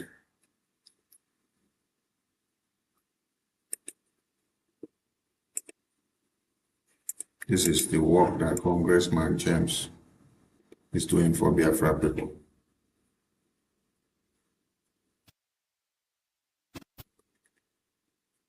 It is called H.RES.1321, calling on the government of Nigeria to ensure that all legal proceedings involving Mazi Nnamdi Kanu are conducted in full accordance with Nigeria's constitutional obligations and international human rights commitments. in the House of Representatives, May 22, 2026, Mr. James submitted the following resolution, which was referred to the Committee on Foreign Affairs. This is the same congressman here that PM Nkere has been engaging. And you saw the congratulatory message that they dropped here after this resolution was posted in Congress. So if you don't know who we call Congressman James, here he is. For those of you that wants to kill Okechukwu Nkere, I want you to look at the calibers of men that is going about dialoguing with, putting Biafra on the table with, telling them what they should do for Biafra and how they are reacting and what their response are going and resulting into. It is not just talk, it is actions that is speaking louder than words.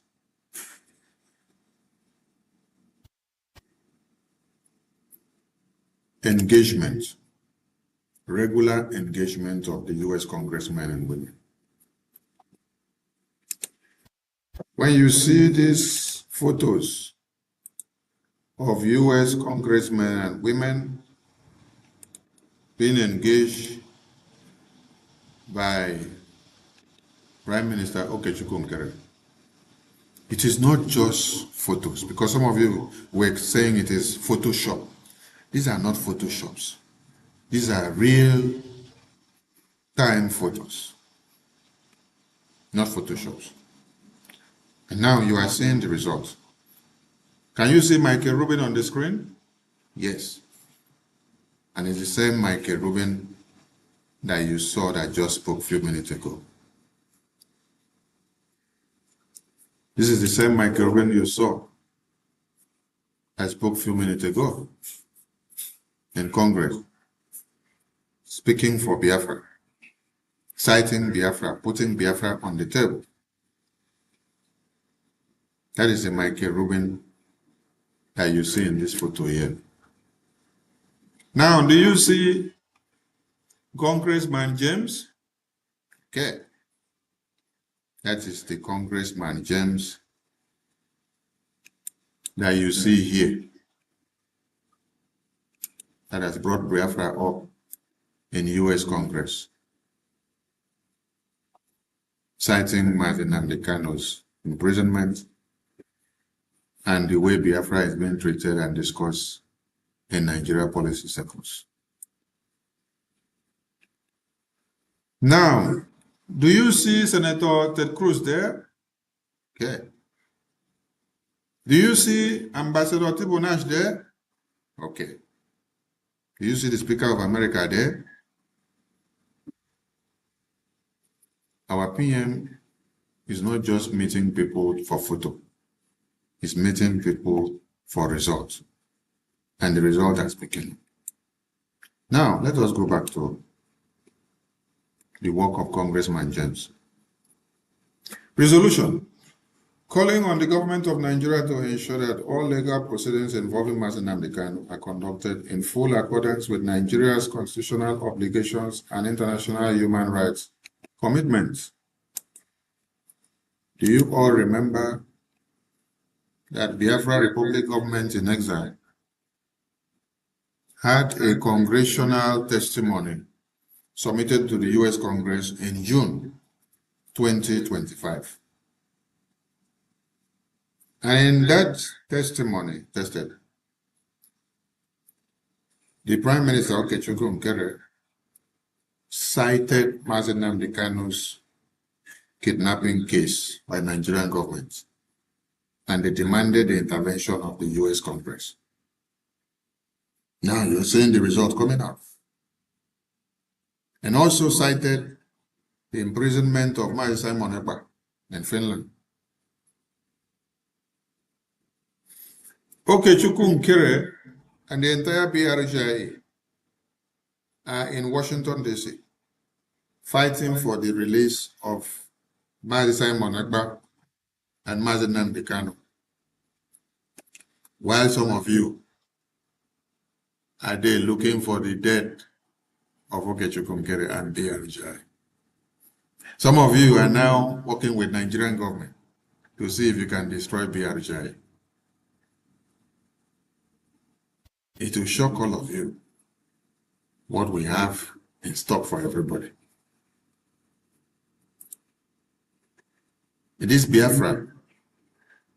If you take anybody out today, another worst and brutal person will come out, and you cannot stop Biafra. The seed that we sowed in June 2025 is yielding fruit 2026. The seed that we sowed in September 18, 2025 is yielding fruit in 2026. Let's go back there. If you were not in the congressional briefing and testimony in June and 18 September briefing of 2025, you miss a lot and you did not watch. Then go back and watch it. Go and look at the congressional testimony that we submitted. Read it through. You will see that Mazi Nnamdi Kanu was the biggest thing that we put to the U.S. Congress. Mazi Simon Ekpa was the biggest thing that we put to the U.S. Congress for them to be released, for them to intervene and sanction Nigeria and sanction Europe for the release of these two pioneers of Biafra that were talking about Biafra and fighting for Biafra, who were kidnapped and locked up in prison because of their reason of talking for Biafra and fighting for Biafra. And I ask some of you, what has been your own report card? What have you done for Mazi Simon Ekpa or Mazi Nnamdi Kanu since they got into prison to see their release? What have you done for Biafra to move forward and to get things done? Okechukwu Nkere with his entire cabinet, they are sacrificing everything they have to make things happen. The seed they sow in June 2025 and 18th of September 2025 is yielding fruit in 2026. And Mazi Nnamdi Kanu is being discussed, and Biafra is being discussed in U.S. Congress. Michael Rubin was here with us on this very voice of Biafra, I think last month. And today, or yesterday, he was speaking for Biafra in Congress.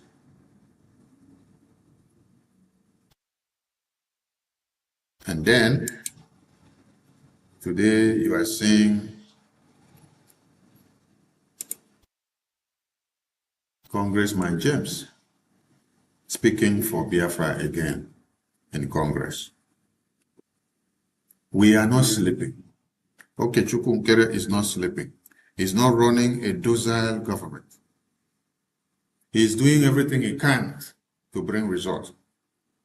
And if you decide to fall on the sabotaging end to see his downfall, you will not get any redemption. I promise you.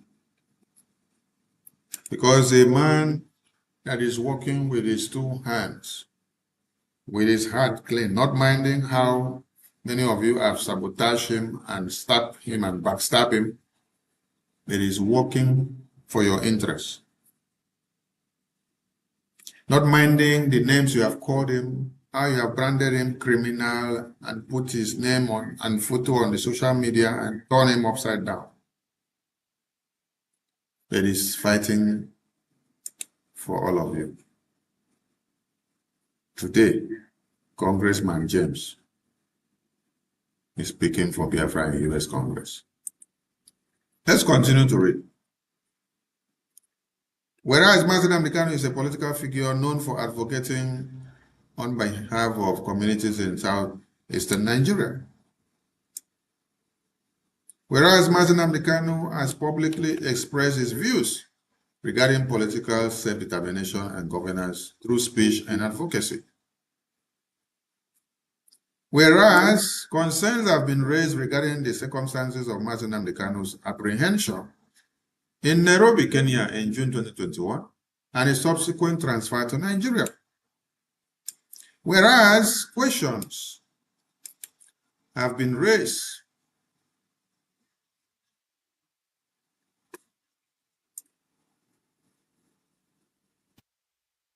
by legal observers and international bodies regarding whether his transfer complied with applicable legal standards and international obligations. Whereas the United Nations Working Group on Arbitrary Detention, in an opinion issued on July 20, 2022, found that Mazi Nnamdi Kanu's detention violated international human rights obligations and called for his release and the provisions of remedy. Whereas courts in Kenya have issued rulings concerning the legality of Mazi Nnamdi Kanu's transfer from Kenya to Nigeria. Whereas concerns have been raised by human rights organizations regarding the process, access to counsel, and conditions of detention.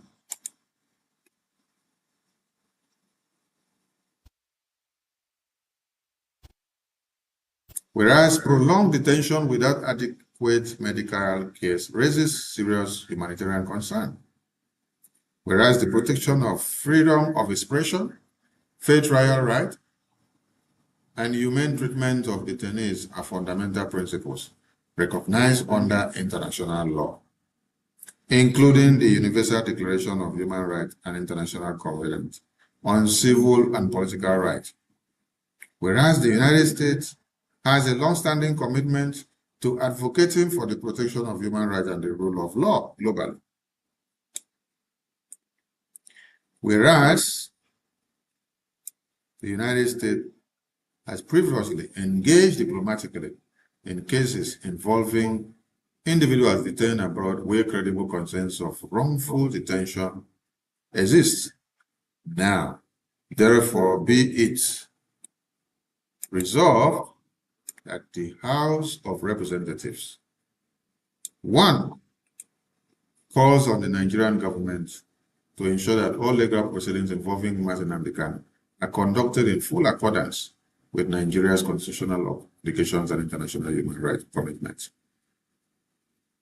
Urges the government of Nigeria to carefully consider the findings of the United Nations Working Group on Arbitrary Detention and to appropriate steps consistent with those findings.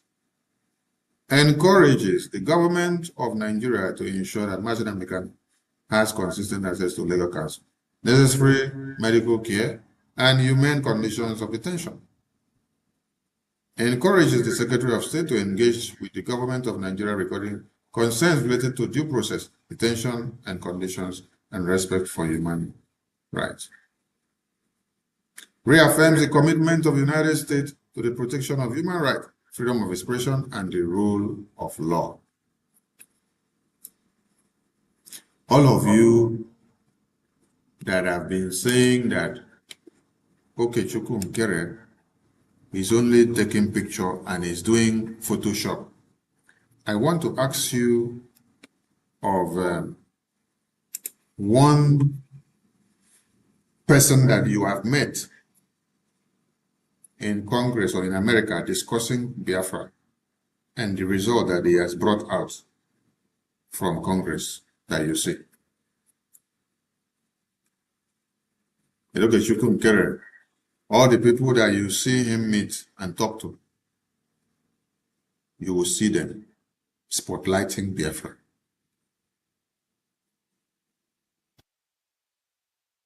Some of you were projecting Mike Arnold, one madman.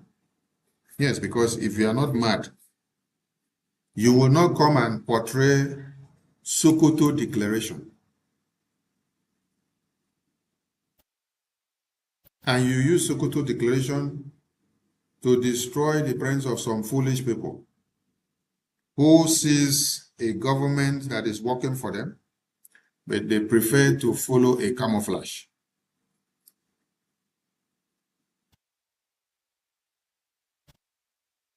I'm not here for the Sokoto Declaration, but I'm going to do a special broadcast to the Sokoto Declaration, so that all of you that were foolish will know that you will continue to be foolish in your next generations.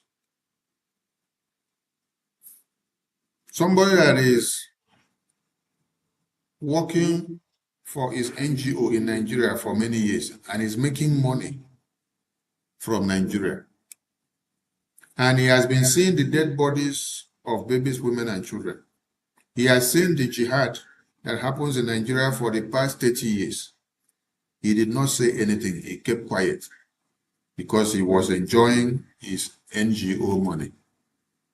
The blood of the babies, women, and children that he sees every day did not mean anything to him. He just focused on his money and his business. In November or earlier this year, he was against us talking anything about Biafra in Washington, D.C. He said he's not talking anything like breaking up of Nigeria or Biafra. He's talking for Nigeria to continue. He wants Nigeria to remain as one country. He even came against Biafra. Biafrans have been doing the same thing and shouting Biafra and carrying flag for 50-something years. They make no difference. So it is a joke. All of a sudden, they saw opportunity from the useless lawyers that we have that claim to be representing Martin Nnamdi Kanu.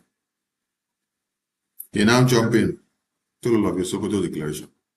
All of you foolish people now believe that a man in prison should be declaring and giving you a declaration from inside prison. I wonder now that Boko Haram is invading your communities and killing you, can Martin Nnamdi Kanu give you a declaration from inside prison? Or can Martin Monapa give you a declaration from prison that will now deliver you from the Boko Haram terrorists? See how stupid some of you are. Little did you know that the Sokoto Declaration that they were talking about is to go and write something that declares that everybody should go and fight for the unity of one Nigeria. The Nigeria that is killing you, Ejimako, with all the lawyers and the brothers of Martin Nnamdi Kanu and all the 100 men, many people, they came together. They said Martin Nnamdi Kanu said they should come and tell you all that Sokoto Declaration is coming out. And the Sokoto Declaration is that it's mandating all of you to fight for one Nigeria. And everybody to come together to work for one Nigeria to be safe. Not Biafra again. I will come back for Sokoto Declaration program. But I am asking a very pertinent question. All of you that have been having meetings and talking with people in America, where is one result that they have brought out that has taken Biafra to the US Congress? Where is one result that they have brought out that has even made Biafra to come up?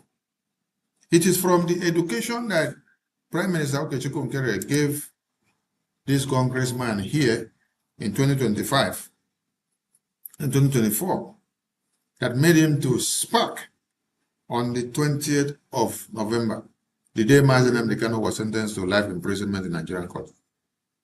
The U.S. congressional testimony was ongoing, and then he had to take up the mic to speak for Biafra.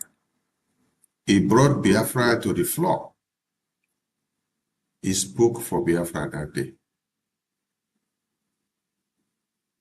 So this is not his first time you see him speaking for Biafra. And I love to bring that video again, where he spoke for Biafra that very day again, on the 20th of November.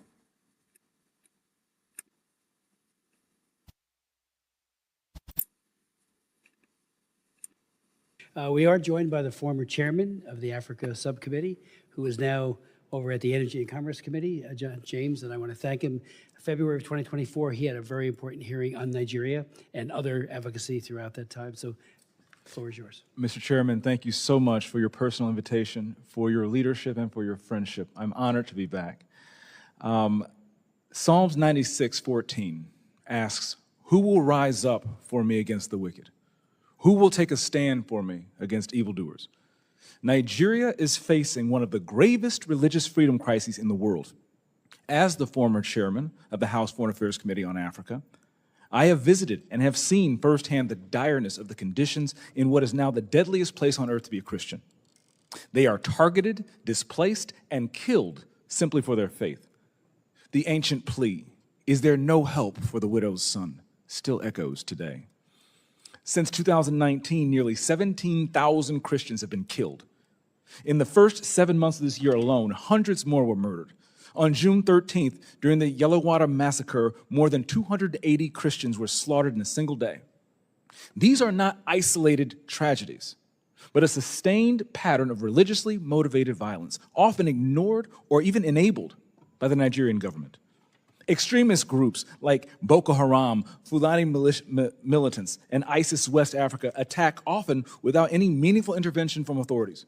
The lack of response has created an atmosphere of impunity where Christians continue to live in constant threat and fear.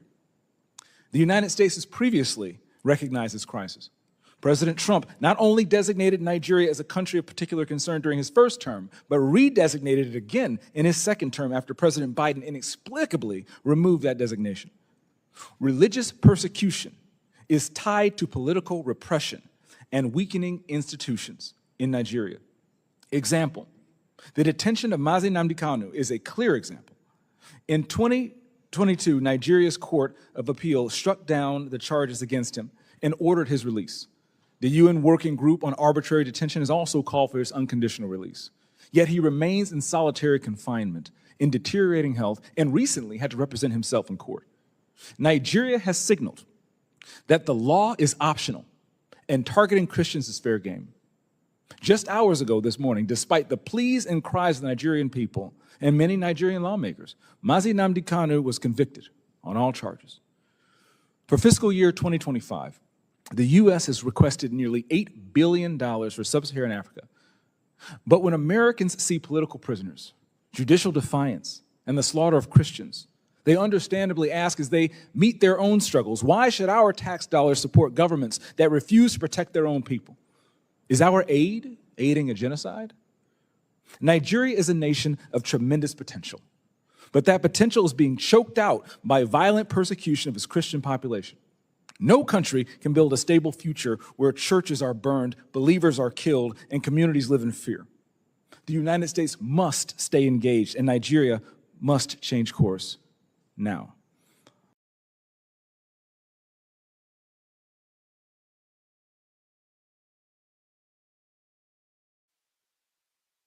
Thank you, Congressman James, for the work you're doing for Biafra. We appreciate you so much.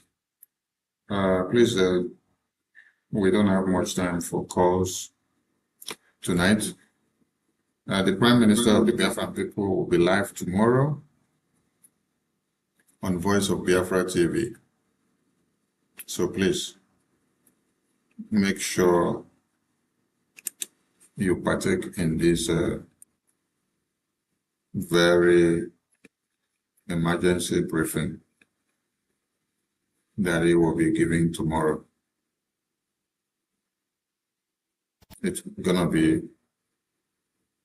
in the night of Biafra time.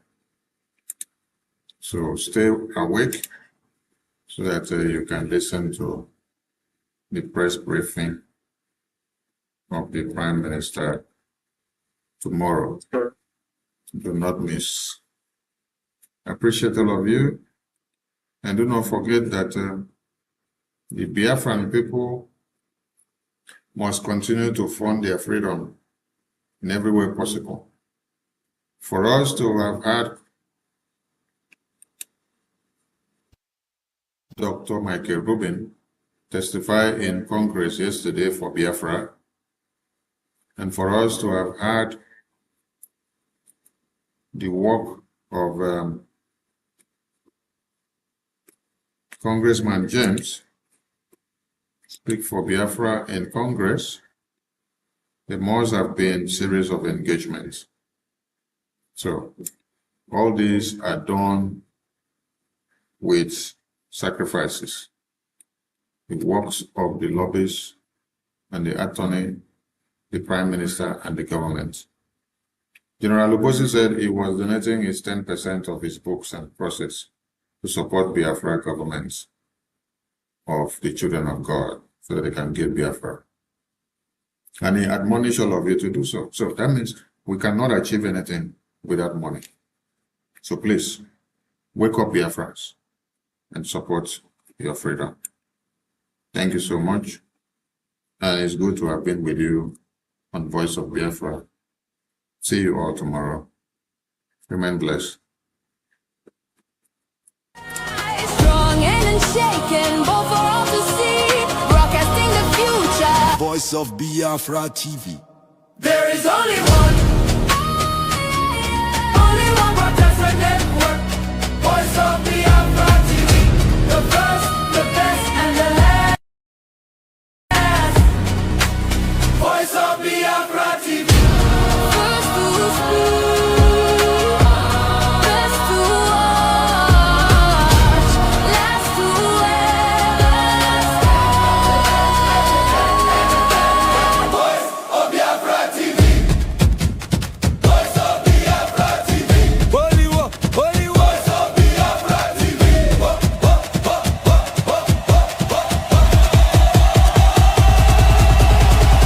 Only one, no only one. Only one, only one. Voice of Biafra TV. Only one, only one. Voice of Biafra TV. Only one, only one, only one, only one, only one, only one. Voice of Biafra TV. Only one, only one, only one, only one, only one, only one. Hear the people sing at last. Voice of Biafra TV.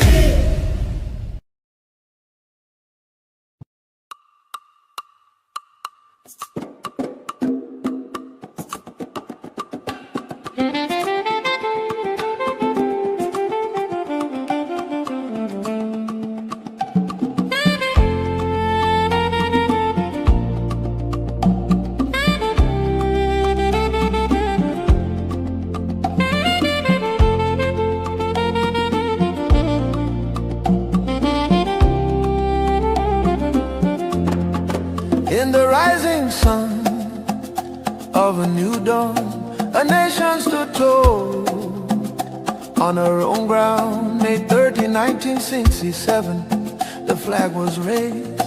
Land of the rising sun, freedom proclaimed.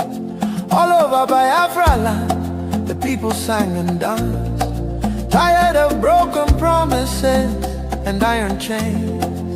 In July 6, 1967, Nigeria waged a genocidal war against the young republic. The drums of war began to sound. Nigeria turned against us on our own sacred ground. May 30, 1967, we still remember the day hope was born and hell descended. Rivers ran red, children cried for food in the shadow of famine and flying bombs. Biafra, Biafra, your name we call. Though they tried to bury you behind the wall, your spirit lives in every soul that knows the price of freedom and the blood that flows.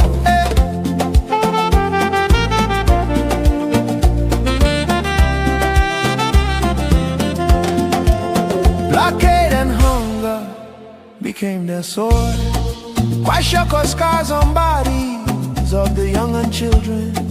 Women buried babies in shallow graves, while the world watched and looked the other way.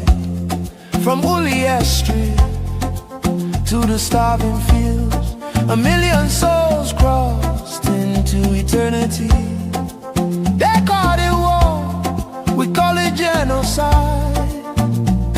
our peoples will refuse to die. May 30, 1967, we still remember the day hope was born and hell descended.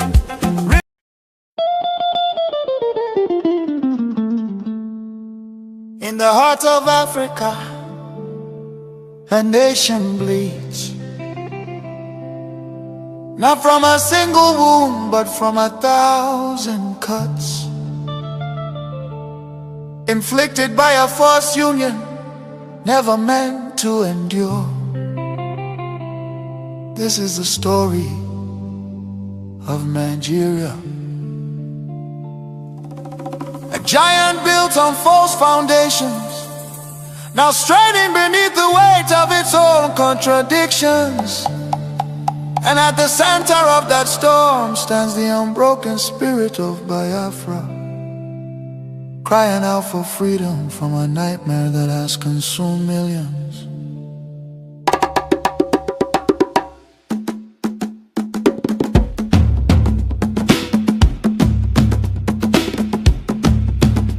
It began with the rivers of blood in 1966.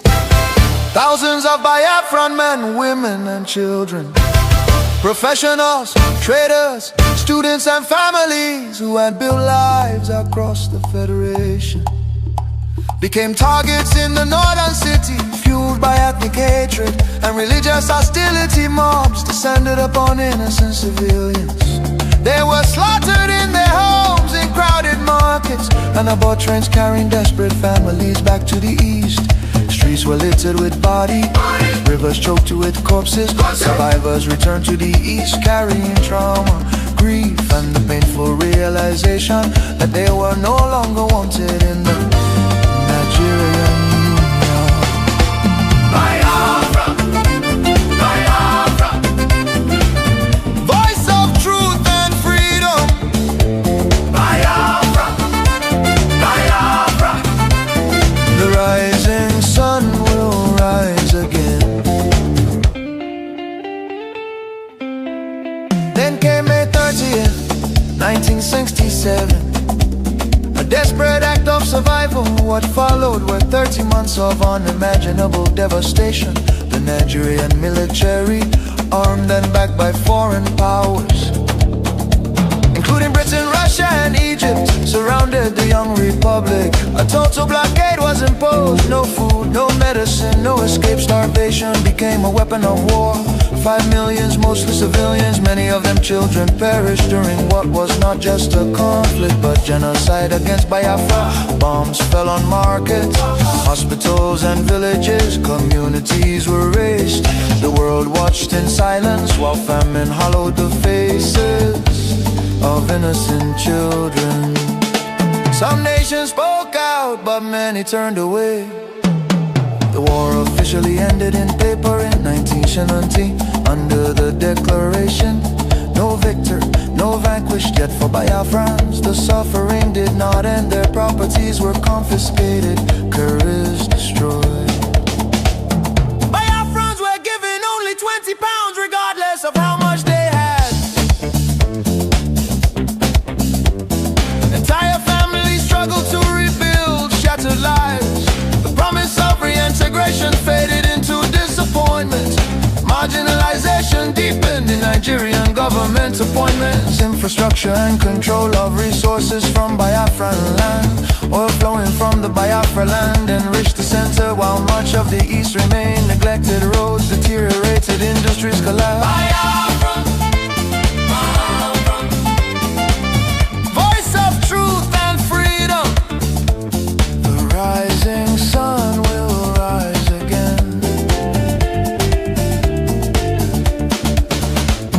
The nightmare did not disappear, rather it evolved. Across Nigeria today, violence and insecurity continue to devastate communities. Armed attacks by Fulani herdsmen, terrorists, have left villages destroyed, farmers killed, women violated, children orphaned and churches burned. Boko Haram and its offshoots have unleashed terror across multiple regions in the southeast. Demands for Biafra and self-determination are often met with with military crackdowns, arrests and bloodshed. Protesters have been killed, fear and tension continue to rise. These tragedies reflect the deadly consequences of forcing vastly different peoples into one political structure. Through the 1914 British amalgamation, distinct ethnic nations, religion, traditions, ideologies, and systems of governance were merged without consent and without a shared national vision. The North's feudal and religious conservatism can never blend with the South's entrepreneurial drive. And the East Republican individualism attempts to hold the Union together continue to be at the cost of innocent blood. Why does Biafra matter? Biafra means self-determination. Biafra represents dignity, survival, and the right of a people to life and choose their future. Biafra symbolizes resistance, innovation, enterprise, and hope. The vision is of a nation with secure borders, focused development, protection of its citizens, and economic engagement with the world, a future free from oppression, fear, and perpetual conflict. The solution is not endless political conferences, military force or federal quota system, but a peaceful separation based on shared values and voluntary association. History shows that artificial unions often fracture violently, while honest separation can allow wounded nations to recover. Biafra is not dead, Biafra lives. It lives because the desire for freedom cannot be extinguished. Nigeria's ongoing crisis, corruption, insecurity, poverty, and division are proof that one structure cannot hold people with dangerous diversities together. For the million already lost, for the children yet unborn. Biafra, Biafra independence is non-negotiable. Let Africa remember that true unity cannot be sustained by force. The world must listen before more lives are lost. Biafra, Biafra lives, freedom calls. God bless Biafra. God bless the land of the rising sun. God bless Biafra, Republic government in exile, led by Prime Minister His Excellency Okechukwu, for standing tall in the pursuit of Biafra independence. Biafra, Biafra.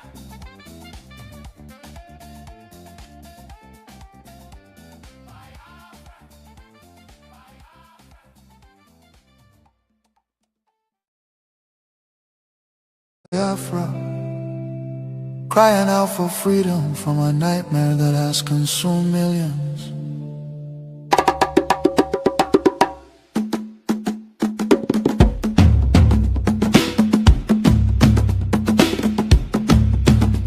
It began with the rivers of blood in 1966. Thousands of Biafran men, women, and children, professionals, traders, students, and families who had built lives across the Federation became targets in the northern city, fueled by ethnic hatred and religious hostility. Mobs descended upon innocent civilians. They were slaughtered in their homes, in crowded markets, and aboard trains carrying desperate families back to the east.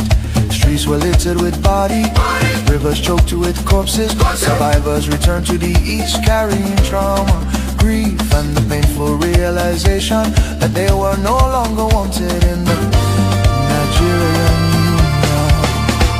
Biafra, Biafra. Voice of truth and freedom. Biafra, Biafra. The rising sun will rise again. Then came May 30th, 1967. A desperate act of survival. What followed were 30 months of unimaginable devastation.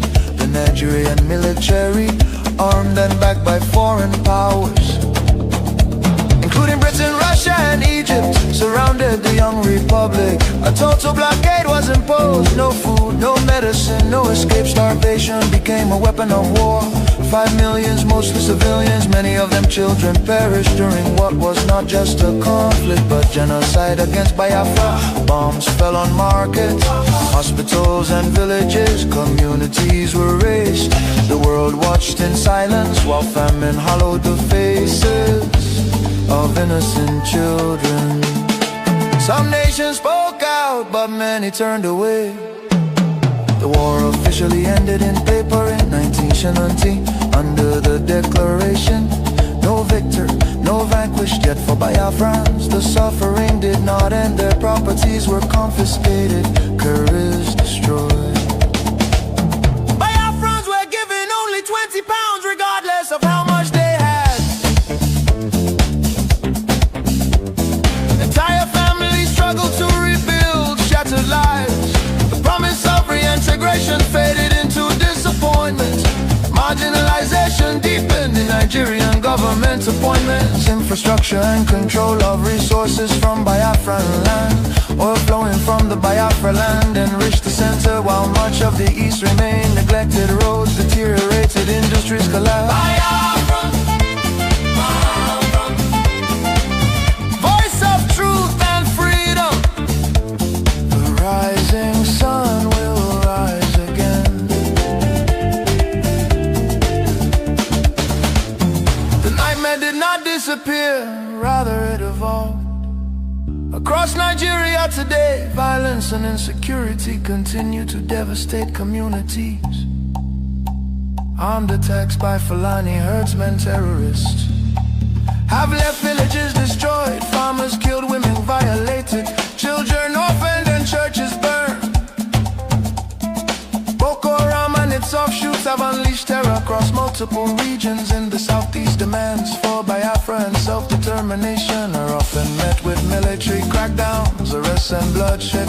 Protesters have been killed, fear and tension continue to rise. These tragedies reflect the deadly consequences of forcing vastly different peoples into one political structure. Through the 1914 British amalgamation, distinct ethnic nations, religion, traditions, ideologies, and systems of governance were merged without consent and without a shared national vision. The North's feudal and religious conservatism can never blend with the South's entrepreneurial drive. And the East Republican individualism attempts to hold the Union together continue to be at the cost of innocent blood. Why does Biafra matter? Biafra means self-determination. Biafra represents dignity, survival, and the rights of a people to life and choose their future. Biafra symbolizes resistance, innovation, enterprise, and hope.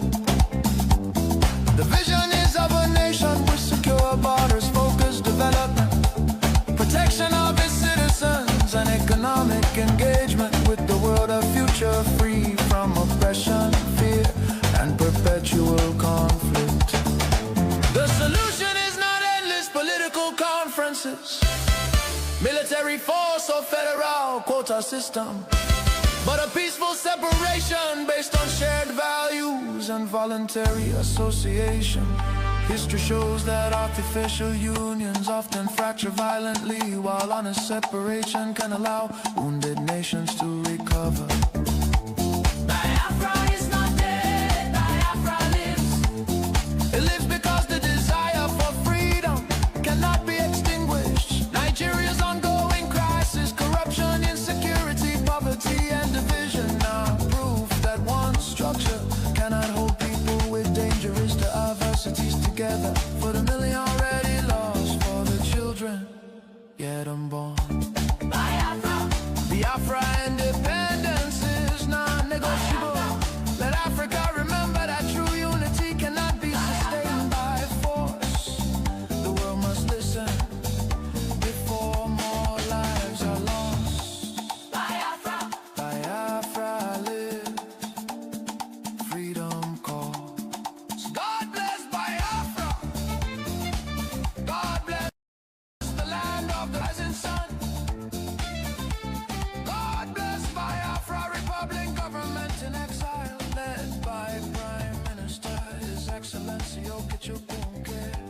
for standing tall in the pursuit of Biafra independence. Biafra, Biafra.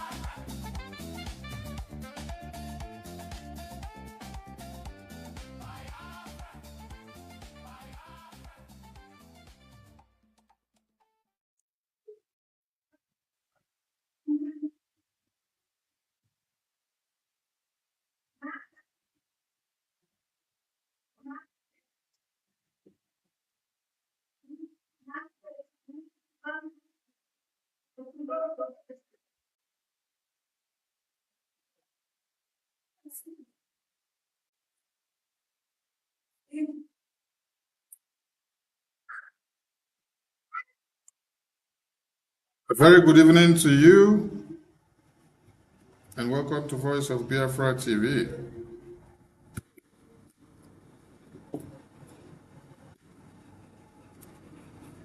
The quest has become a must talk about issue.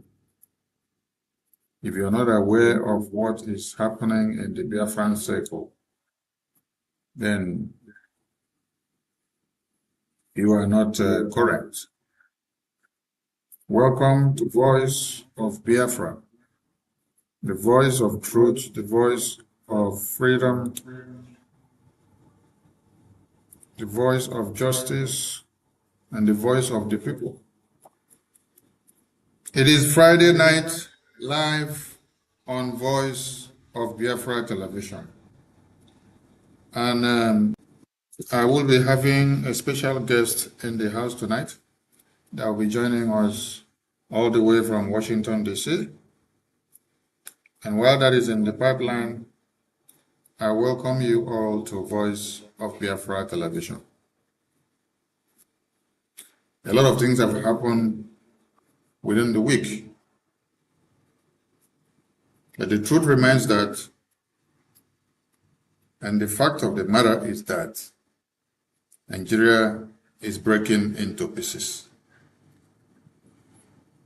And Biafrans are getting ready to walk out with their victory of Biafra. Because the whole world is fixating their camera on Nigeria now.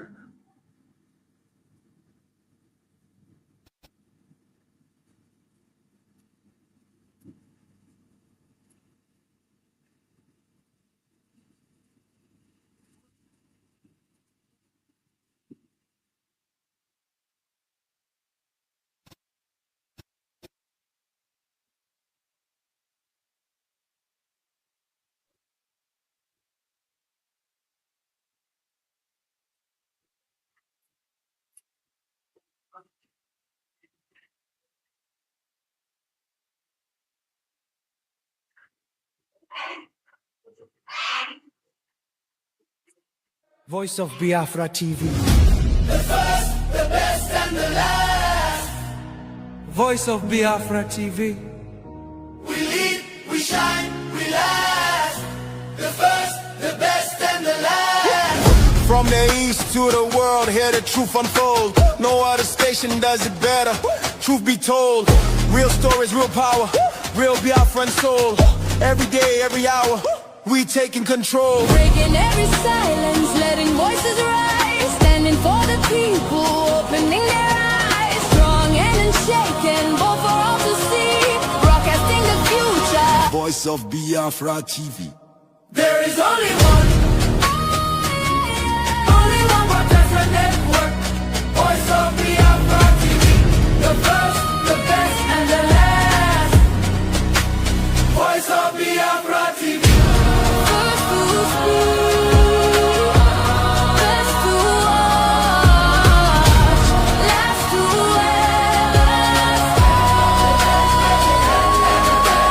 Voice of Biafra TV.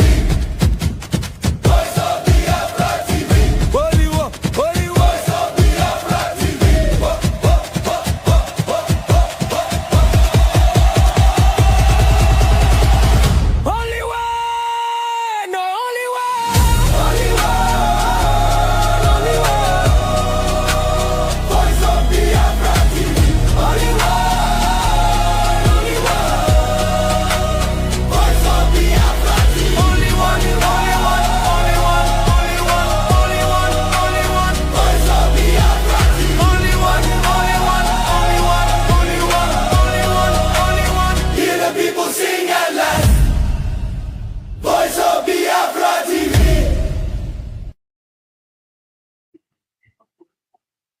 A very good evening to you all from here, and welcome to Voice of Biafra TV.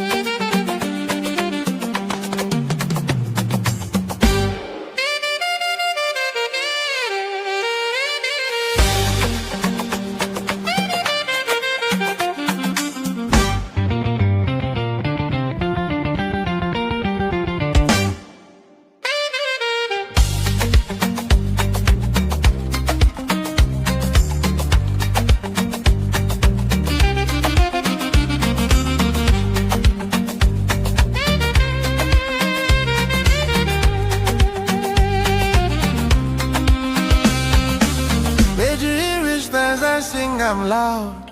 Go Georgia, for all our heroes we make us proud. Go Georgia, Biafra blood, Biafra spirit strong.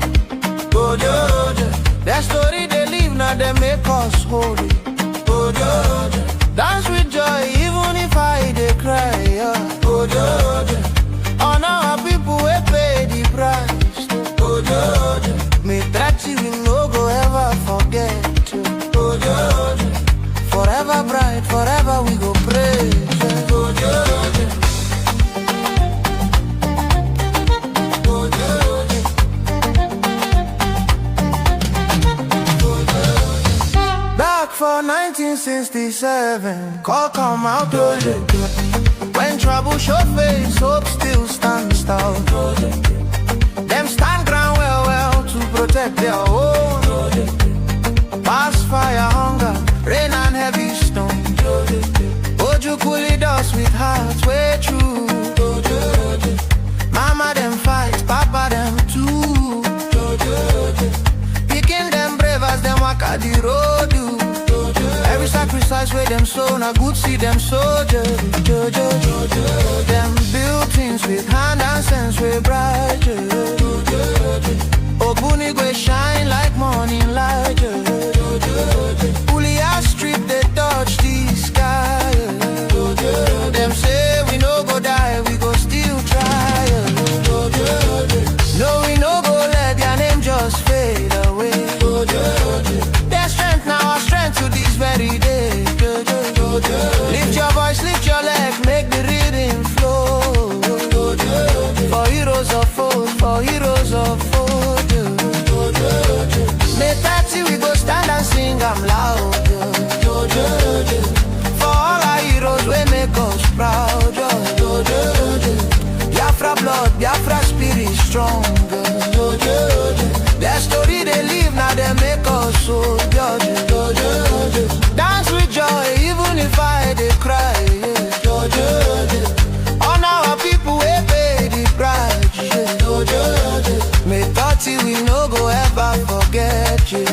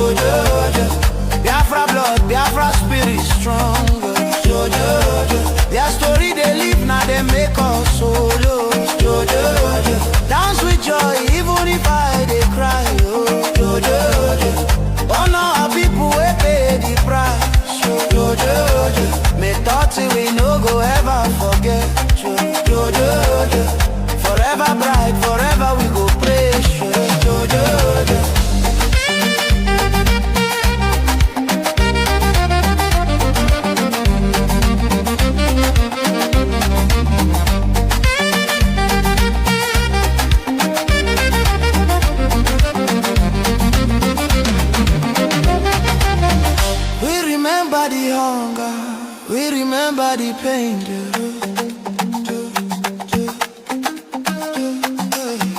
We remember the victory, we come out from rain.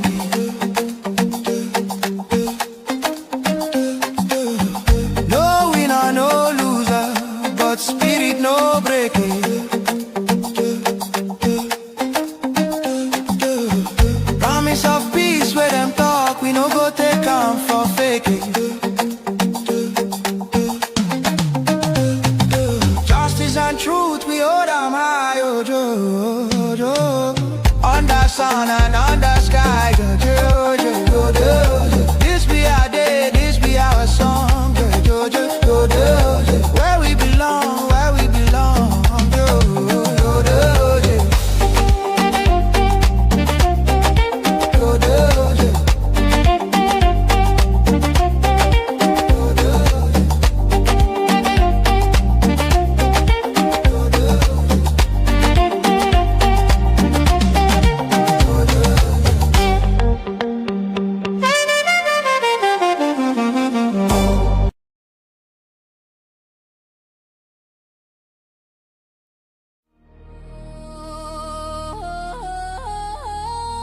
Voice of Biafra TV, the voice of truth, the voice of the people. There is only one broadcasting network. Voice of Biafra TV, The first, the best, and the last. Voice of Biafra TV, We lead, we shine, we last. The first, the best, and the last. From the east to the world, hear the truth unfold. No other station does it better. Truth be told, real stories, real power, real Biafran soul. Every day, every hour, we taking control. Breaking every silence, letting voices rise. Standing for the people, opening their eyes. Strong and unshaken, both for all to see. Broadcasting the future. Voice of Biafra TV. There is only one broadcaster network. Welcome back to Voice of Biafra TV. And we shall be joining Washington, D.C. live from here to relay the Prime Minister of the Biafra Republic government in exile to the entire world. Prime Minister, can you hear me from here? Yeah, am I coming out? Yes, I can hear you.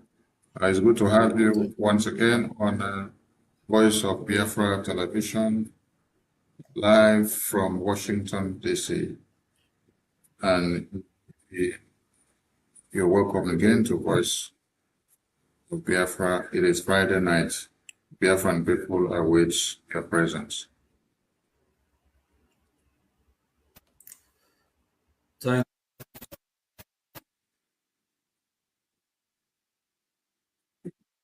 you. Great work you're doing for Biafran people. We really appreciate it. Good afternoon from here, my fellow citizens. Greetings to all the honorable ministers of Biafra Republic government in exile and also de facto government. I greet you all. And to our allies, our friends, we say thank you for supporting us and to hear our voice. Also in ways to help us. It's true that we are facing difficulties in this troubled time, a lot of challenges, temptation here and there, but that will not prevent Biafra from coming. It is already destined by our God, Chukwu Okike Abia, the creator of the heaven and earth, Jehovah God, for us to be free. He created us as freeborn, as free people, and we must be free. Our land is being occupied by the terrorist state of Nigeria after the genocidal civil war. They reannexed Biafran territory. And since then, the inhumane treatment did not stop. They intensified to make sure they Islamize Biafran people. They try everything they can to chase us out of our land. Thank God that we Biafrans are resisting because we know who we are. We can never be Islamized.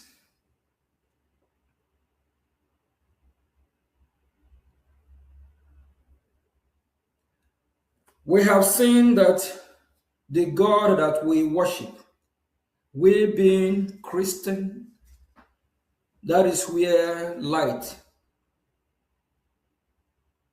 that is where our salvation is coming from. That is where the light of God will shine upon us. From the teaching of the Holy Book, for us to love our neighbor as we love ourselves. The Holy Book, the Bible, taught us how we can be of good conduct anywhere we find ourselves in this global community or in this world.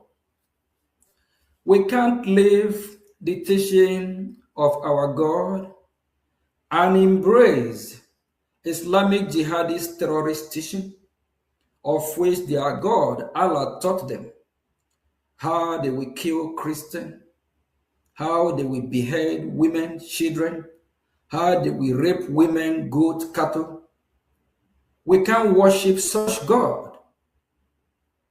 We worship the God that we believe in, the God of life, the God of salvation, the God that taught you how to show love to your fellow human being. For that reason, our stand still remains with our Creator. And for that purpose that He created us to dwell and live in the land of Biafra. It's our God-given land that He has given us. We cannot allow or let anyone take it away from us. This troubled time, a lot been happening. Temptation from here and there, discord from here and there. Why the Nigerian terrorist government is coming after me here in the United States of America, they are also using some Biafrans to work against freedom of Biafra.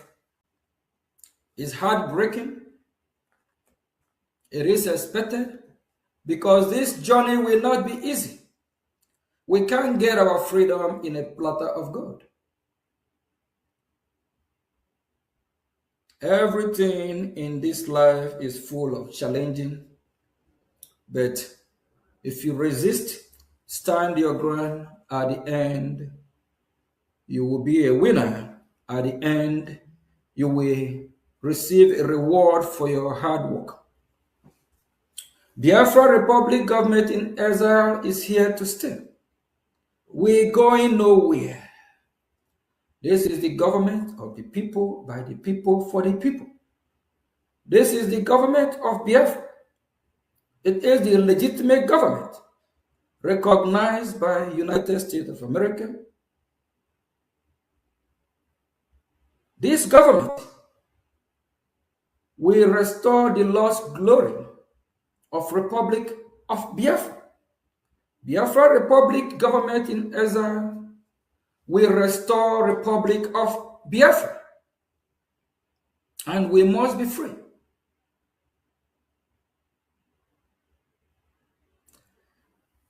Please, I will use this opportunity.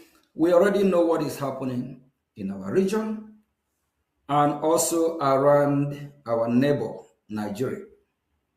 The terrorist state of Nigeria that sponsored these terrorists, they are killing Christians, in Biafra territory, in Nigeria territory, across the region is not a new thing to us.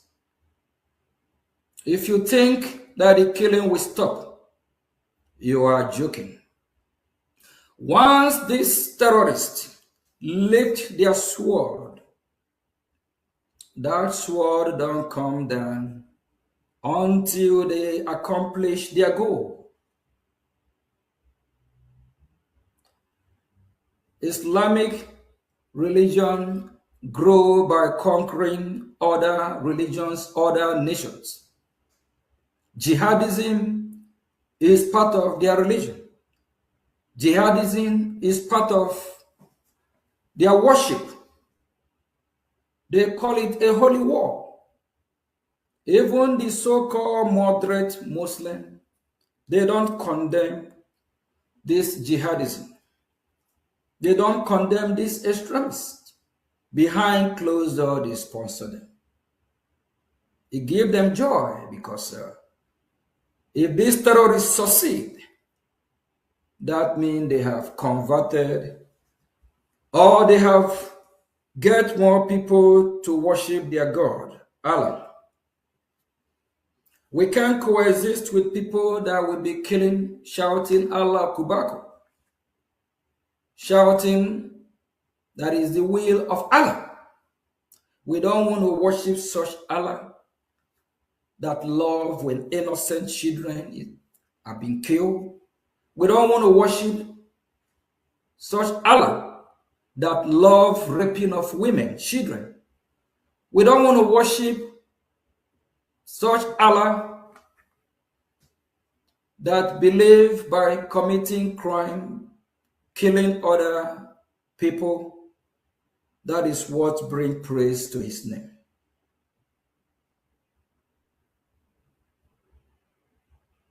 A lot of Biafrans have been massacred daily. By who? By Nigerian terrorist government. The same government that sponsors insecurity in Nigeria. By extension, in Biafra land. Because they are still occupying our land. We will fight. We will do everything we can to chase them out of our land. Because it is our land. It is our right to defend ourselves. And our freedom we must get. Please, if you see what is going on within the Biafran struggle today, don't be surprised. It is expected. It happened in India when they were fighting for their freedom. It happened in South Africa. Why the group of Mandela have the upper hand? Because the group of Mandela form a government in exile. Why you have other groups also agitating? Please, if you're part of Biafra Republic government in exile, government, you remember you are in a government of Biafra. Serve your people with all you have. Do everything you can. And serve with honesty, dignity, and with respect. Don't undermine other groups. Here in United States of America, you have the government of America. And you also have other organizations like the Red Cross, Salvation Army. It's a lot of organizations. There is no difference with ours as well. We have a government. The only legitimate government is Biafra Republic government in exile. All other groups, they can have their groups, organize themselves, and support their government. As long as they are not working against Biafra Republic government in exile, we will not have problem with them. And also remember, after we have successfully liberated Biafra land, we will have parties. Like here in America, you have the Republican Party, you have the Democrat Party, and you also have the independents, of which you can run under Republican or Democrat, or you can run as independent. When Biafra is totally free, we might have something like USB Party. They have their right to contest to win election. BGC, Imam Mahmoud group, they can form a party. CRC group can form a party. 100-man group can form a party. IPOB under Mazin Nnamdi Kanu can also be a party wings. And IPOB under Chike can also be a party. And we will not forget, after the genocidal war, a man who worked very hard to resurrect the movement, Chief Ralph Owazurike.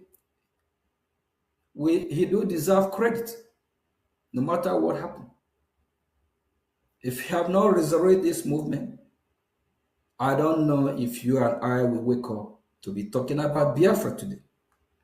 Chief Ralph Owazurike, Mazop can also not can. Mazop party will also contest.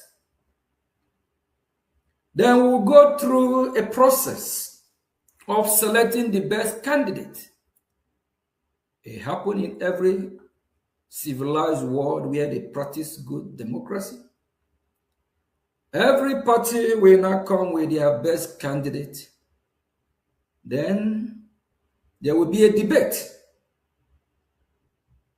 Biafran people will hear from Mazop group, from Chief Owazurike, from Mazin Nnamdi Kanu IPOB, from DOS IPOB, from BGC group, from Simon Ekpa party, from USB party. They will vote for who will lead them. That is a true democracy. After we totally liberate Biafra land during the transition process, we will have election in Biafra land. And as I'm speaking, some of this group are already willing to work with Biafra Republic government in exile. Very soon, we'll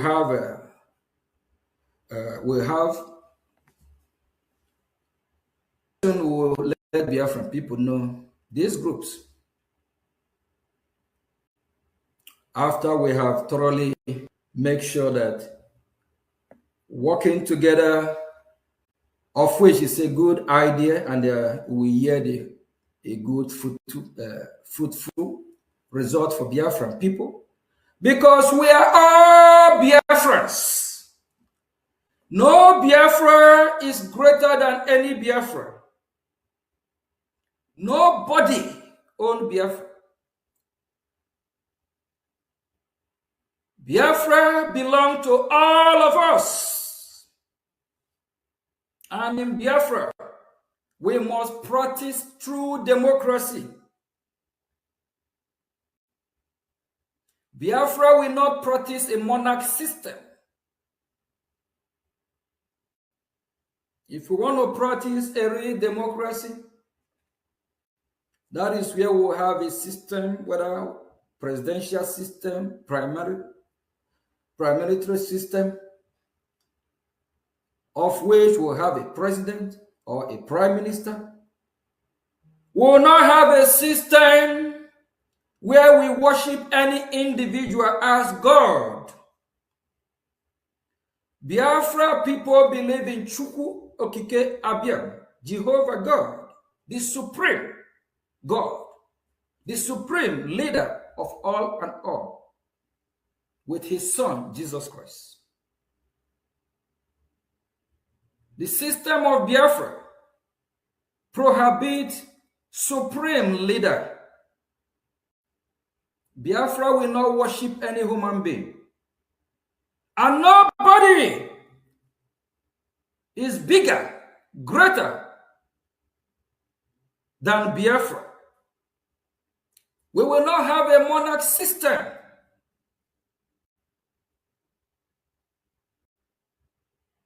If we have made mistake in the past, that is a mistake. Every day, the jungle get matured. Every day, we correct our mistakes. We learn what we don't know. Our ear are wide open to listen, to get advice from the experts. Biafra will practice a true democracy. Biafra can never be my business. It can never be a family business. It can never be a community business. It can never be organization business. It is business of all of us. That is why in Biafra, we will not have anything like supreme leader. Our supreme leader is Chukwu Okike Abiyama, Jehovah God. Please, if you're a Biafran and you mean well for Biafran people, be truthful to yourself. Stop deceiving yourself. In the history of Biafra, fighting for Biafra freedom, starting from 1967 to 1970, our presidents have never been in Washington, D.C. like today. You and I, under Biafra Republic government in exile, make it happen by the support of Biafran people that have elected us to serve them. We are servants of the people. You cannot be a supreme over people you serve. We serve with humbleness, humility, like what is happening in this disgraced country called Nigeria today. The president of Nigeria is above the whole nation, the whole country called Nigeria. Instead of them serving the interest of the people, they are serving their own interest. That is why you see all this looting of Nigerian fund that meant to serve the people, fund that meant to have a better hospital, better clinic, to build better road infrastructure, fund that is designed to make sure they have a functionable airport, seaport, fund that are allocated for energy, for electricity. This government, they embezzle the fund because they care less for the people they serve. Instead of them being the servant of the people, they now turn the people to be their slave. Because of the system of supreme leader, because they are above the people they're supposed to serve. We in Biafra Republic government in exile, we are your servant. We will serve you with the best of our knowledge, with humbleness. We are not your supreme leader. Nothing in history of Biafra like supreme leader. We're not going to practice a monarch system. In this 21st century, true democracy is not the system of Omunna back in the days, where you have the Eze, then you have the Elders Council, What are we talking about? Are we going back to 1500 years ago? Or are we moving forward? We can't have a system where we have a supreme leader, elders council. What kind of system is that? That is why I encourage every group to work with Biafra Republic government in Ezra. You have your own part to play. Come to your government. Bring your expertise. Bring the best you have. We need you on board. We cannot do it alone. That is why I'm calling on all these groups, especially these groups that are fighting themselves on social media, disgracing themselves. The government of Biafra is not happy about it. IPOB under Mazin Nnamdi Kanu, shield your sword. Reserve that sword, you need it to fight your enemy. IPOB under Mazi Chike Doziem, shield your sword. These two IPOB groups fighting themselves, we yet no result. Reserve that sword. You need that sword to fight your enemy. We cannot be calling for peace. And we that are calling for peace will still be the one that is causing chaos, problem. This government is real concerned about this issue. Please, every other group, shade your sword. And the BGC, CROC group of Mazi Simon Ekwa, shade your sword. You can be calling for peace and you suing the government of Biafra, of which Mazi Simon Ekwa confesses and realizes that Brgie is the government of Biafra, of which he's part of Brgie at the time, before he chose the side he want to work with. Brgie is still the government of Biafra. Brgie is not hijacked by anyone. No one born of a woman can destroy Brgie. No one born of any woman can hijack Brgie. No one can hijack the government of Biafra. No one can hijack the government of the people. God can use you, can use me as a willing tools to get Brgie to function and work as a government. That don't mean that government belongs to you or me. If God have chosen to use me as a willing tools to put together the government of Biafra, that don't mean it's my government. It's your government. Without you, I can't do nothing. Without you sending me to work for you, I can't do it on my own. When I go to Washington, D.C., throughout this week, I visit Washington, D.C. 3 times.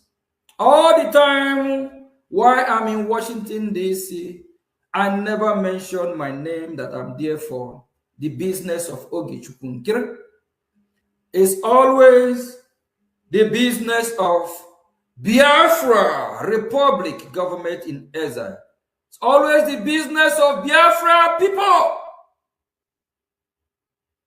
Shame on all the evil people coming after the government of Biafra. Shield your sword. Use that your sword against our enemy. We can't be enemy among ourselves. We can't be calling for peace, unity within us, and we are fighting one another. Brgie is government of Biafra, and it's never been hijacked, can never be hijacked. Brgie is in good hand. I, as a messenger, you have made me your gatekeeper of Biafra Republic government in exile. I accept it.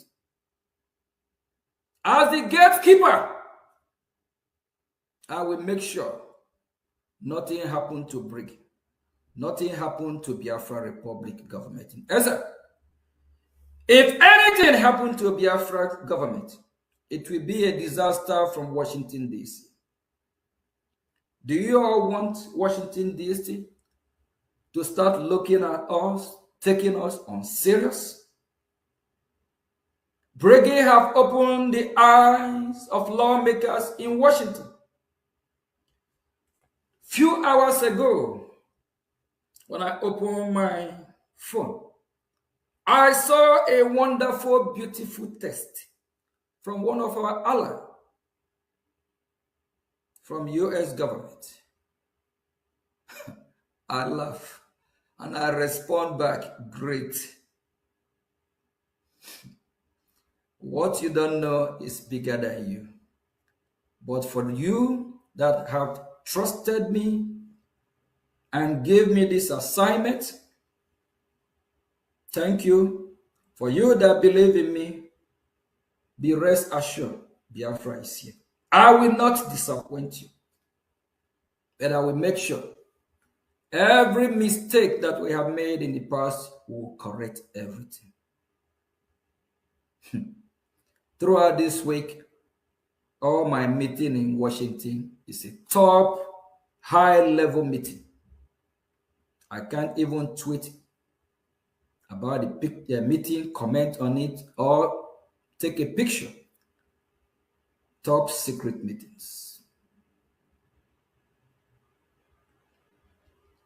Why I'm here fighting for you. You are there fighting against me. I wonder shall never end.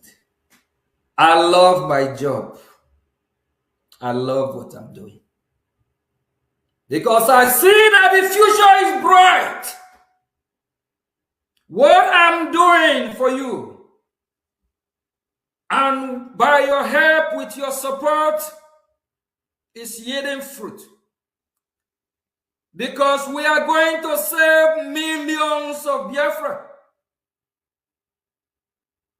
Time is coming when the population of Biafra will be over 1 billion. If we allow these terrorists to kill us all, this population that will billion in time to come, that will not happen. We are saving our life. We are saving the life of Biafra. We are saving the life of our children, born and unborn. That is what I love most about my job.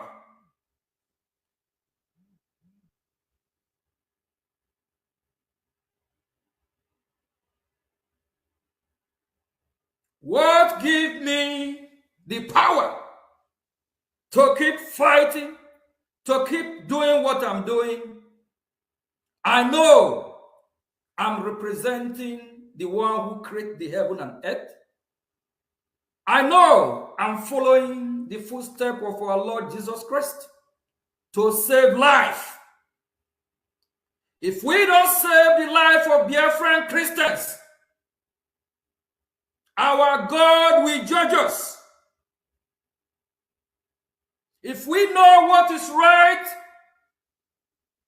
what we're supposed to do, if we don't do it, our God will not forgive us. Instead of all of you to support the achievement, what is happening from Washington, some decide to fight the servant who have dedicated himself, whether he live or die. He said, Biafra, here I am, send me, send me. Some don't know how I journeyed to Washington back and forth. I don't use the fund of Biafra for that. Biafra have never paid me a dime. I have never used Biafra dime. Rather, I contributed financially to make sure things are going the right direction.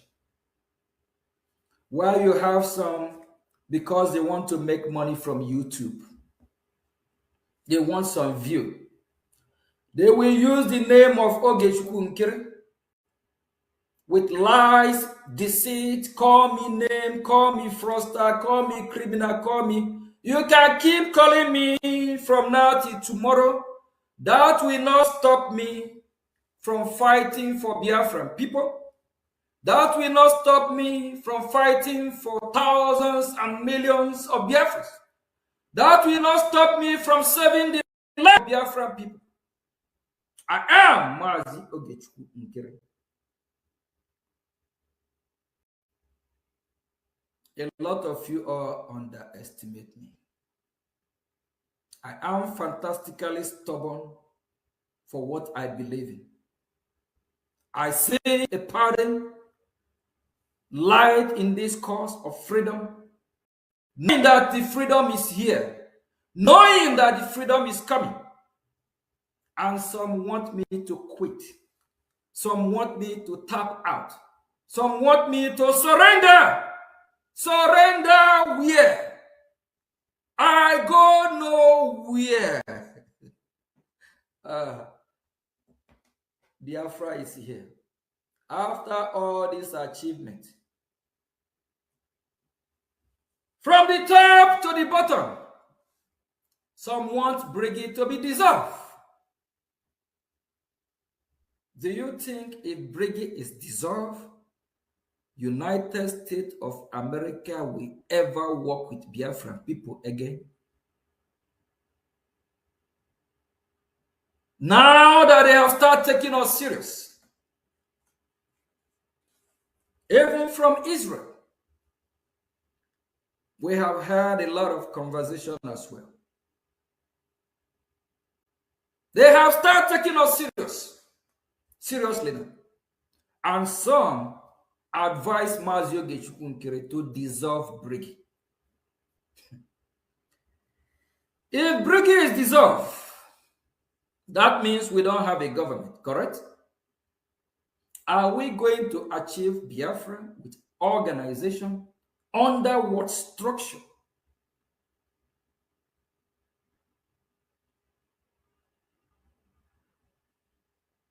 Biafra Republic government in exile is here to stay, and that is final. No one born of a woman, even me, can stop Brgie. Even Mazi Nnamdi Kanu, even Simon, even Mazi Sonia Akparawa. Nobody, even Nigeria, even America here, because America, they already know what we are doing is the right thing. So they will not even go there.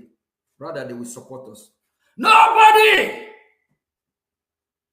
Because we are doing the right thing. We also follow footsteps of countries that have regained their freedom. Google, and you will find out that there's a lot of countries that have go through this pattern before, where they form government in exile, like South Africa. So what we are doing is not strange. It's not like something that never happened before. We also have good advisors. We have good lobby team, good lawyers. Please, group of Mazi Nnamdi Kanu, shield your sword. We love you very much. We are fighting for one common goal, which is Biafra. When I testified in Congress last year, June, not one page, not 2 pages, written testimony that was submitted to Human Rights Commission. We emphasize more and talk about the atrocity of Nigeria towards the Biafran people, and how Mazin Nnamdi Kanu was extraordinary rendition kidnapped from Kenya, how Simon was jailed in Finland, and we strongly recommend to the United States of America to sanction Nigeria. Why testifying? I did not testify about Mazioge Chukwunkere. It's all about Biafra and freedom of Biafra. If I have not loved Mazin Nnamdi Kanu or Simon, do you think a whole more than 1, 2, 3 page, it's all about Simon and Nnamdi Kanu? All of you evil people, disease from your evil. And remember, karma is real. You reap what you sow. Those independent media, those bloggers, report what you know. Let your news be accurate. Don't try to make money from YouTube by sabotaging me, sabotaging Biafran people. Because whatever you do, in the long run, it will affect you and your children. It's not my word, it's the word of God. Because when God lay curse, God always say, generation upon generation. Whatever you do, it will affect you and your children, remember. And the land of Biafra that we are fighting for will not bless you. When things will be happening in your family, you will wonder how, not knowing, because you have lied against an innocent man. Not knowing, because you have offended the land of Biafra. In social media, I saw a lot of lies upon lies against me. People saying what they don't know about me, calling me name, calling me criminal. But the ones that one day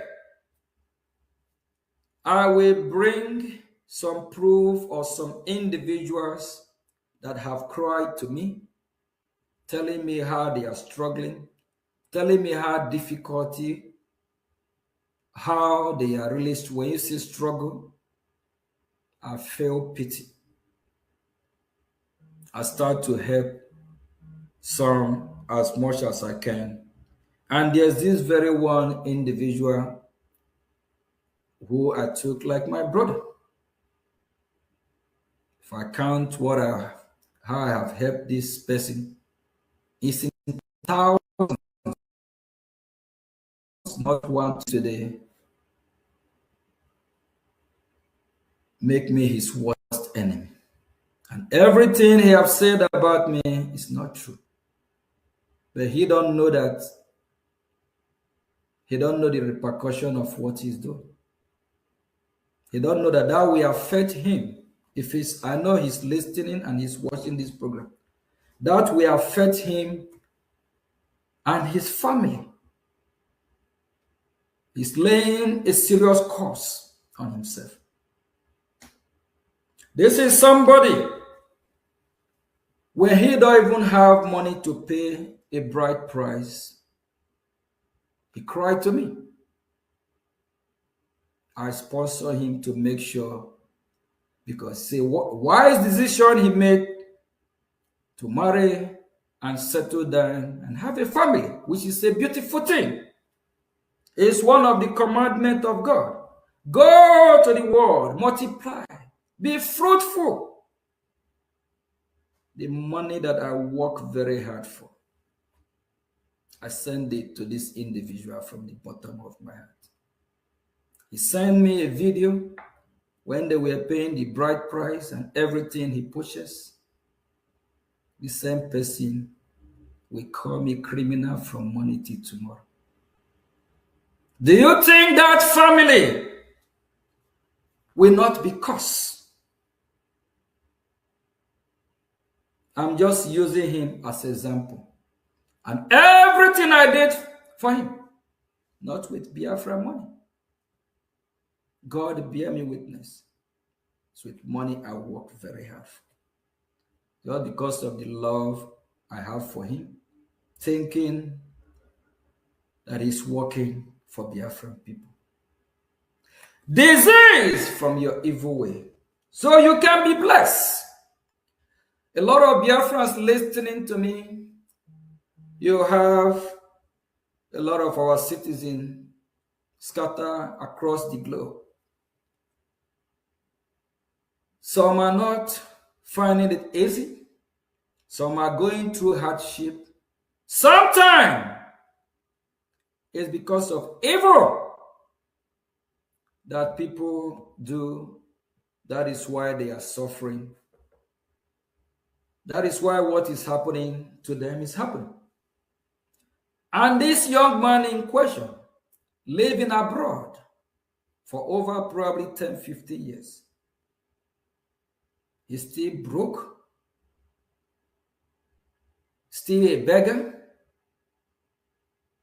He asks himself question, why is he not prospering? Why every year,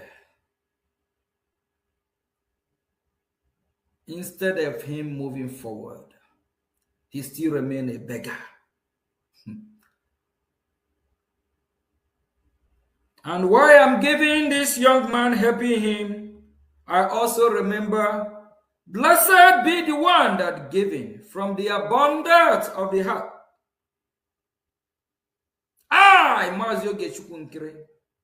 I will always be blessed. Because everything I have done, everyone I have helped in Biafran's struggle, I help from the bottom of my heart. Not only him, there is others like that. There is one also that was crying for laptop online. I help. I love giving. And that is why when I found myself in this great movement to save life, it's my destiny. I will not stop. All of them that are fighting me, all of them that don't want to recognize my effort, my sacrifice, whether they recognize or not, that will not stop who I am. That will not break my spirit. That will not stop me from giving for a right cause or for what I believe in.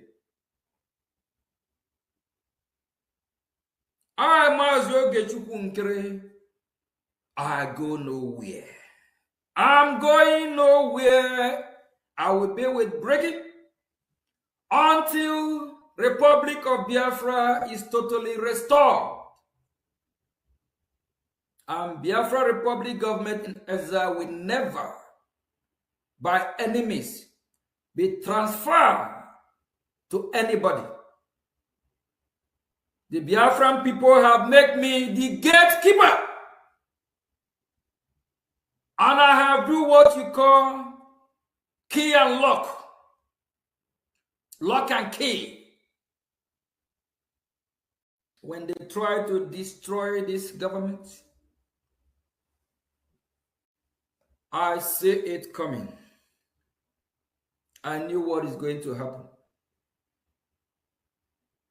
I said, under my watch, the same Biafra Republic government in exile that the people of Biafra have mandated me to register.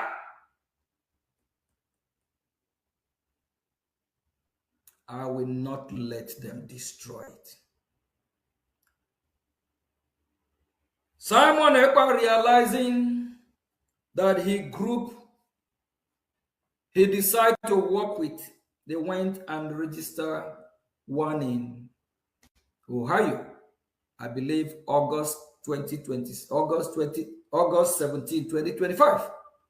He realized what they register is fake, not original, not authentic. He started telling his group that I hijacked Brgie. Hijack go where? I am with Brgie from the beginning. I'm there from the foundation. Brgie is also tied with me. The God of Biafra assigned the Biafran people to make me the gatekeeper. Please stop fighting Brgie. Stop fighting the government of Biafra. You are advised to work with the government. There's no true Brgie. There is no any other government representing the Biafran people from Washington, D.C. And for those groups or any other group that will come to Washington thinking the United States of America will take them serious, that will not happen. You cannot liberate a country like Biafra from this hostile nation called Nigeria with a mere group. It have to be a tough government in Israel that know how this works. Please, Mazin Namdekan, IPOB, we encourage you all to work strongly with your government, Biafra Republic government in Israel. Mazi Chike Doziem, shield your sword, work with Biafra Republic government in Israel. Organize your own group. Biafra Republic government in Israel have no problem with any group. This government is not a group. And in any country, you have groups and organizations. At the end of the day, you still have the government of that country. IPOB under Mazin Namdekan is not claiming to be government of Biafra. Chike Doziem group, they are not claiming to be government of Biafra. Imam Madu Abum group, BGC, they are not claiming to be government of Biafra. CRC group. If this group that's claiming Brgie belong to them, we they have two Brgie. We they have the Brgie they register in Ohio, and they are suing Biafra Republic government in Israel that it belong to them. That means they have no government. The mantle is in BROGIE.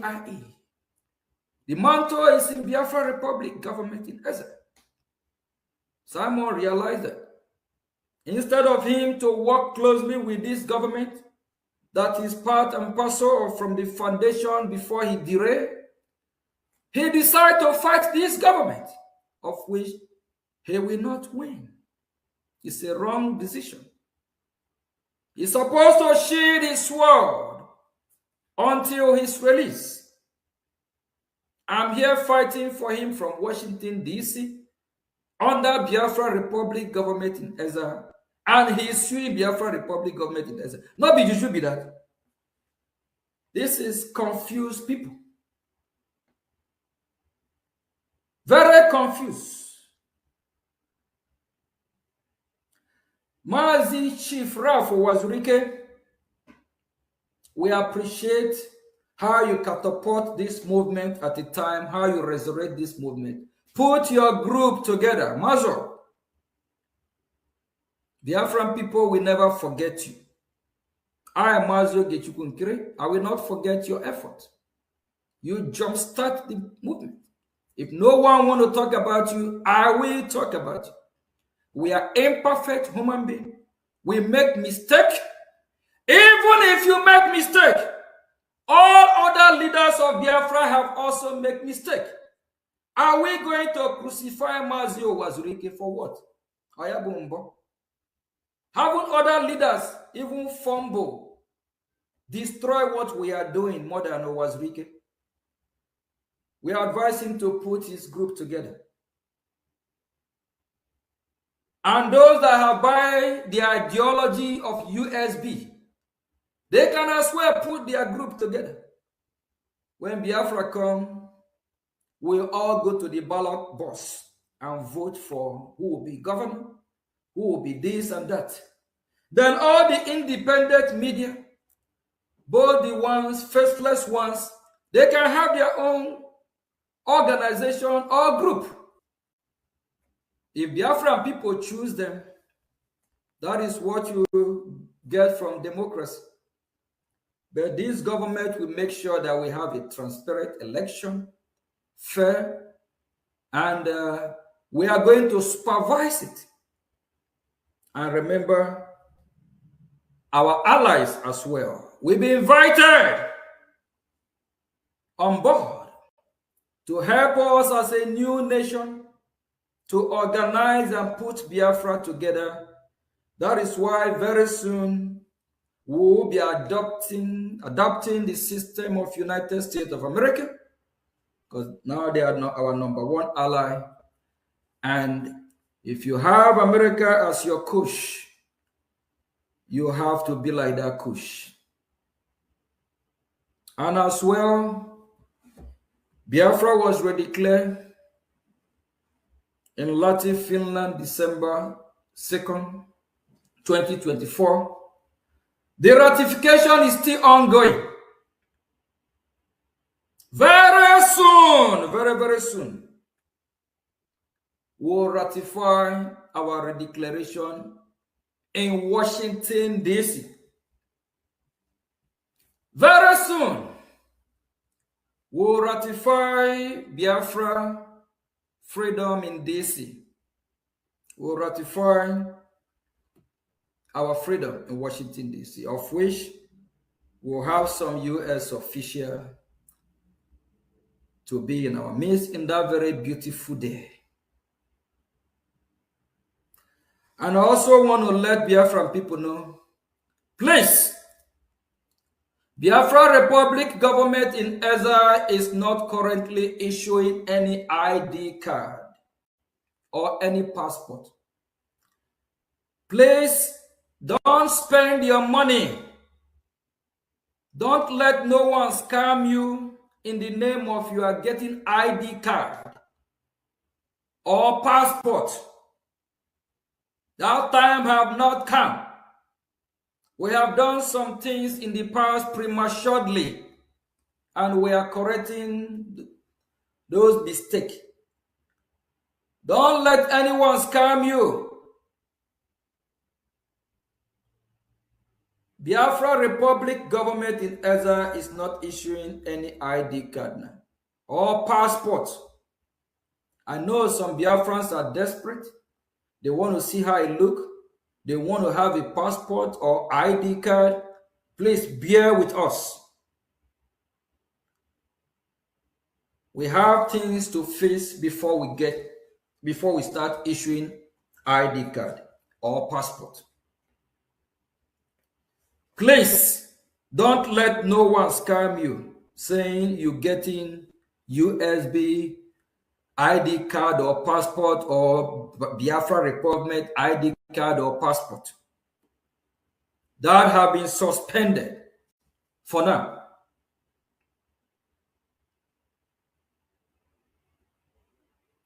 Thank you very much. Please, all groups are welcome to join Biafra Republic government in Ezra. Work in hand with your government. Don't fight this government. Don't fight Biafra Republic government in Ezra. You will have injury. A serious one for that matter. Shield your sword. And all these groups I have called, please, stop disgracing yourself on social media. Shield your sword. After Biafra Republic government in Ezra has successfully bring Biafra, your group will be valuable in Biafra land. Your group can come out and contest for election. Please, thank you very much. We might be having some question and answer. And please, every Biafra Republic government official, as the government of Biafra, tread with caution. All these other groups, stop attacking them. Only give them advice.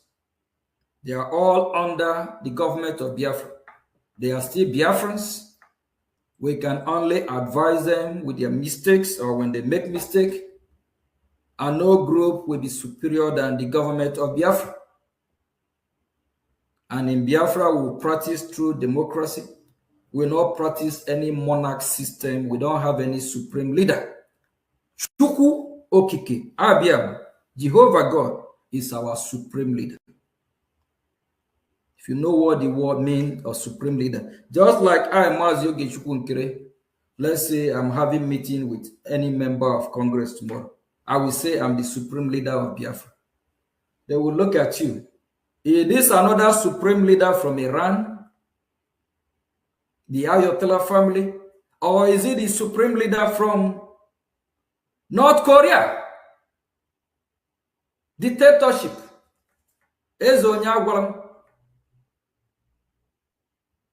Biafra people don't worship human being. We only worship Chukwu Okike. We don't have any supreme leader if not our God. Please. We need to start correcting. And as we progress, we'll gradually educate our people. We will learn things that we have never thought about before. And what we are doing, we motivate other Biafrans.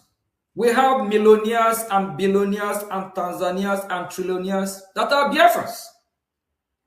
When you see all these gallant men and women, people that are, that can represent Biafra or fund Biafra, you go and tell them you are their supreme leader. You just already degrade them. You disrespect them already. Yes. We don't want to let them down. We are servants. I'm Monyo Odibo. I am your servant. Forget about this title, Prime Minister. If not for the office I'm holding, I don't call me my name. I love it. Just like here in America, people over, even some over 30, 40, when you call them Mr., they are angry with you. You make them, it's like they believe people you call that kind of Mr. These are people of 90, 100 years. If not for the title of the office or where I present myself and how I should be addressed, I will say, call me my name.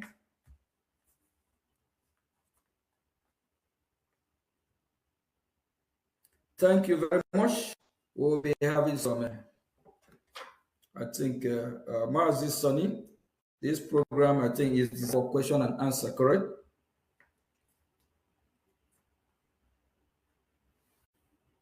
Honorable Minister of Information.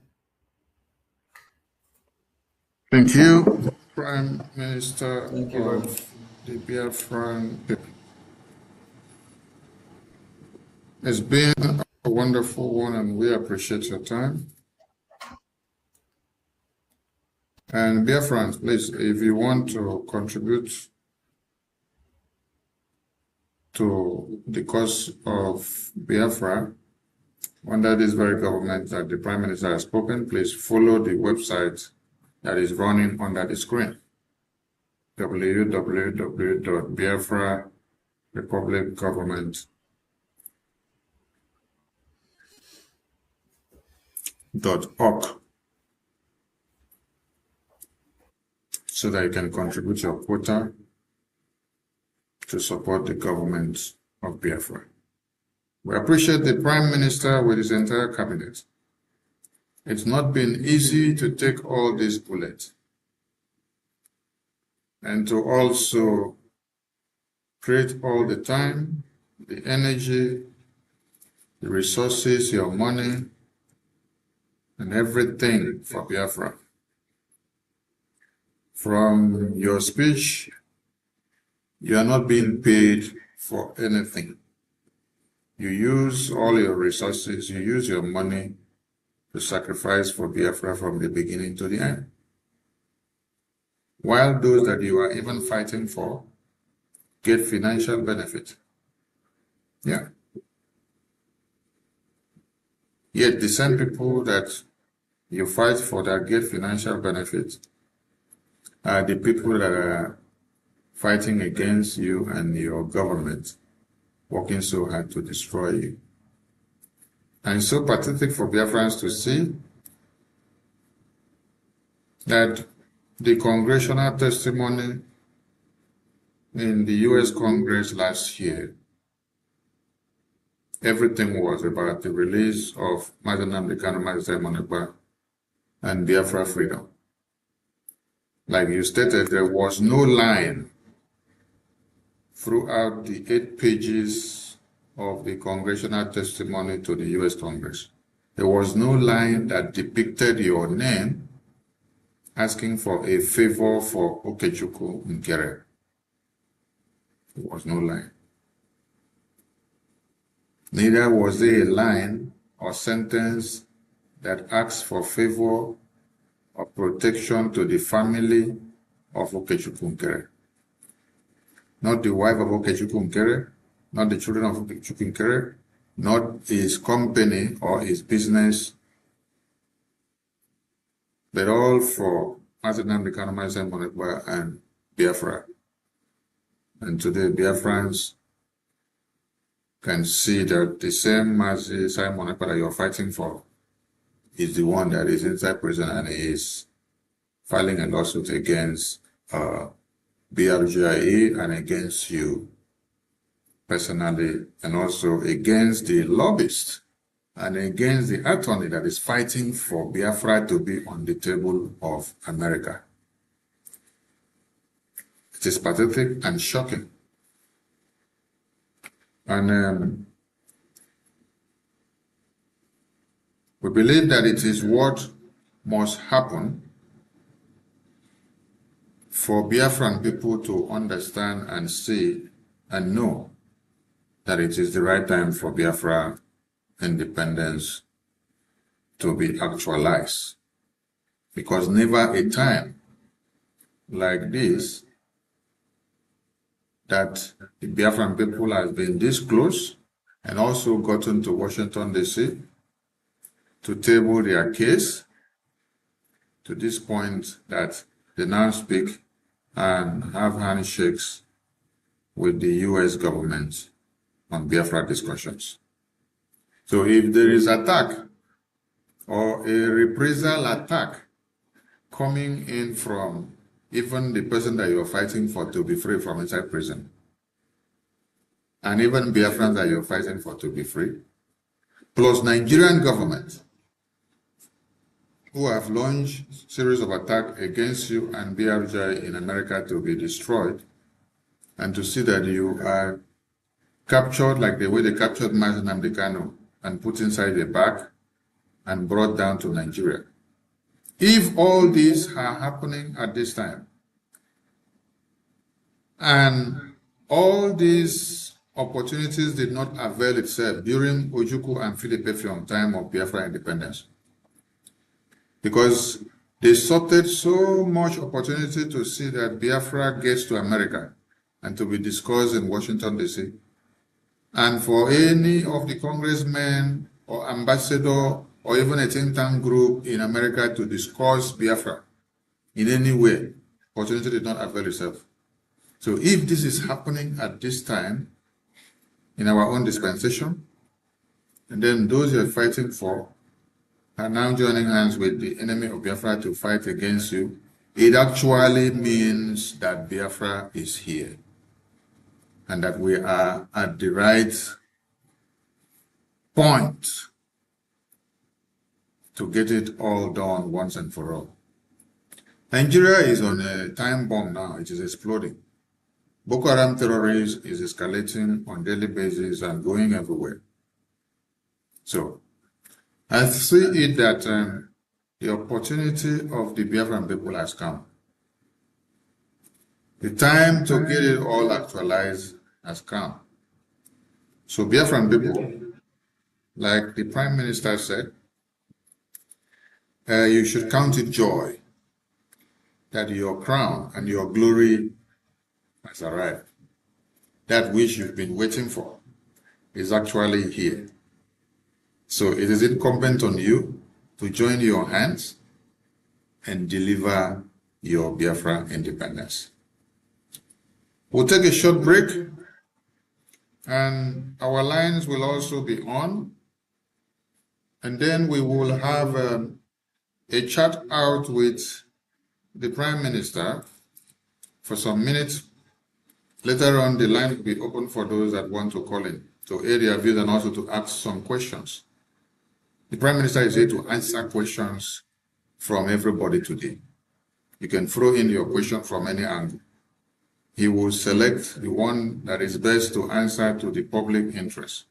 The one that is not suitable, he will know how to handle it. So avail yourself of this time and make it happen. We take a short break and we continue when we return.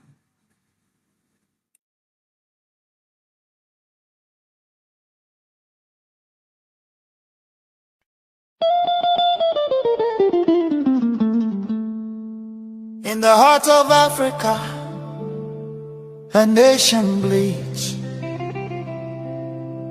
Not from a single wound, but from 1,000 cuts. Inflicted by a forced union, never meant to endure.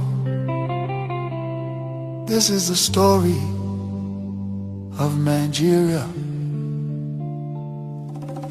A giant built on false foundations, now straining beneath the weight of its own contradictions. And at the center of that storm stands the unbroken spirit of Biafra, crying out for freedom from a nightmare that has consumed millions.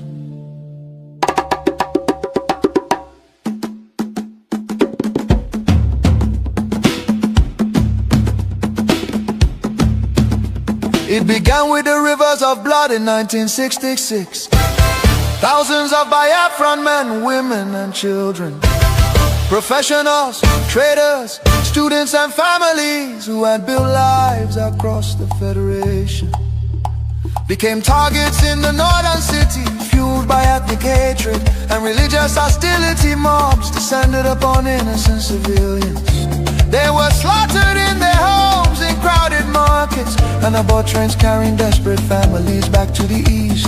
Streets were littered with bodies, rivers choked with corpses. Survivors returned to the east carrying trauma, grief, and the painful realization that they were no longer wanted in the Nigerian Union. Biafra, Biafra, voice of truth and freedom. Biafra, Biafra, the rising sun will rise again. Then came May 30th, 1967, a desperate act of survival. What followed were 30 months of unimaginable devastation. The Nigerian military, armed and backed by foreign powers, including Britain, Russia and Egypt, surrounded the young republic. A total blockade was imposed. No food, no medicine, no escape. Starvation became a weapon of war. 5 million, mostly civilians, many of them children, perished during what was not just a conflict but genocide against Biafra. Bombs fell on markets, hospitals and villages. Communities were razed. The world watched in silence while famine hollowed the faces of innocent children. Some nations spoke out, but many turned away.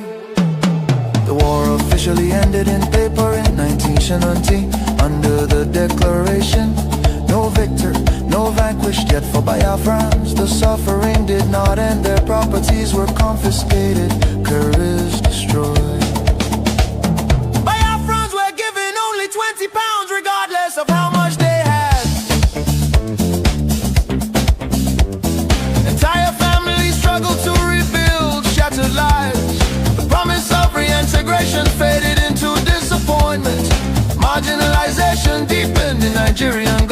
government appointments, infrastructure and control of resources from Biafran land. Oil flowing from the Biafra land enriched the center, while much of the east remained neglected. Roads deteriorated, industries collapsed. Biafra,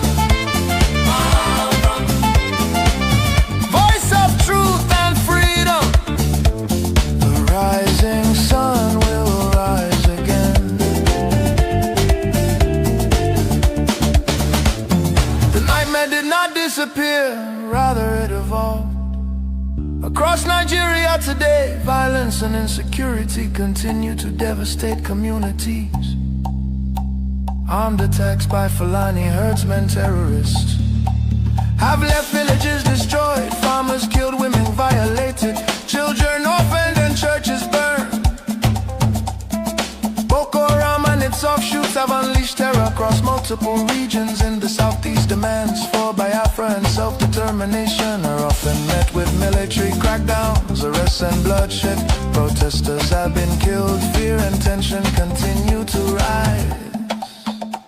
These tragedies reflect the deadly consequences of forcing vastly different peoples into one political structure. Through the 1914 British amalgamation, distinct ethnic nations, religion, traditions, ideologies, and systems of governance were merged without consent and without a shared national vision.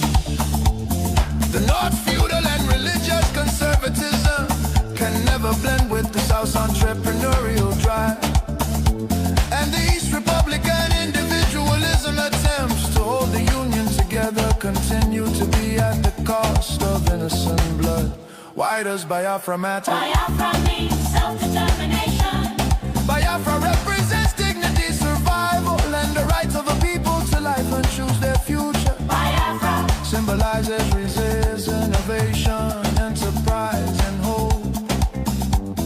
The vision is of a nation with secure borders, focused development, protection of its citizens, and economic engagement with the world, a future free from oppression, fear, and perpetual conflict. The solution is not endless political conferences, military force or federal quota system, but a peaceful separation based on shared values and voluntary association. History shows that artificial unions often fracture violently, while honest separation can allow wounded nations to recover. Biafra is not dead, Biafra lives. It lives because the desire for freedom cannot be extinguished. Nigeria's ongoing crisis, corruption, insecurity, poverty, and division are proof that one structure cannot hold people with dangerous diversities together. For the million already lost, for the children yet unborn. Biafra, Biafra independence is non-negotiable. Let Africa remember that true unity cannot be sustained by force. The world must listen before more lives are lost. Biafra, Biafra live, freedom calls. God bless Biafra. God bless the land of the rising sun. God bless Biafra Republic, government in exile, led by Prime Minister His Excellency Okechukwu, for standing tall in the pursuit of Biafra independence. Biafra, Biafra.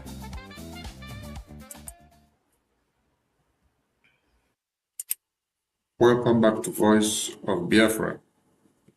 It's been a very wonderful evening, and we had the opportunity of listening to the Prime Minister of the Biafra Republic government in exile, all the way from Washington, D.C.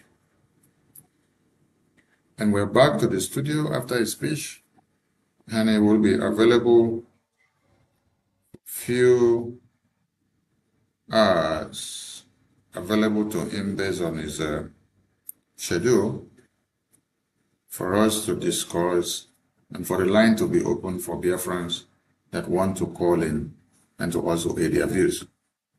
So Biafrans, You have a phone number that is displayed on top of the screen. So please get your phone and save the number in your WhatsApp so that you can call when the line is open. We decided to display the number now so that it will be visible to everyone. While we dive into the question and answer session of the Prime Minister, it's very good to have the Prime Minister back. Prime Minister, congratulations, let me say, on your battle Pro Max level now, because that is how I would describe it. It is only when someone is superlative that you now be on a very hot and a hotter and the hottest seat. And then the battle is not an easy one now, because you are getting bullets coming in from Finland as a country and Europe as a continent and the prison of Finland as a dungeon. Then you're also getting bullets coming from Nigeria, from Tinubu, with all his lobbyists in America, and some of the lawmakers that he has been able to bribe the way he wants, and those that is working on the ground with him, because even his drug cartel records are concealed in America because of the money he's paying to some people. Then, your battle has not finished there. You have some other bullets coming even from your own cabinet, because you still have some Sabo that are throwing some bullets on you. Then, there are some other bullets coming from some other people that you had trusted so much and expected that at this time, they will be the pillars of Biafra. So my congratulations to you is that you've been able to stand or to hover above the storm. How did you do it? How did you do it? And how are you doing it? And how are you able to cope with it?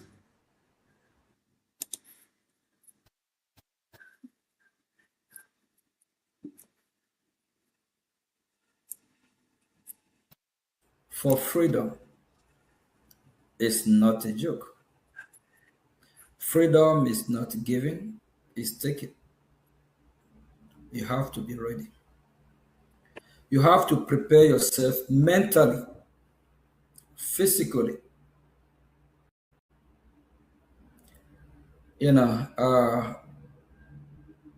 It's expected to happen.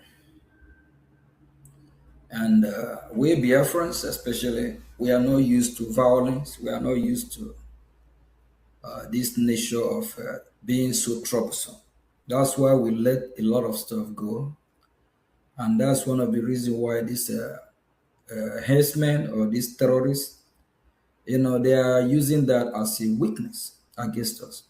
Because our people are so peaceful and, they always use this word, you can't hurt a fly. That's who the Biafrans are. So Biafrans believe in live and let live. So, and when you are not prepared, before you go to battle, then when your enemy are coming with all this heavy, you'll be freaked out. You have to be prepared. So seeing all this happening, and some of our people always believe in their, Biafrans are also well educated. Some are thinking that their education is already a license for them to be smart or for them to know more than everybody else. So that's a mistake. So a lot of these people, they just believe that some, like the ones that are coming after me, believe they can do it better. Who am I? I can't do nothing. I can't achieve nothing. But at the end of the day, since 2020, before 2023, when the government was, formed. I have been doing a lot, even behind the scene. So Thank you, Prime those Minister. are Thank you, Prime Minister. I have more questions for you. So don't extend too much of time because I got the question from what you just said and the answer has already been extracted. I congratulated you for being able to take too many bullets. And then my question was, how are you able to cope with all this? And then you said it's preparedness. So you actually prepared and waited and you knew what was coming. And you knew that you will need the armor to be able to shield all this. So the preparedness in you is really working and is taking so much. So we appreciate you and congratulations once again. So my next question goes like this. Tinubu goes after you. And it means entire Nigeria goes after you. And then, being the top figure of, and the spokesperson and the leader of the Biafran people, it means Biafra is on the spotlight. Then, all of a sudden, you see a lawsuit from Mazi Simon Ekpa from inside prison, also coming after you to your entire cabinet and to your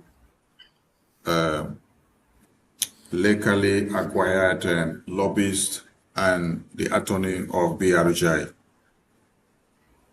How do you respond to this and how do you feel seeing that this attack is coming from Tinubu government with so much money that has been paid, and also from even Simon Ekpa that you went to Washington, D.C. to work so hard on a daily basis to see that he is released? How do you see the clash of the two coming out the same time? Nigerian government coming after me is expected. Yes, and they didn't just started 2026. They didn't start last year. They started since 2023. I knew around the time frame because of what is happening, which I'm not going to go into details, but a lot of Biafra they know about what I'm talking about. There's actually a time that I gave Mazi Simon Ekpa a hit about some event, something that occurred, and I pinpoint where it's actually coming from. After the government was registered, which I play a big role in registering the government, and after we inaugurate our office, after we inaugurate our office in USA here, it's a big blow to Nigerian government. It never happened before. It's significant. And even during the inauguration, all of you watch it live. So do you think the Nigerian government will be quiet? They're seeing our flag flying on top of the roof of the office building. So the attack started since 2023. And they actually intensified the attack this year. And they didn't out first. What they are doing now, I thought that's what they will be doing way before, but they underestimate as well because they focus more in Finland. So, seeing what, it's just expected that Nigerian government will do what they are, being a terrorist country. They have done that in Kenya successfully. They kidnapped Mazi Nnamdi Kanu, extraordinary rendition him. And they done that in Finland, but they find it a little bit difficult to repeat the same pattern here in the United States of America because of how the system here works. So it's just expected. But for Simon suing from, it's kind of weird though, because I haven't heard I don't know if I can recall any time where somebody will sue someone else from prison. I don't know how that works, but we'll figure out, we'll find out how. So it's just disheartening, and no one know what is happening behind the scene. We pray that he will be released very soon, but it's just not a good step. It's not a good thing, and he also shows sign of weakness, sign of being confused, and sometimes mentally, we don't know what his mental status, if he's in good health, or if mentally, something is wrong. So sometimes people do things that when they start doing things that are not normal, you start questioning what is going on. Is this person okay? Is he mentally fit? What is going on? Or is just because of us being being human, that who will make mistake as human? But coming after the same Brgie that is part and parcel from the beginning, it's just it's disheartening. Sometimes it's just unbelievable what is going on. But at the end of the day, we thank God that people like us place as gatekeeper of this movement, of which a lot of fight from the top, even from the other groups fighting the same government for us to dissolve this government. We don't want government. Well, how will you? You're fighting to rescue a nation and you say you don't need government. And at the same time, once upon a time, you also prophesy about the government, that we're going to have a government. Now we have the government, you say you don't want the government. No, it should be that. So something is just wrong. But, I'm kind of shocked that some have decided to, one way or the other, betray Biafran people. But that will not stop us from doing what we are doing or even fighting for their release. So when they are out, they can see the mess they have caused, and we'll figure out what the problem is. We see one, if they are okay, or they need a kind of medical attention. So that's all I can say on this. Thank you. How I feel Thank about you. that. Thank you, Prime Minister. And you dropped another bomb there. You said some people from the top want the government dissolved. I leave that clause for the Biafran people to go and ponder about. Biafrans want people from the top. They want the Biafran government in Israel to be dissolved. So go and ponder about that very clause. So, Prime Minister, thank you so much. You've answered that one very well, and I believe the audience are catching up with this very question and answer section. Just like you said, that they said they have dissolved Brgie, and we saw that from Ngozi or Abu Fulani group of USB charger. And she said Simon appointed her to declare Biafra. And after she declared Biafra, according to her, she dissolved Brgie. So now that they are saying they are suing Brgie and suing you, is it the Brgie that was already dissolved and is in existence to them that they are suing now? Or which one are they suing?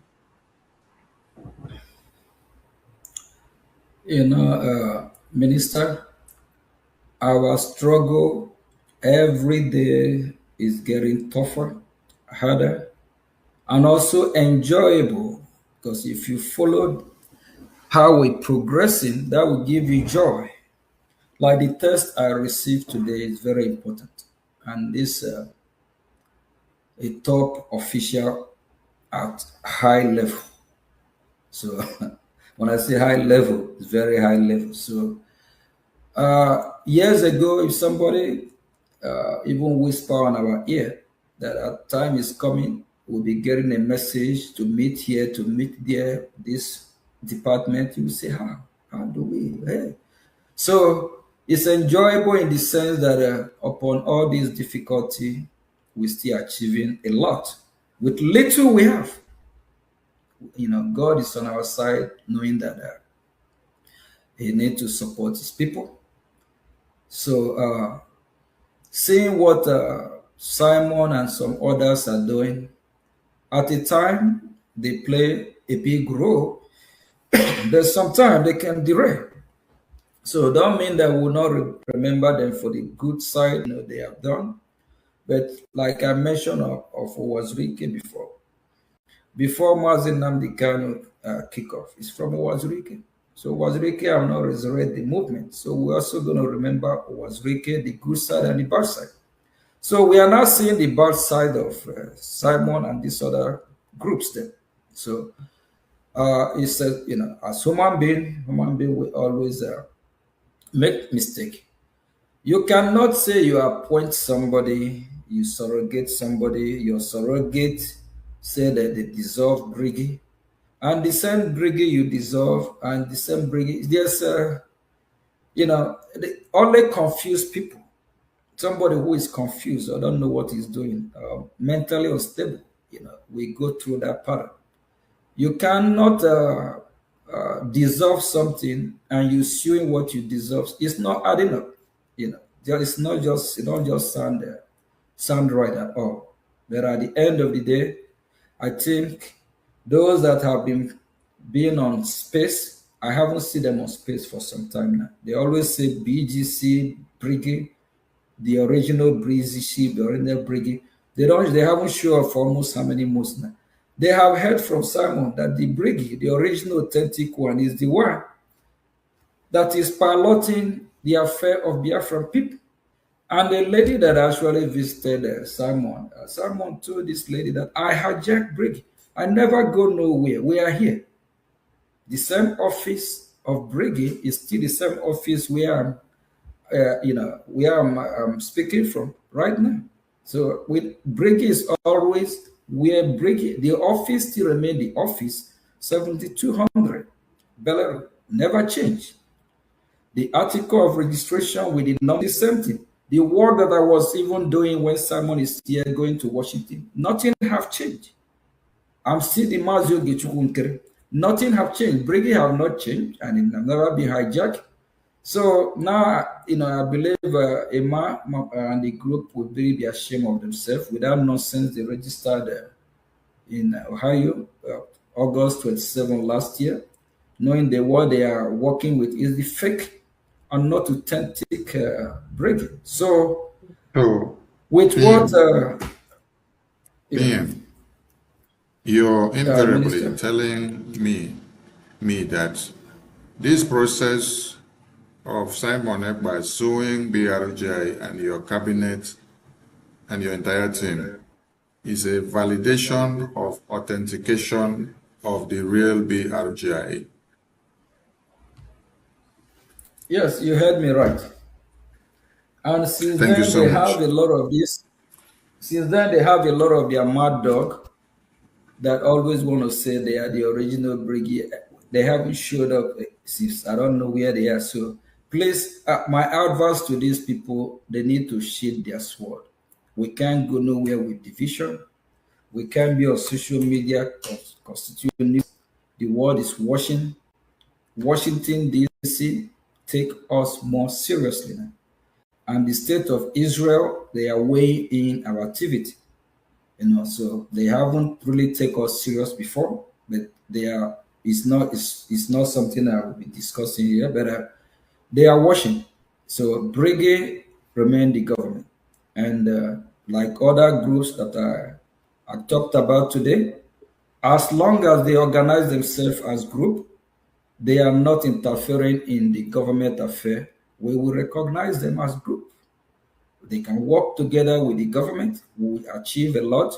And when Biafra come, these groups will delegate who will represent them either in a presidential, as a presidential candidate or a governorship or whatever. So Biafra belongs to all of us. Everyone need to shield their sword and get this straight. The only government that is making things happen is now in United States of America is Biafra Republic government in essence. And we don't want to miss this opportunity by all these splinter groups. They can have their group, organize themselves, stop fighting each other, build their base, make their, if possible, they turn their base to a political party. And at the end of the day, they are still part of the government. They can nominate anyone from there to be a member of the government, a cabinet member.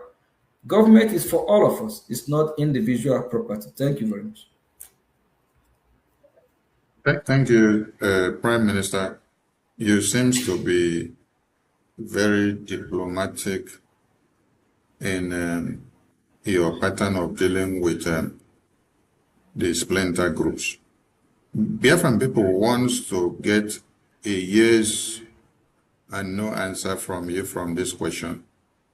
Did you in any way try to go and take the BGC group from the owners? I've never been part or parcel of BGC. I don't know about that group. So they can Did you have their also BGC. Did you also try to take USB charger group from the owners?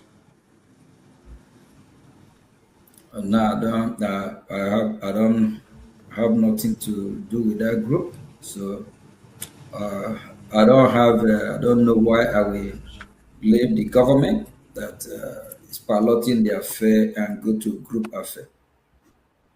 Thank you. Did you also go to this other group that they call AVID group, IPOB Nigeria group, Ambassador group, and all of a sudden we see another one, 100 Men group, we see another one, Sokoto Declaration group.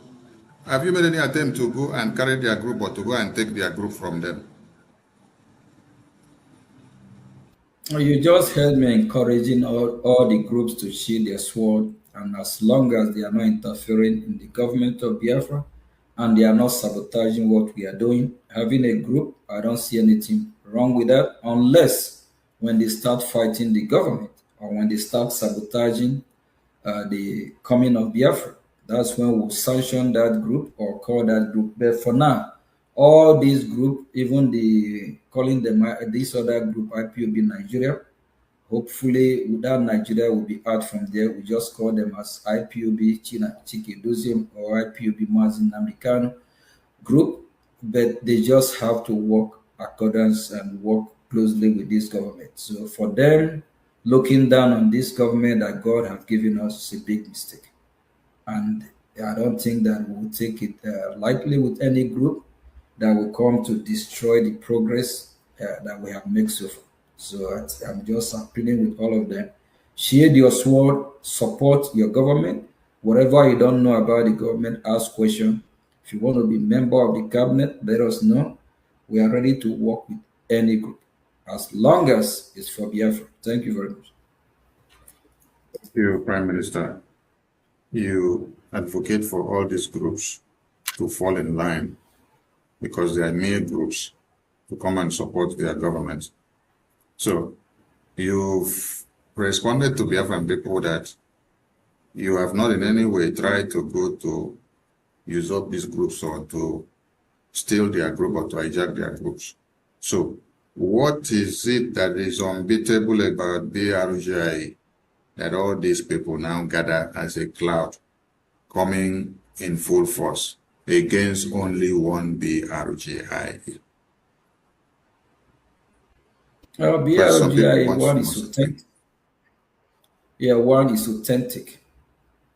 Number two, especially the members in BRGI cabinet, they are not there because of money or ego. They are not self-centered. They are servants of Biafra people. They are not there to impose leadership over the Biafran people. They are, they're humble to serve Biafra. And BRGI have a strong connection tie with the United States of America, which is just undeniable, unless some might just want to, act like they don't know what's going on. If Biafra Republic government in exile is not really dealing with Nigeria from Washington, I don't think Nigerian government will be after me. I don't think they will be fighting Brgie since January this year. So, and the Brgie have been their night worstmen so far, and we'll keep doing what we are doing. And it just give me joy that top U.S. officials are now, working closely with Biafra Republic government in exile, and they are not taking us seriously. So all this other group, they have observed it. If you ask those other groups, like we call them, they are not government to start with. What have they achieved for the past year for Biafran people?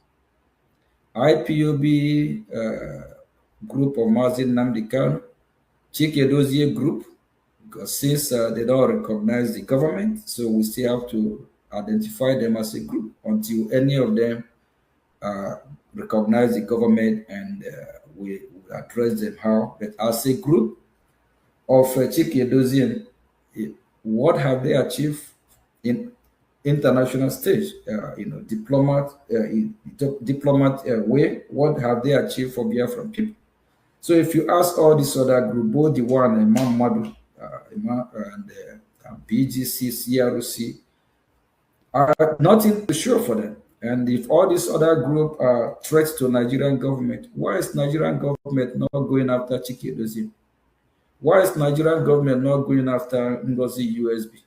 Why is Nigerian government not going after Emma or Chioma or all these, both the ones that are ranting from different countries every day on social media? They know where the they know where the threat is coming from, the government that is dealing with them here, United States of America.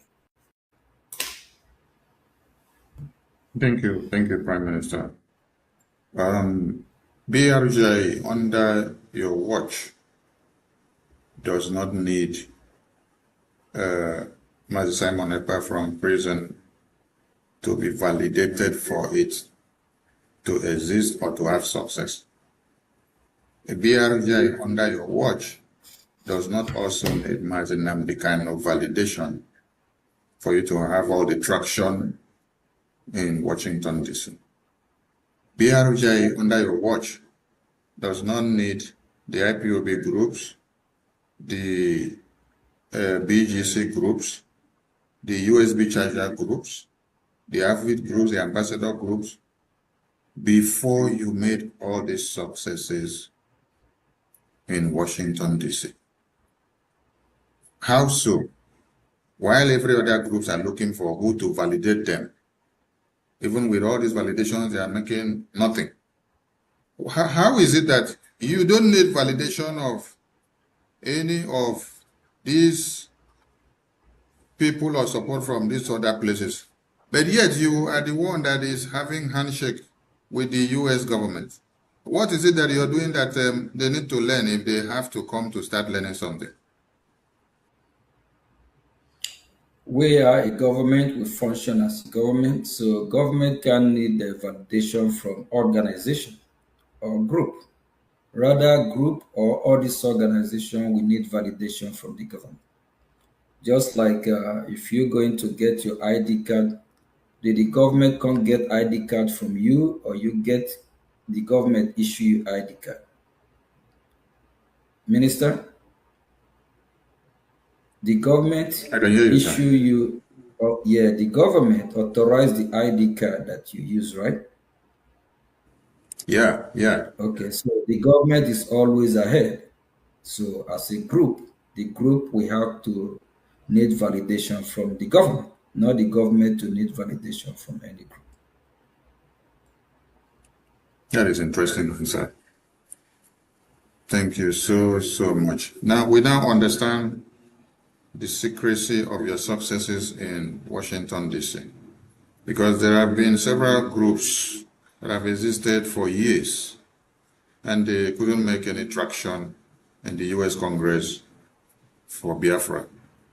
But your own pattern and template has turned the table around. that the US congressmen and women can boldly pronounce Biafra now. We commend your efforts and we commend Brgie under your watch. So, coupled with all this and the recent activities that is happening in the media within the past 48 hours, we see Mazi Nnamdi Kanu going on lockerheads with his IPOB group. And we now see the group also going on lockerheads with Mazi Nnamdi Kanu groups. It's quite interesting to watch. But, from your speech, I extracted something. You said you want all of them to sheath their sword, that they need the energy for something that is coming. Please enact those words again to Mazi Nnamdi Kanu and to the IPOB group so that they will get it very well again. Your advice to them at this very time. My advice to this group is that we have passed the stage of what they are doing. Respectfully, they just need to respect themselves so that the world will take us serious. It's being too childish. After how many years? Not 1, 2, 3, 4, 5, 10. We have IPOB as a group. Till now, they haven't matured enough. They still act like babies. They need to sheath their sword. We are in a serious time now, especially now the United States of America. We are working very closely with them. And at them as group, as long as they are not coming to Washington to make joke of our effort, that's where we have problem. A very, very big one. I don't care who it is, we'll go head to head.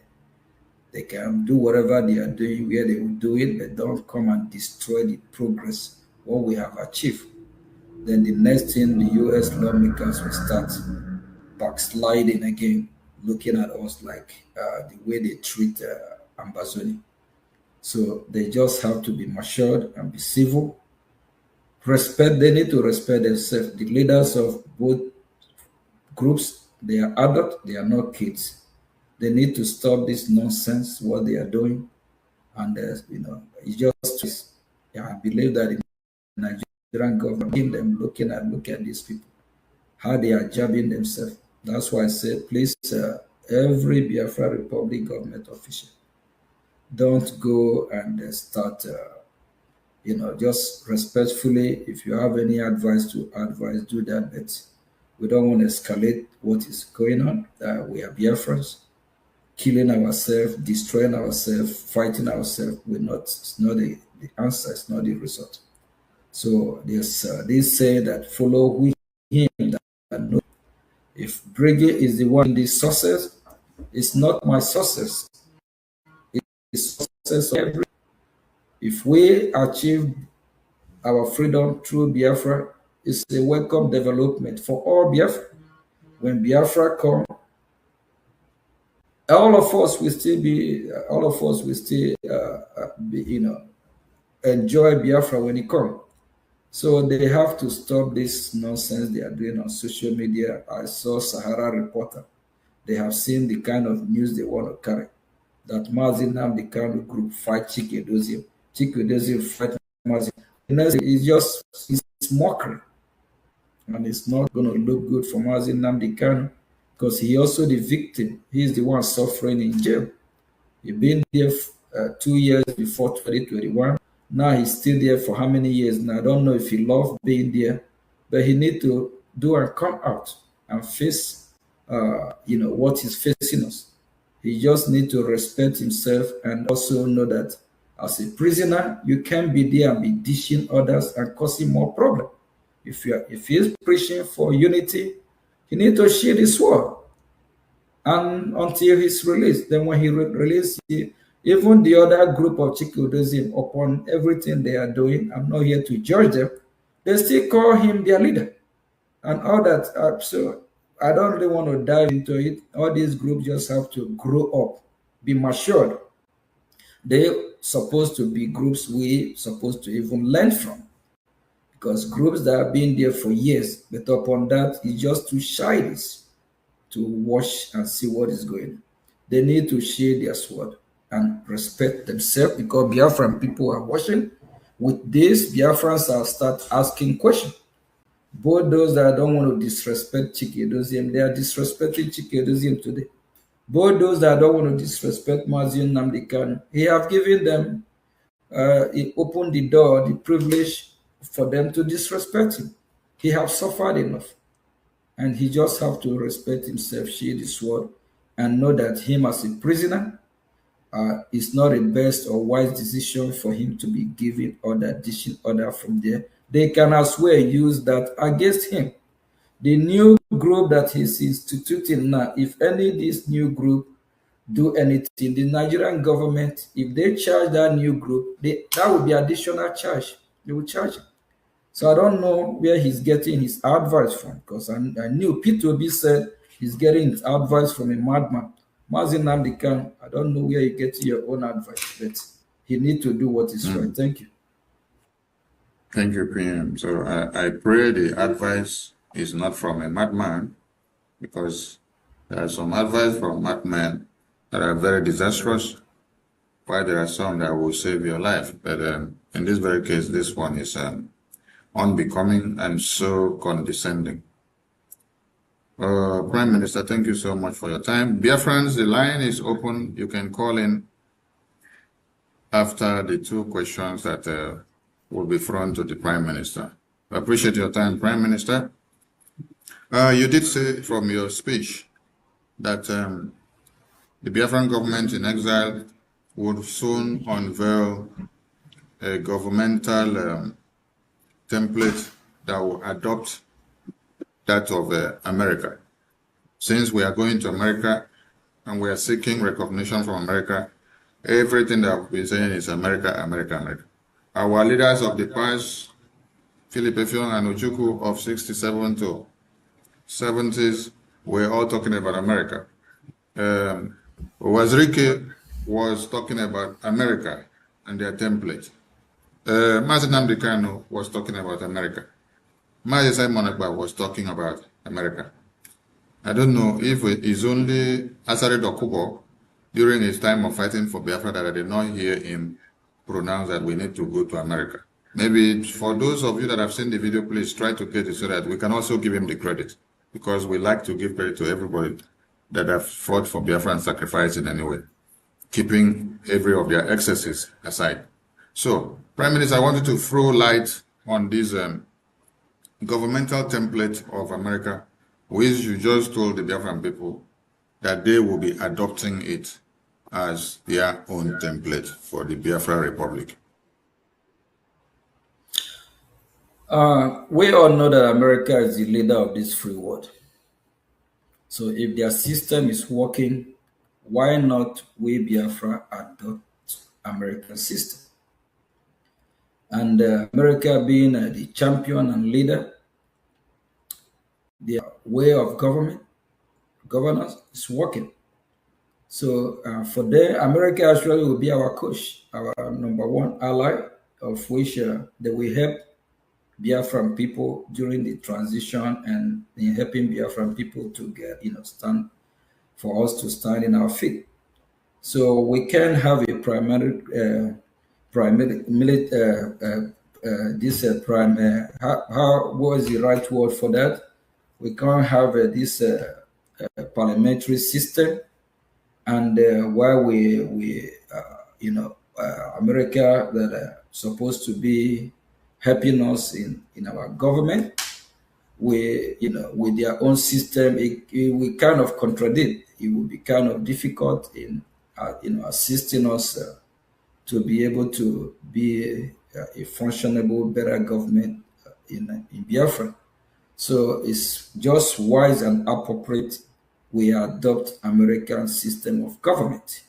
And I believe that every Biafra will agree with me, a system or a government that we understand, instead of a system of the British people that is, it's not not going to yield fruit for we Biafran people. So it's just going to be wise that since America will be our coach, and for us to, adopt their system of government. Very soon that will happen, and it will make things more easier for them to assist us during the transitioning and putting our government in better shape to also compete and be like the best, like America.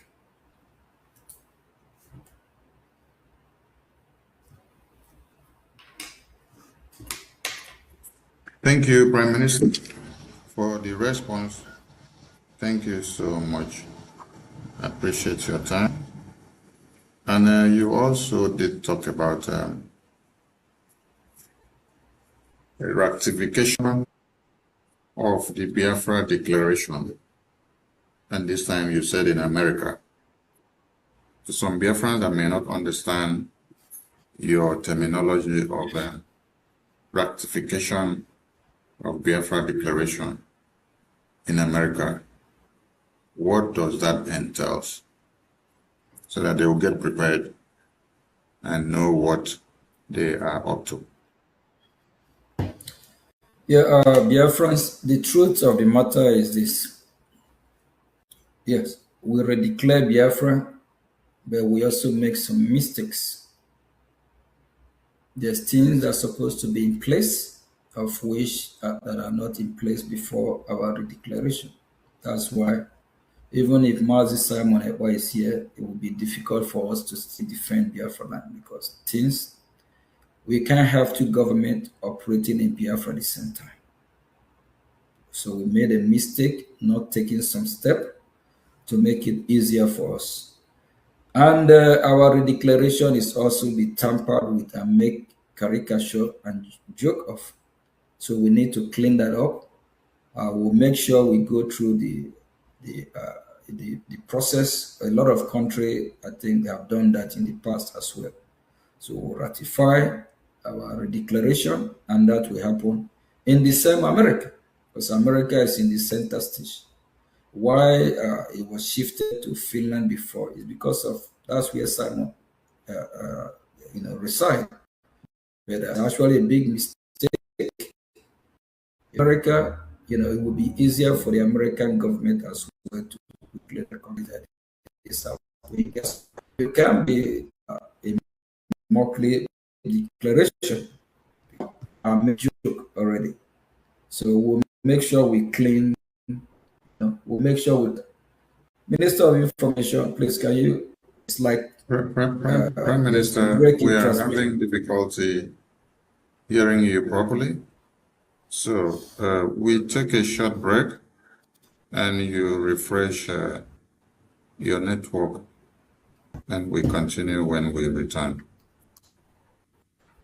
Stay tuned, dear friends.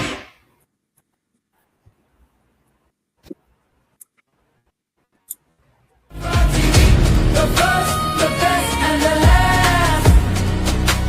Voice of Biafra TV. First to speak, best to watch, last to ask. Voice of Biafra TV. Voice of Biafra TV. Holy Voice of Biafra TV.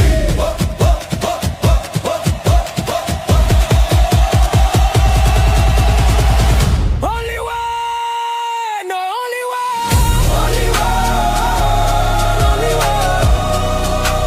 Voice of Biafra TV. Only one, only one. Voice of Biafra TV. Only one, only one, only one, only one, only one, only one. Voice of Biafra TV. Only one, only one, only one, only one, only one, only one. Hear the people sing at last. Voice of Biafra TV.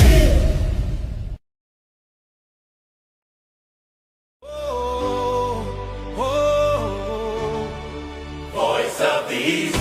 Hey, hear our voices rise. Hey, land of the rising sun, shining bright for everyone.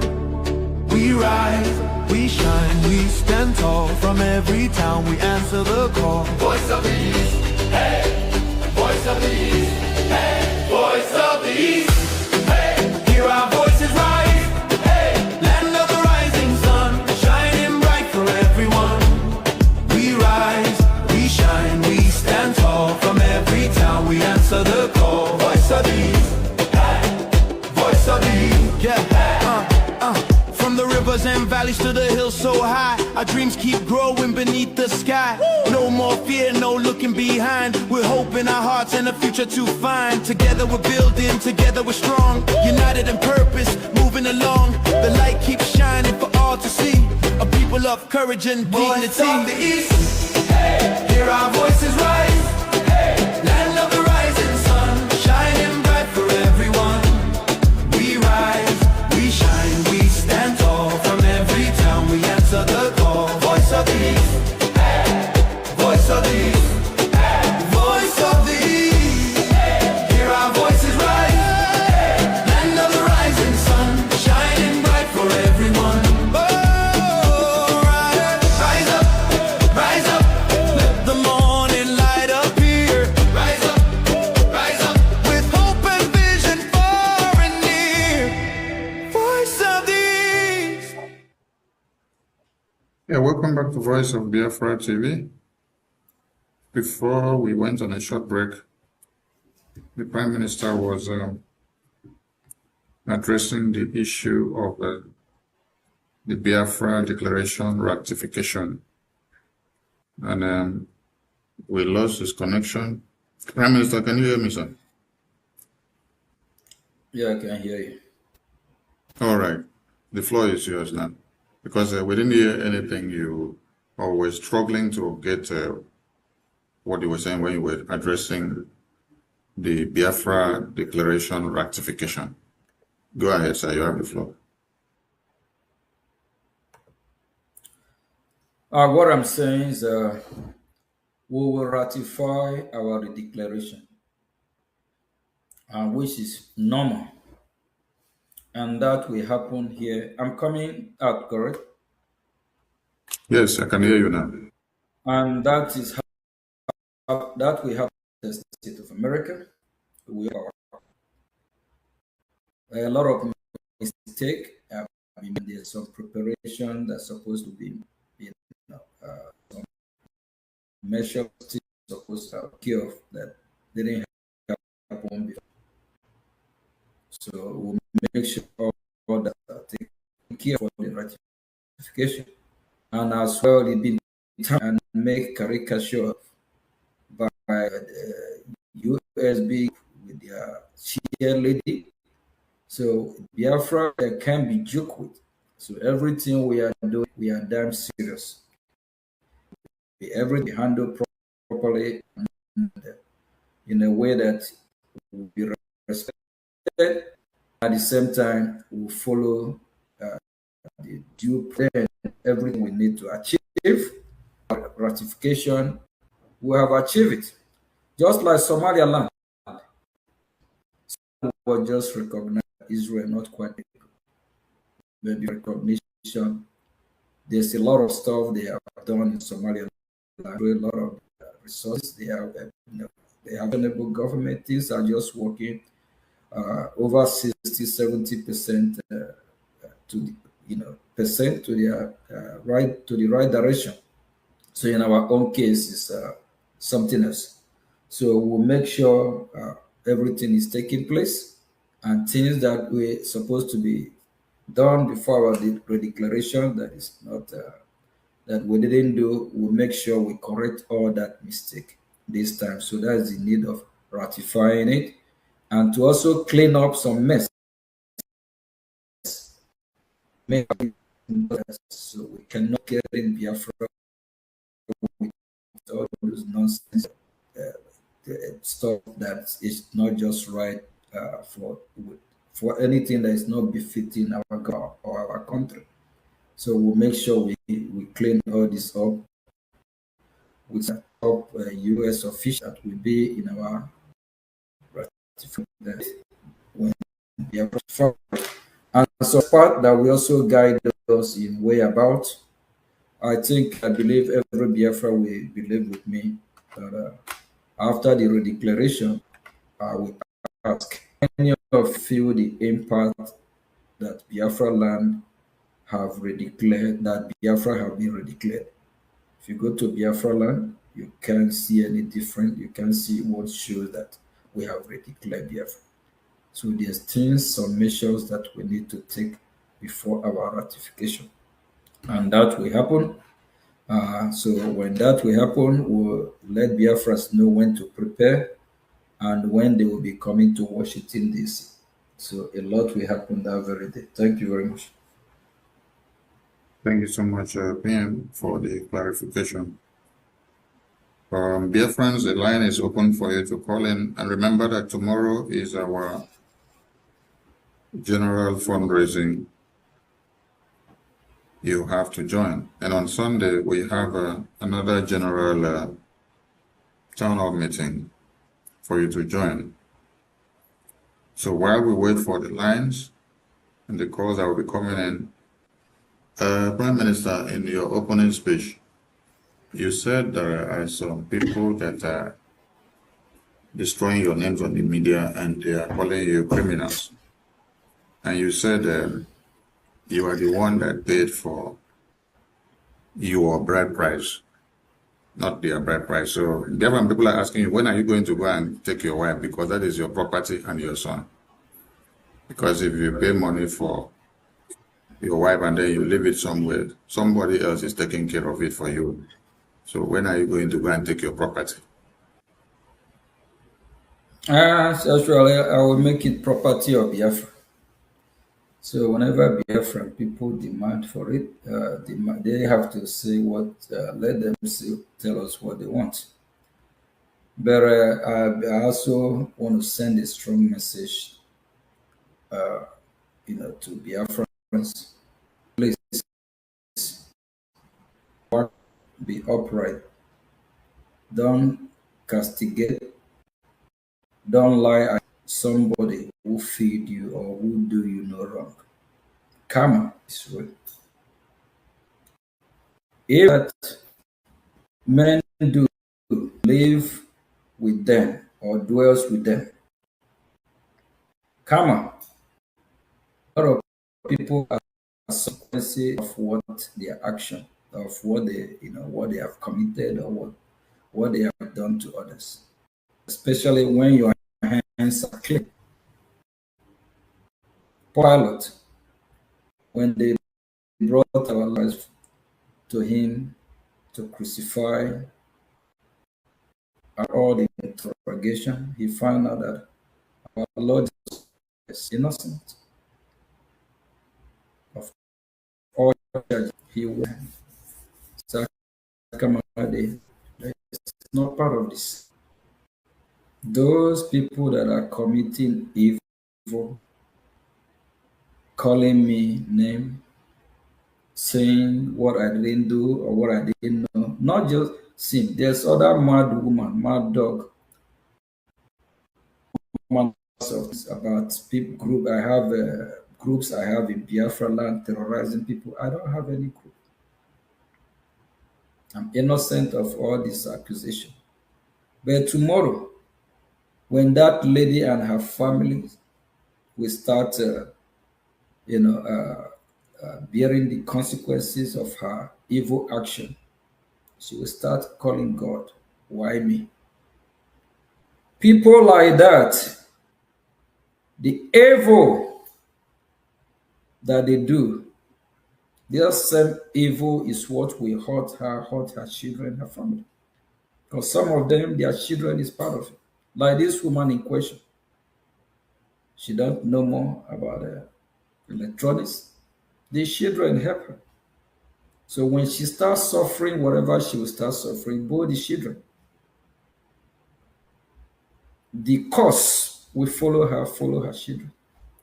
And this man in question, I feel pity, I feel sorry for him.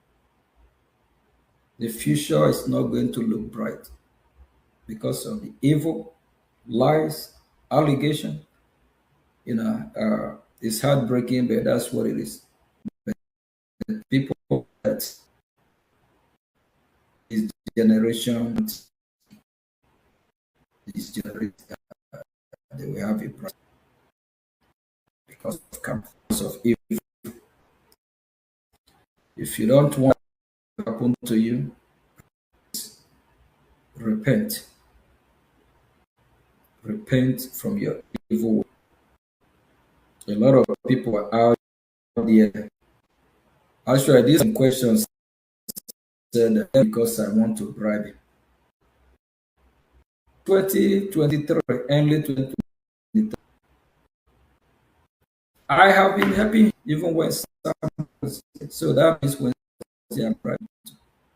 Is somebody who you have not with 1,000, not enough 4, not 5, thinking you are happy, your fellow man. Somebody you have.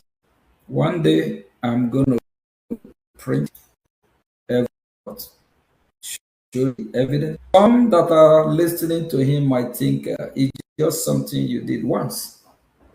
Over years, almost 3 years. Whenever I call you with him, the first thing, before you do, we say, Udugu, Oga, you are forgetting us now. That you haven't helped. I haven't helped them. But God is watching. Evil that men do live after them. He should remember he have children, he have family to take care of. He should pray so that his evil will not affect his children that might be innocent of this. Please, all you, if you are listening, keep your hand clean. Stop committing evil. Because what you do affect your children. And that cause will turn to generational cause. And for what we are fighting for being Biafra, the land of Biafra might not forgive you and your entire generation. Thank you. Thank you, PM. The line has been jumped.